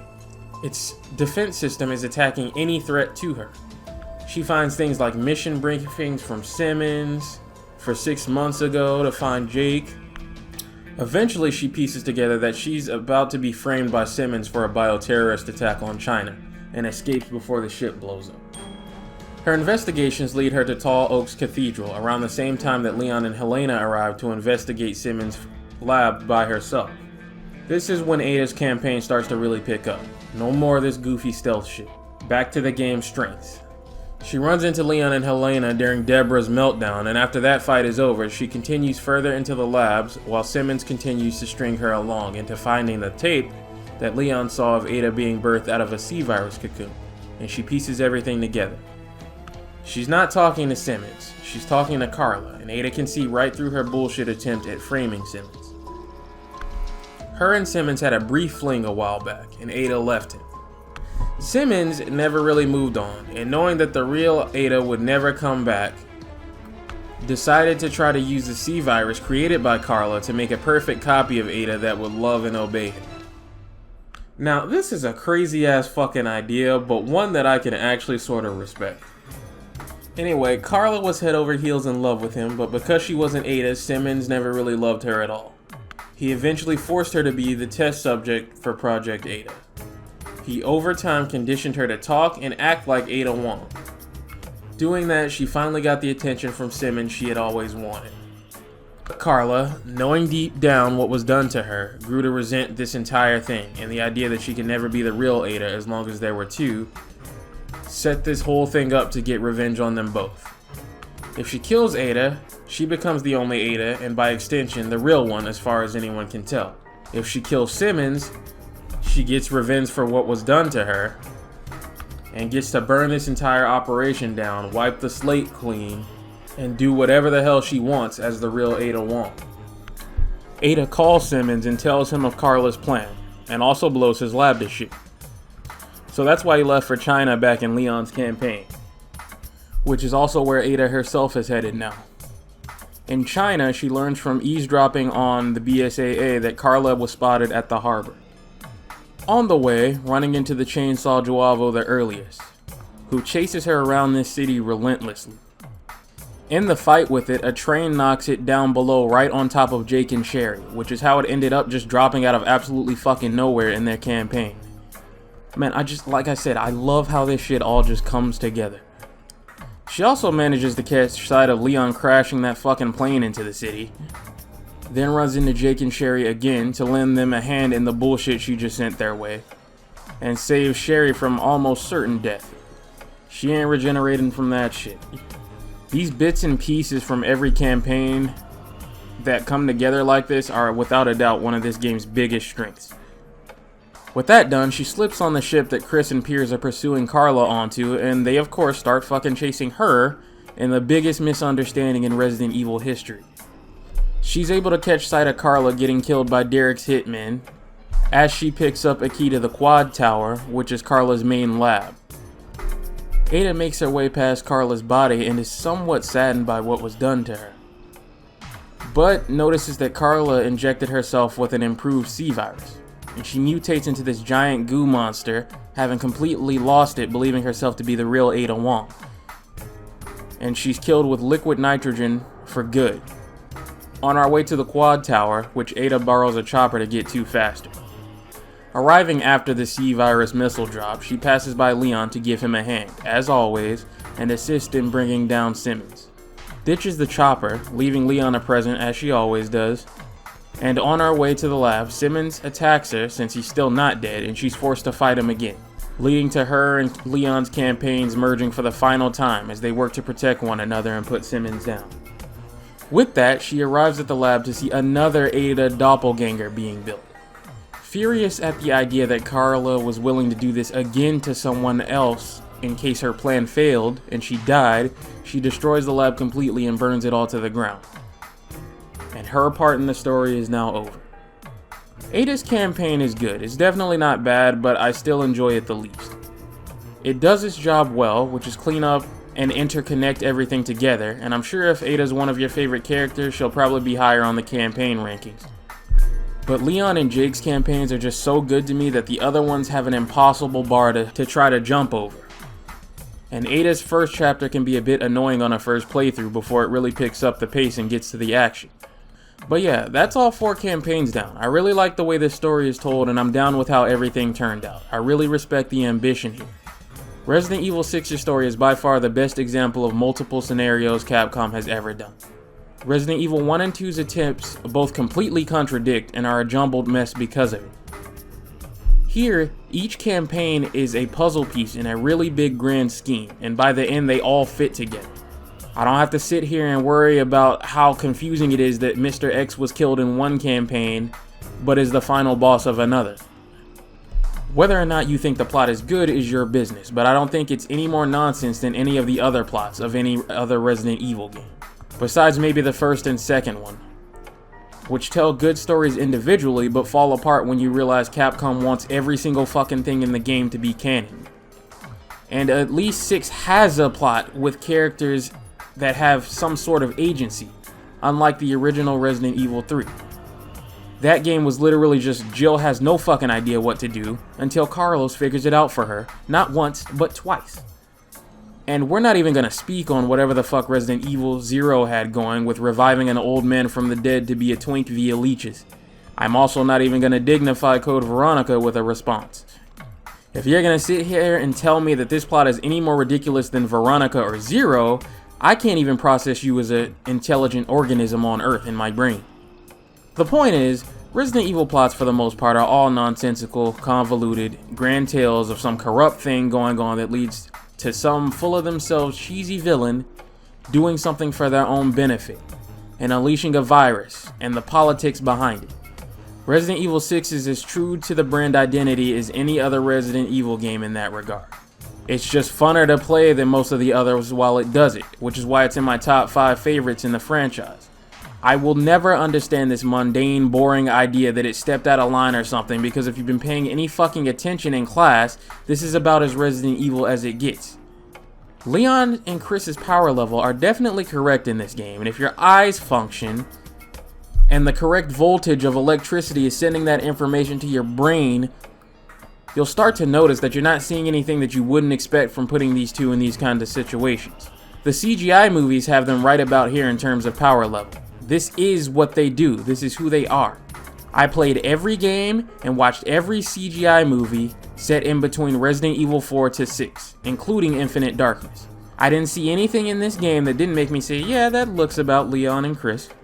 These are not people that you build a traditional survival horror game around anymore.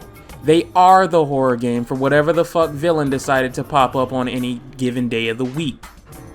That is why, in order to bring back a traditional scary Resident Evil game, it was necessary to get them out of the equation and wipe the slate clean with someone like Ethan Winters, because the second you get Chris Redfield involved in whatever the fuck is slapping Ethan around, he's cleaning house. Every one of these bakers would have been dead in about 5 minutes if Resident Evil 7 was a game about Chris Redfield.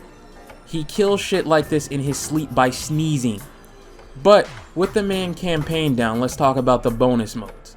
Things like Agent Hunt mode back in the day was a way for players to invade someone's campaign and attempt to kill them. Something that a lot of other games were experimenting around this time. PvP modes like Survivor I can't really comment too much on myself, but the absolute star of the show, once again in my opinion, is Mercenaries mode. Oh my fucking god, this mode hasn't aged a day. There's more maps than ever before, I believe a total of like 10. Almost every map is good, my personal favorites being the Rooftop, Creature Workshop, and Liquid Fire. My least favorite is Catacombs. Catacombs isn't bad, it's just hard as shit as soon as you start it. You can blink on Catacombs and something will go wrong and kill you. Like I said, not a bad map, just a chaotic one. You start up Catacombs, it's a 50-50 gamble whether or not you're gonna get killed. But every single gameplay improvement that I've listed thus far shines in this mode. The mobility, the skill ceiling, encounters and dodges, it's absolute perfection. I could do this shit all day. In fact, I did do it all day. And then I did it all day again. I had to force myself to stop playing this because I couldn't. And honestly, as much as I enjoy 4 Remake's Mercenaries mode, I'm still starting to think that 6 has the best mercs because of the gameplay. Secret Discord tech like Leon's machine shotgun strat, all the unique counters and melee attacks. 4 Remakes Mercenaries mode is without a doubt still the best mercs we've had in a while, and second best.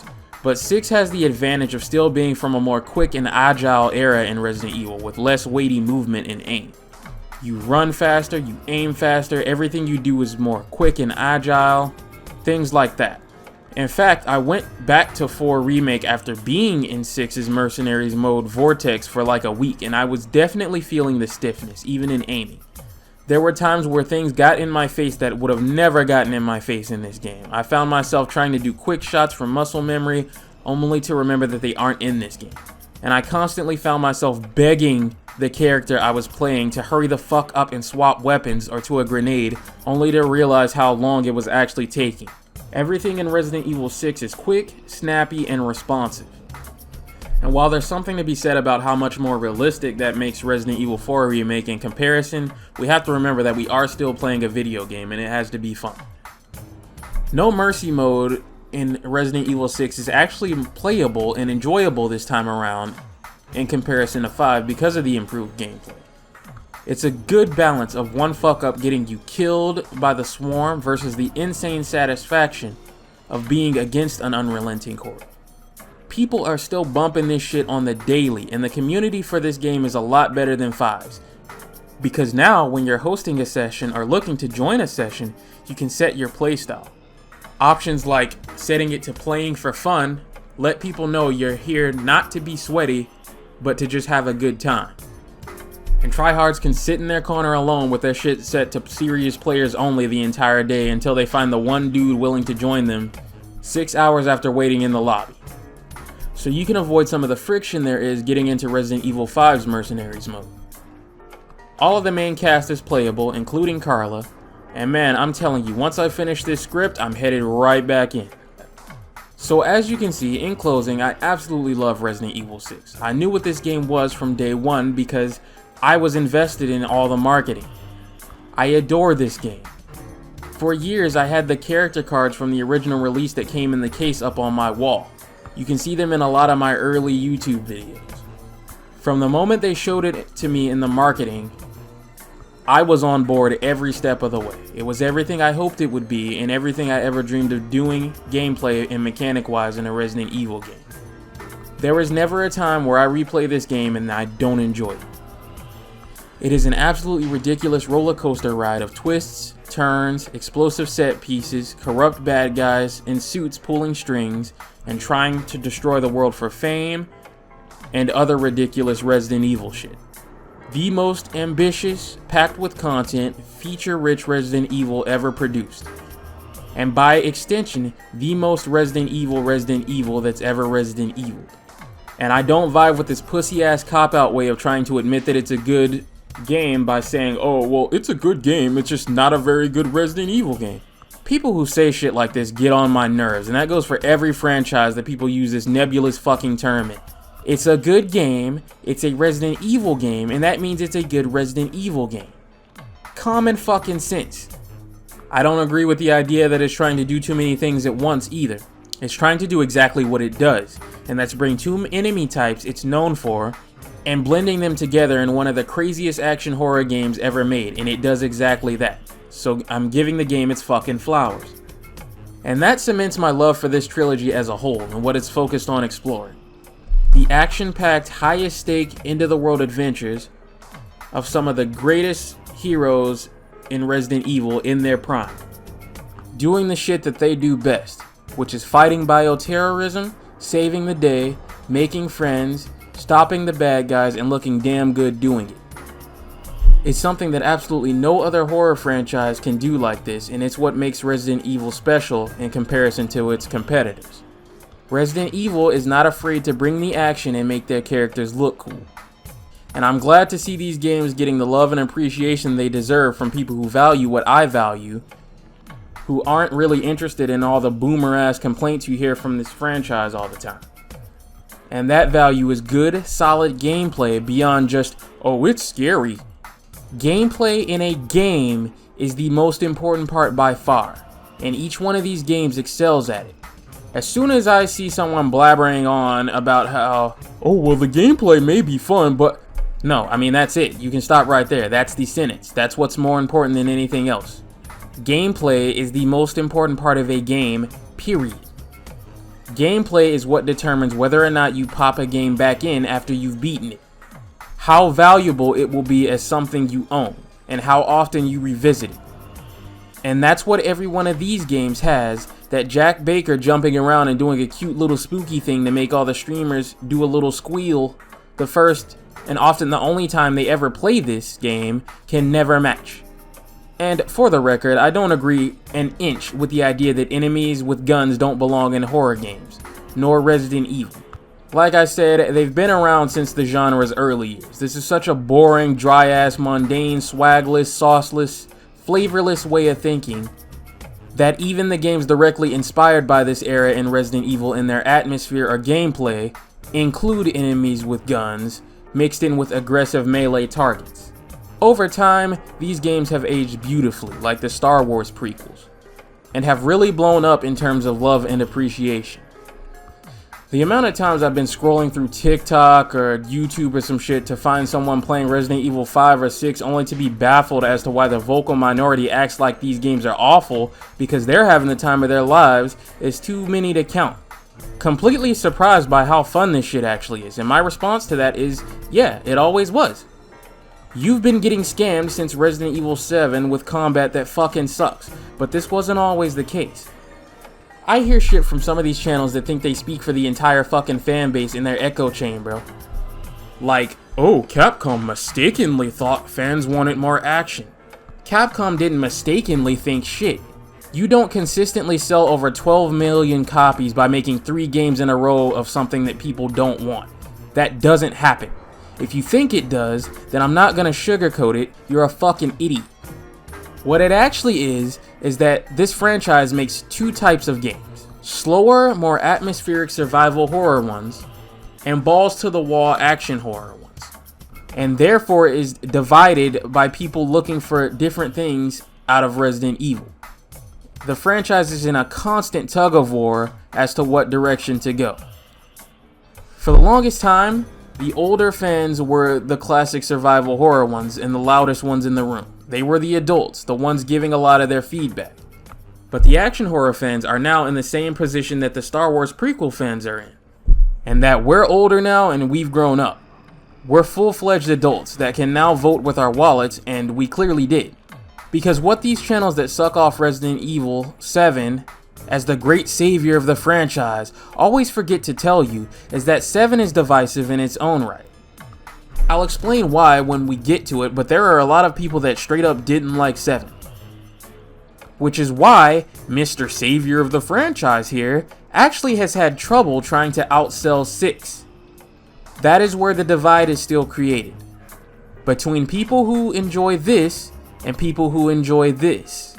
And both are valid Resident Evil games. Capcom didn't make some miscalculation on people wanting action, they were right on the money, literally. Which is why after 7, they've backpedaled and slowly but surely phased action right back into Resident Evil.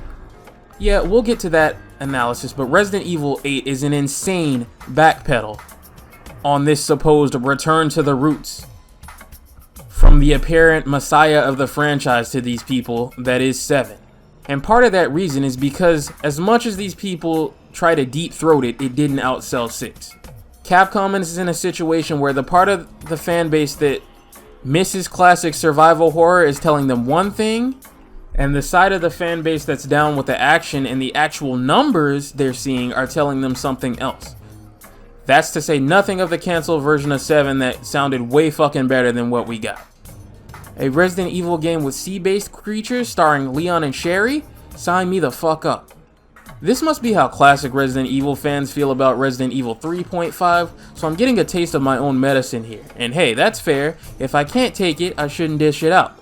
But my preference still sells more and is more beloved, so I'm gonna take my victory lap. Unlike the first time this series was reinvented, when my favorite era got overhauled, the sales weren't in decline. What you gotta remember is that back when 6 launched, neither the PS4 nor the Xbox One had backwards compatibility. And the PlayStation 4 and Xbox One launched that very year. Any games that launched that year were stuck on PS3 hardware, and if they didn't get a next-gen port, they were basically worthless once you took the plunge into a PlayStation 4. Don't believe me? Go look at the amount of games in established franchises that declined that very year. And against all those odds, Resident Evil 6 still managed to sell over 6 million copies, and then double that with the PlayStation 4 ports years after the fact, for 12 million plus. Anyway, don't misunderstand, I don't hate Resident Evil 7, I actually quite like it. I was actually pleasantly surprised by how good of a Resident Evil game it still turned out, despite how turned off I was from it initially, thanks to the major overhauls and the fucking horrible way this game was marketed to us. Oh my god. Trust me, we'll get to it. But the way Capcom presented this game in the trailers and the demos is not how the game actually was. I have fond memories of my first ever playthrough of it, which is still up on this channel. But as time goes on, I do think it's a very shallow and single-serving Resident Evil game. Great the first time you play it, but when you play through it multiple times, especially when you play through it and compare it to what it's trying to emulate and return to, the cracks start to show. We'll talk about it as well as Resident Evil 8. Before we can though, we have one more step to get through, and that's the Revelations games. See, let's say Resident Evil 4 and 5 are at a 10 in terms of over-the-top explosive action, and Resident Evil 6 is at a 15. Well, Resident Evil Revelations 1 and 2 would be like if we kept the general formula for those games, but brought them back down to about a 7 or an 8 in terms of the action scale. Nothing too crazy, nothing too boring either. We're gonna tone it down just a little bit. That's something I can absolutely live with. While they're not my favorite ones because they are toned down, I still think they're pretty fucking solid. And absolutely some of the better entries in the franchise. We'll talk about that in the next video. I'll see you then. So you would think after talking about Resident Evil 4, 5, and 6, it would be time to talk about 7. But not quite. See, there's a couple of more games really worth talking about, and that's the Revelations games. These often get overlooked, but I'm here today to give them the attention they deserve. They aren't necessary in the grand scheme of things, no, but think of them more as like side dishes to the main meal. If you ordered a burger combo meal, these games would be the fries. You could skip them if you want, but you'd get a less delicious experience. They take place in between Resident Evil games, similar to the movies, to enrich the lore and give our cast new adventures. This is also sorta considered where the games starring the women of Resident Evil sorta reside now, since none of them have really done anything that could be considered world-endingly important compared to Chris and Leon. This is going to be a much easier, less ranty video to have to make than the last one, because unlike the old school survival horror games, or the new school action horror games, there's not really a divide between fans over which is better. These are really games that sort of strike a perfect balance to meet in the middle and give both sides kind of what they're looking for. As always, spoilers inbound, you know how we do it around here at this point, I speak freely. Starting with Revelations 1, this game is set in between 4 and 5. It stars our girl Jill Valentine on a BSAA mission out at sea to search a ship called the Queen Zenobia, for Chris Redfield, who's gone missing while investigating it. Along with her for this mission is Parker, another BSA agent acting like the Sheva of the story. This ship is clearly infected with some kind of virus, as it's covered in old dead bodies, Dead Space style sludge, and blood. Looking around, they're attacked by a monster, confirming the presence of BOWs, and then we flash back to earlier that day. This is something that the Revelations games do a lot, splice together scenes from different points in time. They're really inspired by cop and spy movies and shows, and they make it very clear. Even down to the chapters really being treated as episodes, as you jump between characters, piecing together the mystery. I really respect the way this is done, as it's a different flavor of Resident Evil storytelling, and we've come a hell of a long way since the frankly fucking awful way that multiple scenarios used to work in early Resident Evil games. Jill and Parker at this point in time have been summoned to investigate ashore, next to an old city that was nuked a while ago, Raccoon City style, to stop a BOW terrorist attack by the name of Terra Grigia, which I'm not going to keep spelling over and over every time I need to name it while typing this script, so I'm just going to shorten it to Terra. Anyway, Terra was attacked by a group named Veltro. At this point in Resident Evil lore, the BSAA aren't a monopoly branch of anti-bioterrorism. There's actually another branch called the FBC. Think of them as the Burger King to the BSAA's McDonald's. Similar branches that assist each other but tend to work on different types of cases, with the FBC being the guys you call in when shit gets real, which it did, resulting in the FBC deciding to nuke the whole town and everyone in it to keep the attack from spreading into neighboring cities. The FBC is headed by Morgan Lansdale, and the BSAA is headed by some guy named O'Brien. I'm pretty sure his first name is Clive, but I could be wrong. Who's actually here with us now while we work, handing us over our new toy and the main gimmick of this game, the Genesis.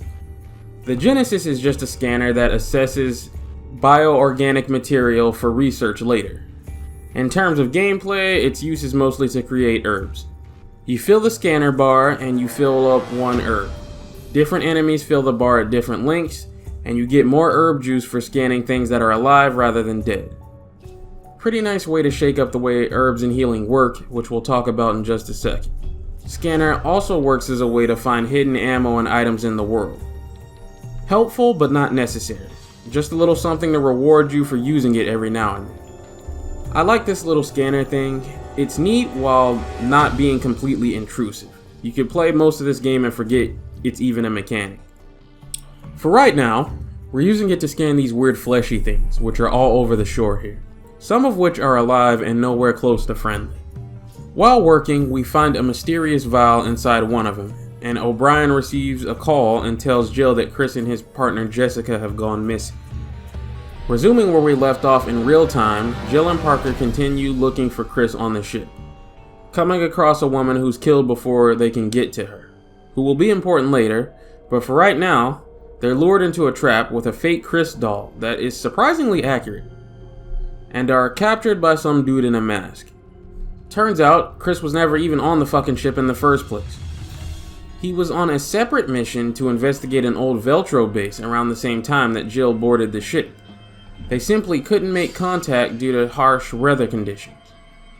But when they do make contact, O'Brien lets Chris know that now Jill has gone missing, and Chris and Jessica call off their current mission and go after them.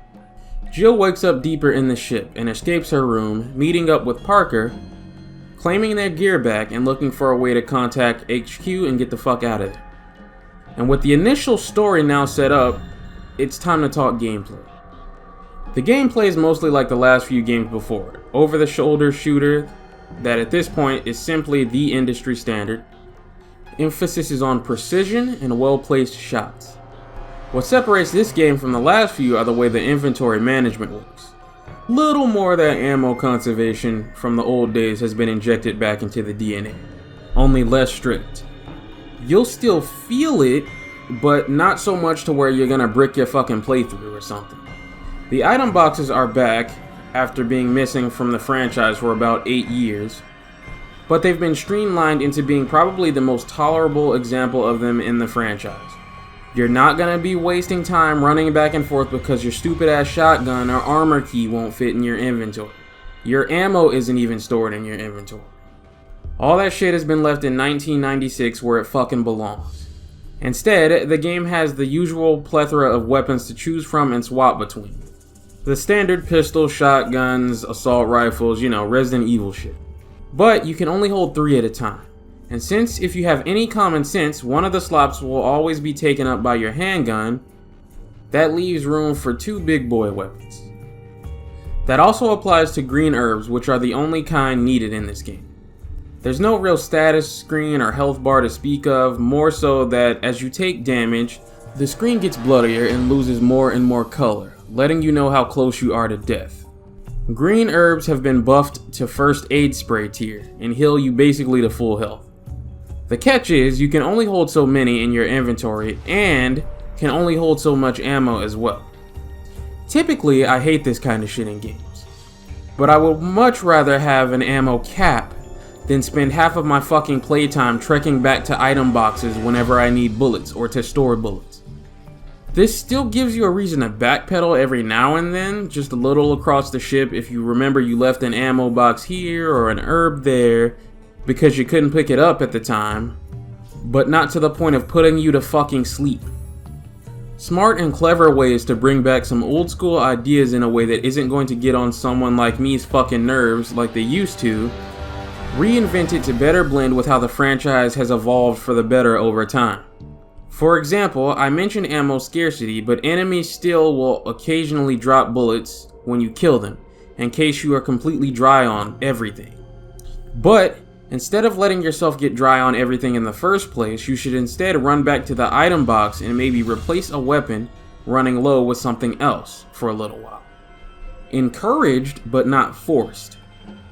In terms of health, the line between full health and holy fuck you're about to die status is pretty damn wide, and you never know when the next attack or grab from something will kill you, which makes using a green herb a big deal. To sort of sidestep that big deal, no pun intended, the dodge mechanic is back.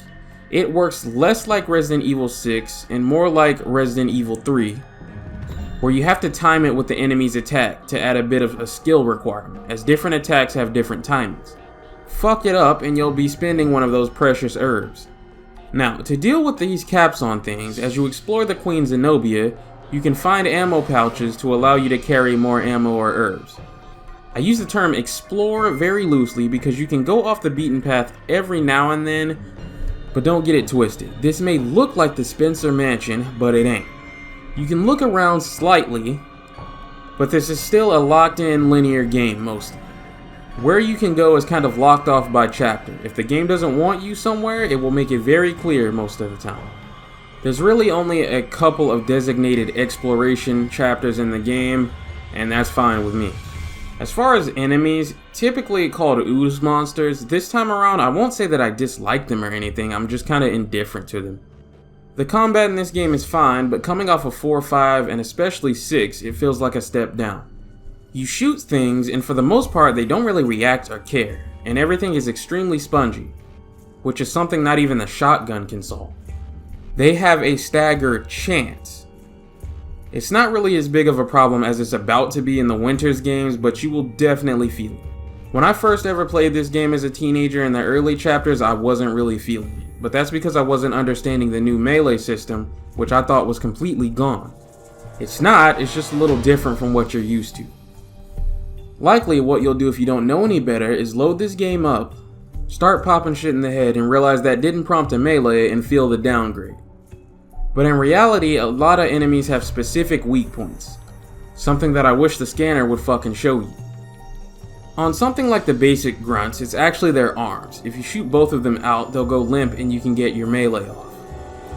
Unlike the mainline games, it's complete dog shit unless you charge it. That's where the money's at.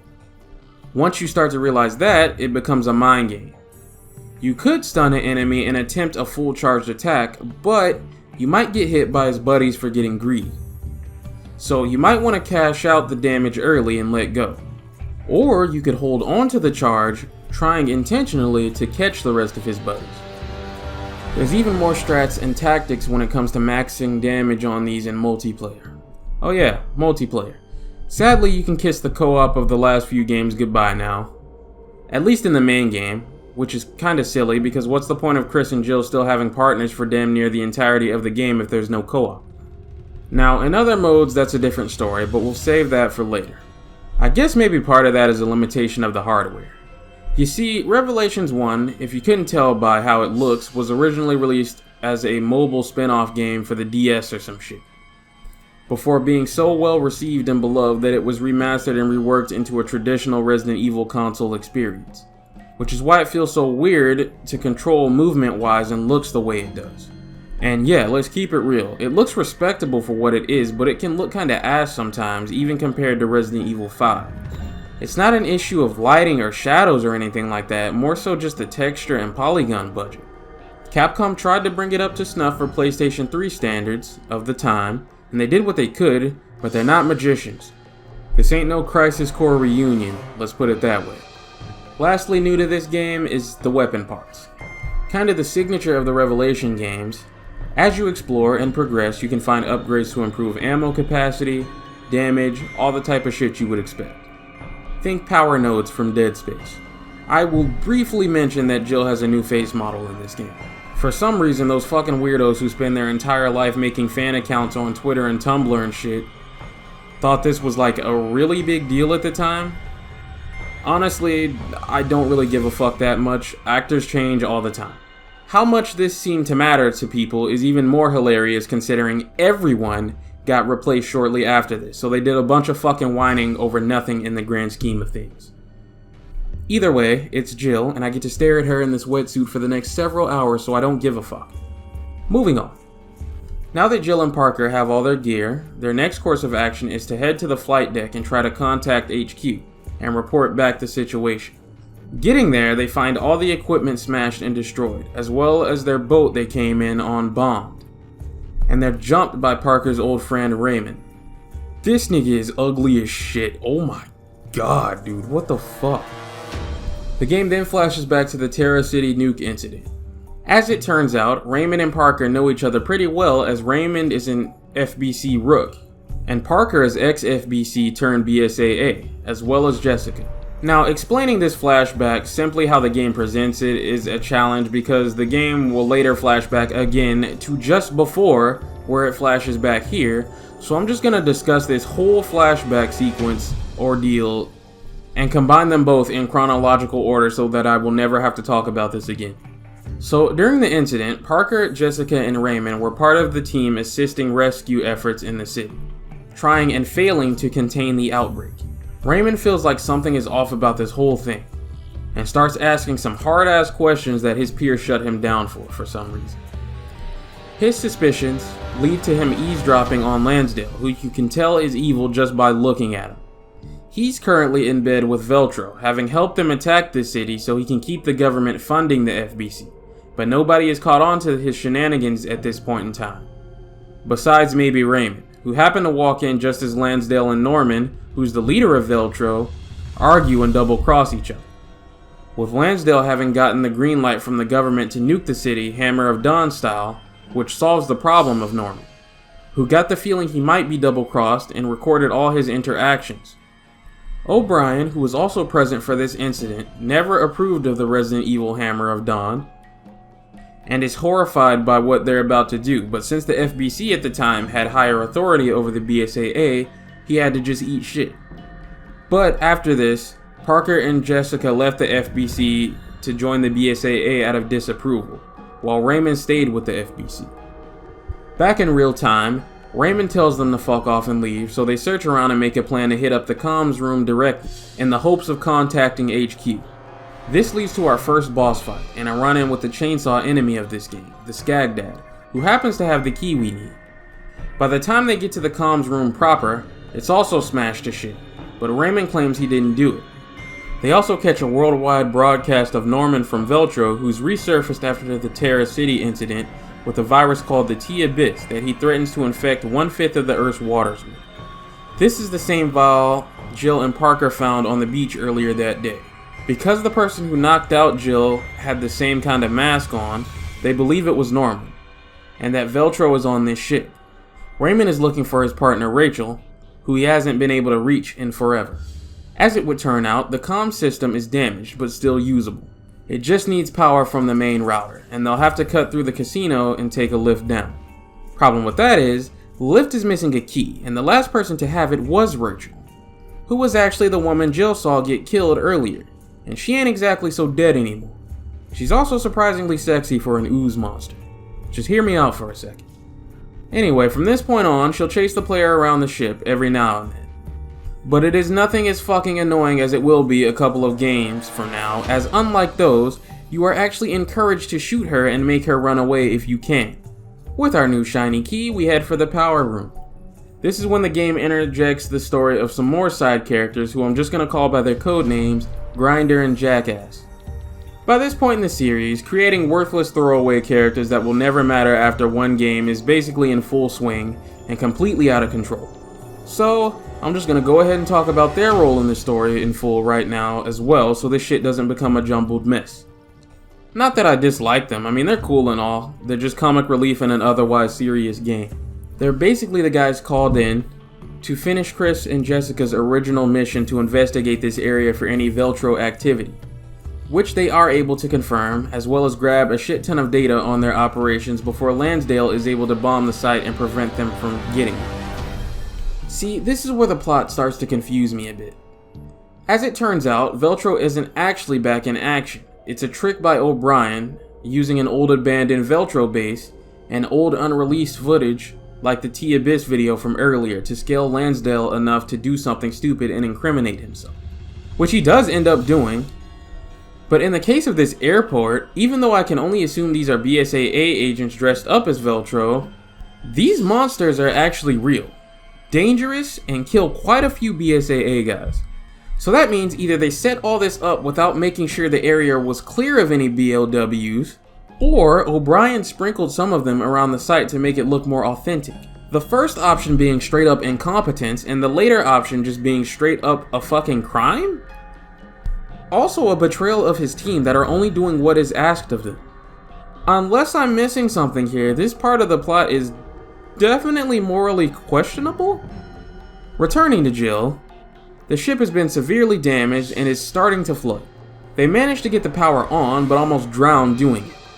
Looks like Chris might be their only hope, as he arrives just in time and begins searching with Jessica, but something isn't adding up. The ship is almost exactly the same in layout, but the actual state of things on a room-by-room basis isn't the same, including the lack of flooding, because in reality, they're not on the same ship.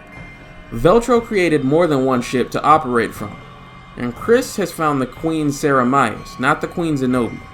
So, Jill and Parker have to save themselves from drowning, and try to contact HQ again, only to find that the antenna on top of the observation deck needs to be repaired too. Bro, not a single fucking thing works on this ship. What is this? Dead Space? Trying to fix that results in a boss fight with whatever this thing is. And fixing it, they manage to give their location to O'Brien. As a result, giving their location to Lansdale, who makes his move and aims his Hammer of Dawn at every known Veltro base up to this point, confirming O'Brien's suspicions that he was involved in the Terra City attack. Chris won't be able to reach them in time unless they can get to the foredeck and use a UAV to confuse the satellites targeting them. Doing that and piloting it remotely, they manage to buy themselves enough time for Chris and Jessica to reach the Zenobia, with them walking in on our masked assailant from earlier that Jessica fires on for no reason, as he doesn't appear to be hostile at all. The guy in the mask isn't Norman at all. It's actually Raymond, who's orchestrated this whole thing with O'Brien to make the fake Veltro thing even more believable. He appears to die without fully revealing the mystery to everyone, who are all kind of still in the dark on things and haven't been filled in by O'Brien just yet. The ship is fucked beyond repair, and they decide to split up. Chris and Jill will try to deal with the virus on the ship's lab, while Parker and Jessica try to see if they can do anything to slow the ship from sinking a little longer. Chris and Jill look around the lab a bit for information on any kind of vaccine or cure, and run into my second favorite enemy of the game, who I forgot all about up until now, these weird Night Guardian things. They really will test your skill and make sure you know how to dodge if you want to fight them optimally. Found in the lab and the evidence for themselves that Lansdale was behind the Terra City incident, the cat is out of the bag and Lansdale stops playing hero. Meanwhile, Parker is growing suspicious of Jessica. She fired on Raymond earlier like she was trying to get him to be quiet, and one of the last things Raymond said to him was not to trust her. Add to that, she ran ahead of him to the flight deck, almost as if she was trying to get there first. She might be a mole for Lansdale, so Parker holds her at gunpoint, which Raymond interjects in since he ain't so dead after all either. Because Parker is conflicted on trusting Raymond, in the confusion, Jessica makes her move and shoots Parker and sets the ship to self-destruct. Raymond has no choice but to go after her and leave Parker behind. Chris and Jill find Parker and try to race to the flight deck for extraction, but a wounded Parker is too slow and seemingly falls to his death. Chris and Jill make their escape, but both ships are now destroyed by Lansdale, and it seems he's gonna get away with it, as there's no evidence. Even managing to storm and detain the BSA HQ to cover up his operations. But, using intel from Jackass, they find a third and final ship, the Queen Dido, and Norman's main ship. It's their last hope, otherwise he wins and will frame O'Brien instead. The Dido was sunken in the Hammer of Dawn strike that took out Terra City, so Chris and Jill deep dive to infiltrate it. The weird fleshy growths that have washed up on shore earlier in the game came from the Dido. Norman, after being portrayed as a last resort, infected himself and his entire ship with the T-Abyss virus, intent on guarding all their evidence of Lansdale's involvement. His other two ships followed his example afterwards. After months of solitude, he's been driven mad. Norman is the final boss of the game. But it's funny to me how this is the only example I can think of in Resident Evil history where the main characters try to have the common sense not to wait around for the boss to transform. And then Norman just kind of yells, "Hey, stop!" And they just do? What the fuck? Anyway, this boss fight is kind of a bitch, but it's also one of my favorites in the series. Matter of fact, ever since the introduction of movement while shooting and dodge mechanics, I can't think of a single boss fight from 6 onwards that I haven't liked. But Chris and Jill, like old times, take out the bad guy and save not only the world, but also the BSAA. As with Lansdale involvement now publicly broadcast, he's arrested instead. Job well done. Things get a little weird here because we then see Jessica and Raymond meet up in a diner. They're revealed as spies who have been playing everyone like a fiddle and working for some organization to retrieve the T-Abyss virus for research. In the end, that organization I can only assume is the same one that becomes Tricell ultimately. And after Lansdale is arrested, the rest of the FBC is absorbed into the BSAA, making it the giant that it will be by the time of Resident Evil 5. That, of course, is the main story complete, but Revelations has its own exclusive take on the mercenaries concept in the form of raid mode to look at. What sets it apart from traditional mercenaries is that in most of raid mode, time is not a factor. This is more about trying to survive and clear the stage in general under certain conditions, as opposed to trying to keep a kill streak going. You pick your favorite characters that each have their own perks and weaknesses, and they level up like they would in an RPG, while you receive loot in the form of weapon parts and guns to equip to tackle harder and higher level stages. Think something like Borderlands. This mode was hella popular back in this game's prime. Even solo, the hours I spent grinding out missions day after day is uncountable. But these days, it's mostly a ghost town, and that's because everything that raid mode does in this game, the second game will do even better. The only real problem is because you have to select characters and level them up independently, that means that matchmaking, as you can imagine, is sort of chaotic, and especially unreliable at low levels. The lower you are, the longer you'll likely be playing by yourself, which is kinda counterproductive to the appeal of this mode, which is the multiplayer. And that wraps up the first Revelations game. A pretty impressive handheld game that, when you boil it down, really has what it takes to stand side by side with its main console counterparts, being originally so impressive that it was converted into a console game. And its sequel does everything it does, but better. Resident Evil Revelations 2 was developed with no handheld console in mind. From the ground up, it was always just complimentary Resident Evil, set in between the events of 5 and 6. The first game starred Jill, this one stars Claire Redfield. That's just how it goes. After the events of the first game, as well as Resident Evil 5, Tricell is basically as dead as Umbrella. Terra Grigia's memory is preserved through a company called Terra Save, that focuses on supporting and helping victims of bioterrorism attacks. Our girl Claire Redfield works for this company, as well as Barry Burton's daughter, Moira. I'm a bit hazy on Claire's work here in relation to her work as a journalist as well, since we know she does that. The game makes it clear Moira doesn't have the best relationship with Barry, and at an employee get-together party, they're ambushed by mercenaries and all captured. When Claire wakes up, she's in a prison cell just like the good old days, but the cell opens on its own the instant she wakes up, almost as if something is controlling it. Soon as she finds Moira in a nearby cell, hers too opens up as if remote controlled.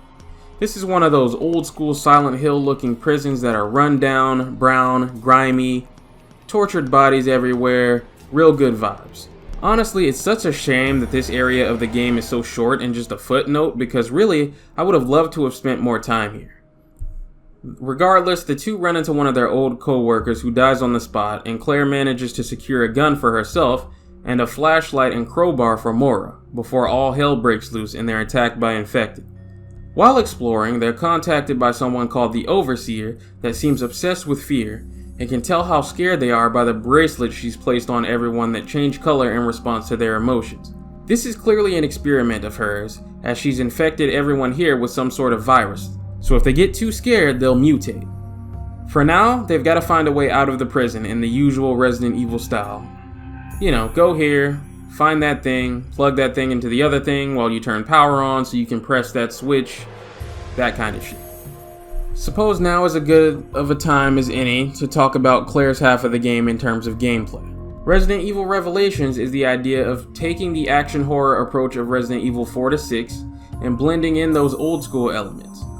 In this second game, that is fully realized in a way the first game did, but with the advantage of being built from the ground up as a console game, so it isn't held back by the things that the previous Revelations was. It's the same solid third-person shooting that's expected out of Resident Evil at this point in terms of combat, but returning are both easy to understand weak points in the form of traditional headshots and to stun melee follow-ups that we've come to expect from most of the games at this point. None of that weird arm shooting shit from Revelations 1. Also, dodging has been brought back to being a thing you can freely do whenever you want, similar to 6. But it's been much more watered down and simplified. Now you just do a simple dodge. I'm sad to see all that depth from 6 go, but dodging in this game is fine, and any dodge is better than no dodge. I can do it whenever the fuck I want to, and not when the game decides I can dodge, and that's what's important. Returning from Resident Evil 3, we have crafting. You can't craft ammo, but you can craft things to deal with status effects like bleeding, being blinded by bloater glue, that kind of shit. I'm on the fence about this sort of thing because I find dealing with these status effects from certain things annoying, and they've never brought it back since, but on the other hand, this kind of idea does work as intended. And I think they should stick with this in future Revelations games as it helps give them their own unique thing without making them so far removed from the mainline games. The other thing you can craft are bottles that function as the grenades from the prior games. Decoys, explosives, molotovs, smoke bottles, that kind of thing. Healing works the same way as it did in the first game as well, as opposed to traditionally, in that one single green herb will heal you back to full health. Change from the first game is that previously, no matter what was going on, you just tapped the button and healed instantly. Didn't matter if you were mid-grab, had just gotten knocked down, or anything. Here, like 5 and 6, Claire has to heal in-game, in-world. It takes time. And I love when horror games work like this as opposed to letting you just escape to a menu. Keeps me engaged in the world. On the returning mechanics list, we also have weapon parts and skill points. Weapon parts work the way they did in Revelations 1, and skill points are a little more traditional than they were in 6. Instead of buying skills and slotting them in, you gain skill points and then use them on a skill tree that can upgrade things like the range on your dodge, increases in melee damage, consumable capacity, that kind of thing. Also, more like a traditional Resident Evil game, weapon workbenches function as light item boxes to store weapons and materials. Since this is a real console game now, we're back to swapping weapons with the D-pad Resident Evil 5 style. I was about to type that this is the first mainish line Resident Evil game to have stealth mechanics, but then I remembered they were in 6, but here they make much more sense and are less jank. It works the way you think it works. You creep up on a motherfucker, catch them lacking, and take them out. This is the final game so far of having a companion character to back you up throughout the game. And unfortunately, it goes out on a sad whimper. We'll talk about Barry's when we switch to him, but Claire's partner is of course Moira. What's my problem with her? Well, see, unlike in previous games, Moira refuses to use guns. Her reason being, when she was younger, Barry, being the fucking doofus that he is, left his gun case unlocked, and she ended up finding one, playing around with it, and shooting her sister on accident. Pretty sure her sister survived, but that created a rift between her and Barry that has never healed. I'm sorry, call me insensitive, but this is a retarded ass reason not to pick up a fucking gun given the circumstances. Yeah, trauma hurts and all. You know what else hurts more than emotional damage? The physical damage of getting disemboweled alive by a mutant because you want to run around with a stupid fucking crowbar. It's silly. Barry's companion Natalia has an excuse because she's a little girl. Moira doesn't. Moira helps in combat through shining her light on enemies, which can, like 2% of the time, stun them, even with upgrades. Her light can also show hidden ammo and valuables that Claire for some reason can't see.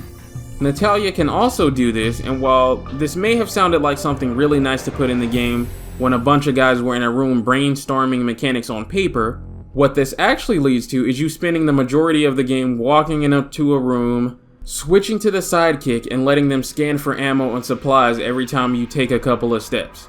I get that this is supposed to be an evolution of the scanner mechanic from the original game. I get that they also wanted to make your companion feel useful and give you a reason to switch to them every now and then. But I don't know, man, I would just really rather focus on being Claire and doing Resident Evil shit. Moira's saving grace is being hot and having the personality I like, but outside of that, she's really just a better Ashley from Resident Evil 4 if you think about it. Lastly, let me just say this game looks fucking amazing. This is the last of the lineup as far as the PlayStation 3 generation of Resident Evil games. And in fact, it was a cross-gen release. This is the best of what Capcom's MT framework engine had to offer. Now, the cutscenes are pre-rendered, and their presentation is a step down from how beautiful Resident Evil 6 looked. Granted, the first game's cutscenes were also pre-rendered, but in terms of in-engine looks, I gotta give the win to Revelations 2 here. Yeah, the texture work is still pretty PS3 looking, but the lighting, the effects like fog, the depth of field, the smoke, the haze, it all comes together into something that is still good looking even now. Once again, we really haven't come too far from the PS3 era in terms of visuals today. This generation really perfected the look of games as an idea, and all we've been doing since then is refining and improving how we deliver on this look, with new engines and tools. Finding their way out of prison, they realize they've actually been stranded on an island. They try to radio for help with a nearby tower to no avail. From here, we switch to Barry, arriving on the island to look for Mora. As soon as he gets here, he meets his companion, Natalia. This game, like the first, does this sort of episodic thing where they try to imitate a TV show. Each episode, you'll play half as Claire and half as Barry.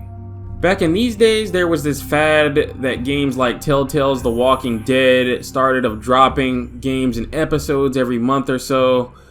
The next one would drop and you'd buy it until you had a complete game. This allowed companies to get parts of the game out sooner to the fans, but for a lot of other people, they'd really just rather wait until the game is out fully, which is why you don't really see this anymore. Outside of that early access Steam shit, I guess. But, like I said, I still appreciate the thought and spirit behind what these Revelation games are trying to do here. You play an episode, finish it, it ends on a cliffhanger and teases you with the next part of the story. You go do some real life shit because you're not a fucking loser. Come back later, complete the next one, get a recap on the story, rinse and repeat until the game is done. Barry and Claire play almost identically, he just has a different loadout, and has his own flashlight. I wish they had given him different animation data though, because everyone in the game uses Claire's animations, which are built for a woman. So he looks really weird as the heavy-set strongman, prancing around like a slim-frame female, but eventually you get used to it. Natalia, however, plays a bit differently from Mora. She doesn't get a dedicated weapon to use. Instead, she has to pick up bricks in the world to throw at enemies, to stun them and help Barry out. She can also see enemies regardless of if they're behind walls because she's infected, and her bracelet has been red basically forever, but she never mutated. This allows her to see invisible enemies that Barry and Claire can't, as well as detect weak points on certain enemies. She also does the whole, I'm small, I can crawl into spaces thing, standard stuff.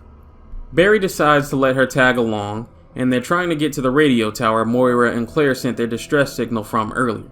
But things are a bit different around here. All the infected in Claire's half of the game are fresh. All the ones in Barry's are decayed and skeletal because his campaign takes place about 6 months after Claire's. When they get to the radio tower to look for any clues, Barry says Moira's name out loud, only for Natalia to say that she's dead, ending episode 1. Switching back to Claire, she runs into some of her old co-workers, Gabe, and I think this other guy's name is Pedro, who have been separated from their other co-worker, Neil. And they hold up in a little nearby town until the overseer contacts them and spouts some more villain mumbo jumbo. They find a rundown helicopter and work on getting it running again with spare parts from around the town. But before they can really do anything, the overseer sounds off the sirens around the town and lures all the infected around to their location for a good old Resident Evil Siege section, which sends Pedro's bracelet into the red and ensures that he's a goner and will turn. This becomes a real big problem because he picked up a giant ass drill earlier, and now that he's turned, he's using it to try to do some not so nice things to everyone. Consider this our chainsaw enemy type of this game. Getting caught by his drill charge is instant death, and he's more than they can handle right now, so they run for it, running into Neil, who saves them in the nick of time. For now, they're just gonna have to leave Gabe behind with the chopper. They don't have a choice. Their next plan is to get to the giant tower in the sky since it's where the overseer is. In the process of traveling, Neil is separated from them again and Claire and Moira run into Natalia. The problem here, as many have pointed out, is that they basically shit on Claire's established character here by having her scare Natalia only for Moira to step up and calm her down, as if Claire didn't build her entire identity as a beloved character from being great with children on multiple occasions or something. Shitting on established lore for the sake of putting over your brand new character is called garbage writing, or as I like to call it, pulling a Gears of War 5. Either way, when they get closer to the tower, Gabe flies overhead having gotten the chopper running, only to have it EMP'd out of the sky by the overseer. In the distraction, Natalia is kidnapped and we switch over to Barry hot on the group's trail. There isn't really too much to say about his half of this episode as he's really just running cleanup duty. For example, he kills Pedro himself after finding him. One thing I forgot to mention, certain things you do as Claire can impact Barry's campaign in small ways. like finding a weapon or shooting the explosive goo off an enemy that will land on the floor and then be something Barry can potentially use against enemies in his side of the campaign. Barry and Natalia head for the tower and stumble upon this weird hideout with broken dolls and stuffed animals everywhere. Man, it really feels like the best areas in this game are the ones you're only in briefly, because they stumble on a picture of Albert Wesker, and what Natalia reveals is his sister Alex Wesker. Remember how Resident Evil 5 said that Albert was the last surviving child? Well, these niggas lied to you. Back then, there were two left, Albert and Alex. Now, it's just Alex, the overseer. Like her brother, she's a scientific genius. They're then jumped by a weird humpback lady, and the cliffhanger sends us back to Claire. Looking for Natalia, they find a note from Neil that says to head for the factory. So that's what they do. This factory level is probably my favorite in the game. It feels very The Evil Within in aesthetic, which is funny because these games both came out at roughly the same time. As we cut through the factory, Alex sets it to blow up as she's gathered all the data she needs, and to escape we end up in the sewers and meet this Russian old man who's been living here and allows them to pass to the tower in the sky, where to Claire's disappointment and horror, she finds out that her little boyfriend Neil is actually a scumbag who sold them and TerraSave out to Alex to use for her experiments in exchange for helping him bring back the FBC. He's Lansdale's sort of apprentice on some Anakin Skywalker type shit, and after he got locked up, Neil decided to take over his legacy and try his best to get the FBC brought back. Listen, Claire has a history of liking bad boys and all, but she's gotta learn to pick them better because this shit is getting ridiculous. She even cries over it. Again. Alex, just like her brother, discards Neil once he served his purpose and sets him to turn, never intending to follow through with her end of the bargain in the first place. And he serves as a boss fight once he transforms. They seemingly kill him and hop in the elevator to the top of the tower, but Neil wakes back up and attacks them, disarming and pinning Claire. This is where the game fucks up royally in my opinion. This idea of multiple endings should have been left in the 90s as a dead relic of this franchise where it fucking belongs. See, you have two choices here. You can either let Claire pick up the gun, which will result in Moira's death later, or you can let Moira save Claire with the gun, which results in Moira surviving later. And it is fucking stupid.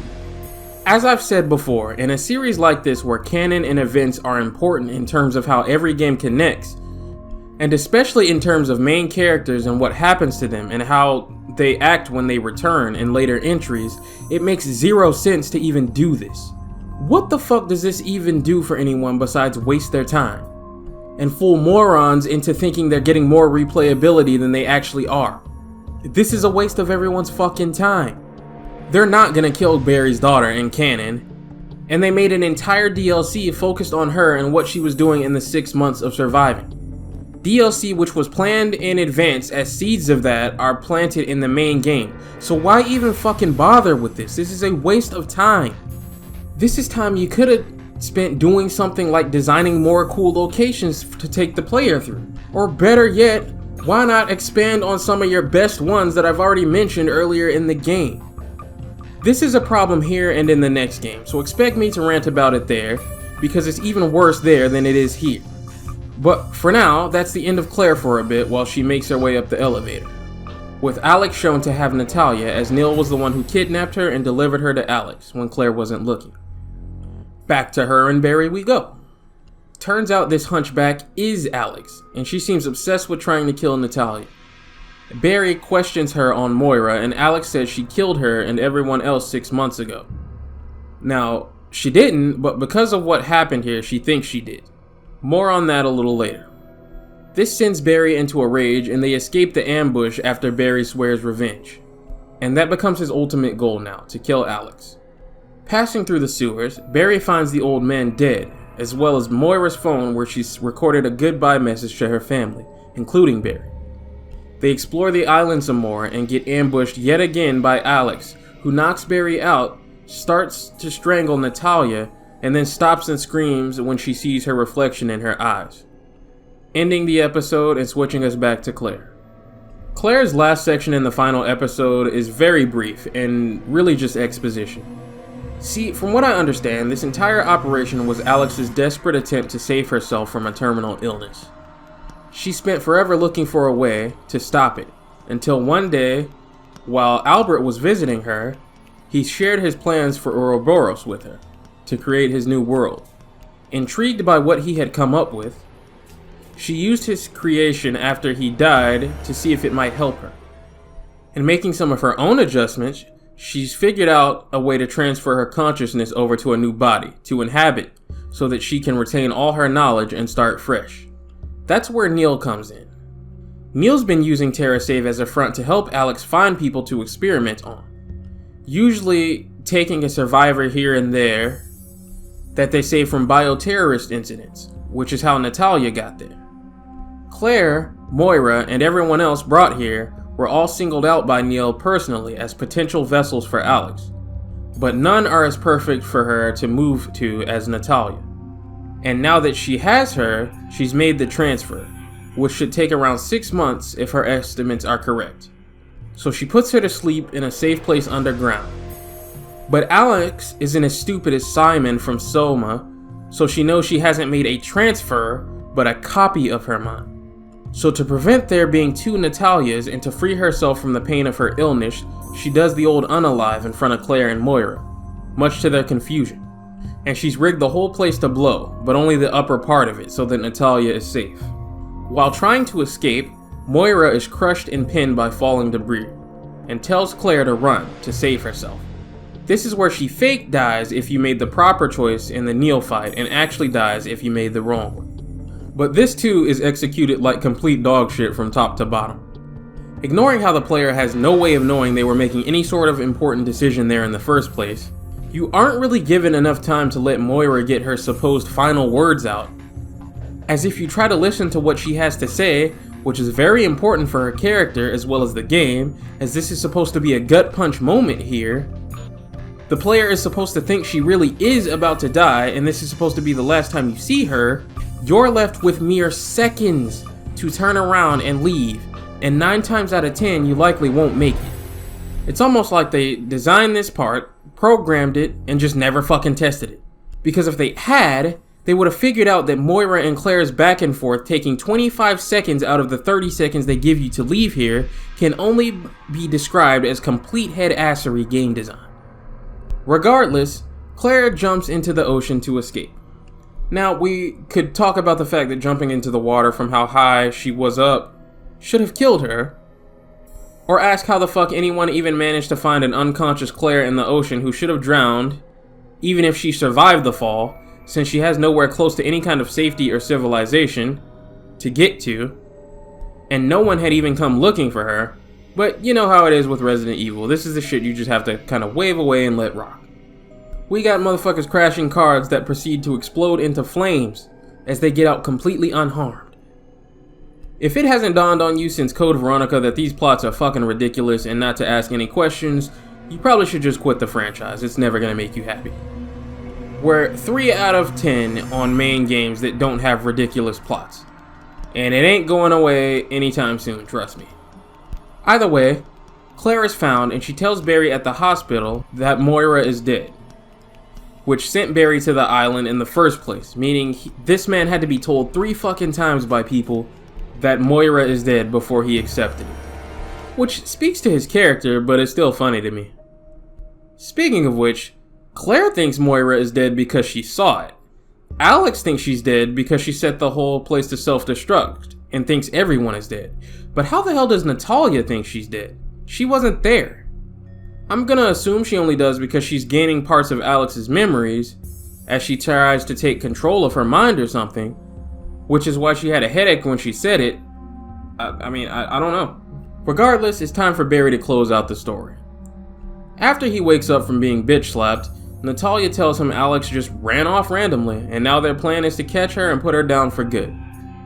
Traveling back up the mountain into the mines, and through yet another creepy old mansion that's a front for a lab that was developing the T-Phobos virus, which is the result of her further developing her work on Albert's Ouroboros project, is just Resident Evil type shit through and through. It's in this lab that we run into Alex for the last time. As I explained earlier, Natalia is going to awaken as Alex eventually. The reason this Alex is still alive is because when she shot herself before, just before she pulled the trigger, she fucked up and felt fear, knowing that her current her will cease to exist, and never know if her plan succeeded. Because of that, the virus saved her from death just like the G virus did Albert. Only Alex started to mutate into a hideous monster. She's so jealous of the fact that the other her will be beautiful and better in every way that she's hard set on killing her and undoing her entire project. For some reason, she seems to think if she kills Natalia, the current her can just steal her body, knowing damn well that's not how that works. But regardless, Barry isn't gonna let that happen. So we battle her for a minute until she gets the upper hand and grabs Natalia. But who other than Moira is here to save the day, shooting guns? Do you see how useful you can be to the team when you learn to stop being a fucking bitch? Anyway, they try to escape but get cornered on the mountain. But who else arrives but Claire to save them with a chopper and a sniper? That's cool, but what the fuck is up with this new look? She looks like someone threw Jill Valentine and Ada Wong in a blender. You could have just given her a tactical outfit. This whole redesign here is trash. And Resident Evil Death Island will pretend it never happened. Anyway, this is probably in my top 5 boss fights in the series. You can switch between Barry and Claire freely, and Barry is useful while Alex is hiding in caves, while Claire is useful outside. And in Resident Evil tradition, just like her brother, we blast that ass with a rocket launcher to save the day. I fucking love this franchise. Sadly, because Resident Evil 7 is about to come and fuck everything up to please boring ass people, you can kiss this rocket launcher tradition goodbye. And say hello to Ethan getting snatched up by something at the end of the game while you just spam shots. Sauceless. That's not the end though. We still have to talk DLCs. But there really isn't much to talk about. The first is by far the better of the two. Called The Struggle. It's about what happened in between the time Moira was trapped in the explosion and returned to save Barry. Ignoring how fucking baffling the fact that she seems completely unharmed outside of a headache is, the old man from the sewers has patched her up and they strike a deal. She can stick around, but she has to pull her weight in terms of surviving and hunting. Which brings me to my issue with this DLC, this dumbass hunting survival gimmick bullshit. Oh my god, dude. Gaming had this bizarre obsession for a little while around this time with stupid gimmick DLCs. How this works is that on a time limit, you explore around looking for rations, which function as your continues. If you run out, you have to restart the entire fucking DLC from the beginning. Wonderful idea, because if there's one thing I love in a game, it's it wasting my fucking time and all of my work. As well as rations, you'll be looking for other supplies like weapons, healing, you know. When you're ready, or you run out of time, you hold out against a horde, which is really where the fun is at. Now, the survival shit is annoying, but if you play the DLC on casual because your time is more valuable than gaming fads, you'll be fine at least in the first half. In the second half, they get the brilliant fucking idea to make you do a bunch of scavenging while being forced into stealth. So if you get spotted then, that's an instant forfeit and a skip to the horde section. Even writing this script, I'm fucking infuriated by how stupid these decisions are here. This DLC is only redeemed by 3 things. One is that it's still mercifully combat-focused DLC, which is more than I can say for the next one. 2 is that the bond that forms between Moira and this old man is very endearing, and his story is actually sad. And 3 is that more Moira is never a bad thing because I'm unapologetically a Moira simp. About the old man, his daughter actually worked as a miner that got suckered into Alex's schemes on the island and paid the price for it, being one of the monsters Barry fought in the main game. This old man has been surviving on his own, bitter and alone, until Moira gives him some companionship, before he eventually dies out of old age and sickness and tells her to escape the island, leading to her finding out that Barry is here and searching after him. The second DLC, on the other hand, is a complete fucking irredeemable waste of your time. The fact that I even had to play it or that I have to talk about it now makes me miserable because I really don't want to. Little Miss is a shitty stealth DLC, and you guys know how much I despise those, but on top of that, it is inconsistent mechanically with the main game.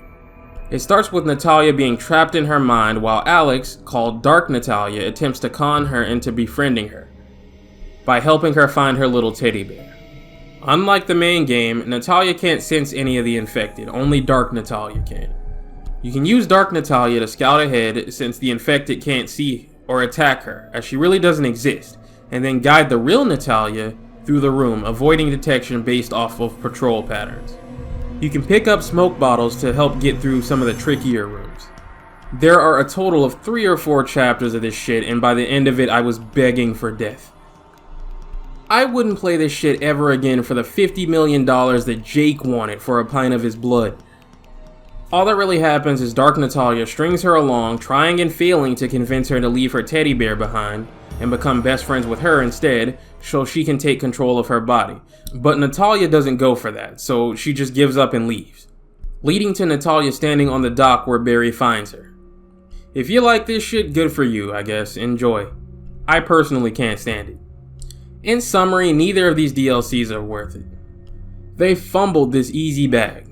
Instead of 2 shitty gimmicky ones, you could have made a single, longer expansion story about Moira's survival.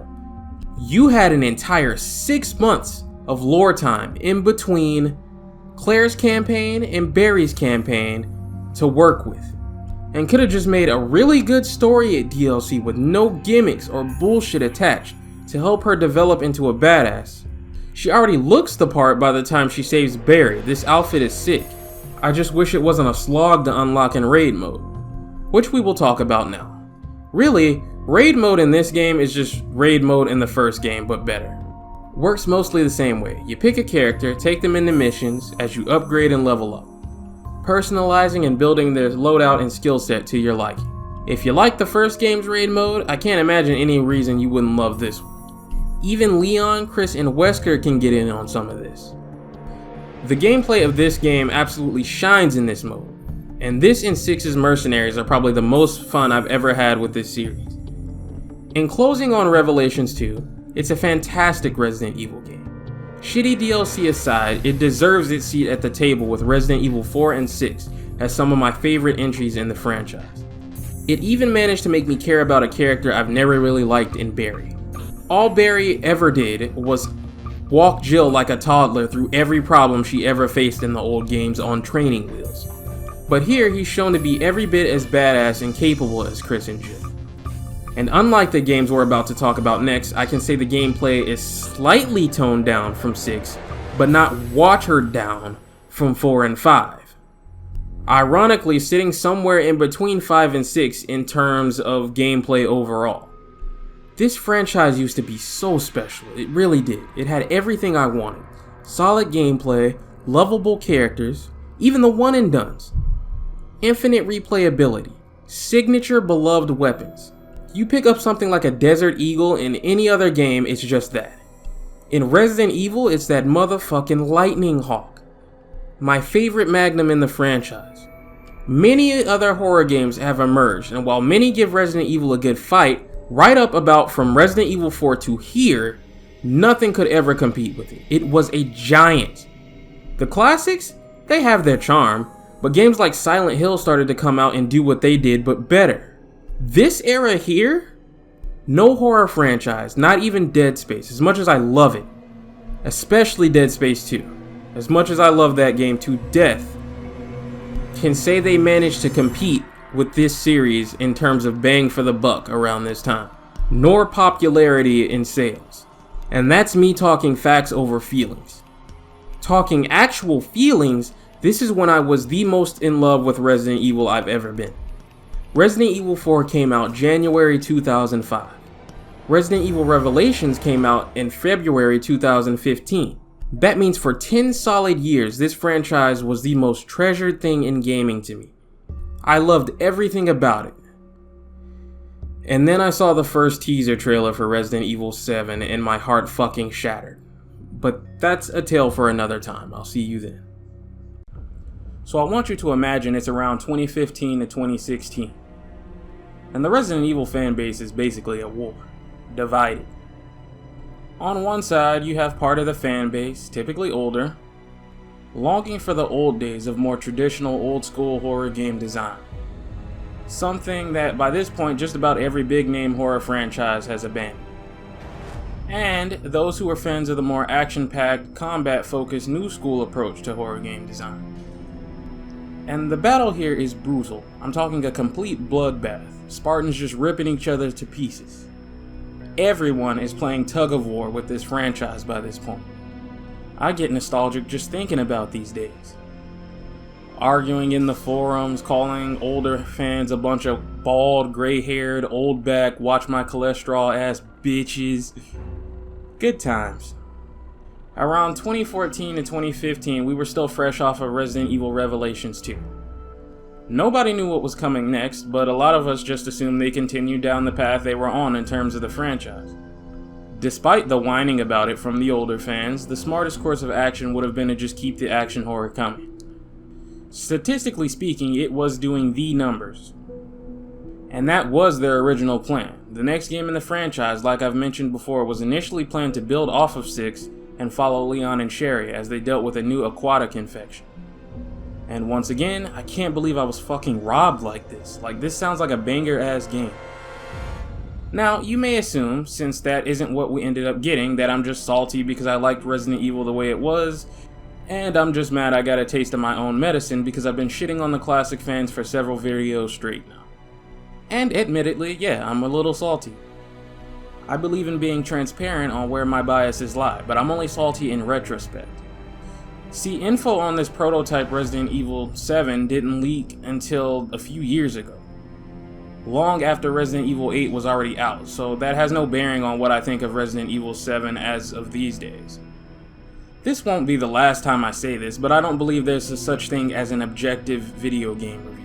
Analysis, critique, whatever the fuck you want to call these types of videos. It is simply not possible. No matter who you are, your preferences, your dislikes, whatever you consider to be good or bad game design, all of that will shine through in the review you make. If it didn't, there would be no reason for all these different outlets and channels for reviews to exist. There would be one place and everybody would just go there. Which is why one of my biggest pet peeves on this platform, and when I say biggest, I mean biggest, like I genuinely fucking hate it, is people who title their videos Ultimate Critique, Ultimate Analysis, and the like. Because it implies they have awakened some third eye where they have done the impossible, created something objective out of something subjective, and rendered all other takes and discussions obsolete because they've gone full galaxy brain.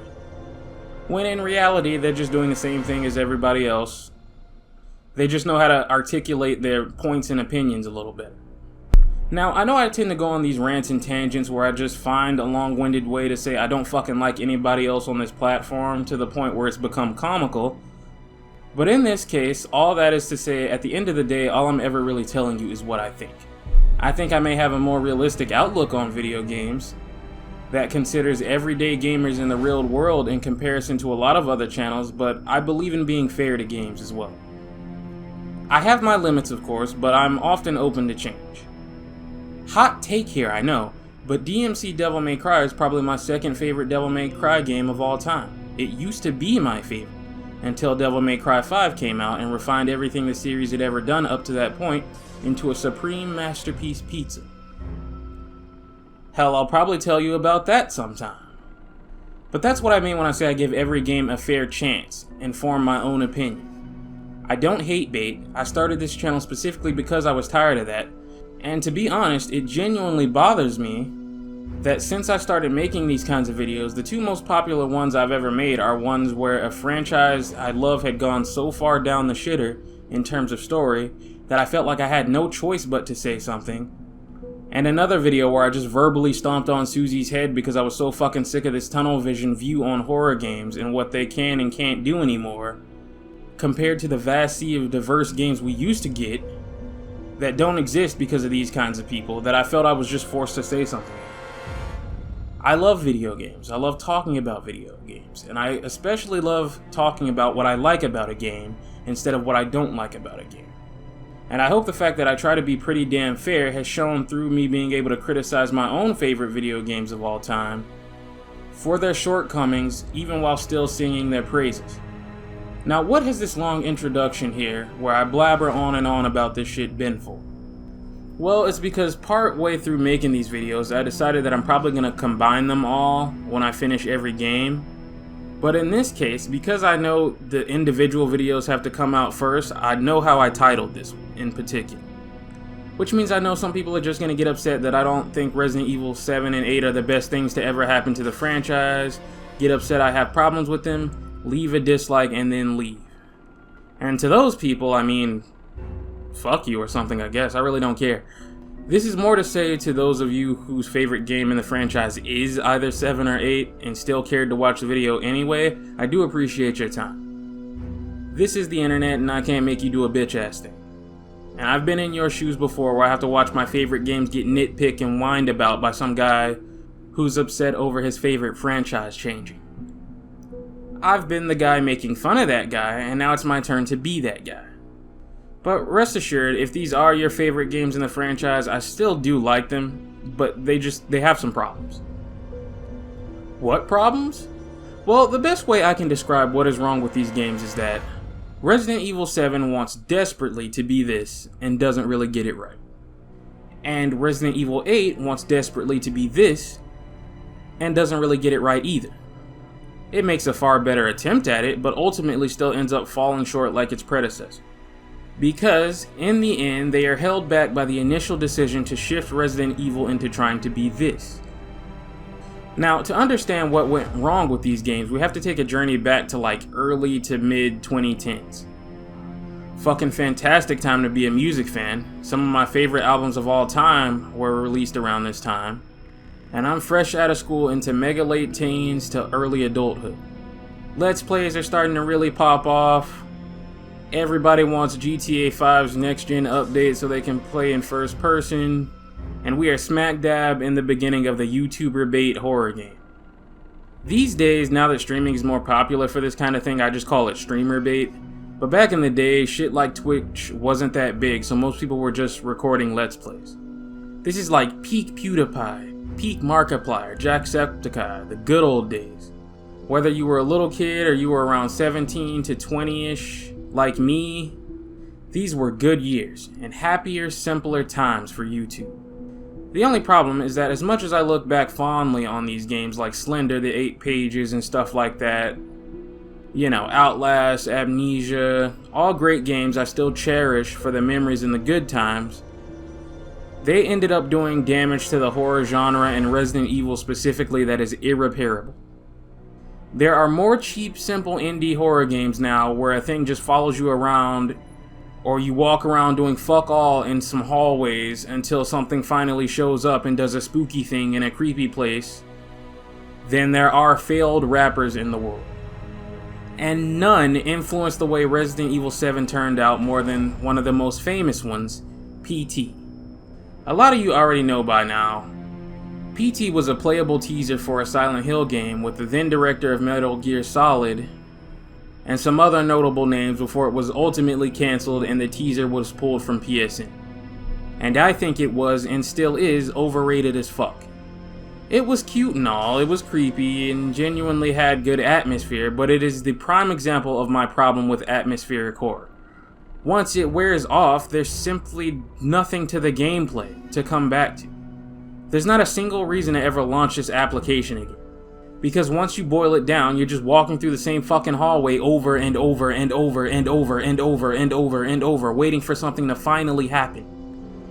Listen, I get it. I get the appeal. We can sit here, whip out our best William Shakespeare impression to romanticize the deep, creeping sense of dread you feel when you open the hallway door again, not knowing what awaits you on the other side as things can go from eerie to normal, right back to horrifying with every loop, and all that shit. But the reality is, yes, you are just walking in the same fucking hallway about 600 times, until the creepy lady shows up, kills you, and finally puts you out of your misery.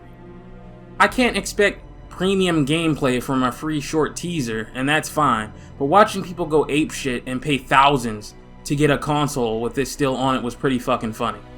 The problem wasn't PT itself, it was a smash hit, and the controversy with Kojima and Konami falling out and this getting pulled from download only added to the allure of it. The problem was that Capcom saw it, and when they did, they thought to themselves, you know, we'd be just fine continuing Resident Evil as it is, it's a sales giant. But what if we did try our hand as a classic Resident Evil game, and made it like this? The fall of PT in Silent Hill was just too good to pass up on, and take advantage of, and on some level, I can't blame them. So they got to work building their new Resident Evil 7. Doing research on all the things popular in horror games at the time based on what they saw on YouTube and all that other shit. Researched popular horror films. They developed a whole new engine in-house specifically to try to make this the scariest, most realistic looking game they could, and eventually what we know as Resident Evil 7 today was born. And trust me, the irony of watching my beloved type of Resident Evil game be cast aside in favor of a new style to make way for new fans after virtually teabagging fans of the classic fixed camera angle era when they got their shit thrown in the trash for me to be a new fan is not lost on me. I threw my punches and talked my shit, and now the Reaper has come to collect. So once again, I'm a Resident Evil fan in the mid-2010s, and we're just beating each other's asses over the internet.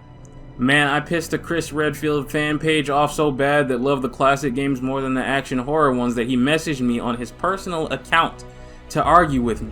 Granted, I'm like 16 to 17 at the time, so this is a 30 to 40 year old man running a fucking fan page for Chris Redfield, who gets so upset he's now having a fight with a teenager, while we go back and forth calling each other worthless little bitches for like an hour straight. You just had to be there, man. There was nothing like it. Call of Duty lobby tier. And then Capcom shows us this trailer for Resident Evil 7 and everyone is fucking confused. Nobody knew what the fuck they had just done because their marketing for this game was horrendous. The first trailers and teasers for it didn't look anything like a Resident Evil game of any kind. And then to make matters worse, they released this demo, of course, to try to emulate PT, and it just made matters worse. I played it the day it came out. It was essentially just the beginning of the game with the Clancy found footage. Then you walk around for a bit and Jack comes out of nowhere and knocks you out. No real feel for what the game is about.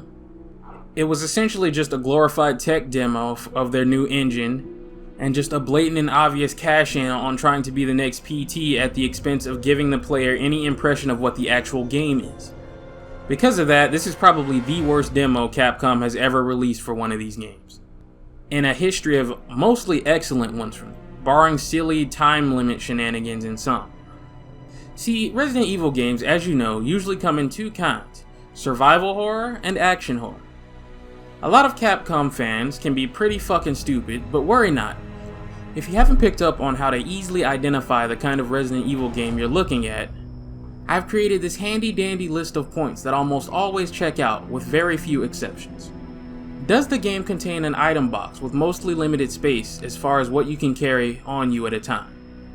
Does the game emphasize rationing ammo pickups placed in the world, with none really from killing enemies, encouraging you to pick your fights and try to evade enemies when you can?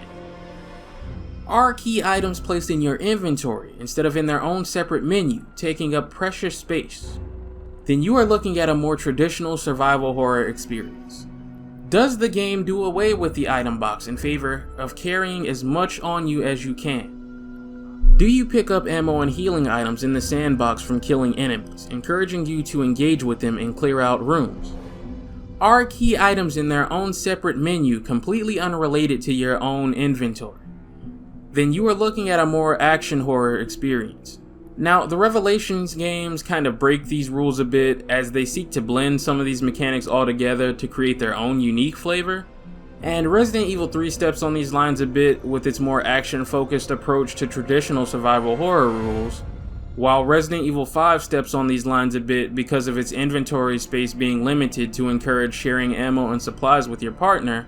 But for the most part, all these rules are still intact as far as numbered entries. And also keep in mind that these rules only really apply to Resident Evil specifically, as other horror games tend to follow their own rules. But you can generally get a feel for the type of Resident Evil game that's about to drop if you look for these key things, especially if you get your hands on a demo. The problem with Resident Evil 7's demo is that it told you basically fucking nothing. because in the grand scheme of things, it had nothing to do with the gameplay loop of the actual game. It was just a spooky PT walking simulator. It wasn't until later trailers close to launch that we had any idea of what type of game it was.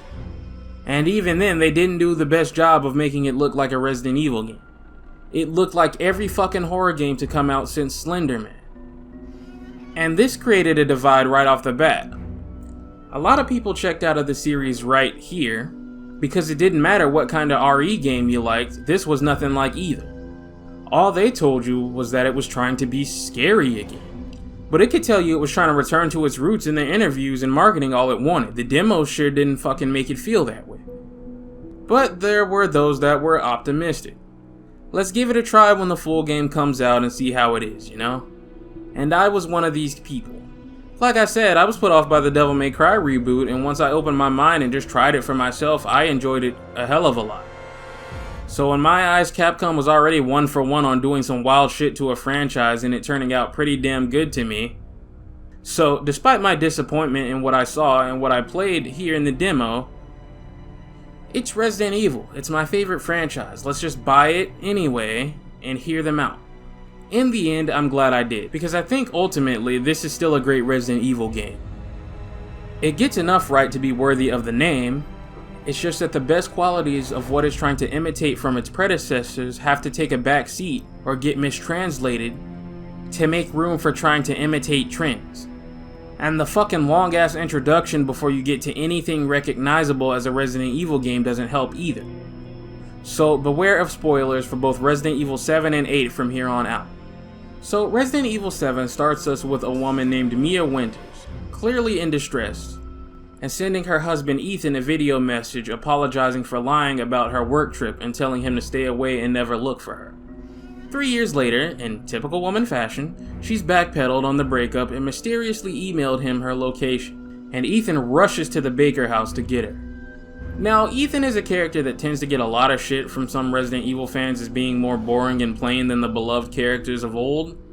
And while yes, he is more plain and vanilla, he's not some badass SWAT soldier or something, I think for what the game is trying to do here, that isn't exactly fair to give him shit for. I understand preferring my favorite Resident Evil characters, believe me. But a character like Ethan is necessary for these games, specifically an everyman that is weak, but still has the will to fight and survive regardless. Over the course of these 2 games, he goes from someone out of his league in the beginning, to someone who might not be a walking god among these worthless insects that dare challenge his might like Chris or Leon, but someone who, in his own ways, can really put up a fight against the villains.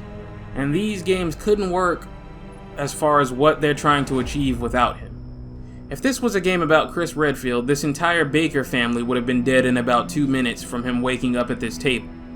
And he probably would have killed them with a fucking fork while being tied up like this. I like Ethan. He's just a good dude that loves his family and just wants to do the right thing and protect them. Anything he ever has to do that compromises his morals as a good man and betray someone, or his vows to always love and protect Mia, is this situation where his hand is forced and he sees no other option. When he thinks Mia is trying to kill him of her own free will, he of course decides to go ahead and fight back. But once he realizes later that it's not her fault and she's being controlled and manipulated by whatever's going on around here, he tries his best to save her regardless. I watched an analysis of Resident Evil 7 a while back, and I'm pretty sure it was from Mauler, where he couldn't jive with Ethan in his reactions or responses to certain things, to the point where he would have preferred it if Ethan was mute, and to that I say tough tits. This is Resident Evil. We don't do that silent protagonist shit around here. And just because the game is in first person, that isn't a default crutch for every game in first person that's a horror game to pussy out of making an actual protagonist. Whatever I say about this game, good or bad, Capcom deserves credit for not taking the easy way out of just creating some silent walking avatar just because the game is in first person. And I know, considering where their influence for this game came from, that would have been extremely tempting. They created a genuine Resident Evil character. He isn't as cool as first, but ultimately he does grow into one of my favorites. Because even when he's scared shitless, which doesn't tend to happen to most Resident Evil protagonists these days, he isn't afraid to talk his own shit and he puts up whatever fight he can. My only problem with this is this silly fucking gimmick they have of not wanting to show you his face because they feel like it ruins the immersion for some reason. Even though they've already modeled his face fully, and they even went through the effort of finding someone with similar attributes to play his daughter later. So straddling the lines like this because you have this cute little fairy tale idea as a director of everyone being able to put themselves in the game as Ethan if you don't show his face like we're all 6 foot tall, happily married white guys who dress like it's casual Friday at a corporate office is kinda silly.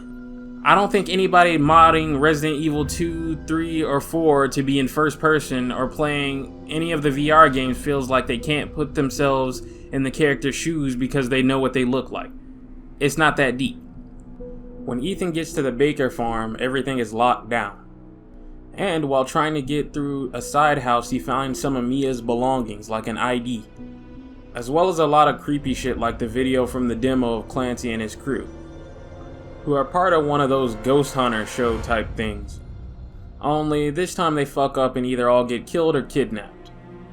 And passing by one of their dead bodies, he finds Mia locked up in a cell. Breaking her out, she's upset because she specifically told him not to come looking for her, and has zero memory of having sent him the address to come get her in the first place. They look around for a bit before Mia gets possessed and attacks Ethan, and he's forced to kill her. And I really like the way they make him reach for her when she falls because he's absolutely devastated by having to do this. He then gets a call from a woman named Zoe who tells him he needs to get the fuck out of here. But before he can do that, Mia revives and ambushes him. And she cuts off his hand with a goddamn chainsaw before running off. Eventually, he manages to find a gun and is forced to kill her yet again before getting jumped and knocked out by the man of the house, Jack Baker. When he comes to, his hand is stapled back on and he's sitting at the table with the Baker family in the flesh. Only every single one of them is mentally fucked beyond repair and crazed lunatics. There's Jack the father, Marguerite the mother, Zoe the daughter, and one of the only two with any sanity still left, the grandma who doesn't really say shit and just kinda looks around, and then there's Lucas, without a doubt the most unhinged of the bunch. And after a crazy dinner that gets interrupted by a phone call from an officer, he manages to break out of the chair they tied him to and tries to look for a way out. Evading Jack, who has it in for him and is chasing him around, he bumps into the officer who called earlier, who hands him a pocket knife and tells him to meet him in the garage and tell him what's going on. But Jack ambushes them and kills the cop, forcing Ethan to steal his gun and fight Jack one-on-one. Ethan is completely outmatched, and Jack, in a moment of pure insanity, shoots himself and allows Ethan to run around for a bit unscathed. Now, I already have problems with this opening in terms of being a Resident Evil game, but I'm gonna wait until we get to our first molded to stop and talk about that and the gameplay. For right now, per Zoe's words, the only way out of the house is through the main hall. We're gonna need 2 dog heads to open the door and meet Zoe in her trailer in the yard, so it's time to start looking. We find a tape from Mia apologizing and swearing that it isn't her making her do these things. And then we have to play some shitty stealth section pulled out of the playbook from about 2,000 cheap Steam horror games. Oh my god. At least it's optional. There's no reason to ever touch this tape on future playthroughs. The only reason I did it here was for the purpose of making this video, but whenever I decide to replay this game, which isn't often, I never pick it up. Searching around some more, Jack is revived, and at this point it's pretty clear that killing him is not in the cards right now. And congratulations! Now you've activated that part of the game where the fucking annoying thing that you're discouraged from fighting, as every bullet is a waste of your resources, follows you around, and just serves as a massive irritating roadblock when you're trying to get to certain rooms. The game will waste 2 out of 4 of its acts on this overused and overcooked gimmick, by the way. On a first playthrough, sure, all this does its job and can be pretty scary. But replaying it again when you aren't really scared of it anymore, they don't do anything but just get in the fucking way. And make me roll my fucking eyes and do a 180 pivot right back to the save room, and then go check my Twitter or something while I wait 1,000 years for the AI to finally make them go wander somewhere else. A lot of people try to defend this annoying shit as being a callback to OG Nemesis or something, but this is really nothing like how Nemesis worked. People with their old geezer brains failing them tend to remember Nemesis as an unstoppable god that just terrorized the player from start to finish, following them around relentlessly. But that is straight up false and misinformation. Nemesis was mostly scripted. You would walk into a new area or return to an old one and he would follow you around for a few rooms. After that, he left you the fuck alone and you could straight up do a 180 and turn right back around and he would be gone. You also oftentimes had a choice on whether you wanted to deal with him or not in a location. That's what these dynamic action moments really were.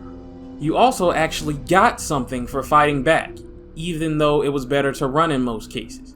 These new pursuer enemies they just slap in every fucking game now don't give a fuck and don't give you anything for your trouble. They only exist to get in the way and farm screeches and yell compilation videos for maximum marketing. That's going to become a recurring thing when it comes to talking about these two games. Them mimicking shit without understanding what made it work so well before. But considering in the next game they introduce the worst example of this type of gimmick that they will ever create, I'll at least say this one is a lot more tolerable than Lady Dimibitch and her daughters from 8. Jack chases us around while we flee towards the basement to get our hands on one of the dog heads, and we get our first look at the game's standard grunt in it, the Moldy. And finally, we get something recognizable as resembling a Resident Evil game. It only took an hour and 30 minutes of fucking playing to get here. See, one of the reasons that I don't revisit Resident Evil 7 as much as its predecessors and its successors is this fucking long ass introduction that really doesn't have shit to do with the way the rest of the game plays.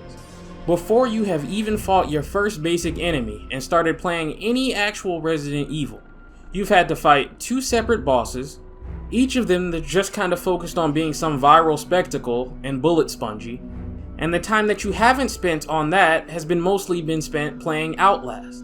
Why is it like this? Because the game wants to hook you with this grand explosive experience before it even gets to the Resident Evil stuff. And that is the overarching flaw in both of these games, and more so this one than the next one. It's more focused on being a horror game experience than realizing that it's a video game, and as a result it suffers. And Resident Evil 7 in particular is really the only game like this to this severity.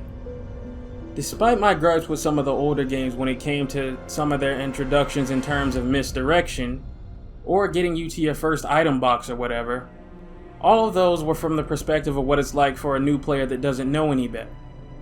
On future playthroughs, all of those criticisms are non-issues, when you already know what you should be doing and where you should be going. In terms of actually starting to play the Resident Evil game you paid for, they all keep it short and are made to be replayed. You can load up Resident Evil 1 right now and get to doing your thing in maybe 10 minutes if you watch the cutscenes, maybe 2 if you skip them and need to get this handgun here as Chris. In Resident Evil 2, be it the original or the remake, it still takes minimal time to get you going. Even the 2 remakes that do have longer introductions than their originals, before they take your handcuffs off like Resident Evil 3 and 4, keep it to a minimum. Only what's necessary to build a little atmosphere. And that sense of wanting to rush through the intro on subsequent playthroughs isn't as overbearing and very easy to do if you just want to get to it. In Resident Evil 7, no matter what you do, you have to do this long ass walking simulator prologue that doesn't have shit to do with the Resident Evil bits of the game. And you will have to let Jack Baker chase you around like an Outlast villain before you can get to the item box and pull any of your New Game Plus rewards out of it, should you ever want to replay the game. And there's even more of this shit before you get to the basement and shit can actually start getting Resident Evil. And this is me being generous and not including the Mia tape. Because what I haven't even mentioned yet is that you can't skip cutscenes. So every single fucking time you decide you might want to revisit Resident Evil 7, you have to sit through everything. While that voice in the back of your mind says, please, for fuck's sake, I just want to skip to the item box and pull the Albert 1 out so I can get to business. Like seriously, I had this whole section of this script planned to just gush about this handgun they give you for beating this game and rant about how they ruined it in 8, but I can't be fucked to replay this long ass 1 hour and a half intro again. Just to have the privilege of fighting the first basic Resident Evil enemy to show you how cool the gun is. This really hurts the replayability, and replayability is key to a Resident Evil game's design. Whereas this one is designed like you're gonna play it once and then go put it on a shelf and never come back to it. In any other Resident Evil game, you complete it and you can bang that shit out as many times as you want to, whenever you want to, with minimal gimmicks and friction getting in your way. Just beat the game? Good shit, let's go again. Good shit, let's go again. Good shit, let's go again. That is the appeal of single-player games in a world where multiplayer games dominate. Sure, I could go load up Tekken right now and every match would be a new experience. Or I could do another run of Resident Evil 2. The new mandatory introduction takes what, 2 to 3 minutes at most? And then we're in. There's no fucking way that the guys that made 7 played it, tested it over and over again, and didn't think skippable cutscenes might help the game's replayability. They just didn't give a fuck because, like I said, they wanted to create a great experience, but not a great video game. Terms interchangeable, sure, but not terms that mean the same thing. Now, some of my favorite games of all time, the Dead Space series, have unskippable cutscenes. But by comparison, their openings are designed with a sense of replayability in mind, and unlike 7, are actually relevant in terms of the actual game itself. In Dead Space 1, for example, the unskippable introduction takes about 6 minutes. From the second you step off the ship on subsequent playthroughs, you have all your shit from a cleared game. If it's your first time through, the game places something to fight back with and a standard enemy both in your face in roughly 10 minutes, and just like that, you jump right into playing the actual game. In Dead Space 2, the introduction is longer, but even then it's done with finesse and care for your time and relevancy to the game's mechanics. In Dead Space 2, I would argue the introduction ends when you pick back up your kinesis module, since before that you are completely defenseless and are just walking around. This takes roughly 10 minutes in-game. And roughly 15 minutes into the game, your first genuine weapon is placed in your hand, and now congratulations, you are fully playing Dead Space 2. Have fun. Silent Hill 1 gives you a handgun and a knife within 10 minutes. Silent Hill 2 introduces you to your first enemy and gives you your first weapon in 30. And this doesn't even have a nightmare sequence intro that beats around the bush like most of them do. None of what I said will really bother you on a first playthrough. Hell, maybe even 2 realistically, but by 3, even if you are in love with the gameplay, all the gimmicks and the shit you're forced to sit through to even get to it will start to wear on you. For a game that supposedly returned to the roots, it sure doesn't really seem like it on anything more than a basic level. Any of the deeper pillars that support what makes replaying a classic Resident Evil such a great experience, no matter how many times you did it, either isn't here or takes a backseat to whatever fucking gimmick the current baker you're dealing with has in store for you. Now, I give credit where it's due. Resident Evil 7 is not all bad. It's actually very good and very smart in terms of bringing back a lot of classic stuff. I like the game itself, I just don't like that it's only 50% Resident Evil and 50% trendy gimmicks. On the surface, yes, the game has item boxes. So if you're a 40 to 50 year old man, you can go, oh golly gee, I remember them item boxes. So everything I don't like about having to waste my time running back and forth to the fucking thing is still intact. But it wants to emulate a classic Resident Evil game, so fine, whatever. But it uses both autosaves and traditional save points, minus the ink ribbons on standard difficulty, and thank fuck for that, because I've never liked ink ribbons at all. The focus is back on exploration and solving problems and puzzles, as opposed to arena battles, which I prefer, but for what the game is going for, I mean, that's fine. There are several ways it actually improves on the classics in this regard. In some of the older games, it can be really fucking confusing to know what the right direction to go is, what room took what key if you didn't remember, and just what your objective even was.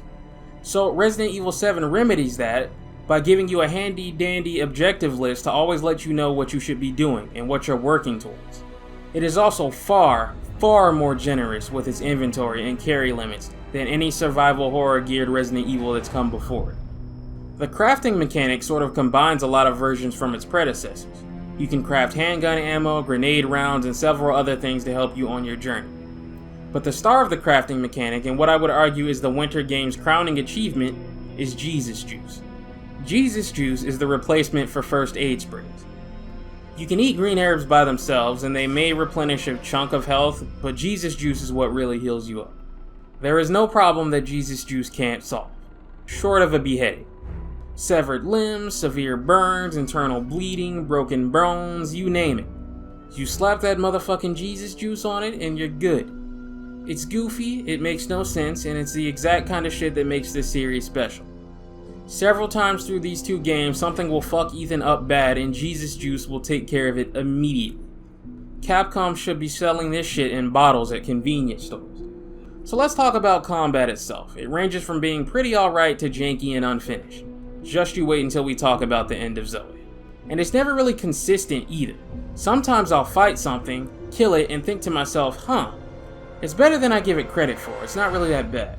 And then other times you'll be firing away to no reaction from what you're hitting and can get killed by something simple. Then you'll load up the checkpoint, fight the same exact enemy again, and body it with no mercy. How good the combat feels is usually tied to how many times the game decides to let an enemy flinch and react to being shot, which is more random than it really should be. And I can feel it now, some fucking cornball is getting ready to type up the golden impenetrable shield of, well, it's a horror game, combat is meant to be bad. And to that I say, shut the fuck up.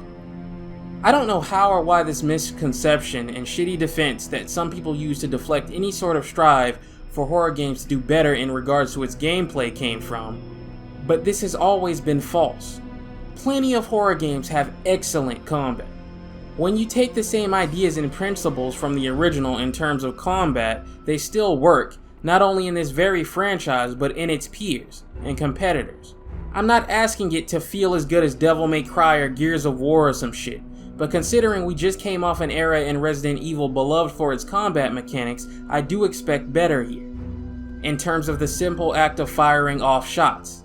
Just about the only weapons here that feel like they have any sort of weight behind them or feel like your shots mean something are the Albert 1 that you get for New Game Plus, heavily nerfed, and the shotguns.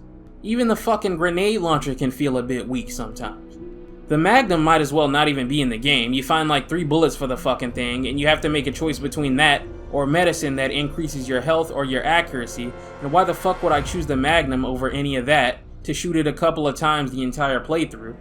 It's even more worthless in comparison to the other offerings on subsequent playthroughs because the Albert 1 does exactly what it does but better, and it's a regular ass handgun.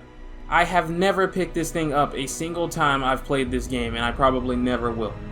The one thing that gives the Winters games their own identity in terms of combat is the guard mechanic. This is something that I really do like. At the touch of a button, Ethan will throw his hands up and reduce the damage and stagger from whatever he's hit by. If you feel like something's coming, it almost always is a good idea to go ahead and guard and let it take a swipe at you first, so you can counterattack. If you need to get by anything, you would usually use the same strat and then just run. I think the guard system really holds its own in comparison to other defensive mechanics in other Resident Evils. Other ones have had defensive items, dodges, parries, and honestly I will always prefer a dodge mechanic above all else, but I will gladly take just about any of these over nothing.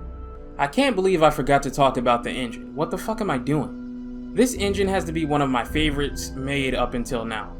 Unreal Engine is always going to be the king of graphic engines. But god damn does Capcom make sure you know that the RE engine is nothing to glance over either. It was their first game to use it, and since then it's gone on to be used in just about everything they ever make. And I mean everything. Street Fighter, Devil May Cry, even stuff like Monster Hunter or Dragon's Dogma. They've all made the jump. Also, I need to correct something. I said something along the lines of Revelations 2 being the last MT Framework game made by Capcom. It was actually Monster Hunter or some shit, but since I don't really play that, that's my bad. The point being, this engine is incredible, and all the Resident Evil games on it got updated to include ray tracing, and you can crank all that shit on, boot these up, and just have visual candy. Resident Evil 7 was the first game to drop on it, so naturally it means it looks the worst of the lot, but that's to be expected. This game had to run at 60 FPS on a fucking base Xbox One, which is a task I wouldn't wish on the worst developers in the world, so texture quality, even at max, can be a little dodgy. And this is something that's troubled the engine for a long time. It looks photorealistic, because from what I know, they take photo scans of every single asset they use in this engine. But some things have to take an L in the looks department that don't matter as much to save on memory. And it's an engine that was designed for linear, confined single-player games. So when they try to get a little too ahead of themselves and use it for open world games, the results in the frame rate department are fine if you can handle playing games at 30 FPS without crying like a little bitch, but if you absolutely have to have 60 or something like that, you're gonna have issues. But it is, without a doubt, in my top 3 engines of all time, along with Unreal Engine and whatever in-house engine Final Fantasy games like 16 use. Now, you may have noticed that I haven't addressed the biggest elephant in the room, that being the first-person perspective, and that's because I genuinely don't give a fuck anymore. This shift put a lot of people off at first, myself included. I didn't even have to ask myself why they did this. I knew exactly why they did this. But having the game in my hands and playing it for myself, it wasn't as blasphemous as it first looked. I don't feel like they really get this whole first-person thing right in terms of responsiveness and fluidity until 8. I mean, Ethan in this game is painfully slow and sluggish, and if you're getting ready to tell me how necessary that is for horror games in first person, Cry of Fear, Condemned, and plenty of other games like The Suffering beg to fucking differ, so save it. But once you get over the perspective shift and just try it, you really do start to see the vision. Just a solid survival horror Resident Evil game. It's just a shame that the gimmicks hold it back. That Resident Evil feeling, like I said, really kicks in once we're fumbling around in this basement. Just me, my gun, and my herbs while we try to figure out how to get the fuck out of here. We grab our shotgun, which we will need because to get the last doghead we don't have a choice but to fight Jack one-on-one again. This fight, I will admit, is another iconic one for the series. For as much as I'm sick of this pursuer enemy gimmick, I think that the way everything comes to a head in this boss fight does make it all worth it. But it has problems. This fight gives a lot of people trouble, and the reason for that is because if you do what the game is nudging you to do, and just have a straight up one-on-one chainsaw fight to save ammo, it is a frustrating, clunky mess. Jack's fight done this way is the shining example of the things that are wrong with Resident Evil 7's combat. These hanging bodies are supposed to stun him when you kick them, except that doesn't always work. When he's down, you're supposed to DPS him with the chainsaw's heavy attack, but his pain animation sometimes push him back a bit out of range, so that doesn't always work, leading to you wasting precious chainsaw juice that has to be recharged manually. This is a way easier fight if you just do it the old-fashioned way and save the chainsaw for when he goes down. When we put him down, we head out the door to Zoe's trailer. Nice. She calls us from here and says to make the cure for this clusterfuck, we need an arm and a head. This will be explained later, but from what I understand, these are just body parts from all the other failed Evelyn experiments. So we head to Marguerite's act of the game. If I'm honest with you, this is probably my least favorite part of the whole game. It's the same gimmick as Jack's, only twice as flavorless. Jack at least sandwiched some trace of a traditional Resident Evil game in between his nonsense. Marguerite's thing is just following you around while you deal with her silly fucking bugs, requiring you to build this flamethrower that will be completely fucking worthless after this, since it's her weakness. Lucas shows up at one point to kidnap Mia in the middle of her finding Ethan, while she tries to explain what's going on, and I'm just begging to get to his part of the game sooner. Things come to a head and eventually Ethan has no choice but to fight her. Use up as much of your flamethrower ammo as humanly possible in favor of your other weapons, and you'll thank me later. Her fight is pretty alright besides that, and my only complaint is this ridiculous fucking gamma crash attack that you can't really dodge out of the way of when she climbs onto the ceiling. When you kill her, the game finally decides to let you do some Resident Evil shit again. The way they handle this part where you get the arm is beautiful, and I can say without a doubt it's one of my favorite moments in the game. It is genuinely creepy. With that done, we head back to Zoe's trailer and find her kidnapped by Lucas, and we need to search for a way to get to him. Finally, we are playing some just straight up Resident Evil. No bullshit, no gimmicks from other games. Just you, your guns, a place full of enemies that creep around these halls while you try to survive and look for key items. This is where I feel the magic. This is where everything clicks, and I think to myself, this is a damn good Resident Evil game when it wants to be. The second half of this game is phenomenal. I just wish I didn't have to kill 2 out of the 4 villains at this table to finally get to the fucking Resident Evil game I paid for. Lucas is the Resident Evil villain here. If you're looking for your conspiracies, your corporate backdoor shenanigans, and everything you'd expect out of a Resident Evil game, it all starts here. Lucas was crazy and a murderer long before this whole thing started at the Baker farm. He killed one of his classmates by locking him in the attic of his bedroom when he was a little kid. And while you could say just about every other baker feels terrible about the shit they're doing, not so much Lucas. As a matter of fact, he's maintained full awareness and control of his actions, and is working directly for the bad guys. More on that later. Now, Lucas still has a gimmick technically, but his gimmick is not straight up intrusive to the traditional Resident Evil formula. It actually works alongside and enhances it. Lucas loves to make death traps and toy with the people the bakers kidnap before he kills them. So think if you were exploring the Spencer mansion, only with traps you had to look around for. You can find a tape of Clancy, the cameraman from the beginning of the game, where Lucas put him in a jigsaw trap and killed him. But considering it was rigged to kill him from the beginning, it's more of an Amanda or a Hoffman trap than a John Kramer one. This proves to be his undoing later, but once again, I cannot stress enough how much better the game feels as a Resident Evil game here. These creatures are some of his subjects, in a way, and he sicks them on you as such. His main gimmick is just a brief puzzle where you need to figure out what exactly killed Clancy when he was stuck in this room, and avoid doing that particular thing when you solve the puzzle. You can be in and out of here in like a minute to 2 minute tops. A far cry from the annoying shenanigans of Jack and Marguerite. When Lucas's plan goes to shit, he books it out of there because he's got to carry the Resident Evil in this game on his fucking back single-handedly. So we fight our way to the boathouse that Mia and Zoe are tied up at. When we free them and make the cure, Jack has mutated beyond hope, and he's more dangerous than ever before. This is probably the most Resident Evil boss fight you're gonna get in this game in terms of familiar tropes. Shoot the glowing things until it dies and try not to get hit. Once again, I have to commend the guard mechanic, as despite how painfully slow and sluggish Ethan is at times, this thing really helps keep you from getting frustrated in boss fights like you would in some of the earlier games. An excellent mechanic. Despite his best efforts, Ethan can't bring Jack down permanently and has to use one of the 2 cures he made to do it. That leaves only one. And then the game gives you the choice. I've bitched about this more than once, so you know what's coming. This is a waste of your fucking time. Now, right from the jump, I think it's pretty clear you're supposed to choose your wife.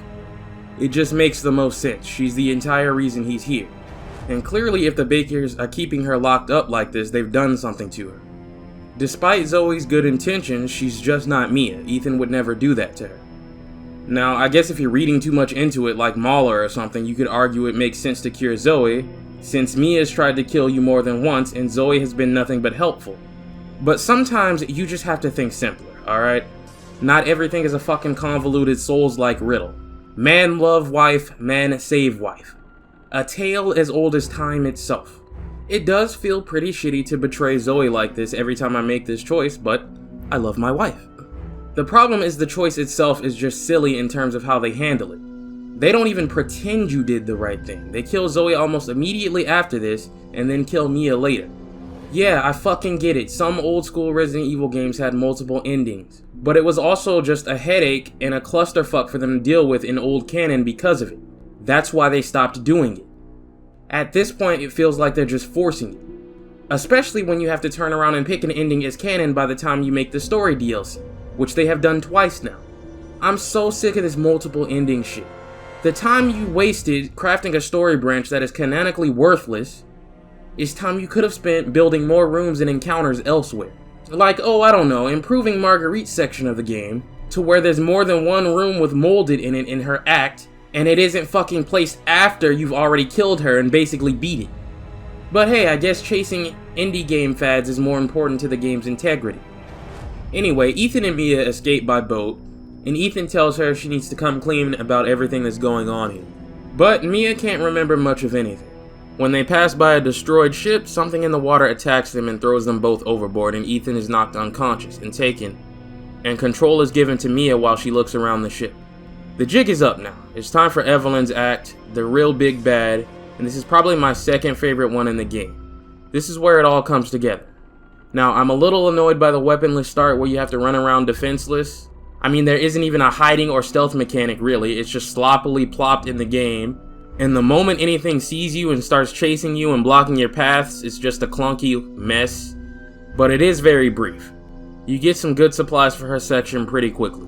And also seeing this location go from functional in a flashback to this extremely dark, slimy, mold-covered ghost town is pretty cool. It's undoubtedly creepy. Mia searches around for Ethan but runs into Evelyn, who makes her watch a tape of what started all this. I don't know how this shit even got recorded. Body cam footage, I guess. But Mia has been living a double life as an agent working for a company that's developing new bioweapons. It's funny to me that this series has gone on so long, it's literally just random pharmaceutical corps now. They don't even bother to give them names. Evelyn was a bioweapon that Mia was tasked with transporting to who the fuck knows where on this boat, along with her colleagues. Evelyn is designed to kill, mutate, and control hosts through mold she produces, and is programmed to desire a family of her own for reasons that won't be clear until 8. That's why she's doing all this, because she wants her own mom and dad, siblings, and a home. Everything a child would want, but she's never satisfied and there's no end to her hunger. All the molded around the Baker house, the mines, and the ship are all a result of anyone that's been killed or kidnapped from inside nearby towns or the ship that crashed. She's had the Bakers killing and making molded out of people for the last 3 years or so for one big family.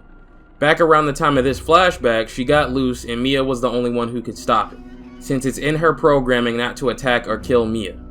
But she's much stronger than anyone who made her could have imagined, and Mia fails and also gets infected with the mold. In a panic, Mia grabs the nearest laptop and sends Ethan the goodbye message we saw her make at the beginning of the game, before Evelyn destroys the ship and throws her out of it. Evelyn can't kill Mia directly, but she can manipulate situations to try to harm or control her. That's how the Bakers found them. And now that Mia has regained her memories, Evelyn wants her to be her mother. Mia isn't interested and this pisses Evelyn off, so we're tasked with looking around this ship to try to find Ethan. And I can breathe a sigh of relief, as just about every fucking gimmick this game has run bone dry by this point. From this point on, it's just pure Resident Evil. Exploring locations, finding items that help you work towards a goal, trying to survive while things make it really not possible. Now, I remember when this game first came out, one of the main complaints from your obvious token reviewers was that the game quote-unquote falls off around this time. And I remember even way back in 2017 looking at them like they'd lost their fucking minds. I could not agree with them any less if you paid me to. This is what pure Resident Evil truly feels like, with none of the gimmicks pulled from Layers of Fear or some shit. Halls and rooms creeping with enemies. Decision making based off of what you're faced with. This room looks kinda tough, it might be time to break out the machine gun or the shotgun. Start getting a little too ahead of yourself and your ammo on that will start to get low for the big guys. Maybe it's better to put your guard up, take a hit, and just try to squeeze by and save some ammo. Maybe it's better to plop down a remote bomb and let a group come to you and let that motherfucker rip to also save ammo. The game didn't need less of this, it needed more of it. Especially in Jack and Marguerite sections. Which, if you take away their gimmick of run away and hide from me while you unlock doors and find keys, basically have one area of actual Resident Evil apiece. Seriously, one area apiece. But this game is supposed to be the savior of the franchise that returned to its roots. Right. It only fucking takes you halfway through the game to get there. Anyway, while in a dream state, infected with the mold, Ethan talks with a real Jack Baker and Zoe. Jack apologizes and says he's fully aware of what's going on and he never would have hurt him if he could have helped it.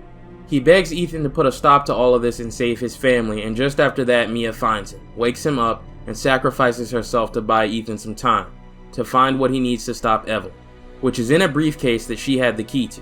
There's nobody left now. No Bakers, no Mia, just Ethan and Evelyn. And he needs to make the antivirus to kill her and put a stop to all this. While exploring and making his way to the mines, you can find hints that the Bakers are being watched, and you can hear their transmissions and see their choppers patrolling the areas. It's all coming together. Lucas was spotted in the mines, and that's where we're off to. Hella molded here, hella dangerous, but we're in the home stretch. In the mines, we find Lucas's secret lab, learn more about Evelyn, the bioweapon, grab our Evelyn killer serum, and since Lucas is nowhere to be found, we break our way back into the house to look for her, right where it all began. Evelyn is clearly scared now because she's throwing just about all the mind tricks she can at us. It doesn't work and it's time to get fucked up. And with her neutralized, it turns out Evelyn was the old Grandma Baker that was at the table when we woke up at the start. We can find hints of this through notes that she started to age rapidly after the Bakers found her, so she was 100% just a bioweapon, nothing more. and her dream of having a family couldn't have lasted long anyway. She was always watching you throughout the game, popping up whenever you had finished something major. The Evelyn killer ain't exactly working so good, and she's transformed into a giant monster that's growing out of the house. Ethan's had a good run so far, but he's no match for this thing. He's getting clobbered here. But someone drops him this game's masterpiece, the Albert 01. Resident Evil 7 knows that a lot of it is going to turn off its current fan base and divide them. The franchise is too massive, too iterative, and too special and diverse not to. So boy does it really try to fucking apologize with this gun. It's just a massive fuck-off handgun based off the new Samurai Edge that Wesker was in the middle of developing before he got Chris Redfielded. Whenever I am in the mood to replay this game, it's typically because I remember this masterpiece exists. It's nerfed in the main game to only hold 3 shots because of course we can't just have anything fun around here, but you get it in all its glory for this fight as well as Chris Redfield's DLC. And Evelyn gets absolutely mauled by this thing. Speaking of Chris, with her dead, he shows up to save the day, and needless to say, people weren't exactly happy with this design. Now, I remember when Claire was shown off for Resident Evil 2 Remake, and you had these insufferable bitches, you know the ones, complaining about how Claire wasn't hot enough and she'd been uglified, knowing full well that a chick that looks 25% as good as Claire wouldn't even make eye contact with them as they passed by them on the street, since they don't have any fucking business talking about how anyone should look while they're built like EDP. But the reaction to Chris's design was a lot more justified. If this was still Resident Evil 1 Chris or Code Veronica Chris, no one would really care. They might be able to get away with this. Resident Evil 5 is still the highest selling Resident Evil game in Capcom's library. That game made Chris Redfield a fucking star, and he was roided out of his mind in that game, and really has been in every game since. When people think of Chris Redfield, they think of a buff-ass action hero that's admired and respected everywhere he goes. Arnold Schwarzenegger. Just this guy's Greek god physique alone inspired awe and motivation in his squad mates. This Chris Redfield looked like the type of guy you catch in Facebook and Twitter comment sections trying to convince you that all the Resident Evil remakes suck besides the first one, and that all his favorite musicians sold out and suck now, and their debut albums were all their best work, and everything else is mainstream garbage and blah blah blah. It just looked weird and wrong.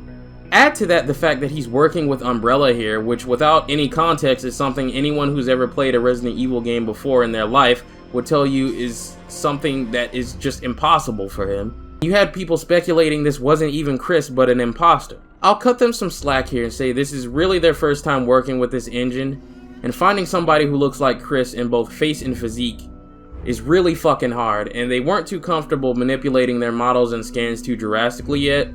But yeah, this isn't very good. Either way, the day is saved and Ethan is rescued.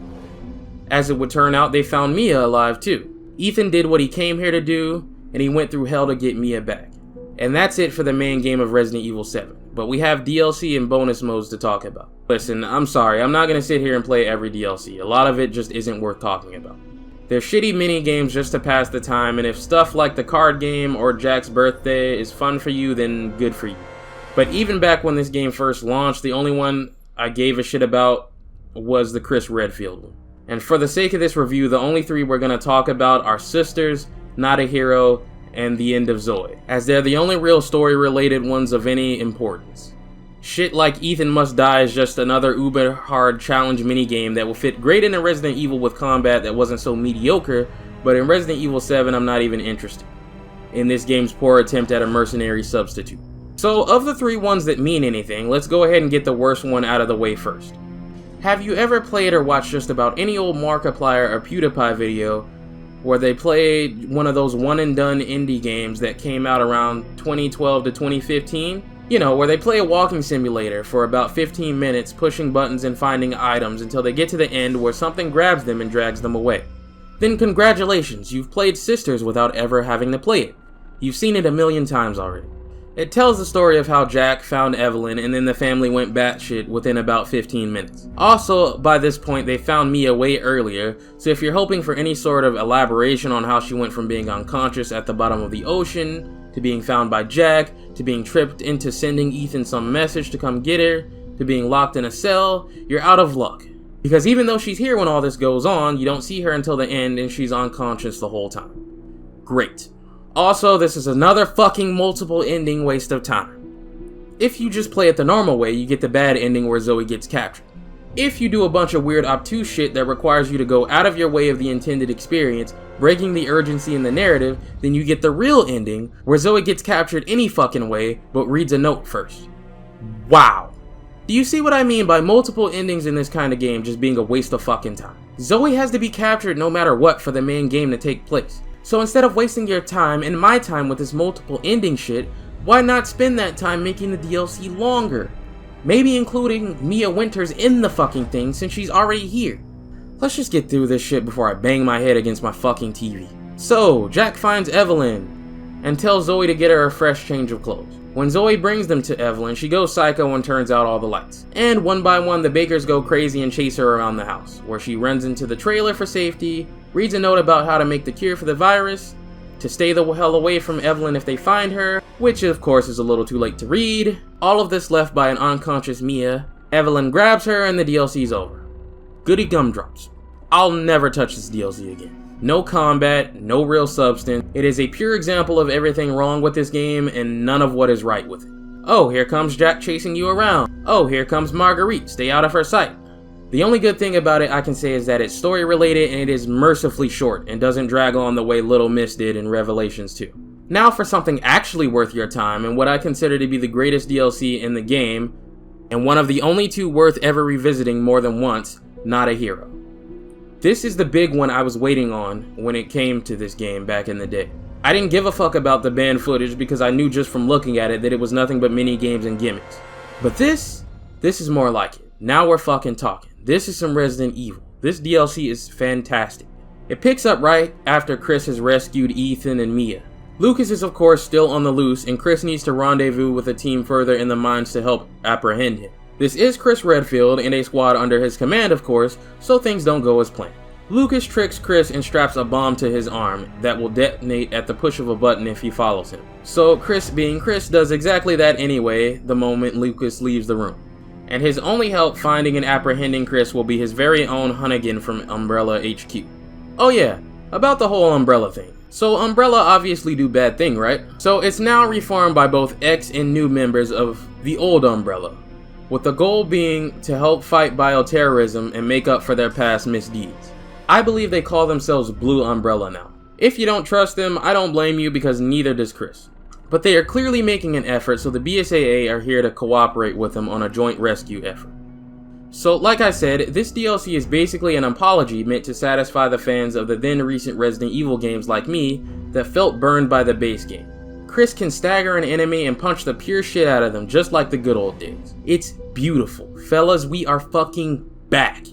I've said it before in old videos, so I'll reiterate it here. For as much dick sucking as Resident Evil 7 has received over the years, one thing they typically forget to mention is that it's still to this day, as of the making of this video, sold less than 6. 7 is divisive in its own right. Resident Evil 4, 5, and 6 were sales giants. Now admittedly, 6 is not really ahead of 7 by much, as 6 has sold about 14.5 million copies to Resident Evil 7's 13.5. The top numbers in bold are what you're looking for. The other number with the $sign is total gross revenue, which is a lot more variable. Now, you can say that Resident Evil 7 may have made them technically more money in the end, but it's not as black and white as that. Different things outside of sales can have a huge impact on a number like this, from the engine you use, to the marketing budget, to the actors you choose for both face and voice. The RE engine in general saves Capcom hella money to make a game, and get a higher gross revenue no matter what game they make. For example, every single version of the original Resident Evil 4 as of the time of making this video has sold 14 million copies plus. The Resident Evil 4 remake has only been out a year and a half, and therefore has only sold 7 million copies, which is pretty fucking impressive for being out nowhere near as long. Now look at how the gross revenue in terms of money they made off of the sales is identical, because the total development and marketing costs versus copies sold works heavily in their favor when they use the RE engine. It's not just a good engine, it's a money-making monster. You give it another year and even more millions, and the original Resident Evil 4 could have made Capcom less money in its lifetime in total revenue than the remake with a lower number of copies sold. That's crazy to say, but that's the power of the RE engine. When it comes to ports, of the older games, you have to remember that the way they have to measure their sales is literally port by port. And Resident Evil 6 and all the games before that were stuck on PS3 or PS2 depending on the game, because there was no backwards compatibility with the PS4 or Xbox One originally, like there is on the PlayStation 5. So if you bought a game on PS3, it was stuck there when you bought a PS4. So when you look at their sales, only the top number in bold counts, because that's what combines every single port for a total number. The chart for Resident Evil 7 and 8 is much simpler to read because the PS5 is backwards compatible with the PS4. So they can make one huge combined number easily and they don't have to divide it up. Now that is to say Capcom clearly has eyes, so they can see that Resident Evil 7, while receiving its flowers, ain't exactly all their fans' cup of tea, and isn't selling as many copies as 6 did, so Not a Hero as an attempt to please those fans, and in a way a lot of it works, and it is the first step in the right direction that will turn into Resident Evil 8. Now you might assume that I just like Not a Hero because it's trying to cater to the type of fan I am. It's got the melee prompts, it's got a beloved fan favorite, an established character, but it's not just that. There are also, once again, no real gimmicks here, no bullshit, nothing chasing you around, no parts where they take your gear away and make you run from some stupid fucking baby or something. From the second they hand control of Chris to you, it's just you exploring the mines in Lucas's fucked up traps while you try to make it out alive. I'll say it as many times as I need to. Just pure Resident Evil, never trying to be something it's not. The main hang-up in getting Lucas is looking for the key to his secret passage he's hidden somewhere. He's picking off Chris's squad mates one by one in sick traps. Eventually, Chris gets a little too close to catching him for his liking, and he detonates Chris's explosive. I have no idea why he waited so long to do it, besides Lucas just being Lucas, because if he did, Chris wouldn't have gotten it off in time with this liquid nitrogen. Also, I have no idea why Chris's bomb operates on a timer when everybody else's bombs explode immediately after Lucas detonates them, but alas, Lucas's need to have fun with his victims is his downfall.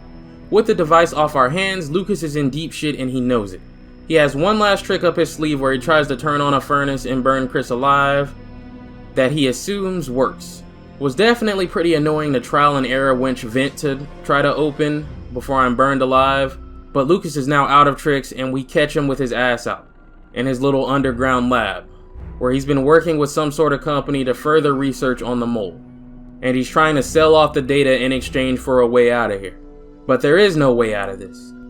And in a failed murder attempt that leads to him transforming, we have a final fight against Mold Monster Lucas. Good fight. I barely survived this shit with 2 seconds left on my air filter. With Lucas dead, Chris stops his data transfer to whoever he was trying to send this stuff to, and our boy walks out into the sunset onto his next mission. This DLC is probably one of the best Capcom has ever made for a Resident Evil game so far. Only second place to the Separate Ways remake, with one of the coolest villains they've ever designed so far. Lucas is the perfect brains to Chris Redfield's brawn. Wiping out his squad and almost killing him twice is the perfect way to end Resident Evil 7's main threat of the Bakers. And best of all, you get this one for free with the base game. Don't have to pay a dime extra, and it shits all over the other ones. There is of course one last loose end to tie up here, and that is the end of Zoe. This is by far the goofiest, silliest of the 3 relevant DLC stories, which isn't necessarily a bad thing. And thankfully it's not a shitty stealth one or a walking simulator. Instead it's a beat 'em up? Interesting choice. The Evil Within had a similar one, but it wasn't plot relevant, so I didn't bother with it. It starts with a recap letting us know that Ethan saving Mia was the canon choice, of course. And after that, Evelyn attacked Zoe, crystallized her, and left her in the woods. Within that time, everything else has already happened. Ethan has been saved, Lucas has been dealt with, and Chris and the rest of Blue Umbrella and the BSAA are running cleanup and tying up loose ends here. A couple of soldiers find Zoe in the woods, and before they figure out what to do, in comes her Uncle Joe Baker? What the fuck? Out of nowhere to just knock the shit out of everyone. Okay bro, listen. I can forgive Resident Evil and hand wave a lot. I'm not an unreasonable man. But to say they pulled Joe Baker out of their ass is an understatement. So the story goes, Jack inherited the Baker farm from their parents, and Joe just decided to live out in a random ass shack somewhere because the two didn't really get along all that well. Well, all this commotion, noise, and helicopters has caused Joe to come out looking, and he did not like what he found. So he takes Zoe and one of the guys he's knocked out back to his home and starts asking questions. They were going to help Zoe and give her the cure, but Joe fucked that up for them, so now he has to find the rest of their soon-to-be dead squad mates to get it. As I said, this is a melee-focused DLC. You don't really get a gun until your second playthrough of it. Joe is a fucking unit, and clearly whatever roids Chris takes, Joe dabbles in as well. No bullets necessary, run those fucking hands, ho. But because it's stuck in Resident Evil 7 and not a better Resident Evil game made for this sort of thing, the combat has issues. Joe has 2 combo attacks, a quick jab combo and a haymaker combo, and neither one works very well. When he hits something, their head will bounce back or they may even stagger backwards at random. And if any hits of your combo don't connect and whiff, the entire thing is reset. You will whiff constantly, even after hit. Devil May Cry, this is not. When things work out well, it feels great. When they don't, you will literally want to go turn this shit off and just go boot up Mercenaries in a different Resident Evil game instead. He also eats bugs around the woods to heal because he's a redneck, so of course he does. You can also craft miscellaneous shit like explosive traps and throwable spears. Joe goes to retrieve the cure from the BSAA operatives, but when he gets there, everyone is dead, so he can only find half an empty dose. Which doesn't really do much for Zoe, she needs the full thing. Soon to be dead here becomes definitely dead, killed by a swamp creature that is extremely strong. I love this franchise, dude. This entire DLC is clearly inspired by folklore and it's cool. Joe takes Zoe on a boat to one of the BSAA camps to hopefully find a full dose of the cure. Remember those insta-kill alligators from Resident Evil 5? They're back and just as scary here. My best advice to you is to save your spears to deal with these, as this is the only way to kill one, but you'll have to use these spears to deal with 4 legs too, so you need to be careful. While looking around the base, we run into Swamp Thing. This thing makes me more tense and anxious than Jack Baker ever could in the base game. He hits like a fucking truck, he punishes mistakes severely, and the second you put him down and try to leave, he gets up and spins you right the fuck back around and is back on that bullshit almost immediately. Well done. Looking for this cure takes us to a rusted, creepy boat where Swamp Thing corners us in a one-on-one brawl. Nowhere to go, we have to fight, and it's a tough one, but we manage to kill it. But before we can give her the cure, Swamp Thing returns, not so killed anymore. When we catch up to them again, Swamp Thing and Joe go at it, and in the fight, Joe rips off his mask to reveal Swamp Thing is actually mutated Jack. Jack then tries to drown Joe by putting him in a coffin, and I don't even know how to explain this other than Joe magically washing up on shore next to a bunch of other coffins. But it's a good thing Joe does, because he happens upon some sick-ass BSAA equipment in the form of a bionic arm that just melts everything it touches. And he also overhears that Jack is headed back to the main house with Zoe. So Joe fights his way from the guest house all the way back to the main house, and Jack and Joe have a good old-fashioned man-to-man brawl. The bionic arm is just what Joe needed to level the playing field, and he finally manages to kill Jack for good. Just don't ask me how ripping his head off and throwing it in the swamp the first time didn't do it, but smashing it with the arm did this time. Cause I can't fucking tell you.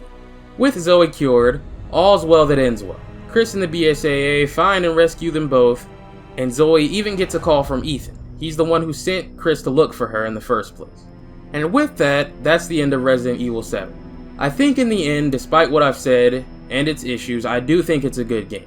I just think without a doubt it is overrated and misguided. If your only metric for measuring a good horror game is it scary, then sure, I can see why you would think it's the best one. If I can pay one compliment to Resident Evil 7 that it holds above every other entry, it is that it is genuinely the scariest out of every other Resident Evil ever made. Not because of Jack or Marguerite chasing you around, but because I think the molded and the environments that they in are probably some of the scariest designs for enemies and locations in the series. The game is very dark and covered in shadows, and these things also being pitch black works very well. But to me, that is such a single-serving, surface-level measure of what makes a good horror game and what makes a Resident Evil game especially good. If you only play horror games for the fear, you are running on borrowed time. Eventually, there will come a point where you are no longer afraid, and then what are you left with? Every single horror game ever made will just be disappointing and mid compared to the first ones you ever played, because you're chasing a feeling that you can never get back. Horror games, whether they're scary or not, still have to be a good video game that makes you want to come back to it. And in the case of Resident Evil in particular, that is something that it is always excelled at up until this point. You can load up just about any other Resident Evil game, and even if not a single fucking thing in that game can scare you, you've still purchased a damn fine product when it comes to fun fact. Resident Evil 0 and Code Veronica excluded.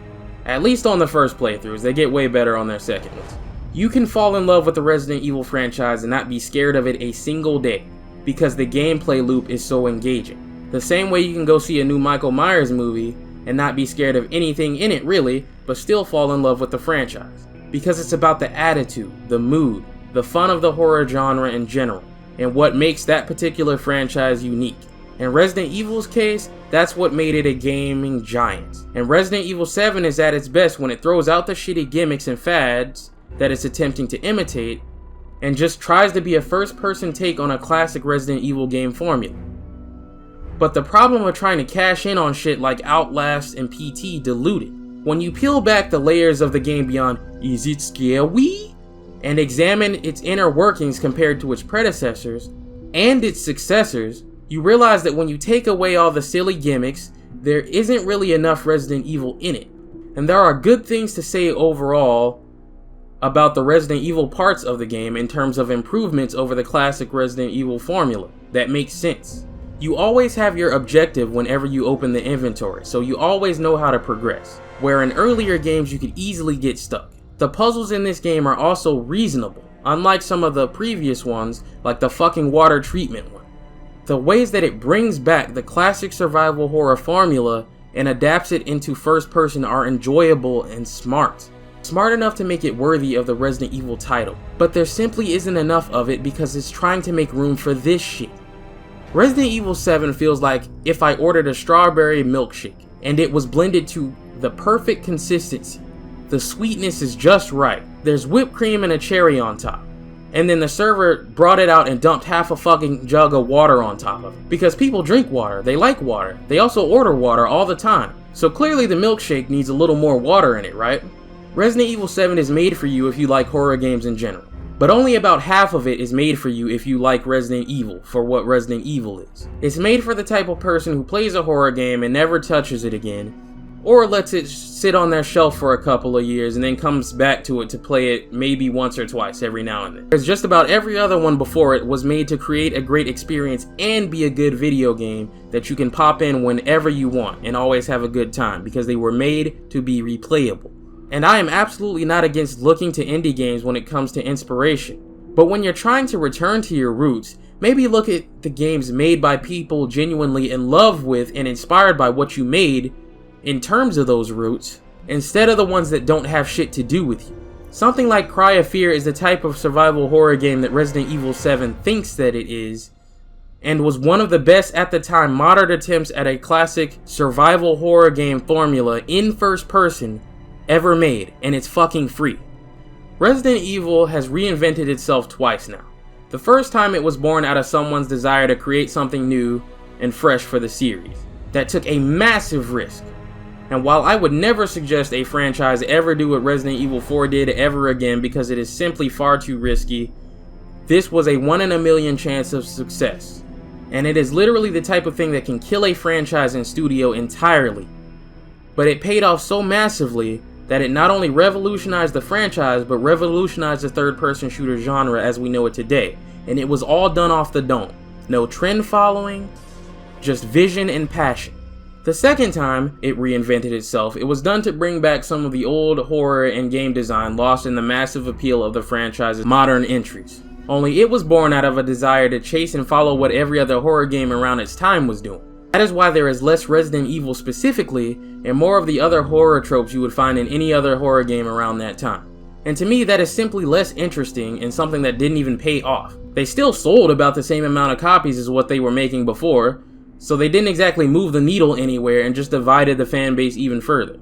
It is so focused on being an experience, it runs out of time to be a good video game. And that is why it hasn't really had any kind of lasting impact in the end. You don't really see any modern horror games following Resident Evil 7's example today. Alan Wake 2 devs has said their inspiration was the Resident Evil 2 remake. Alone in the Dark, Silent Hill, Dead Space, all of them trying their hand at comebacks now because of the Resident Evil 2 remake that came out. and showed everyone how you can make a real traditional survival horror game for a modern audience, setting the trend once again instead of following it. And that's why when I hear the guy who directed Resident Evil 7 is also directing Resident Evil 9, and the rumors are that it's open world, it doesn't exactly instill me with excitement that this one will be another contender for one of my favorites, and yet somehow sounds exactly like the kind of thing he would do. What does every director who runs out of ideas get it in their head to do these days? Follow the next trend and go open world. And while I'm sure ultimately the game will turn out fine, like always, I'll give it a fair chance. Based off the last time he directed one, I can't exactly say I'm jumping with excitement, like I typically do when a Resident Evil game gets released. But hell, maybe he's taken some notes from the next entry and our next topic, Resident Evil 8. Resident Evil 8, or Village if you prefer, is a far better game than Resident Evil 7 right off tops. Now, the things that hold it back are the same things that hold Resident Evil 7 back, but the thing that puts it above 7 is the fact that it tries to make way more time for Resident Evil things than 7 ever did. Resident Evil 7 was a survival horror game like the classics. And originally, 8 was going to be too, but design was shifted towards being more of an action horror game like Resident Evil 4 and up. While I appreciate the attempt, it too still has some issues. Some of which are the same as before, some of which are exclusive to it. It begins with this fairy tale Mia is reading to Ethan and their daughter Rose. After the events of the last game, Chris relocated them into hiding for protection, and now they live a somewhat normal, quiet life. Ethan is clearly scarred by the things that happened with the Bakers and wants to talk about it. He's taken up firearms training in order to better fight back and be prepared, and as always, the only thing he cares about is his family. Mia, on the other hand, doesn't really like talking about it. To her, it seems like the best way to move on is to never bring it up and try to be normal. But there's also a deep worry for Ethan, like she knows something he doesn't. Let's stop beating around the bush about it, it's because he's a giant walking mold monster. But be that as it may, she doesn't have to be a bitch about it. He's honestly behaving like any good father would, because for all intents and purposes, he feels and seems normal. So for her to be mad at him for caring more about his daughter's health than his own, it makes no sense. That's what a father does. But anytime they go to a doctor that runs any kinds of tests on Ethan, she gets really upset and nervous, because she doesn't want to tell him.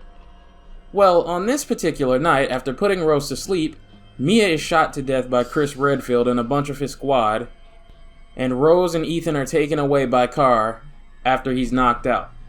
So let's pause for just a second, because if you can't tell already, Capcom has been listening to criticisms of Resident Evil 7, because they've definitely made sure Chris Redfield looks more like Chris Redfield. He's fucking yoked out of his mind again, and he's back to his ways. I only really have two problems here. One, I don't like that his voice actor is the same as Carlos from Resident Evil 3. Not because he gives a bad performance or anything, he does fantastic, but more so because it's just weird. Resident Evil 3 Remake came out a year before this, so anytime I hear Chris in this game, I just hear Carlos. My definitive Chris Redfield is always going to be Roger Craig Smith, but things change and actors change. I know that the pushback on Chris in 7 was rough, but I don't think it's necessary to throw his voice actor out too. I think he did a fine job as Chris in that game, but knowing Capcom, maybe it's for the same reason they replaced Ada in the remake of 2. The other problem is that Chris is just unusually a dick to Ethan in this game. I mean, like a real fucking asshole. This is because in reality he didn't shoot Mia, he shot the game's main villain Miranda, who shapeshifted into Mia after kidnapping her. And I get that compared to him, Ethan is a civilian way out of his league compared to him and his squad mates, but holy fuck, man. His attitude towards how he's behaving here doesn't even change after this. Chris's justification for this at first will be that he doesn't know if Ethan has been infected, and if he's under Miranda's influence. And I understand that to ambush properly, it's better not to tell Ethan about what's going on so they have a better chance of getting the drop on Miranda, without him slipping up. But even later, he just treats him like a worthless ant and doesn't budge in the slightest or tell him until the end of the game what's going on. Until he fucks this up and gets Ethan killed. Now, I can't exactly say this is Chris acting out of character because we rarely see him interact with civilians directly, but come on. This game's entire plot hinges on Chris not feeling any sympathy for a man who's trusted him to keep his family safe. And he knows damn well from the look of things he's betrayed them. We, the audience, knew even from the marketing there's no fucking way Chris is a villain now, because that is franchise suicide, as well as a good way to ensure the people responsible for this story would never be safe on the streets and live constantly looking over their shoulders in fear of an angry mob grabbing them, but Ethan doesn't. When Ethan wakes up, the soldiers that shoved him in the van are all dead and he's in the middle of the woods. Rose is nowhere to be found. Now, common sense would say, since you and your daughter were seemingly kidnapped by a squad of heavily armed elite soldiers under the command of a man who just betrayed you, one of which is dead on the floor, it might be a good idea to grab this soldier's gun. But this game needs to do this weird spooky intro thing, so I guess we're just gonna leave it. By weird spooky intro thing, I mean Ethan walks in pitch fucking blackness of night for about a minute and a half while scary noises do the thing. Then he walks in and out of the house in the span of another minute and magically it's daytime.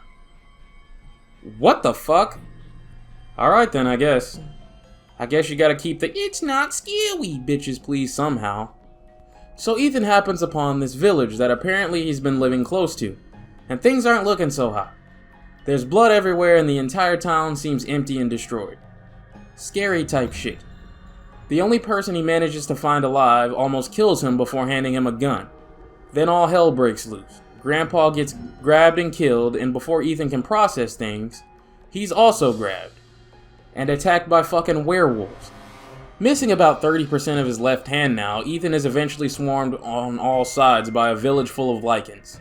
I remember my first ever playthrough of this game, which I think is still up on the channel as of now. I'm sitting here fighting for my fucking life against these things and it clicks. And I think, I see what we're doing. I know what kind of game this is now. And yeah, this is the Resident Evil 4 Village mod. The gameplay baggage of having to be a direct sequel to Resident Evil 7 means that it doesn't stand a chance in hell of being as good, but I do appreciate the attempt. Whereas Leon is an absolute killing machine until the bell rings, Ethan here is out of his fucking league, and is about to get killed before he's saved by the bell and the lichens run off. And with that, I think we can go ahead and talk gameplay and mechanics. First off, let me commend Capcom for dropping the shitty indie game wannabe demo shenanigans and giving you an actual genuine slice of the game. The demo for this game was far better, and more on par with every other Resident Evil demo.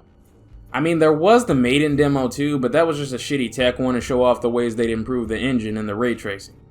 The real one everyone gave a fuck about was this one.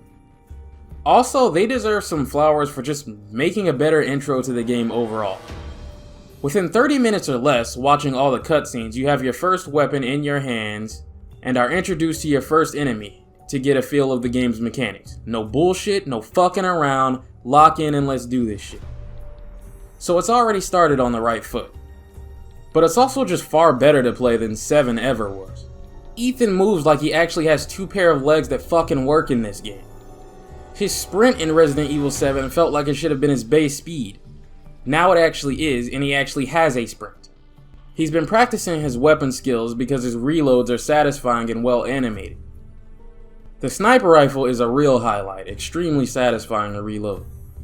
Remember that handy dandy checklist that lets you know generally what kind of Resident Evil you're getting I mentioned earlier? Once again, everything here checks out.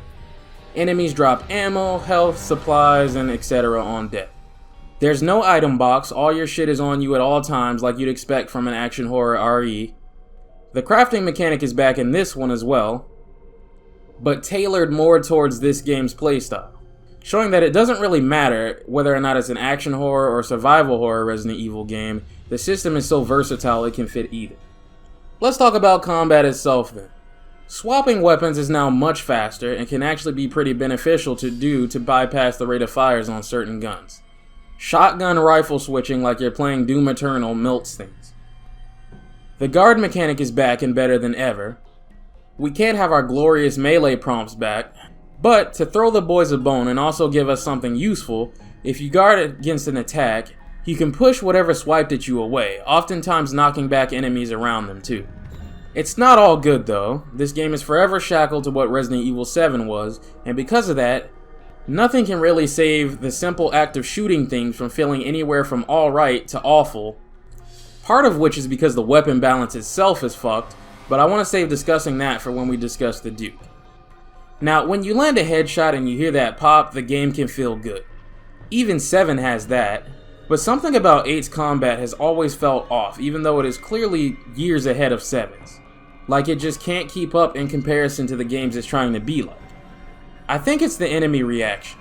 I compared Resident Evil 7 to its counterparts and it fell short. So it only makes sense to compare Resident Evil 8 the same way. Unlike its counterparts, stunning enemies feels like a war of DPS attrition, as opposed to any sort of accuracy of well-placed hits, or timing. There are really only two main enemy types in the game, Lycans and Ghouls. Lycans react mildly to being shot at, but you might as well pray to the RNG gods in terms of any sort of stun, because they tend to just do whatever the fuck they want. Ghouls are easier to stun, and the most consistent, but saying consistent, is being generous. Because shooting them in the leg seems to be the most effective at stopping them, before you just unload on them. But sometimes they'll go down in 3 shots, and other times you'll unload the whole fucking magazine into their legs to get no reaction. Outside of that, how things really play out is out of your control. Sometimes you'll shoot things and they react and everything's fine. Other times you'll shoot the same things and it'll feel like your bullets are pebbles. It's watered down to the simple philosophy of just shoot the thing until it's dead. I guess the best way I can describe what's wrong with Resident Evil 8's combat is that it plays like if someone played Resident Evil 4, didn't have a single clue what they were doing, spammed body shots the whole time, and never triggered a single melee prompt the entire game, and then thought that was the intended experience.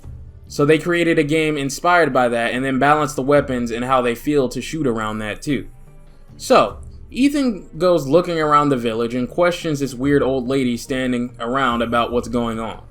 The hag tells him that somebody named Mother Miranda brought Rose here to the village, and that's when everything went to shit around here. After she runs off mumbling nonsense, Ethan takes a look around the village some more and happens upon some survivors gathering inside a house.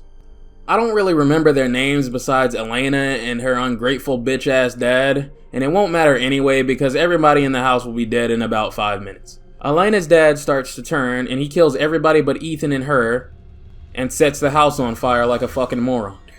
But before her and Ethan can escape, she does the movie thing where she can't accept her father's turn into one of the Lycans and it gets her killed. Now Ethan is all alone.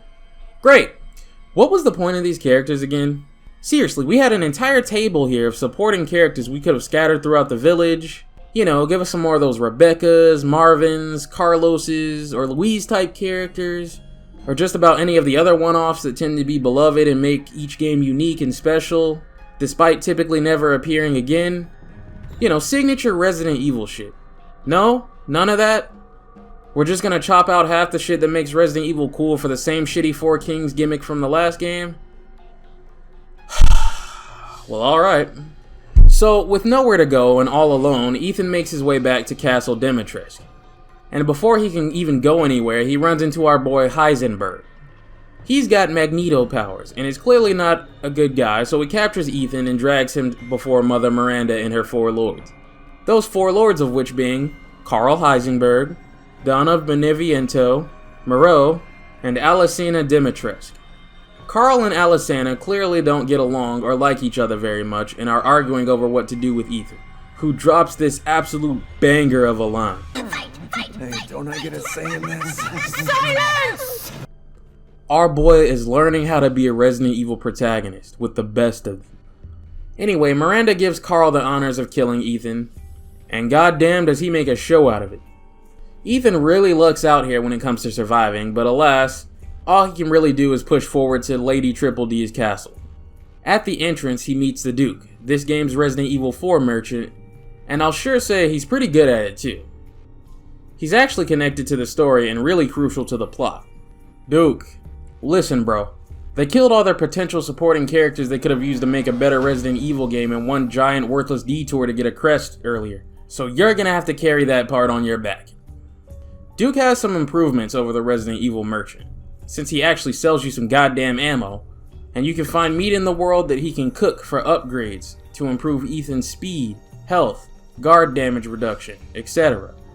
They're trying to make an actual fucking video game this time around. I can't believe it. You can, of course, also buy and upgrade weapons. And therein lies the problem. The same problem Resident Evil 7 has. Surface level imitation without understanding the deeper reasons behind the mechanics working before. Sure, on the surface, Resident Evil 7 has an item box, so you think to yourself, if you played Resident Evil 1 once, and Resident Evil 7 once, oh boy, it's just like the Spencer Mansion. Only it's not just like the Spencer Mansion, because the item box is a decision-making tool, and for as much as I bitched about it in the old games, the intent behind it is very clear. When half the damn game revolves around somebody chasing you that you're supposed to be avoiding and not even shooting, there is no decision making to be had with the item box since you're supposed to be avoiding spending any resources to begin with. So it's really just kinda there to make a bunch of fat balding dudes getting old look at it and go, damn, it's just like the old days. So blinded by the sheer nostalgia of it that they're completely oblivious to the fact that it doesn't get to do any of what they remember it doing. You don't get to reap any of the benefits of its game design until you kill half the fucking villains, since before that, there's not really any traditional enemies lurking in the hallways to look out for anyway. All they know is item box here, whee! The same way, if you've played Resident Evil 4 once or twice, you might remember the merchant buying and upgrading new weapons, and Resident Evil 8 might fool you into believing it's doing shit right if your understanding of Resident Evil 4 is basic, but it's actually fucking it up. In Resident Evil 4, there wasn't really a best gun in comparison to the same ones in the weapon class. Except for one, because they basically just forgot to give the other Magnum an exclusive perk of its own. Something which the remake quickly corrects. Keep in mind we're talking about basic weapons, standard weapons, not any of the ones you get for beating certain game modes. The starter handgun, for example, is a crit machine. The 5.7 is good at crowd penetration but has the weakest per shot damage. The Blacktail is the best all-arounder jack of all trades, master of none, but it's reliable. It's good, but doesn't specialize in anything. The Red 9, of course, is the most popular because it does the most damage per shot, but everything else about it, from stability to reload speed, sucks so bad it needs attachments to help alleviate some of that. Competent game design, checks and balances to ensure that no matter what you roll with, you have a fine weapon and you're allowed the player freedom to express yourself. And this pertains to almost every weapon class. Hell, in the remake, they go a step further and rebalance some of the ones that didn't feel so useful even with their exclusive, like the standard shotgun, and even give you a new machine gun that doesn't overshadow the old TMP. The riot gun is no longer just the standard shotgun, but better, but is full auto with a tighter spread, making it distinct and serve different uses than the standard shotty. When I first felt the new broken butterfly spread, I hated it. I even complained about it in my video on it. But now, giving it some further thought, I understand why it's there. Because in the remake, it allows the broken butterfly to keep its strong exclusive perk per shot, but it allows the Killer 7 to not only get its own perk, but trade damage per precious and scarce magnum shot for accuracy. The standard sniper rifle has gone from worthless, and it's actually my preferred sniper of the three, with the third new one being an automatic option giving you even more choice. Smart, calculated changes by people who understand the assignment. Resident Evil 8's weapon balancing is made for the kind of person who plays Resident Evil 4, and the second they see a new weapon in the shop, they buy it and assume it's the better weapon. Sure, it starts off like that purposefully, so it feels like you're spending your money for a reason at the time. But look deeper and you'll understand that you're never really at a disadvantage or handicap keeping what you already have. It can perform just as well. In Resident Evil 4, everyone has a favorite gun in every category. Obviously, some are more popular than others, but no gun truly outshines another to the point where there's no room for player expression and experimentation. In Resident Evil 8, you don't get to have a favorite gun. It doesn't just do more damage than the last one, it outclasses it in everything. And I'm sorry, that is so fucking boring and misguided. It doesn't feel very good to pump your hard-earned money into getting and upgrading a gun only for it to feel straight up fucking redundant in the next area because you find a better one. which leads to you on new playthroughs just saving until you get the 3rd tier gun that's actually good. Me being me, I'll sit here and play with these starting weapons because they fit the old-timey aesthetic of the village, with their beautiful decorations and engravings, but there's never not a feeling of playing with shit guns on purpose. Because just like RE4 and Leon Silver Ghost, Ethan will use the Lemmy as his main gun in most cutscenes. Again, imitation without understanding. And there is really no prime example of how poor of a job whoever was in charge of weapon design and balancing did than what they did to the Albert 1. It is both a pre-order bonus and DLC, and it sucks ass. Like, really sucks. They have nerfed it into the ground compared to what it was in Resident Evil 7. And that would be fine considering it was a bonus New Game Plus weapon. You know, if it was just a good DLC handgun, I wouldn't be complaining. Since the later weapons are gonna force you to get all tactical anyway, the Albert 1 fits really well in that, in the looks department. But no, not only can you not upgrade it, but within 20 minutes of getting to the Duke and buying it, the Lemmy will get an upgrade that outdamages it and makes it worthless. You know this is something you're charging people extra money for now, right? Even as a pre-order bonus you don't spend any extra money on, Resident Evil 4 Remake shits all over it again. For pre-ordering, and now as extra DLC, Resident Evil 4 Remake gave you 2 exclusive weapons. One being Leon's handgun from Resident Evil Vendetta, and the other being a compact lever action shotgun that saves hella space, but has obvious drawbacks in terms of the other shotguns to compensate. Both of which can be upgraded and taken to the end of the game should you so choose. That's how it's done.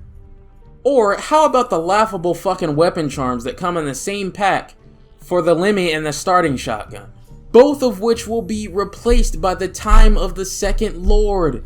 The sheer incompetence on display in terms of Resident Evil 8 being inspired by 4 is painful to see because it gets so much wrong. One last thing before we move on, the game is of course a sequel to Resident Evil 7, so it's in first person.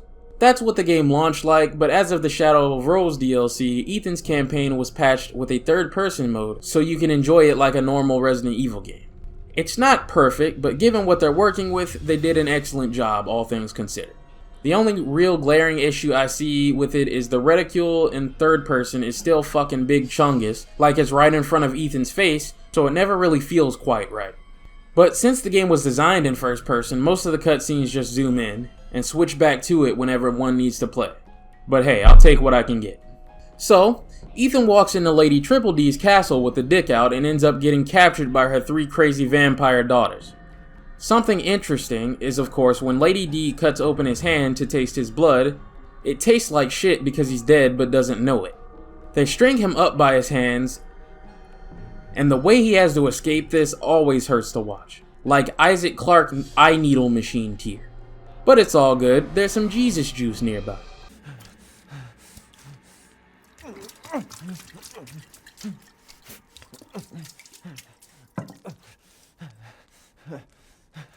That's that good shit right there. Now, it's time to explore this castle good and proper, because we'll need 4 masks to get out. This castle itself is a nice location that I like in theory. On paper, it sounds like a good idea. Angry feminist vampire bitch and her dick-crazed daughters hunt you down around the castle while you explore its dark, creepy rooms, complete with torture chambers, vampire baths, and the like. And for a little while, even with the shitty pursuer gimmick that makes all the Twitch streamers still trying to be the next PewDiePie over 10 years later screech, it's fine. Ethan learns very quickly that Lady Triple D's daughters are weak to cold air, and that's how he fights them. But very quickly it goes from tolerable to downright fucking irritating. With the Duke's help, he gets into Lady D's bedroom only to find that Rose isn't in the castle at all, so he should probably just leave. But she catches him in the act and throws him into another dungeon where she cuts off his arm and chases him around a bit. Whatever. It's nothing Jesus Juice can't fix. That being said, the problems start now. Once this stupid bitch starts chasing you around too, I am 500% done with this goddamn gimmick. So in just about every other Resident Evil game, when one of these fucking cornball enemy types starts chasing you, you can kind of do something about it. They can all be knocked out, even though it isn't really advised to even bother. Lady D and her slut daughters can't even be hurt or stopped at all. And the daughters can even phase through walls. And from the moment she starts walking around, it's just torture. This game is programmed to oftentimes find out whichever direction you're trying to go and spawn one of them right in front of the fucking door, forcing you to have to do a U-turn and either try to loop around them through another door or run and hide in a nearby save room for the next 5 minutes until you think they might be gone. Keyword is think. At one point, I was being chased and I was so fucking tired of the shit, I went to go get something to eat and left the game running. I came back 30 minutes later, walked right back out to find this stupid bitch still walking around close to the save room. I am sick of this shit. Nemesis offered some powerful rewards in exchange for what he was, because the devs back then, even 25 years ago, knew that an enemy like this could be irritating. But all the game's mechanics and the balancing of the rewards you get from him mean that even if his gimmick doesn't scare you, there's rewards for having to deal with him, which completely sidesteps the possibility of him being annoying. And specific choices you make can remove him from the equation entirely in that section. Dealing with these 4 rewards you with nothing. You can't hurt any of them until it's time for you to be able to in the story, and worst of all, more than one can spawn at a time.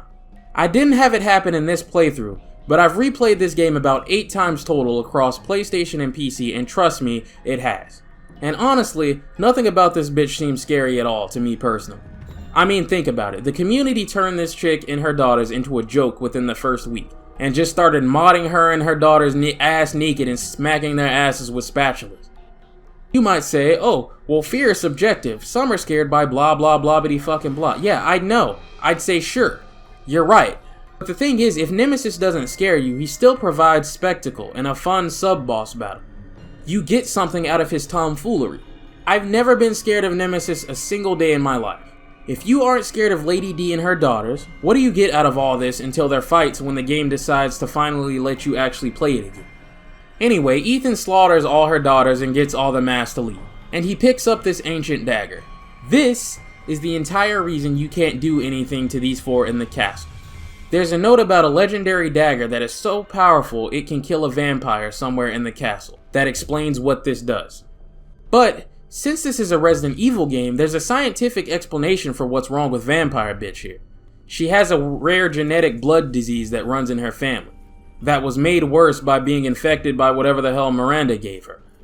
But they don't really give you an explanation for why this dagger is able to harm her. It just works, so whatever, I guess. Which is even weirder because they explain why cold air works against the sisters. They're comprised of bugs that are weak to it. That's the level of dedication they typically have to taking something mythical and making it work within the context of a Resident Evil game mostly. But with Lady D, they're so locked in on the idea of an angry vampire bitch chasing Ethan around that he can't hurt until he picks up a fabled mythical dagger that they forget to Resident Evilify the reason for it. Also, I'm gonna be honest with you, they fucking wasted. How cool would it have been if he had to deal the final blow to her with this thing and then he carried it throughout the game, replacing the little kitchen knife he picked up earlier with a slight damage upgrade. It fits with the early game aesthetic of beautifully crafted weapons and just kind of gives you a sense of accomplishment and arsenal growth. Oh well, let's just use it to stab her once in a cutscene and toss it away like trash. Now Lady Triple D's here is tweaking, so it's time for a Resident Evil boss. Our first one at that, and already this game is paced way better than how Resident Evil 7 did it. Do you see how this works? You introduce basic enemies and instill fundamental baseline mechanics in the player, and check their skill and what they've learned at the end of the act with the boss. What you don't do is shove 2 bullet sponge boss fights in a row in their face, giving them a poor representation of how combat feels and works before they've even fought a basic grunt. Lady D is a good fight, but Ethan manages to put her down and even spits a one-liner. You're the one who's cursed. This man has become a real Resident Evil character in a real Resident Evil game, and it brings a tear to my eye to watch my boy grow up like this. He picks up a weird flask on the way out, and that's pretty much the end of Act 1, and one lord down. And I can't fucking get out of here quick enough. This act had real potential. It had everything going for it. We've had plenty of mansions as locations, but very rarely do we get a castle to explore. And the other one we did get makes this one look like a worthless sack of shit in comparison. It didn't have to be that way, but they waste the appeal of exploring it Resident Evil style to have the worst pursuer enemy they've ever made run around in it, discouraging any sort of looking around. I bullshit you not, every time I replay this game, I'm working my way through the early game, having a good time, feeling those Resident Evil feels, and then I get to the part where I have to let her out and I kinda just don't want to deal with it, so I stop playing. And it may be weeks before I finally just go, ugh, fine. You know, I've already started another playthrough. My save file is going to be stuck here if I don't finally go ahead and let this bitch out. And that is just not how a Resident Evil game should make you feel when playing it. That's something I haven't felt since Resident Evil 0 when the goddamn monkeys get let out. But that's how it feels to go through this castle on repeat playthroughs when the gimmick has run its course. And you realize that all the good shit is actually the parts that don't have anything to do with these 5. I've seen people say, oh, she should have had a bigger role in the game. They put her in all the marketing. And I suppose if you have hamster brain, yeah, it may seem like that. But anyone that's a little more mentally fortunate and has ever looked at another trailer for a Resident Evil game will tell you that Capcom did what they always do. Show off the first real area and act of the game. They've done this with damn near every single Resident Evil game because it's just what makes sense. Chief Mendez in the village is in all the marketing for 4, but he's just the first area. The police station is just the first area in Resident Evil 2. Resident Evil 5 is the same way, and so on and so forth. The train in Resident Evil 0 was in all the marketing, and you're on it for like 30 fucking minutes. In the case of the castle, some people just latched onto the characters more than any other in Resident Evil history, and that's their problem, but they did what they always do. And to me, the quicker I can get this annoying bitch out of my sight, the better. Her section can't be over with quick enough. Ethan runs into the old hag again while she babbles on about a bit of nonsense, but also drops a line that foreshadows events to pass. And he runs into the Duke, who's got some bad news about that flask. It's Rose's head. Miranda chopped Rose into pieces and gave one to each of her 4 children. Pretty fucked up, but it's not too late. Rose, being a byproduct of 2 parents infected by Evelyn, has Albert Wesker tier powers, and she can be revived if Ethan can get the rest of the flasks. So he sets about exploring the village. And these moments where you're walking around this village using key items to unlock doors, search wells, gather supplies and treasures while enemies roam the streets. This is the good shit. This is where the Resident Evil is at. Unfortunately, it has to all still take a sideline and get cucked for whatever fuck-ass gimmick the next 2 lords have, because this is a sequel to 7, of course. But thankfully, it makes an attempt to try to be a real video game instead of a walking simulator for a good chunk of it. So you've noticed by now there's a pattern, and how this thing usually works is that you explore the village and do some Resident Evil shit. Then you go to the next lord, slog through whatever their silly gimmick is, and then come back and explore the village again. Do some more Resident Evil shit, so on and so forth. You will do this about a total of 4 times before the story starts to really get going with Heisenberg. And what elevates this game far above 7 is the village and exploring it. Instead of waiting half the game for it to feel like a Resident Evil one, it's paced in a way where that's what comes first and then one of the 4 lords comes next. Not ideal, but it's better than what came before. For your troubles, every single lord has this little ball that you can find and play a little mini game with, to unlock a cool little skull treasure that's unique to every location. Charming. And speaking of shitty gimmicks and walking simulators, it's time for by far the worst example in the franchise, Donna Beneviento's estates. Ethan starts tripping balls as soon as he gets here. He looks all around the house and Donna's doll Angie tricks him and takes all his weapons away. And now we are genuinely just playing a walking simulator indie horror game until we get out of here. And look, I'm just gonna keep it real. This is a prime example of what I mean when I say atmosphere is worthless without solid gameplay to back it up. The goal here is to solve puzzles related to Ethan's personal issues, to open parts of this creepy Mia doll to help you escape this floor. And a lot of people really enjoyed this part, and I can see why. It plays like every other one-shot indie horror game you've ever seen and played. Most of the people that only play this game once or twice walk away from this calling it the best moment in the game. And I really can't fault them for that, because it's memorable as an experience. It's there to creep you out and scare you, and it works very well. Once again, it's a great experience, but it is worthless once you have beaten this game a few times and its novelty has run its course. and now you're just going through the motions trying to get out of here and move on. There is nothing to this, and it has nothing to do with the way the rest of the game plays. You solve a bunch of puzzles, and then all the lights go out and some silly baby monster they ripped right out of the PT demo follows you around while you work on getting the elevator fuse. Then you do that, you leave and go back upstairs, and Donna and Angie make you play Guess Where I Am 3 times before you kill her and it's over. That's it. From the moment you step foot on the path to Donna's house, until the moment you put her lights out, you don't fire your weapon a single time. There is nothing going on. Nothing to do besides just walk. It's just walking in atmosphere. Every time I play this game and I get here, I just roll my eyes. I wish I could just skip this section entirely, because there is nothing interesting going on with it once you've beaten it the first or second time. It is the purest and most concentrated example I can point to of these two games being focused on trying to make a great experience at the cost of trying to make a good video game. And you know, usually games like The Last of Us, Red Dead Redemption, God of War, they catch flack from old ass jaded boomers about being walking simulators, but really they're typically full of shit, and the only thing they're complaining about is having to walk and talk to an NPC for like 2 to 5 minutes because the game is story driven. You know, they're complaining about nonsense that doesn't really fucking matter. That kind of shit doesn't bother me because I'm not upset I have a prostate exam to go to.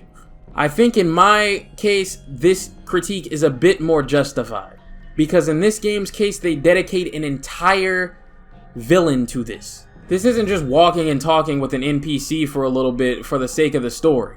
It's walking and solving a few puzzles while you just go through the motions. They are so locked in and laser focused on the gimmick of this place that there is no consideration for replayability here. There is nothing for the player in terms of enjoyment once you've done this a few times.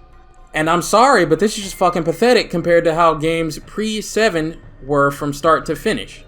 Even when Resident Evil 4 makes you play as Ashley, they make sure to keep you engaged via putting lamps around to defend yourself with, or dodging killer knights. And the remake does this even better by putting you in control of a lamp that freezes them, but you can only realistically freeze one at a time, keeping the strategy and compelling gameplay long past the scary parts of the game's expiration date. On top of that, if you just straight up don't feel like doing Ashley's section in the remake, it's as quick and easy as just putting in the code you remember, doing one short room and then sprinting to your destination. In and out. Because it was designed with sense. In 8, you have to do this section fully from start to finish. Every time. And it's just fucking torture when you just want to get back to the actual game. And it's a shame because I do like the idea behind Donna herself. She's crazy, completely unhinged, and she even killed her most loyal housekeeper who was nothing but kind to her. But on the flip side, she's also clearly lonely and sad. Her dolls are all she really has to keep her company, and she treats them like her children. But you could have used this idea to create something really cool here, since her whole thing is spooky hallucinations in a haunted house. The flowers Ethan passed by earlier are what makes him hallucinate here. This was the perfect idea to try some ideas like the Hookman from RE 3.5 maybe? This was your one chance to make this kind of thing fit into a Resident Evil game scientifically, and you fucking blew it. Thanks, PT. These aren't my ideas I'm trying to shoehorn into the game. They're theirs.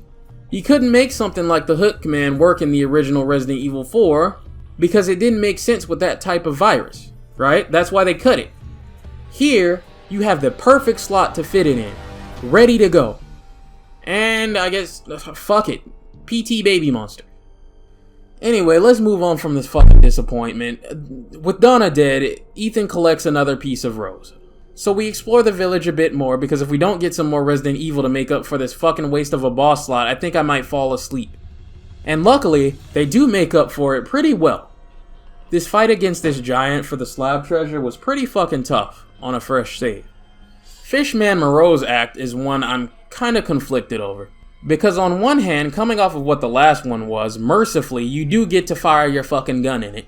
But on the other hand, when you play it a couple of times, once again you realize there's still nothing to it besides some light platforming in a boss fight.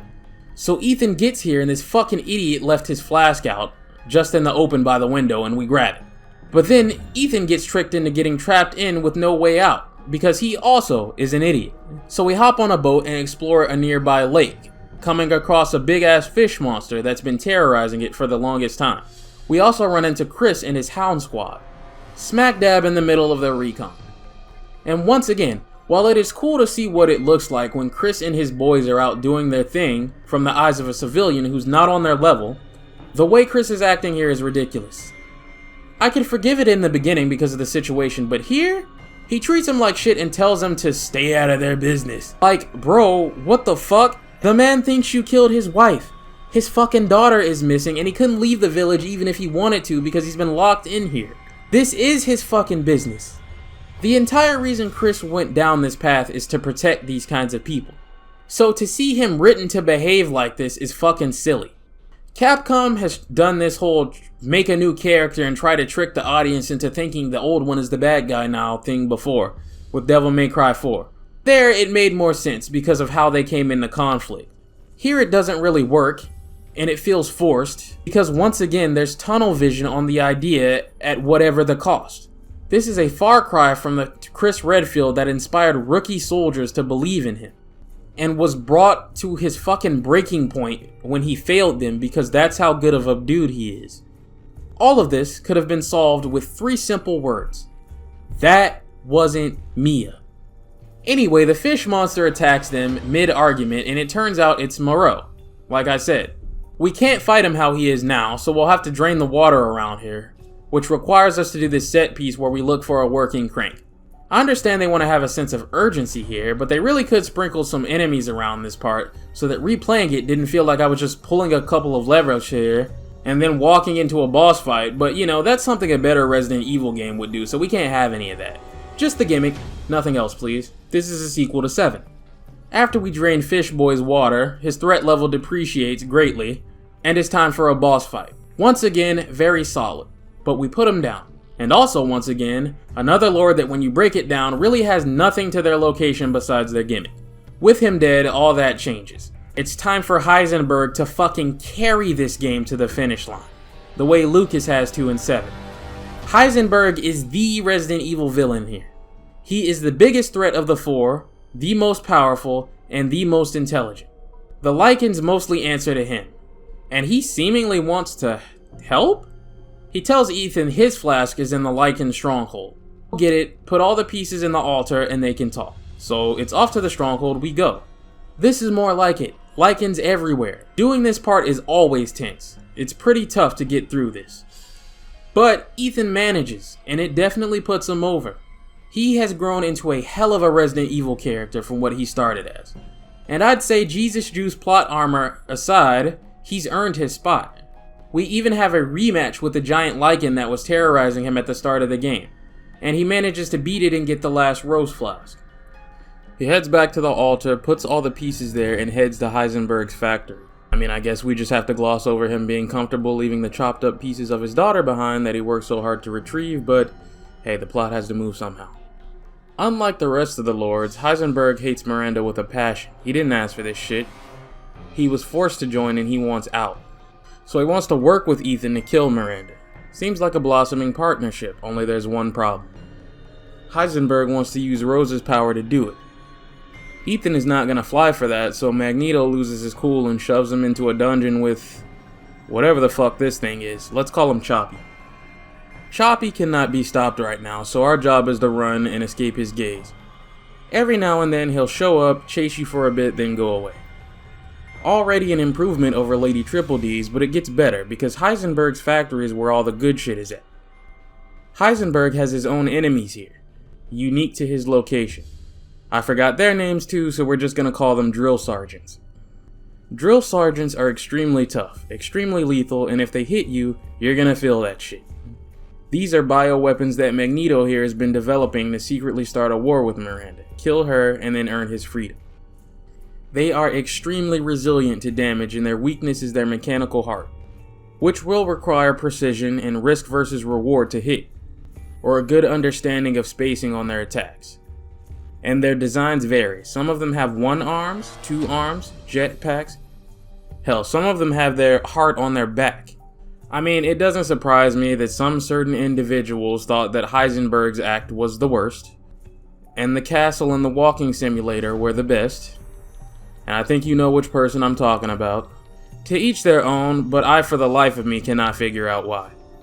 Heisenberg is over here carrying this game. His location is the darkest, the grimiest, and actually has interesting enemies in it. It has a sense of exploration as you never know where a door could lead or what could be behind it. It has just enough backtrapping and looping back around to make classic fans shut the fuck up about it.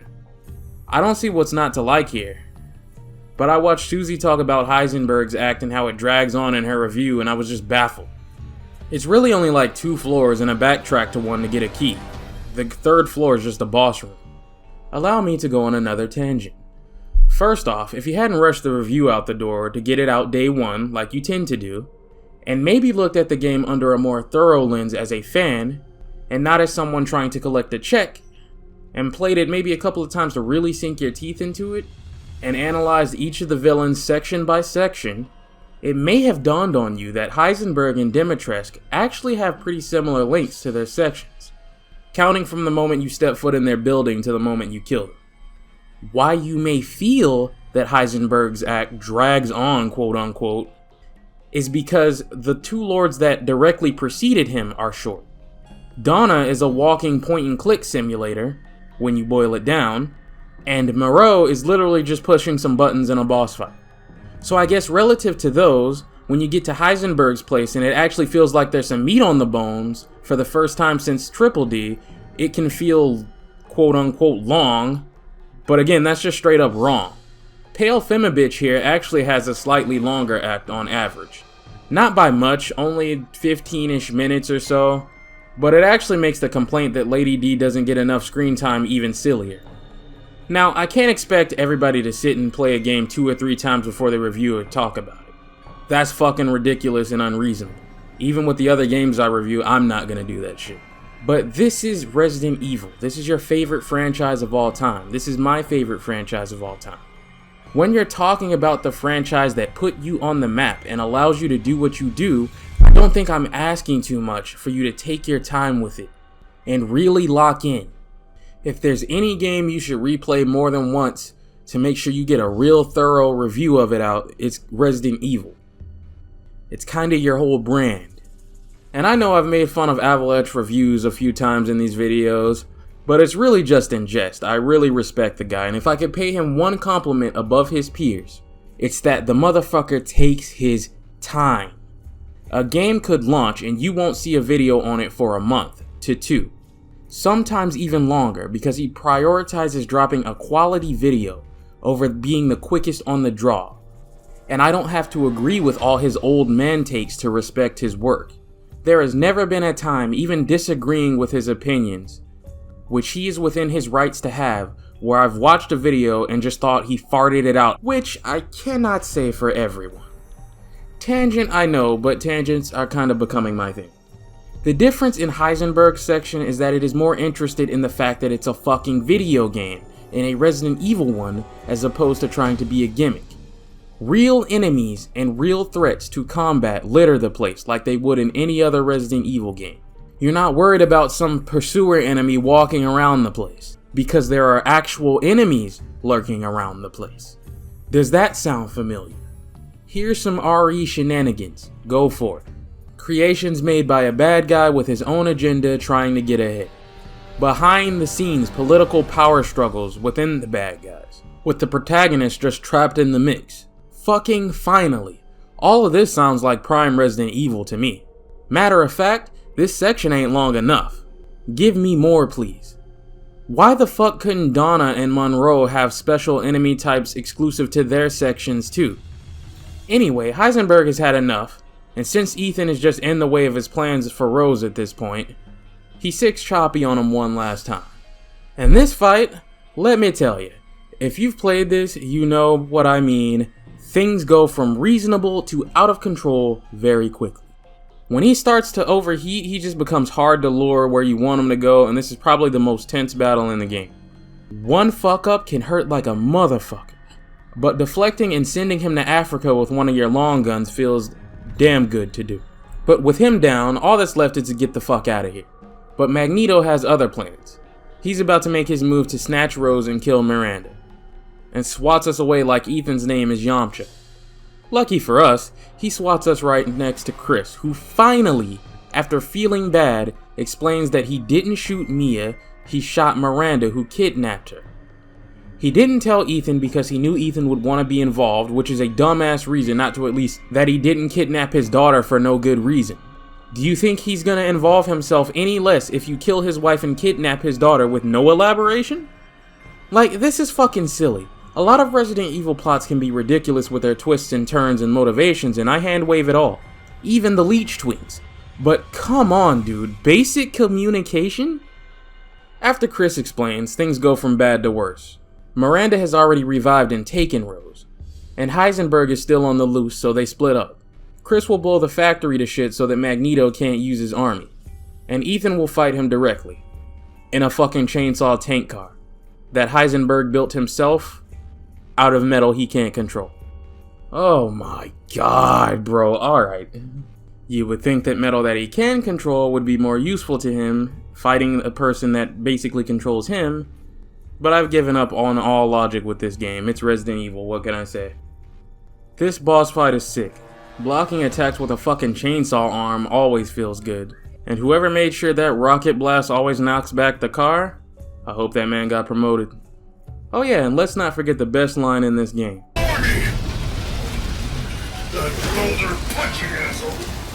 But you're first. You know what the fuck it is when we walk in. Well, Ethan manages to kill Magneto, but Miranda finds him before Chris can get to him. And she explains that Rose is Evelyn's complete form and that she's taking her for herself, as a vessel for her own daughter, Eva. Before Chris can save him, she kills him. And now it's up to just Chris. The Mega Mycete is where the mold originates, so the goal is to destroy it and terminate Miranda. And holy fucking shit, did they make it clear why Chris thought that Ethan was just gonna get in the way. Because this motherfucker and his squad are liquefying hundreds of these things. Also, he's out of the BSAA. They're actually his enemies now. Clearly something happened. What's that? You'd like a little elaboration on what led up to the poster boy for one of the biggest hero organizations in the franchise turning his back on them? In your fucking Resident Evil game? No can do, buddy. Here, have this indie game asset baby monster instead. Now, I've seen some people say Hound Squad would have been better if it was people like Barry, Jill, and whatnot, and no. Chris's squads get killed way too much for that to work. Also, Barry is way too old for this shit now. Let this man be with his family. If you put all the Resident Evil protagonists in a squad like this where they all work together, they could never be in their own games anymore because it wouldn't make sense to split them up with how efficient they are. And because I know Twitter heads have roach brain, no, Death Island is not a counter argument to what I just said. That wasn't them forming a squad, they were all just kind of in the same place at the same time, convenient. We've already seen how entire rooms get shredded when Leon and Chris work together. A full squad would be completely overpowered. Remember how I said the Bakers would be dead in 5 minutes? Now throw Leon and Chris in this bitch and make it 30 seconds. Be that as it may, the BSA actually arrives and starts doing its own thing separate from Hound Squad. What they're here for? We still don't know. I assume samples. But Chris and Hound Squad lay it down, and this is definitely my favorite moment in the game. It's just Chris Redfield being Chris Redfield. But I suppose if you enjoy being fucking boring and dry, this is probably too much action for you and blah blah blah bitty fucking blah. You know how it is with these people. Oh, well, you look at that, the giant is back. And just like with Dante and Devil May Cry 4, Chris is here to clean up Ethan's unfinished business. With that dead, Chris finds the Mega Mycete, straps it with explosives, and then takes a look around Miranda's lab. And looking at her notes, everything becomes clear. You can't tell by looking at her, but Miranda is actually older than Spencer. You may have noticed the umbrella logo around the village. Well, that's because Spencer was her student, and learned under her. She gave him the idea for Umbrella. After his time with her, he went on to do his own thing, but always kept in contact with her since he had a thing for her. Miranda's daughter Eva died of illness and it broke her completely, leading to her finding the Mega Mycete in a cave. It stores the consciousness of those that die near it, and since Eva and her lived in this village, her theory is that she's somehow consciously stored in this thing, but she just needs a body to possess. And all of this shit, from Evelyn to the Lycans to her 4 children, have all been attempts and different experiments to find a host for her, and none of them have panned out. Triple D's genetic diseases that lead to her needing blood axed her. Donna was completely unstable mentally, so she wouldn't work. Morel is just worthless. And Heisenberg, while being the most powerful, didn't work out either. Evelyn was a result of a company tricking her into letting him use her research to make bioweapons instead of the daughter they promised her. As to why she doesn't age, who fucking knows? No explanation for that will be given. It's Resident Evil, you're asking too many fucking questions, don't you get it yet? In a nearby cell, Chris finds Mia, and he's forced to tell her that Miranda killed Ethan. Except that's not exactly true just yet. See, Mia's been keeping a secret, and it's the one Ethan's about to learn through mentally connecting with the Megamycete and talking with Evelyn. Back at the beginning of Resident Evil 7, when Ethan put down Mia and got mollywopped by Jack, that stomp actually killed him. Unlike every other person they killed, on some Albert Wesker shit, his genetics were special and resistant to the mold virus that was starting to rebuild him, in a way to where he was revived and he maintained complete control and consciousness. It's also how he was able to mentally connect with the real Jack when Evelyn took him. That's why Mia is so stressed whenever he goes to the doctor, because he's a walking mold monster. And he's been that way since he woke up at that table. But Evelyn couldn't control him, and that's why the bakers and the rest of the molded were still hostile to him. That's also why shit like Jesus Juice works on him. Why Mia knows this, but the BSAA and the Blue Umbrella, who would have done extensive testing on him after his rescue, don't? It's Resident Evil, stop asking questions. Speaking of questions, how the fuck a mold monster has a child? Maybe Mia's interaction with the mold is enough to make her compatible to reproduce with it? I don't know. Ethan's time is running out. He's taken too much damage and he's falling apart. But with little time left, he's determined to save Rose no matter what. And who else swoops in to save the day but our boy Duke, dropping Ethan off right next to the ceremony. First class customer service. This is it. Ethan kills his way to Miranda mid-ceremony. Then one of the funniest things in Resident Evil history happens when she went through all this effort. Like, it's not like anyone makes it in time to stop her from reviving Eva, it just doesn't work. Instead, Rose starts to drain her powers just by being near her, and she transforms to fight Ethan. Once again, good fight. For all my shit talking about these games, they still handle boss fights far better than the old games. Ethan kills her for good this time, at least in the real world, but he's run out of time. He's dying and he knows it, and despite Chris's protests, he sacrifices himself and stays behind to detonate the charges on the Megamycete. Not again, man. Only, this time it's actually his fault. Chris fucked up big time here, there's no denying that. They escape the explosion to Mia's complete heartbreak, and that's the end of that. Years later, Rose is grown up and frequently visits Ethan's grave. She also works with Chris and Hound Squad to help fight bioterrorism, and that's the end of the main game. But Shadows of Rose, the story DLC, was announced and released later, which would expand on the story and tell Rose's tale. So it's time to look at that, as it's actually a prequel to the epilogue. It starts us with a depressed Rose who's really just fucking sick of her powers. The other kids at her school know about her, and she's been bullied since she was a little kid. She's not natural, she sweats mold, and everybody just calls her gross. One of Hound Squad's members one day tells her that they can actually remove her powers for good. There's a shard of the Megamycete at one of their labs, and Rose can subconsciously dive into it. If she can find a purifying crystal in there, she can use it to erase her powers. Alright bro, I have to fucking draw the line somewhere when it comes to Resident Evil nonsense, and this is it. Resident Evil games do their thing, but they always explain some kind of way it works, and it's scientifically possible. Even something as crazy as Alexia's flame blood is kept in check by the virus does it. But this, how the fuck does this even physically work? This is pure magical nonsense. Essentially, she dives into a magical copy of a memory world stored by this Megamycete thing, and whatever she pulls out of it materializes in the real world. We're going too far here. We don't want this shit turning into Assassin's Creed Odyssey. But anyway, she takes the plunge and wakes up in the dream world, and it ain't exactly comforting in here. Resident Evil 7 was a survival horror game with the main DLCs mostly being action horror. So I think Resident Evil 8 being an action horror game with survival horror DLC is fair. It's poetry.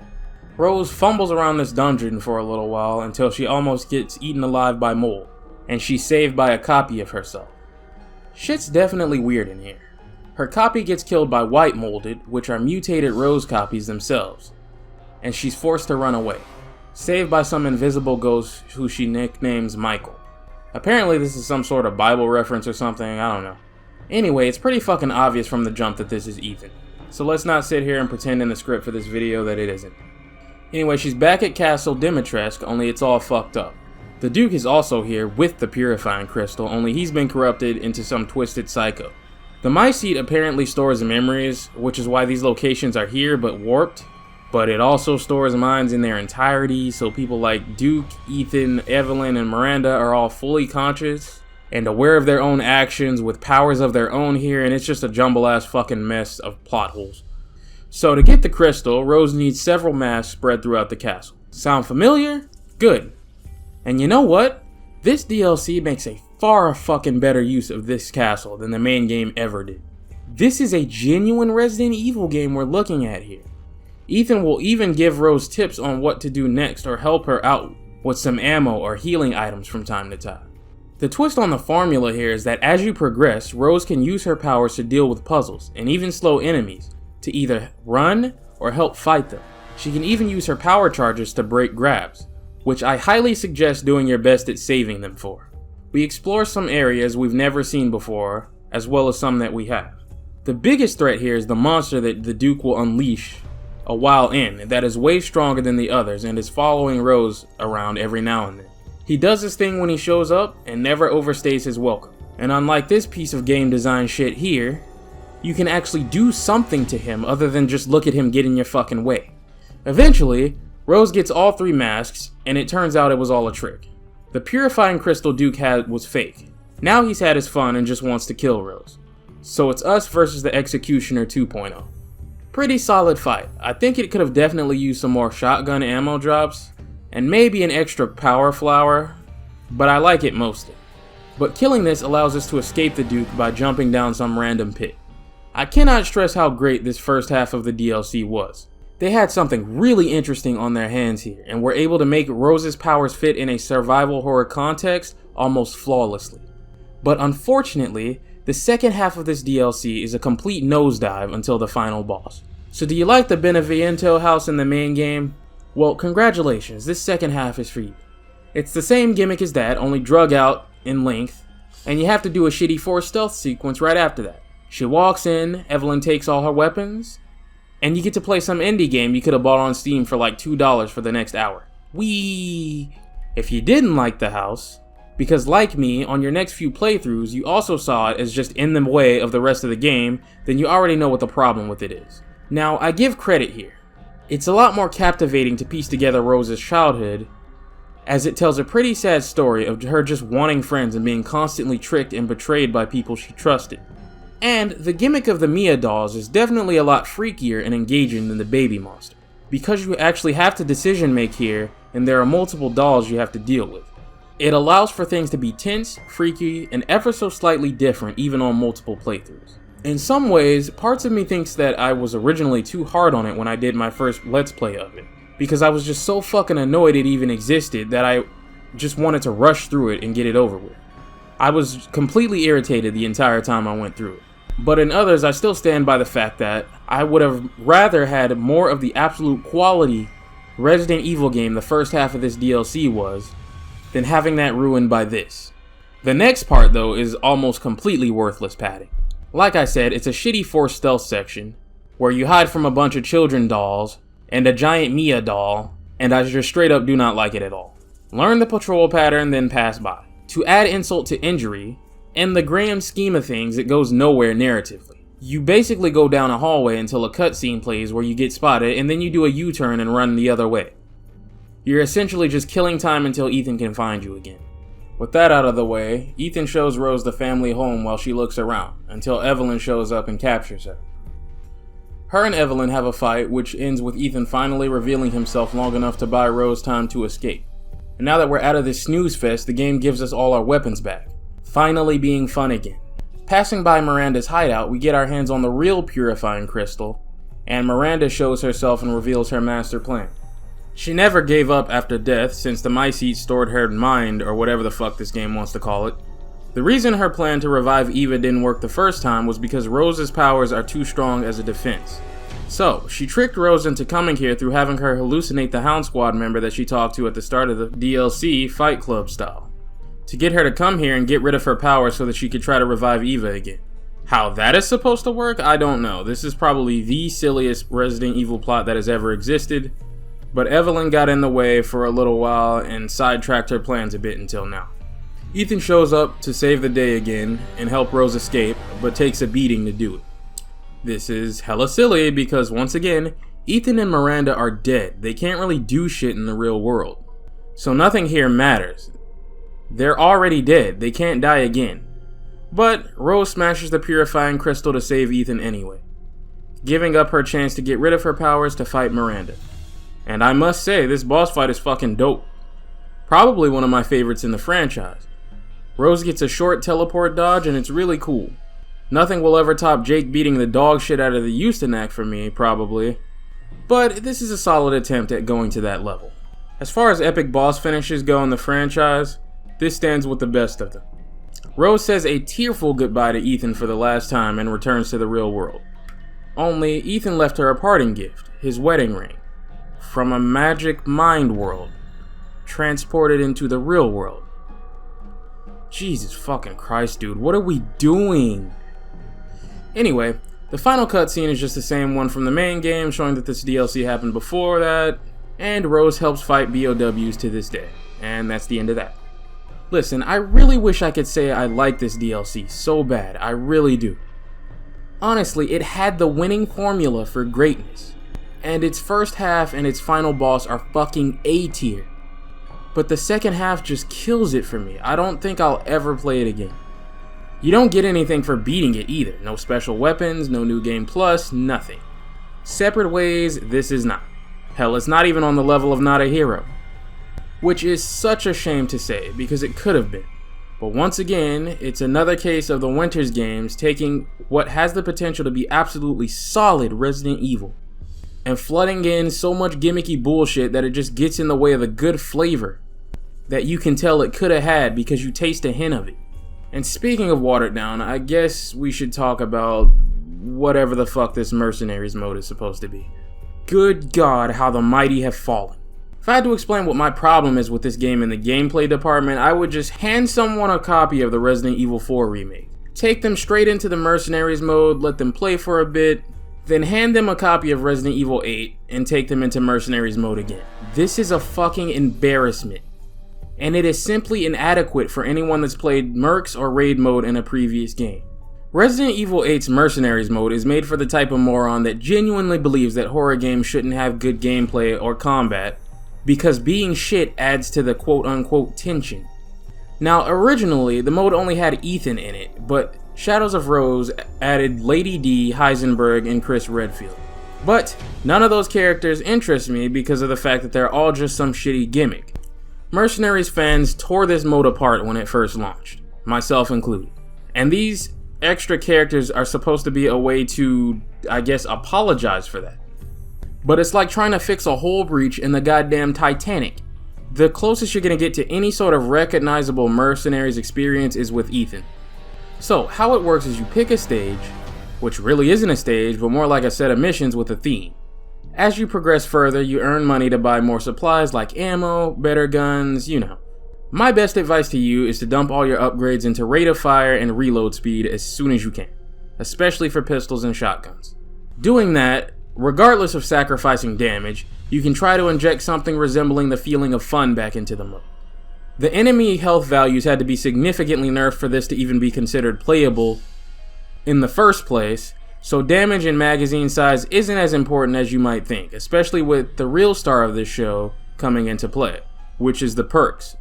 Perks are randomized drops in the stages that give you special abilities like making enemies explode when you shoot them, increasing damage from your pistols, your shotties, increasing headshot damage, making enemies with low health take even more damage, doubling your magazine sizes, increasing your guard damage reduction, you get the picture.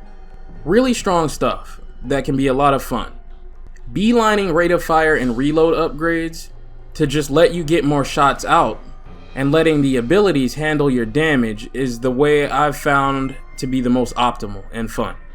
But really, even then, it's hard to say this is a good mode when you compare it to its peers.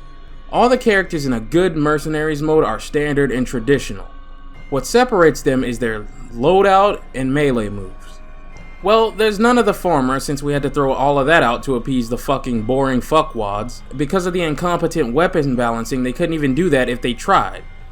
Because A, they killed their entire fucking cast they could have used for a Mercenaries mode with a better written story at the start of the game. And B, even if they had kept them alive, the second they give one of those characters an M1911 or a Scorpion, they've just flat out given better guns to them than Ethan. This mode just isn't up to snuff. I appreciate the effort, but very clearly, with how the gameplay systems have been castrated so some dickhead can tell you how scared he was of a fetus monster, it just never stood a chance. And with that, that pretty much finalizes my thoughts on Resident Evil 8 overall. An improvement over Resident Evil 7 when it comes to actually fucking making a video game.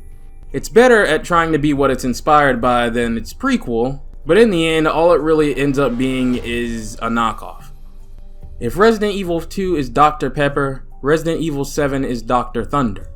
If Resident Evil 4 is Sprite, Resident Evil 8 is Twist Up. And I know, I've been hard on these games, but in the end, I do think that they're still fine Resident Evil games.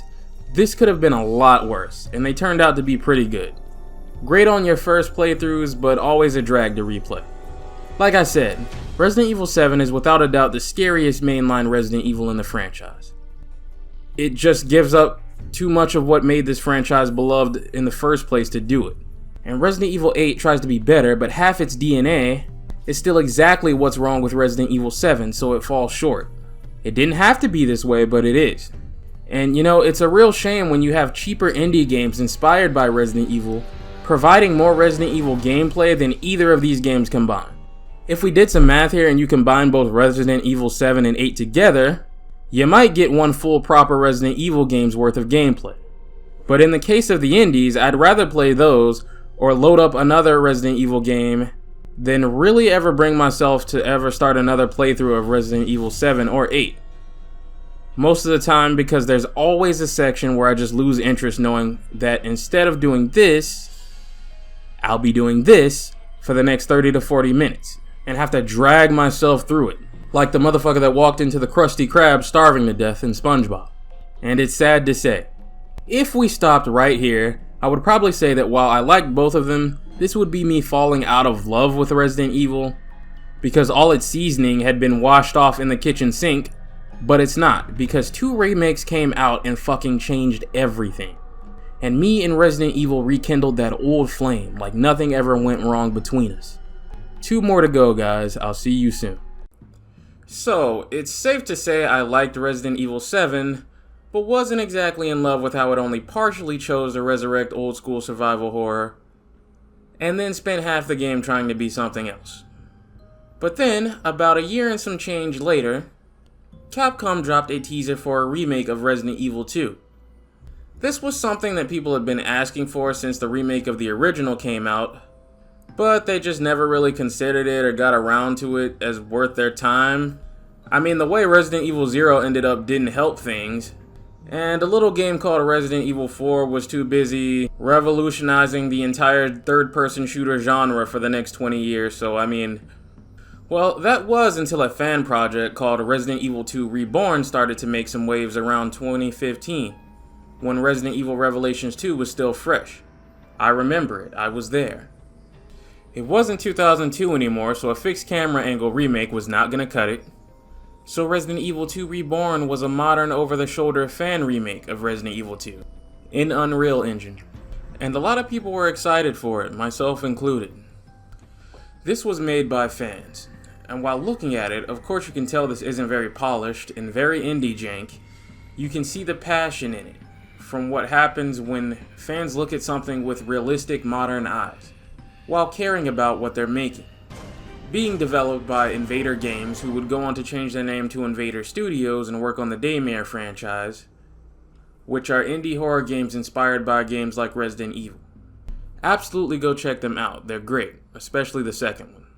But then, Capcom shut it all down, pissing pretty much everyone off. And to add insult to injury, they released Resident Evil 7, which, like I said, while praised critically, wasn't exactly everyone's cup of tea. But then the rumor mill started to spin. A Resident Evil 2 remake might be in the works. Not only that, but Capcom had seen the Resident Evil 2 Reborn project's excitement, and didn't just kill off Invader Studios' work with a giant middle finger, but flew them out to meet with them and talk about their ideas, to see how they could help with the remake that they were working on themselves. And then, after cooking that shit up in the kitchen, the official Resident Evil 2 remake was shown off to the world.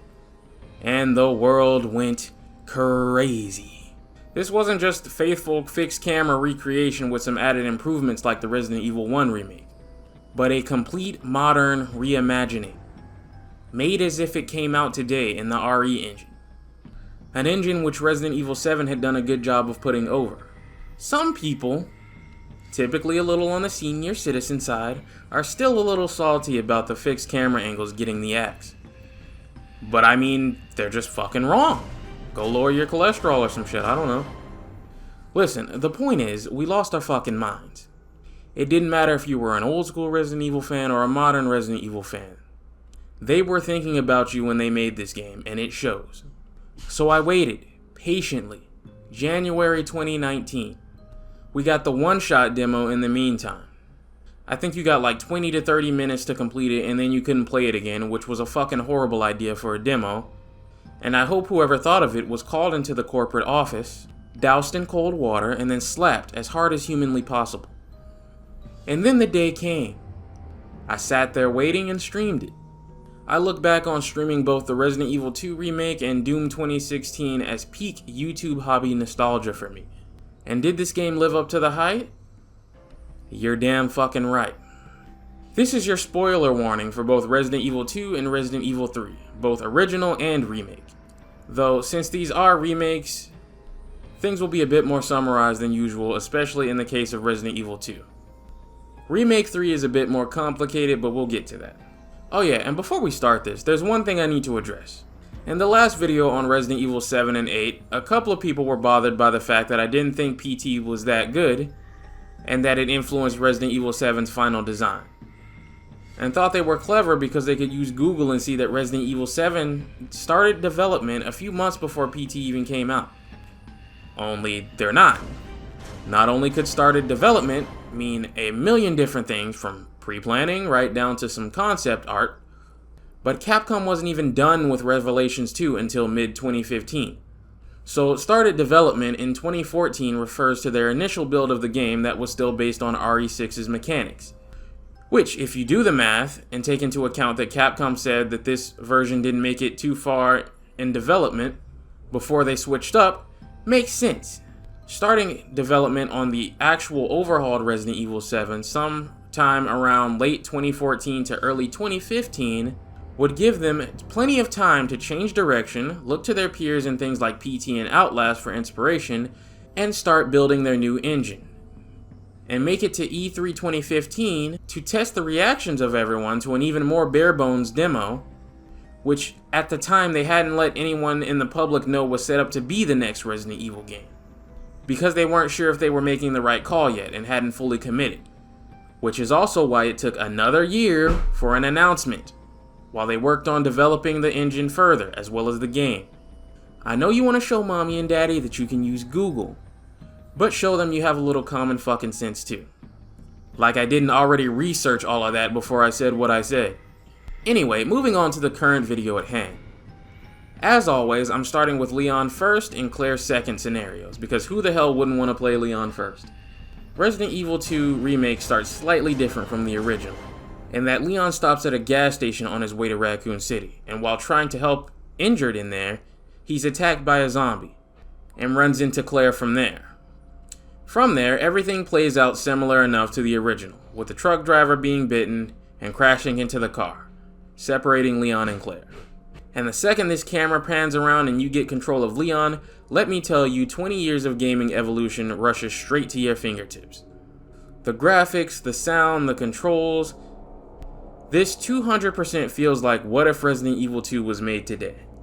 They fixed the exact problems I had with the original's run to the police station right off the bat. It's shorter, it's much easier to avoid the zombies like you're supposed to, and even if this is your first survival horror style Resident Evil game and you waste your ammo out here without knowing any better yet, you won't really put yourself in a position where you're soft locked, unlike the original. Handgun bullets and a first aid spray are some of the first things handed to you when you make it to the station, and thanks to the game's new mechanics are much more useful here than they would have been in the original. On top of that, there is no way to fuck yourself or get caught off guard in which direction you should go first. The game has you go one way and then the other, and you don't have to deal with any lickers for the time being, which was always a kind of bullshit thing to spring on you before you get a shotgun. Leon takes a look at a nearby laptop and sees an officer who's found a way out, but needs help, and heads to where he is. But he's put in a position where he can't do much to save him, and has to settle for his notebook with the escape plans. He's ambushed and almost killed, but is saved by our boy Marvin, who gives him proper gear and tells him to look for a way out of here, using the secret passage marked in the notebook. And from there, the game opens up and lets you do that Resident Evil thing we all love so much. With that out of the way, let's talk gameplay. Let's start with the obvious. The shitty fixed camera angles and the tank controls are thrown out of the door for good. They're never coming back, and I can't say I will ever miss them. Now, you move, aim, shoot, and observe, just like you would expect from any game made in the last 20 years. Now, if you're a little on the older side, that sounds like an exaggeration, but it's not. And it might be painful to hear, but yes, it's been almost 20 years since Resident Evil 4 and Gears of War locked in what a third-person camera should look like. The benefits of these improvements are numerous. The simple act of being able to see what the fuck you're shooting at and running the way you want to run alleviates all of the frustration that the classic games had. Being able to move and shoot instead of forgetting that your goddamn legs work sounds like it should be a no-brainer, right? It should be, but with Resident Evil it took until 2012 to get a mainline entry to do this. Silent Hill had it in 1999. I also don't have to watch Leon pump my precious handgun ammo into body shots instead of headshots while internally enraged by his incompetence anymore. Headshots are a thing, and they are very important. Now, to help sort of balance out the conveniences and expectations of modern game design, zombies in these remakes take a bit of a beating. And unlike the older games, when they go down, there isn't much of a way to tell whether or not they're just playing dead, since their heads don't turn anymore. You just have to take a chance and either slash at them or shoot them again. The best way to know if one is truly dead is that if they're already down on the floor when you shoot them again, and they die, they'll typically play a death animation. But sometimes even that is a red herring. To encourage you to move around a bit less, your aim reticule gets narrow if you stand still, and a well-placed headshot, while in this state, has a much increased chance of a critical headshot. Which does what you would assume it does if you've ever landed one in the remake of the first game. Also, from Remake 1, to deal with the fact that everything hits harder, the defensive items also make a return. There are two types of grenades, frag and flash. They do what you think they do. Frags blow shit up, but flashbangs are a bit interesting in that they stun a group of zombies to let you past, but are much more useful against lickers who are blind, but the bang part of the flashbangs comes into play here. There's also the combat knife, which can be reused, but only if you down whatever you used it on to pick it back up. And it also has a durability meter, so be careful with it. Each defensive item can be used when grabbed, but unlike Remake 1, can also be used offensively too. And they are much stronger damage-wise or radius-wise when they're used offensively. The knife is also completely broken against lickers in this game, allowing you to stun lock them most of the time with it. It was clearly not intentional to allow this, which is why it is no surprise that Resident Evil 3 Remake removes it. Though it is pretty useful in this game because lickers are buffed to shit. Outrunning one that spotted you without taking extreme damage is highly unlikely unless the holy RNG gods bless you, and it misses its swipe attack. Otherwise, you better hope you brought a flash grenade or are prepared to spend a first aid spray or herb. Other things are better thought out and expanded, like the boarded hallways no longer breaking and requiring shutter plugs. But the boards themselves are changed to consumable items you have to place and plan around. This is much more so a benefit of repeat playthroughs instead of initial ones, as you as a new player have no fucking way of knowing what hallways are even worth sealing up, and sealing the wrong ones can definitely put you in a bad spot. The gunpowder system has been brought back, and stuff like quick swapping weapons to the D-pad definitely helps the tedium of constantly pausing your inventory to get to everything. Also, the map has been improved, and because of that, I bullshit you not, this is the first Resident Evil game in my 2 decades of playing this franchise where I've ever bothered to use it. Locked doors and key item doors are marked when you encounter them. And when you enter a room, anything you've left behind or missed is also marked on your map, so you don't have to leave anything behind that you didn't want to. And the one thing that had me the most nervous about the remake was the save system. If you haven't watched any of my other videos on Resident Evil, I don't like ink ribbons. I never have, I never will. I've always felt that they were a garbage and unnecessarily tedious mechanic, and doing shit like that is what allowed games like Silent Hill to creep up and almost dethrone Resident Evil from the top. Thankfully, Capcom knows that most people are not dealing with that shit anymore. And so ink ribbons are there for the people that simply can't live without them in the form of hardcore mode. But the rest of the world doesn't have to subject itself to that horseshit because autosaves are a thing, as well as saving as much as you want on standard difficulty and below. The new additions like this have turned this game into a truly modern work of art. And even almost 6 years after its original release, it has stood the test of time in a way not even the remake of 1 can replicate. And huge shout out to whoever designed the animations for the flashlight because they did a hella good job. The police station mostly follows the same plot points with a few changes here and there. Marvin is alive for a lot longer, helping out. I should also mention that the first act at the station is just about the only spot where which character you picked first really even matters narratively. The first character will meet the second in the station not in the STARS office, but outside by a locked gate. And Marvin will already be dead when the second character gets here, even though that shouldn't happen until the other character comes back from the parking lot. But these are minor things. The only major thing I have a problem with is how the helicopter crash is handled. In the original, what caused this is explained pretty well, but in this remake it just randomly happens. No explanation whatsoever. Besides that, pretty happy with this act. Once we get the passage open, Marvin forces us to abandon him at gunpoint, just like in the original, and it's here where things start to get shaken up a little. Having to fight Birkin here as Leon really caught me off guard because it's not how things played out in the original. But with him being our first boss fight, it becomes immediately apparent that the old clunky boss fight problems of not having a dodge button show up in this game. This has always kind of been a problem for the earlier Resident Evil entries. It's not as bad simply because you're also not fighting the fucking camera angles like you used to have to, but I'd be lying if I said I don't get a little agitated over getting hit sometimes due to not having one. Especially when the next 2 remakes will have some form of dodge or parry.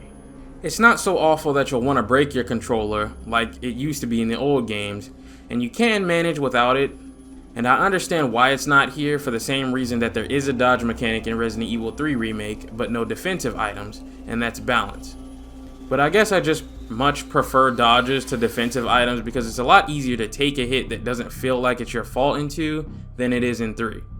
This sort of thing was the same reason that the original 3 was my favorite over the original 2. But Birkin goes down, and in the parking lot, Leon meets Ada. This time around, she's a lot more dismissive of Leon than originally, as well as looking a lot more like a spy, and I like it. Ada has seen about 1 million other cops just like him dead. And knowing what we all know about Ada, a young rookie Leon is gonna have to prove himself worth her time before she bothers with him. Ben still gets mollywopped, but it's changed to as soon as Leon meets him by Trenchy and not by Birkin. And the goal becomes to get his keycard by looking for those old nostalgic spare parts to open his cell. A couple of other key items get swapped around, but the real big difference is the introduction of Mr. X. Trenchy here is no longer exclusive to just second scenario, and chases both characters this time around. If you know me by now, it's pretty clear I do not fucking like this pursuer enemy type. Never been all too scared of them, and they're just in the way of me getting to where I need to go. And I think Resident Evil 2 Remake specifically is the first real instance of it starting to get on people's nerves. At least in the Resident Evil franchise. Alien Isolation took so fucking long to get a sequel for a reason. A lot of people do like Trenchy and his antics. They've led to really cool clips of YouTubers and streamers and all that shit. But the decision to allow him into rooms like the bookshelf room got on a lot of people's nerves. I understand why he has to be able to come in here. But I'd be lying if I said I don't dread having to go ahead and release him into the sandbox because his gimmick gets old pretty damn quick. But since you can actually damage him, unlike Lady Demabitch, I guess he's alright. Since Ben is already dead this time, grabbing his badge leads to Leon getting caught with his ass out by Trenchy and being saved by Ada again. Things are back on schedule after that. Leon takes a bullet for Ada and we take control. Her section is a little annoying because she barely gets any ammo or supplies for some of the bullshit she has to deal with, and the oven thing is hella confusing. But resuming control of Leon, the sewers are expanded and a hell of an improvement. The weird G-adult thing from the original you fight to get in here has been reimagined as a fully fleshed out enemy type. And our second Birkin fight is a little different this time around too, but everything that goes on here checks out. Ada still cons Leon into getting the G-virus sample for her because she's injured. I'm really impressed by the Nest section's reimagining. I think of the 3 acts, it's definitely received the best glow up as far as monster designs, even if the plant chemical puzzle makes me want to punch my fucking TV every time I'm forced to do it. The Birkin fight here, because of clunky survival horror boss syndrome, ends up being a little annoying, but still far better than we ever got in the originals. The scene with Ada turning on Leon is devastating this time around, and you can tell he's really hurt by what happens here. And as you can tell in Resident Evil 4, he never really recovers from this emotionally. But that's most of the major changes for his campaign summarized. His final boss fight is solidified in canon as Super Trenchy, which honestly always made sense thematically with him and Ada over the course of this series, but required you to play Claire first, which most people are not gonna do. It's also not a frustrating piece of dog shit like the original fight was. The biggest gripe I have with it is this insta-kill attack he does. You would think you're supposed to get out of the way like the game has trained you to do the entire time. But no, this attack will track you no matter what. You are actually supposed to DPS him to knock him out of it. A dumbass, confusing decision. But once you know what you're supposed to do, you know what you're supposed to do. Claire's campaign, or whoever you choose for second scenario, picks up partway into the first when the helicopter crashes. From here, as always, she just goes through the same places Leon goes through, with different enemy placements. Shit gets real a lot earlier in second scenario, including Trenchy chasing you. I have one major issue with second scenario, and that is this really fucking stupid decision to replace the character's default weapon with the special bonus guns they could get from the original in their secret costumes. As well as replacing all the 9mm pistol ammo drops with the new 45 ACP that the guns take. They hold the guns like they originally did back then too. So, Claire rapid fires a revolver, and Leon holds his M1911 sideways. A cool nostalgia wank? Sure. But it's also just jarring to look at and distracting from the mood. This seems like the kind of thing that should be a bonus unlock for beating the game, and something that you toggle on and off before you start a playthrough. It means that you likely won't see much use out of their default pistol and its beautiful animation work. And I dislike it so much that I use a mod on PC to replace the 45 ammo with 9mm again. Now the special guns are stronger, so in theory reverting back to the default pistol should make the second run harder, but really it's not that big of a deal. With that out of the way, some of the biggest issues with the game crop up. Instead of fighting G in different phases depending on A and B scenarios, it will be the same boss fight in first and second every time. It's not something that I care about too much, as the original bosses weren't too different anyway in terms of how you deal with them, but it is worth mentioning. Claire also doesn't need to blow a hole into Chief Iron's room. He kidnaps Sherry as soon as she meets her, and takes her to a nearby school where he does his creepy murder stuff at. Speaking of the school, I could do without the Sherry section this time around. It's a typical trial and error, make sure you're not where the boogeyman is gonna look stealth section that's pretty ass, but it's brief. This is also where Birkin kills Irons this time around, as well as infecting Sherry and our way into the sewers. Also, Mr. X getting killed by Birkin here makes absolutely no fucking sense, considering he's canonically needed for Leon's campaign. But with old Resident Evil games, you just have to accept all these contradictions. This is just how they are, so it's whatever, I guess. Sewers and Nest are again mostly the same shit you did as Leon, only instead of looking for the G-Virus sample, Claire is looking for a vaccine for Sherry. Annette is still a bitch, and again, there's story contradictions all over the place as Leon and Claire do the exact same fucking thing in the exact same places, even in canon cutscenes. But hey, what can you do? You say the story from the classic games aren't really written that well and some 50-year-old gets mad at you.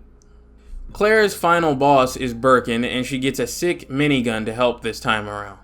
Like her name is the fucking Doomslayer. Probably the best boss fight in the game. Everything from that point on is pretty much what you remember with your second scenario character fighting Birkin on the train at the end, and them all walking out into the sunset. As far as the bonus modes, I've tried them out and they're not for me. Fourth Survivor is still unbalanced trash, and not even being put in a modern game can save it. And while these bonus what-if mode scenarios are cute and everything, I'd much rather go play Mercenaries in a different Resident Evil game than ever really take these seriously. Resident Evil 2 Remake is incredible, and not only one of the best games in the entire series, completely eclipsing the original, even farther than the remake of the first game did to its counterpart, but also one of the most important video games ever made in the horror genre.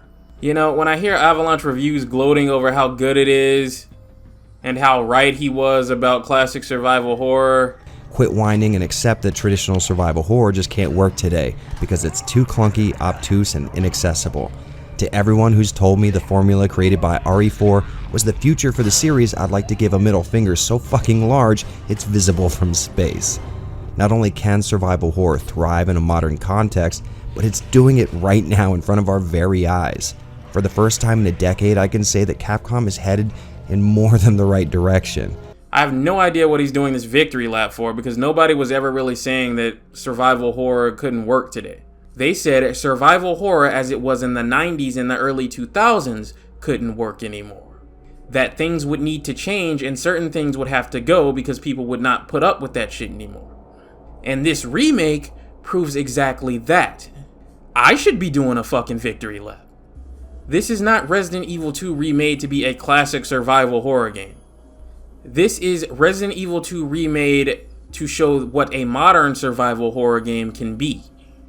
This is not remade with the same goal as the remake of the first game, and that is the best thing about it.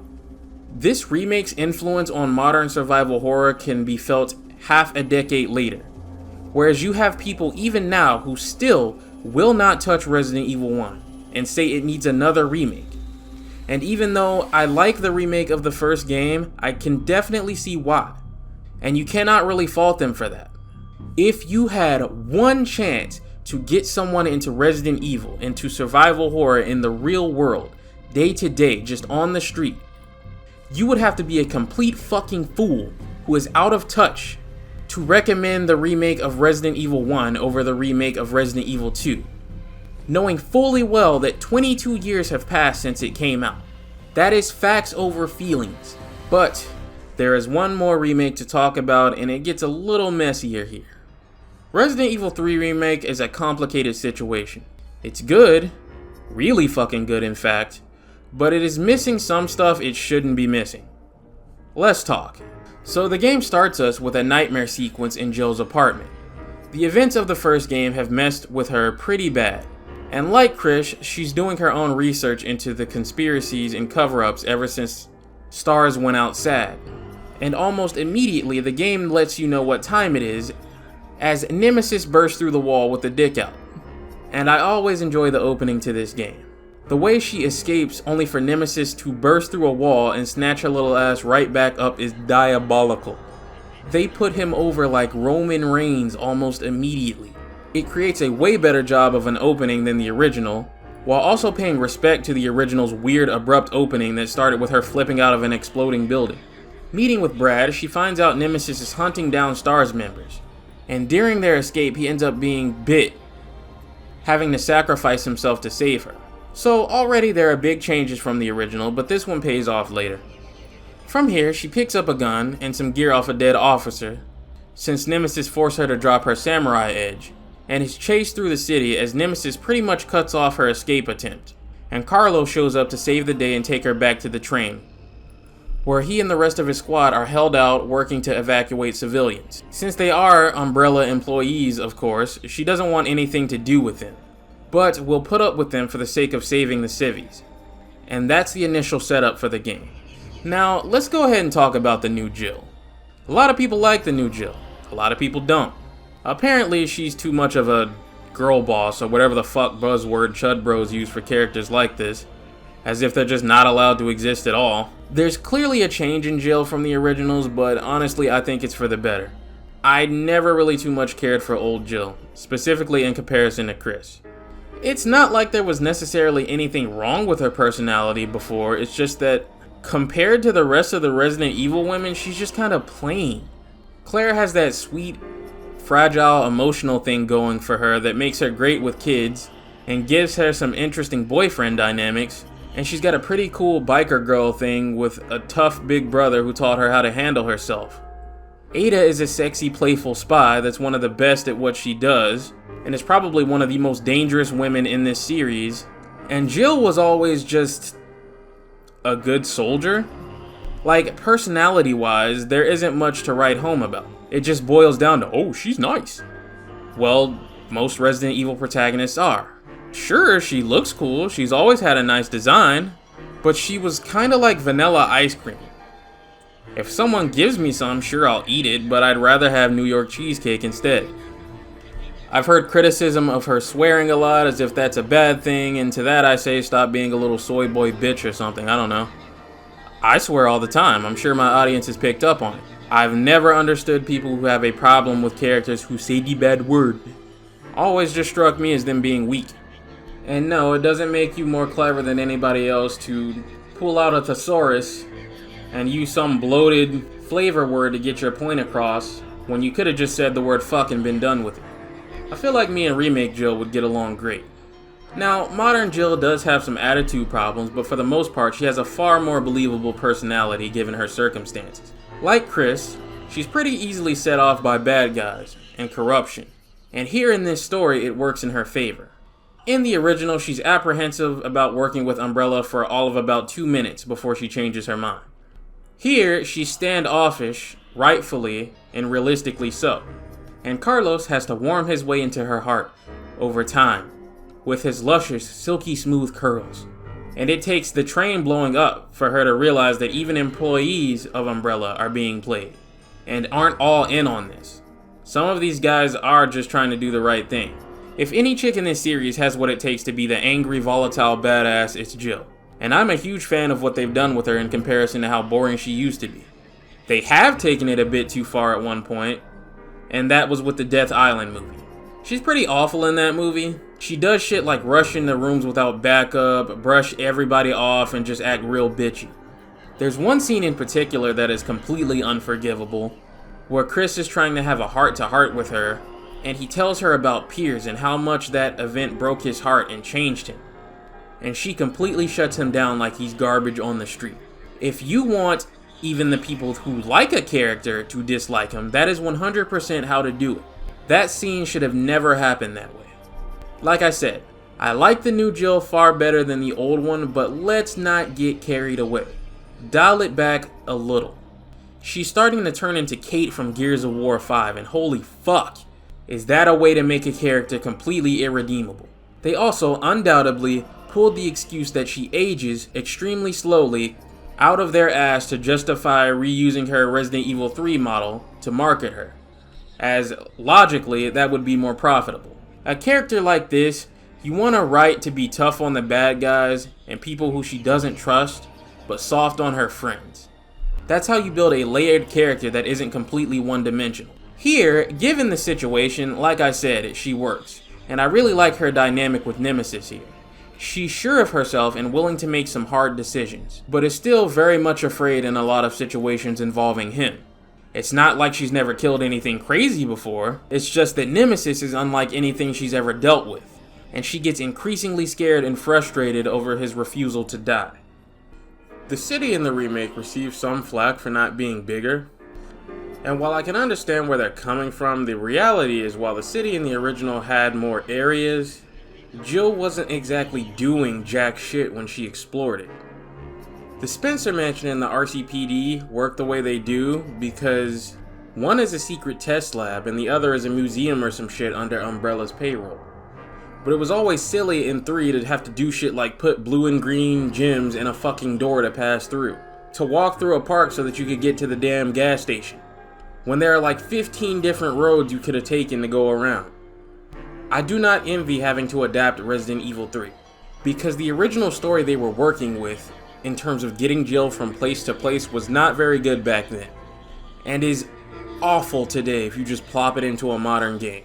She does fucking nothing for a third of it, meets Carlos and his merry little gang of bandits. They head to the clock tower where Evac gets screwed over by Nemesis, she gets infected, and then after Carlos saves her, she fumbles around doing absolutely fuck all for the rest of the game and then just happens to luck out and end up where she did. She wasn't planning to get here to the water treatment location. She just pranced around with a thumb up her ass and happened to walk past it and end up inside. And Carlos finds a way out of Raccoon City after Carlos learns that it's about to get nuked. The only useful thing Jill does is kill Nemesis. But the fact of the matter is, whether you want to admit it or not, the original game ended up being a game where Carlos did everything that mattered besides that, and dog walked her to the helicopter. That is why in the remake they start her off meeting Carlos and his squad, so she's not fucking around for an hour and a half. And if you think I'm bullshitting you on how remaking these games under a modern lens requires rewriting and restructuring of the plot, go look at Resident Evil 2 Remake again. The reason why there are minimal changes, at least in the first half, is because the characters already have a reason for what they're doing. And when there isn't one in the original story, it's pretty easy to write one in. Leon fumbles his way through escaping the main station into the sewers in the original. Not exactly gonna work today, so instead he finds a notebook in the story that tells him about a way to get out. And then the reporter is rewritten from just being a mole for Ada to being a mole with the keycard he needs to escape the station into the sewers. With Resident Evil 3, changes like this to the original locations are pretty much impossible because they would be nonsensical. So it was always going to have to be completely rebuilt like this. Because in the original, Jill has pretty much zero reason to be anywhere she goes besides the fact that her feet took her there, with the exception of the clock tower. And trust me, the irony of being the only location with a goal in the original, while being cut in the remake, that rewrites everything with more goals and a better plot isn't lost on. Gameplay wise, the game is identical to Resident Evil 2, with the major change being the addition of Resident Evil 3's signature dodge mechanic, translated to the modern day. You dodge from attacks with the tap of a button. Nail it well enough and you do a perfect dodge where time slows down and you lock on the weak points for critical attacks. And unlike in the original game where it had trouble functioning right in terms of usefulness, this time around it works pretty damn well. What technically is missing is the defensive items of Remake 1 and 2. That has led to the misconception by people who don't know what the fuck they're talking about that the mechanics were downgraded. And I mean, sure, if you're retarded, I could see how you would come to that conclusion. But think a little deeper, and you may find that they took something away from you and gave you something else. The reason defensive items aren't here, and things like grenades and the knife are strictly offensive, is because of the existence of the dodge mechanic. You already have your defensive utility. If you could dodge and then also had the option to just use a defensive item when you were grabbed, you'd be completely fucking busted and overpowered.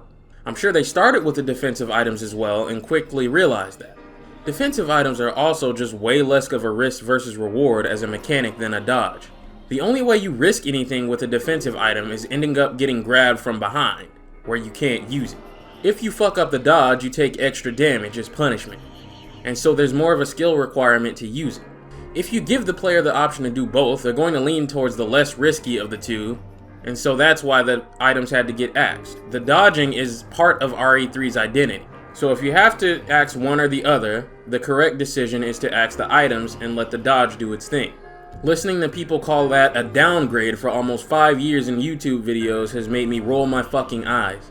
The only issue I see here is that the knife lost its quick swap to the L1 button.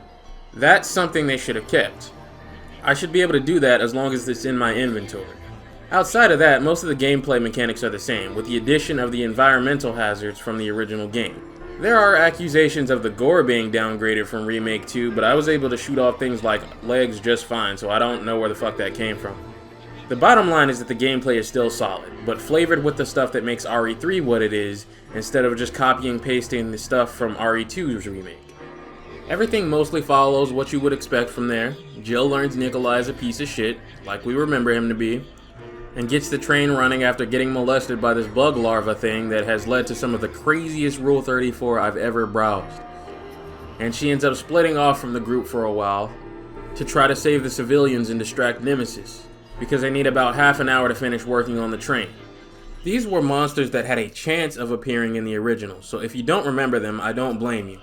But they're back and way more dangerous. Nemesis snatching her up by the head the nanosecond she leaves the sewers will never get old. This leads to a hella good boss battle on top of a construction site with Nemesis. Outside of Resident Evil 4 Remake, these are probably some of the best boss fights this series has ever had.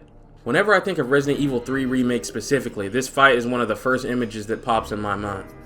She beats him and runs into Kendo the earliest, but isn't shown his daughter's infection the way Leon and Ada are. And then here comes Nemesis again, back on that bullshit.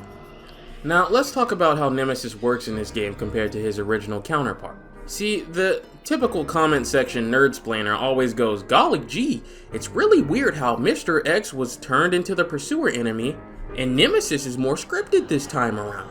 And yeah, that's true, but there are several reasons for that.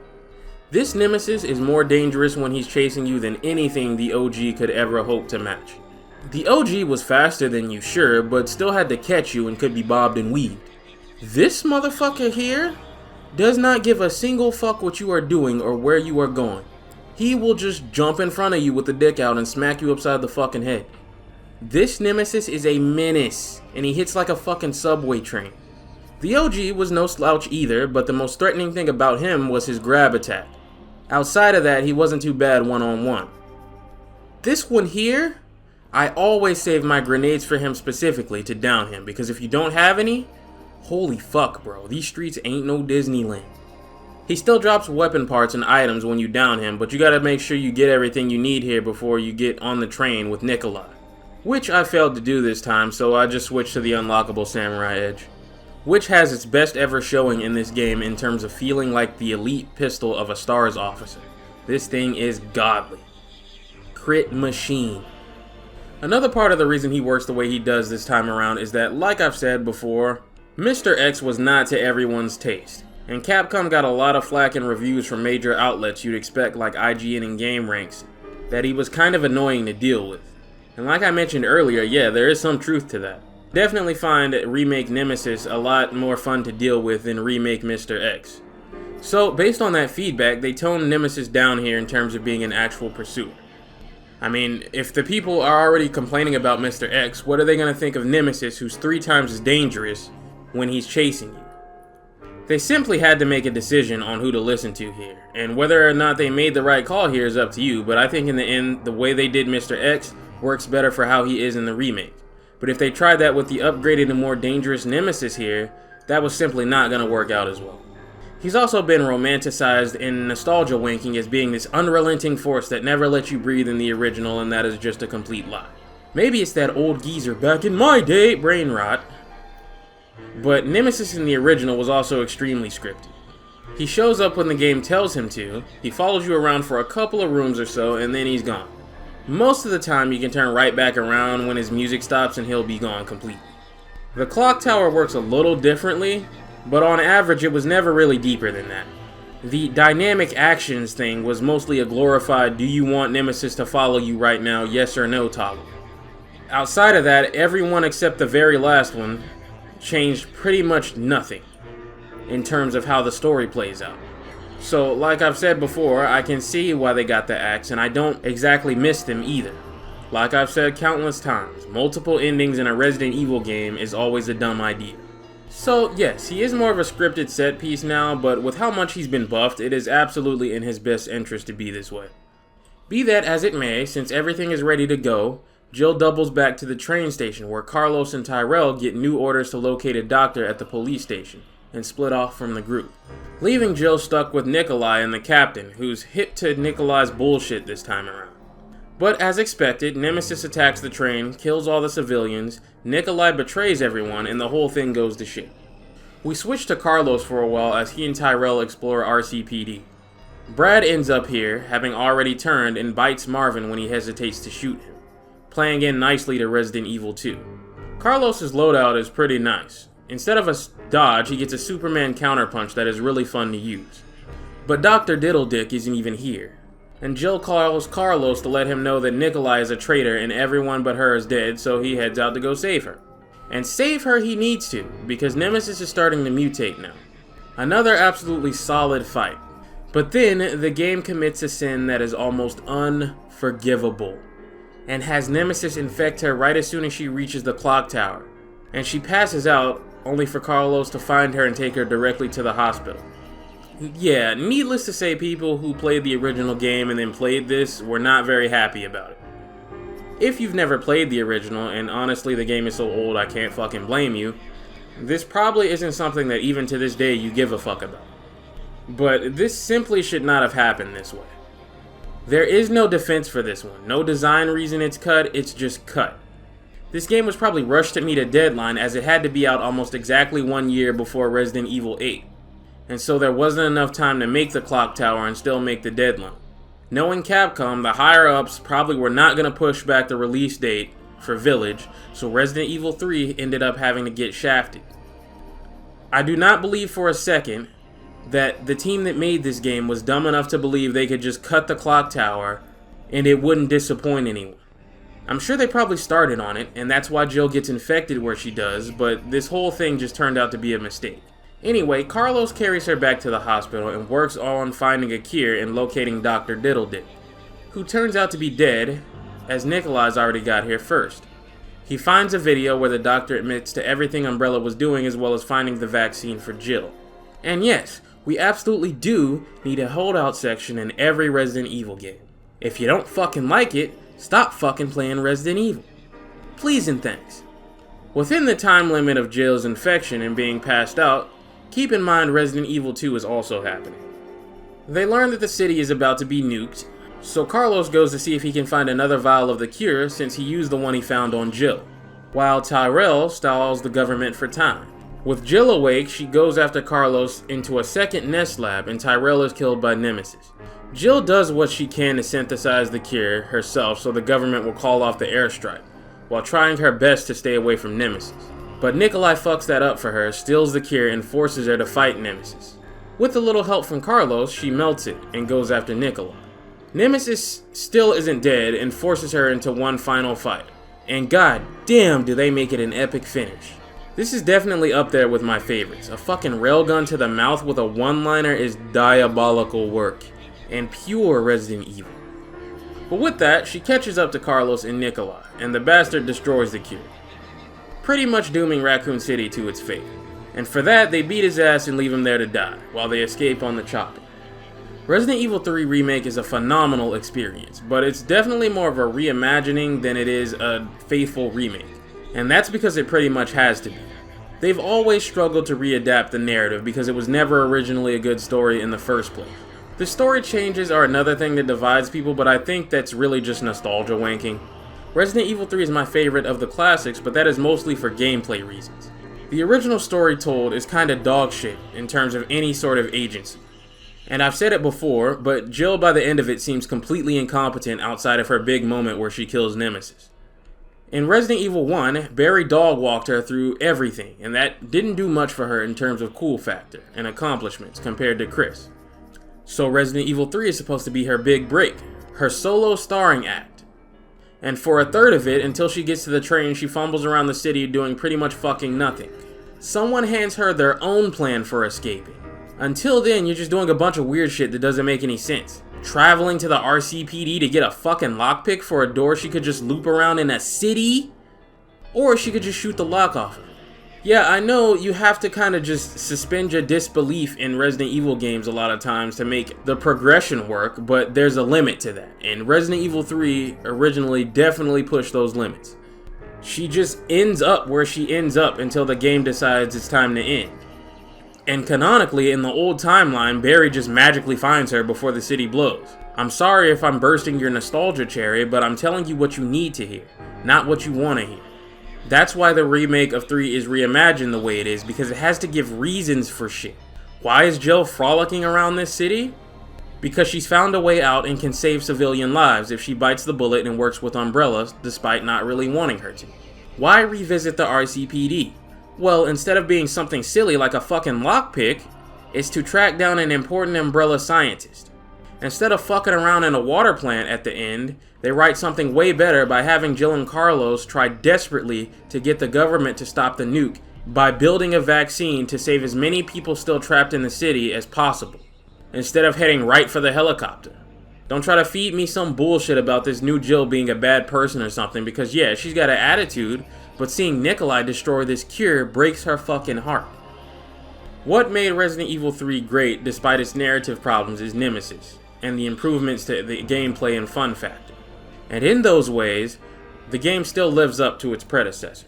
The enhanced ammo mechanic didn't make the cut, sure, but it wasn't too well put together in the original anyway, even if those enhanced shotgun shells from the original speak to my soul. But, in exchange, you just get better bonus weapons. The Samurai Edge is more deadly than the enhanced handgun, and stuff like the hot dogger and other fun bonuses like the crafting tool and the perfect dodge buff manuals more than make up for that, honestly. And the appeal of Resident Evil 3 is still intact to me.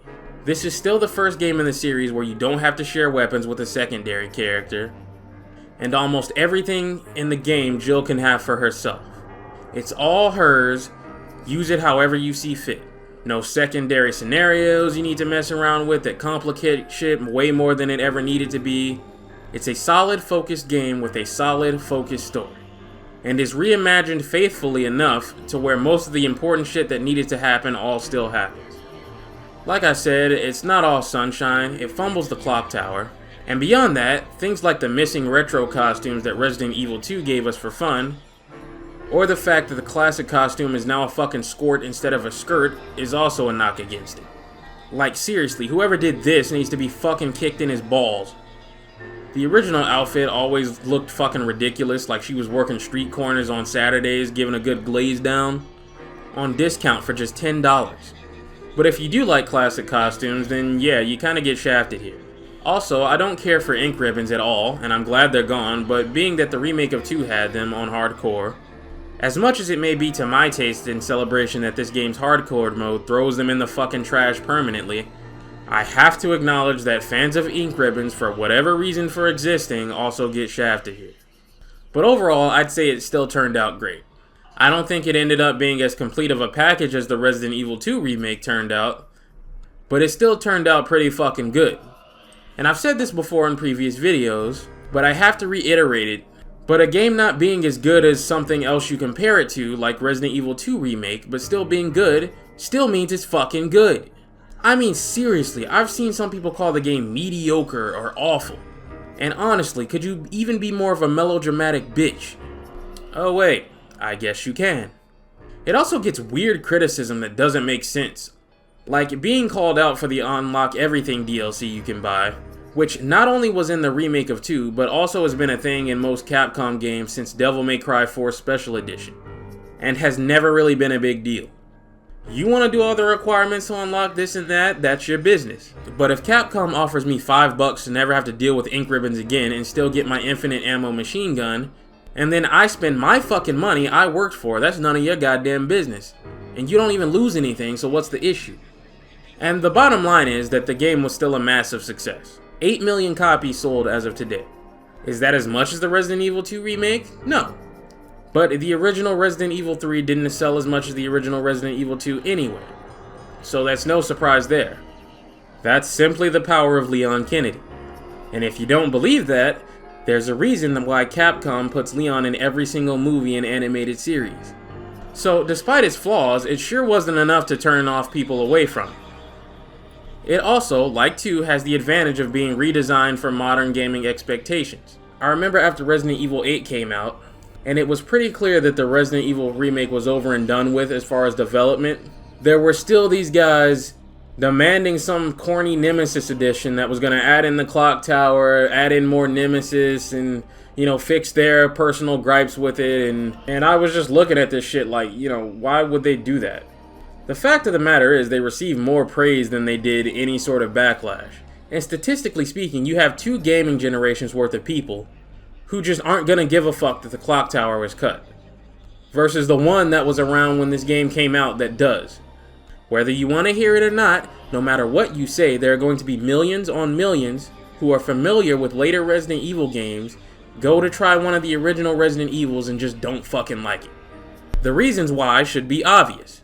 I know a chick right now who wanted to get into Resident Evil because she thought Leon was hot or whatever, tried the original Resident Evil 3 because Jill being a girl in Nemesis intrigued her, but couldn't fucking stand it. Tried the remake and loved it and never looked back, and has pretty much fallen in love with the entire modern remake trilogy since then. Even the original Resident Evil 3 had its fair share of detractors calling it weaker than the original, an asset flip, that it was too short, that it didn't innovate as much, that it was still clunky, blobbity fucking blah blah blah. Be that the original or the remake, Resident Evil 3 has never really had an easy ride. But that's fine. It did what it needed to do mostly, and that was fix up the story in the game for modern audience and expectations. If it wasn't for cutting the clock tower, I would say there weren't even any major missteps with it. And even with cutting the clock tower, like I said earlier in the script, if I wanted to get someone into Resident Evil today, I would always recommend the entries in the modern remake trilogy above anything else for the best chance of winning them over. And that is something that these remakes have excelled at. Convincing people who take a look at the Resident Evil games they have to start with, who are 1 to 2 generations too late to tolerate that you have to play them, and giving them a more palatable alternative. In the real world, not in your YouTube echo chamber with convoluted made-up stories about how someone started with Resident Evil 2 Remake or 3 Remake, didn't like either, stopped playing halfway through, and then played the originals on an emulator and loved them to death to get a Notice Me Senpai like from you if you read their comment, so they can get some feel-good points. But in the real world, that requires you to go outside and interact with people. So I know that's a little scary for you. People don't actually give a fuck about this kind of thing. They're going to play the remake of a game and be done with it. And honestly, they don't have a single fucking reason not to. Just because you disapprove. Because they don't owe you a bitch-ass thing. Sorry, that's just how it is. But that wraps up my thoughts on both these remakes overall. They're both pretty solid. Resident Evil 2 has issues with contradicting itself in its own plot, even while trying to fix the jumbled plot of the original. And Resident Evil 3 has fixed a lot of issues with its original plot, yet cutting out a beloved area of the game was not a good look. But of course, what matters most is the gameplay, and each offers their own flavor of the formula, and you're never gonna come home from a long day at work or school, pop in one of these remakes to chill, and have it be a mistake. They're always solid and infinitely replayable, and I never have a bad time revisiting them. I don't play them as much as I replay Resident Evil 4 Remake or Dead Space Remake or something, but that's because I'm an action horror man over a survival horror man. You know how it is with me. Shooty bang bang pleases me. Speaking of which, the reason that Resident Evil 4 Remake isn't in this video is because since it dropped mere months apart from Dead Space Remake, I combined the two into one video. Because of the way I did it, I can't really plop it in here when I plop in the combined video of my Resident Evil reviews, so I'll link it in the description instead. I love this franchise to death. It's beloved, it's divisive, everyone has their favorite game. I think it's pretty clear that some games may be hated by some people and loved by others and vice versa. It's just the kind of franchise with something for everybody. And I hope you guys have enjoyed me talking about it over the course of this past year or so. I had a lot of fun doing this shit. Even writing this script, I can't believe I finally finished it. But, with it done, allow me to go on a rant one final time. And for those of you who love it when I do this sort of thing, you might want to grab a drink and a snack. This one's going to be a doozy. The movement that these remakes have started is very important, and Resident Evil 2 Remake in particular is responsible for influencing modern survival horror games like Alan Wake 2 and the banger remakes we've been getting in Dead Space, Silent Hill 2, and even other franchises. Hell, even Alone in the Dark is in on its action, and that series has rebooted itself a million fucking times. This has led to massive success, introducing millions and millions who were interested in some of these older horror games, but grow up in a generation too far evolved to put up with some of their older bullshit, becoming beloved fans who love these franchises to death, and giving them a respectful version of a game that they will love that will last far longer, as it has all the presentation and gameplay systems you'd expect from a modern game or a more modern entry in its own series. And if I've learned anything over these last few years, it's that it doesn't matter how good your remake is, how much you pay respect and understanding to the source material, or even if the guys who made it in the first place come out and say they are pleasantly surprised and proud of how you've handled their work, and improved or fleshed out certain things that they didn't, there will always be some bitch crawling out of a crack in the wall like a fucking roach to drop some video of dog shit nitpicks because he thinks he's some pseudo-intellectual, or some old fuckhead running away from the fact that he's getting old like his hairline ran away, that has to open his fucking mouth. It never fails. You cannot please these people no matter what. Their head will always be lodged up their own ass, and their complaints will never make a lick of sense. Resident Evil 3 Remake is actually about the same length of the original, give or take 30 minutes to an hour if you don't let the dynamic actions con you into thinking you need to start a whole new fucking playthrough. But it's too short, right? For a full-priced game, we should expect better now. We should expect longer and blah blah blah bitty fucking blah. But now, the Silent Hill remake comes out, things are expanded, things are more fleshed out, but now it's too long. It's too bloated. They've meddled with the pacing of the original and blah blah blah bitty fucking. Do you see what I'm saying? Do you see what the fuck I mean? Do you see why I started to do this thing now? Do you see why I don't fucking like any of these people? And under the Mayo's case, you always expect something stupid to be said, so no surprise there. And I know I've recommended Boulder Punch in the past, I take that shit back. It has become increasingly clear this man cannot review a single fucking remake to save his life. And he is so scared of the fact that he's aging, and he isn't gaming's target audience anymore, that he will split hairs and grasp at anything he can to avoid admitting a remake could possibly be better than an original work. As if he disses remakes enough, he can avoid that Grim Reaper creeping his way closer and closer as he looks in the mirror and stares at his gray hairs in fear. See, the angle of this scene has changed, and therefore it invokes a different feeling. That by default means it pales in comparison to the originals. The lighting here has changed. It doesn't give the same mood as blah blah blah bitty fuck, you know, that kind of shit. These days, you can watch a video whining about a fucking remake and just predict the points that will be raised, even if you've never played the original or the remake. I'm serious. Go type in the word remake on YouTube right now. Pick a random game you've never played before. Find a video critical of the remake of said game, and take a shot of vodka for every time somebody complains about a lighting change, a camera angle change, a soundtrack change, oh this enemy placement is different here, you know, like anything they can say. Motherfuckers are just so afraid to just say a remake is good and possibly better than the original. I have no idea why. You wouldn't believe it unless you've seen it, because the game is so old. A lot of these motherfuckers are either extra dead or somewhere in a hospital in a vegetable state. But there are people even now who shit on the remake of Resident Evil 1 believing it isn't as good as the original. Crazy. They say stuff like, oh, Lisa Trevor was an unneeded blow. Can you believe that? Like I said, you cannot please everyone, and you definitely cannot please these motherfuckers. They're gonna lube up, load up their favorite emulator, and let the fuck machine pound them on full blast like a cam girl, while writing off your remake no matter what you do. The people that worked on these older games have said time and time again that they are embarrassed by their old work and the limitations they had to work with back in these days, and that seeing their old visions reimagined with all these modernized camera angles and lighting and all the upgrades that come with being a modern game makes them pretty fucking happy. And fuck a Boulder Punch, fuck a Nam's Compendium, fucking Under the Mayo, if the guys who made the damn thing in the first place give it their blessings, that's the end of the fucking discussion. That's the final vote. You can literally Bring back the guy who made the original soundtrack to do it again, any way he wants, and one of these dickheads on this platform will open up their fucking mouth about how the soundtrack has been downgraded and invokes a wrong feeling compared to the original. Like you know better than the motherfucker who made the original soundtrack because you watched some old documentary on the making of an old game before the people in it had any sense of modern technology or where the gaming landscape would shift.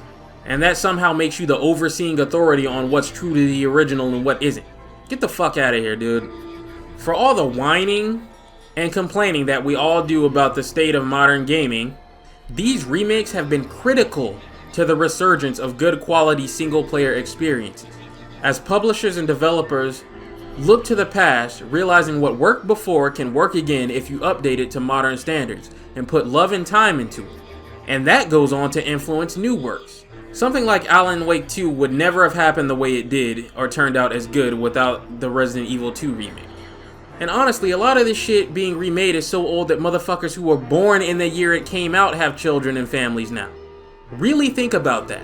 All this whining about how developers can't come up with any new ideas and just do remakes and blah blah blah is fucking funny to me, because anytime anybody does try anything new or take any risks, these fucking YouTube leeches just shit on it. Put them down and then dance on their graves for some ad revenue. So it's not like they want anything new any fucking way. Oh yeah, sure. Let's just drop a new System Shock, a new Serious Sam, a new Dead Space, a new Silent Hill, into a new generation and audience that has little to vague experience with any of these franchises themselves, because Johnny Limp Dick, who's pushing 30 to 50 and should be a little more focused on his erectile dysfunction, played them in their original eras and feels that they don't need a remake, like the gaming landscape still revolves around him. Fuck him, I'm over here chilling out playing this remake of Nier. Not everyone is interested in digging out an emulator to play something like Persona 3 and force themselves to deal with some original jank and frustration after coming off a series titan like Persona 5, just because some old bitch is upset and doesn't want it touched, when that same person could have a remake that updates it to the standards of its modern entry expectations instead, and end up loving it far more than they ever would have playing the original. And no, Timmy Tinycock, who likes retro games and romanticizes and handwaves any flaw of older game design as adding to the charm and identity, isn't saying anything worth a damn either. I grew up with the PS2 era, and there's certain shit games from this time did that even I wouldn't put up with today. And it's always funny to me how whenever these motherfuckers want to knock against a remake, no matter how good, it's no, it's not a masterpiece. See, it has flaws, it isn't always perfect. It's good, but it could be better. But whenever they want to defend some old work against any modern criticisms, it's, oh, these flaws, these blemishes, these bugs, they all add to the charm. You have to take yourself back in time to the point when it came out. You know, saying shit like this to a motherfucker who wasn't even born when the fucking game came out. Then, and only then, is it okay to not be 100% perfect. And I know math wasn't my best subject in school, but these numbers ain't fucking adding up, Mason. Speaking of which, the worst offender is our favorite short bus bandit, Susie the Sphere Hunter, who isn't even gonna bother to review the new Silent Hill 2 remake because she's tired of remakes or some shit, which is a blatant fucking lie, because as you can see here, in 4K, she's having the time of her life with a remake of Dead Rising, about 10 days just before the Silent Hill 2 remake came out. So clearly, you're not so tired of remakes that you can't promote them or give your recommendations on them. You are not beating the allegations of being a personal fuck toy for Capcom like this. But hey, anything to be able to voice Trish in a shitty mobile game, huh? Even if it means being Capcom's concubine. I play fighting games. I play Street Fighter. I haven't seen Sphere Hunter in ranked even once. Has anyone else? I know she's gone to EVO a few times, but that doesn't mean much when arching your back for Capcom gets you free trips out there anyway. But you can review a game in a genre you don't really fuck with, yet can't review possibly one of the most important games in determining whether or not Silent Hill makes a comeback. A series that you profited off of, that puts you on the fucking map and allows you to do what you do. That you claim is oh so important to you. Really? Okay. I hope Capcom board at least used condoms when they were taking turns. I tell you what, if Susie ever, for any reason, covers another fucking remake after this dog shit tweet, I will fucking destroy her in a video. You kids want to see someone get iDubbbz content copped in the 2020s? Let Susie fuck around and find out and not stand on business when it comes to this tweet, and I'm on her ass like Sergeant Dokes in Dexter. Listen, I'm no stranger to hot takes. As a matter of fact, I have a lot of them. Want another one that applies to some of my next projects? Silent Hill 2 Remake was so good, it made me stop my next project, which was Mass Effect and Doom, to push the Silent Hill series ahead in my pipeline in terms of games to cover. And while I've enjoyed 1, 2, and 3, I haven't really been feeling 4 all that much. And I tried Homecoming instead, which is apparently one of the westernized ones that ends up being one of the more divisive entries, and I've been loving it so far. But the takes I see out of these motherfuckers is clear rage bait. It's clear nostalgia wanking, and I'm just not for it. I wish YouTube had a fucking mute channel button so I didn't even have to look at this nonsense. But alas, I walk these gallows with no hope for salvation. Alright, that's the rant over. In other news, you did hear that right. Silent Hill is on the horizon next, as well as Doom. Playing the original Silent Hill 2 and then the remake back to back was such a good experience that, like I said, I went ahead and played the first 3 games in general. So you guys better thank Blooper Team for letting it skip ahead in line by dropping this masterpiece of a fucking remake. I'm gonna try this thing where I break videos down game by game instead of in a bundle, as I'm finding that it simply takes too long to get videos out like you guys want. I do this for fun with a full-time job, not because I have any plans of mainstream success or making YouTube my job. And that allows me to be as raw as I am, but it also means I take more time to finish one of these. I don't have an editor where I can just, record a script, record some gameplay, and then kick back and let somebody else do all my work for me. I have to do it myself. But I'll catch you guys next time.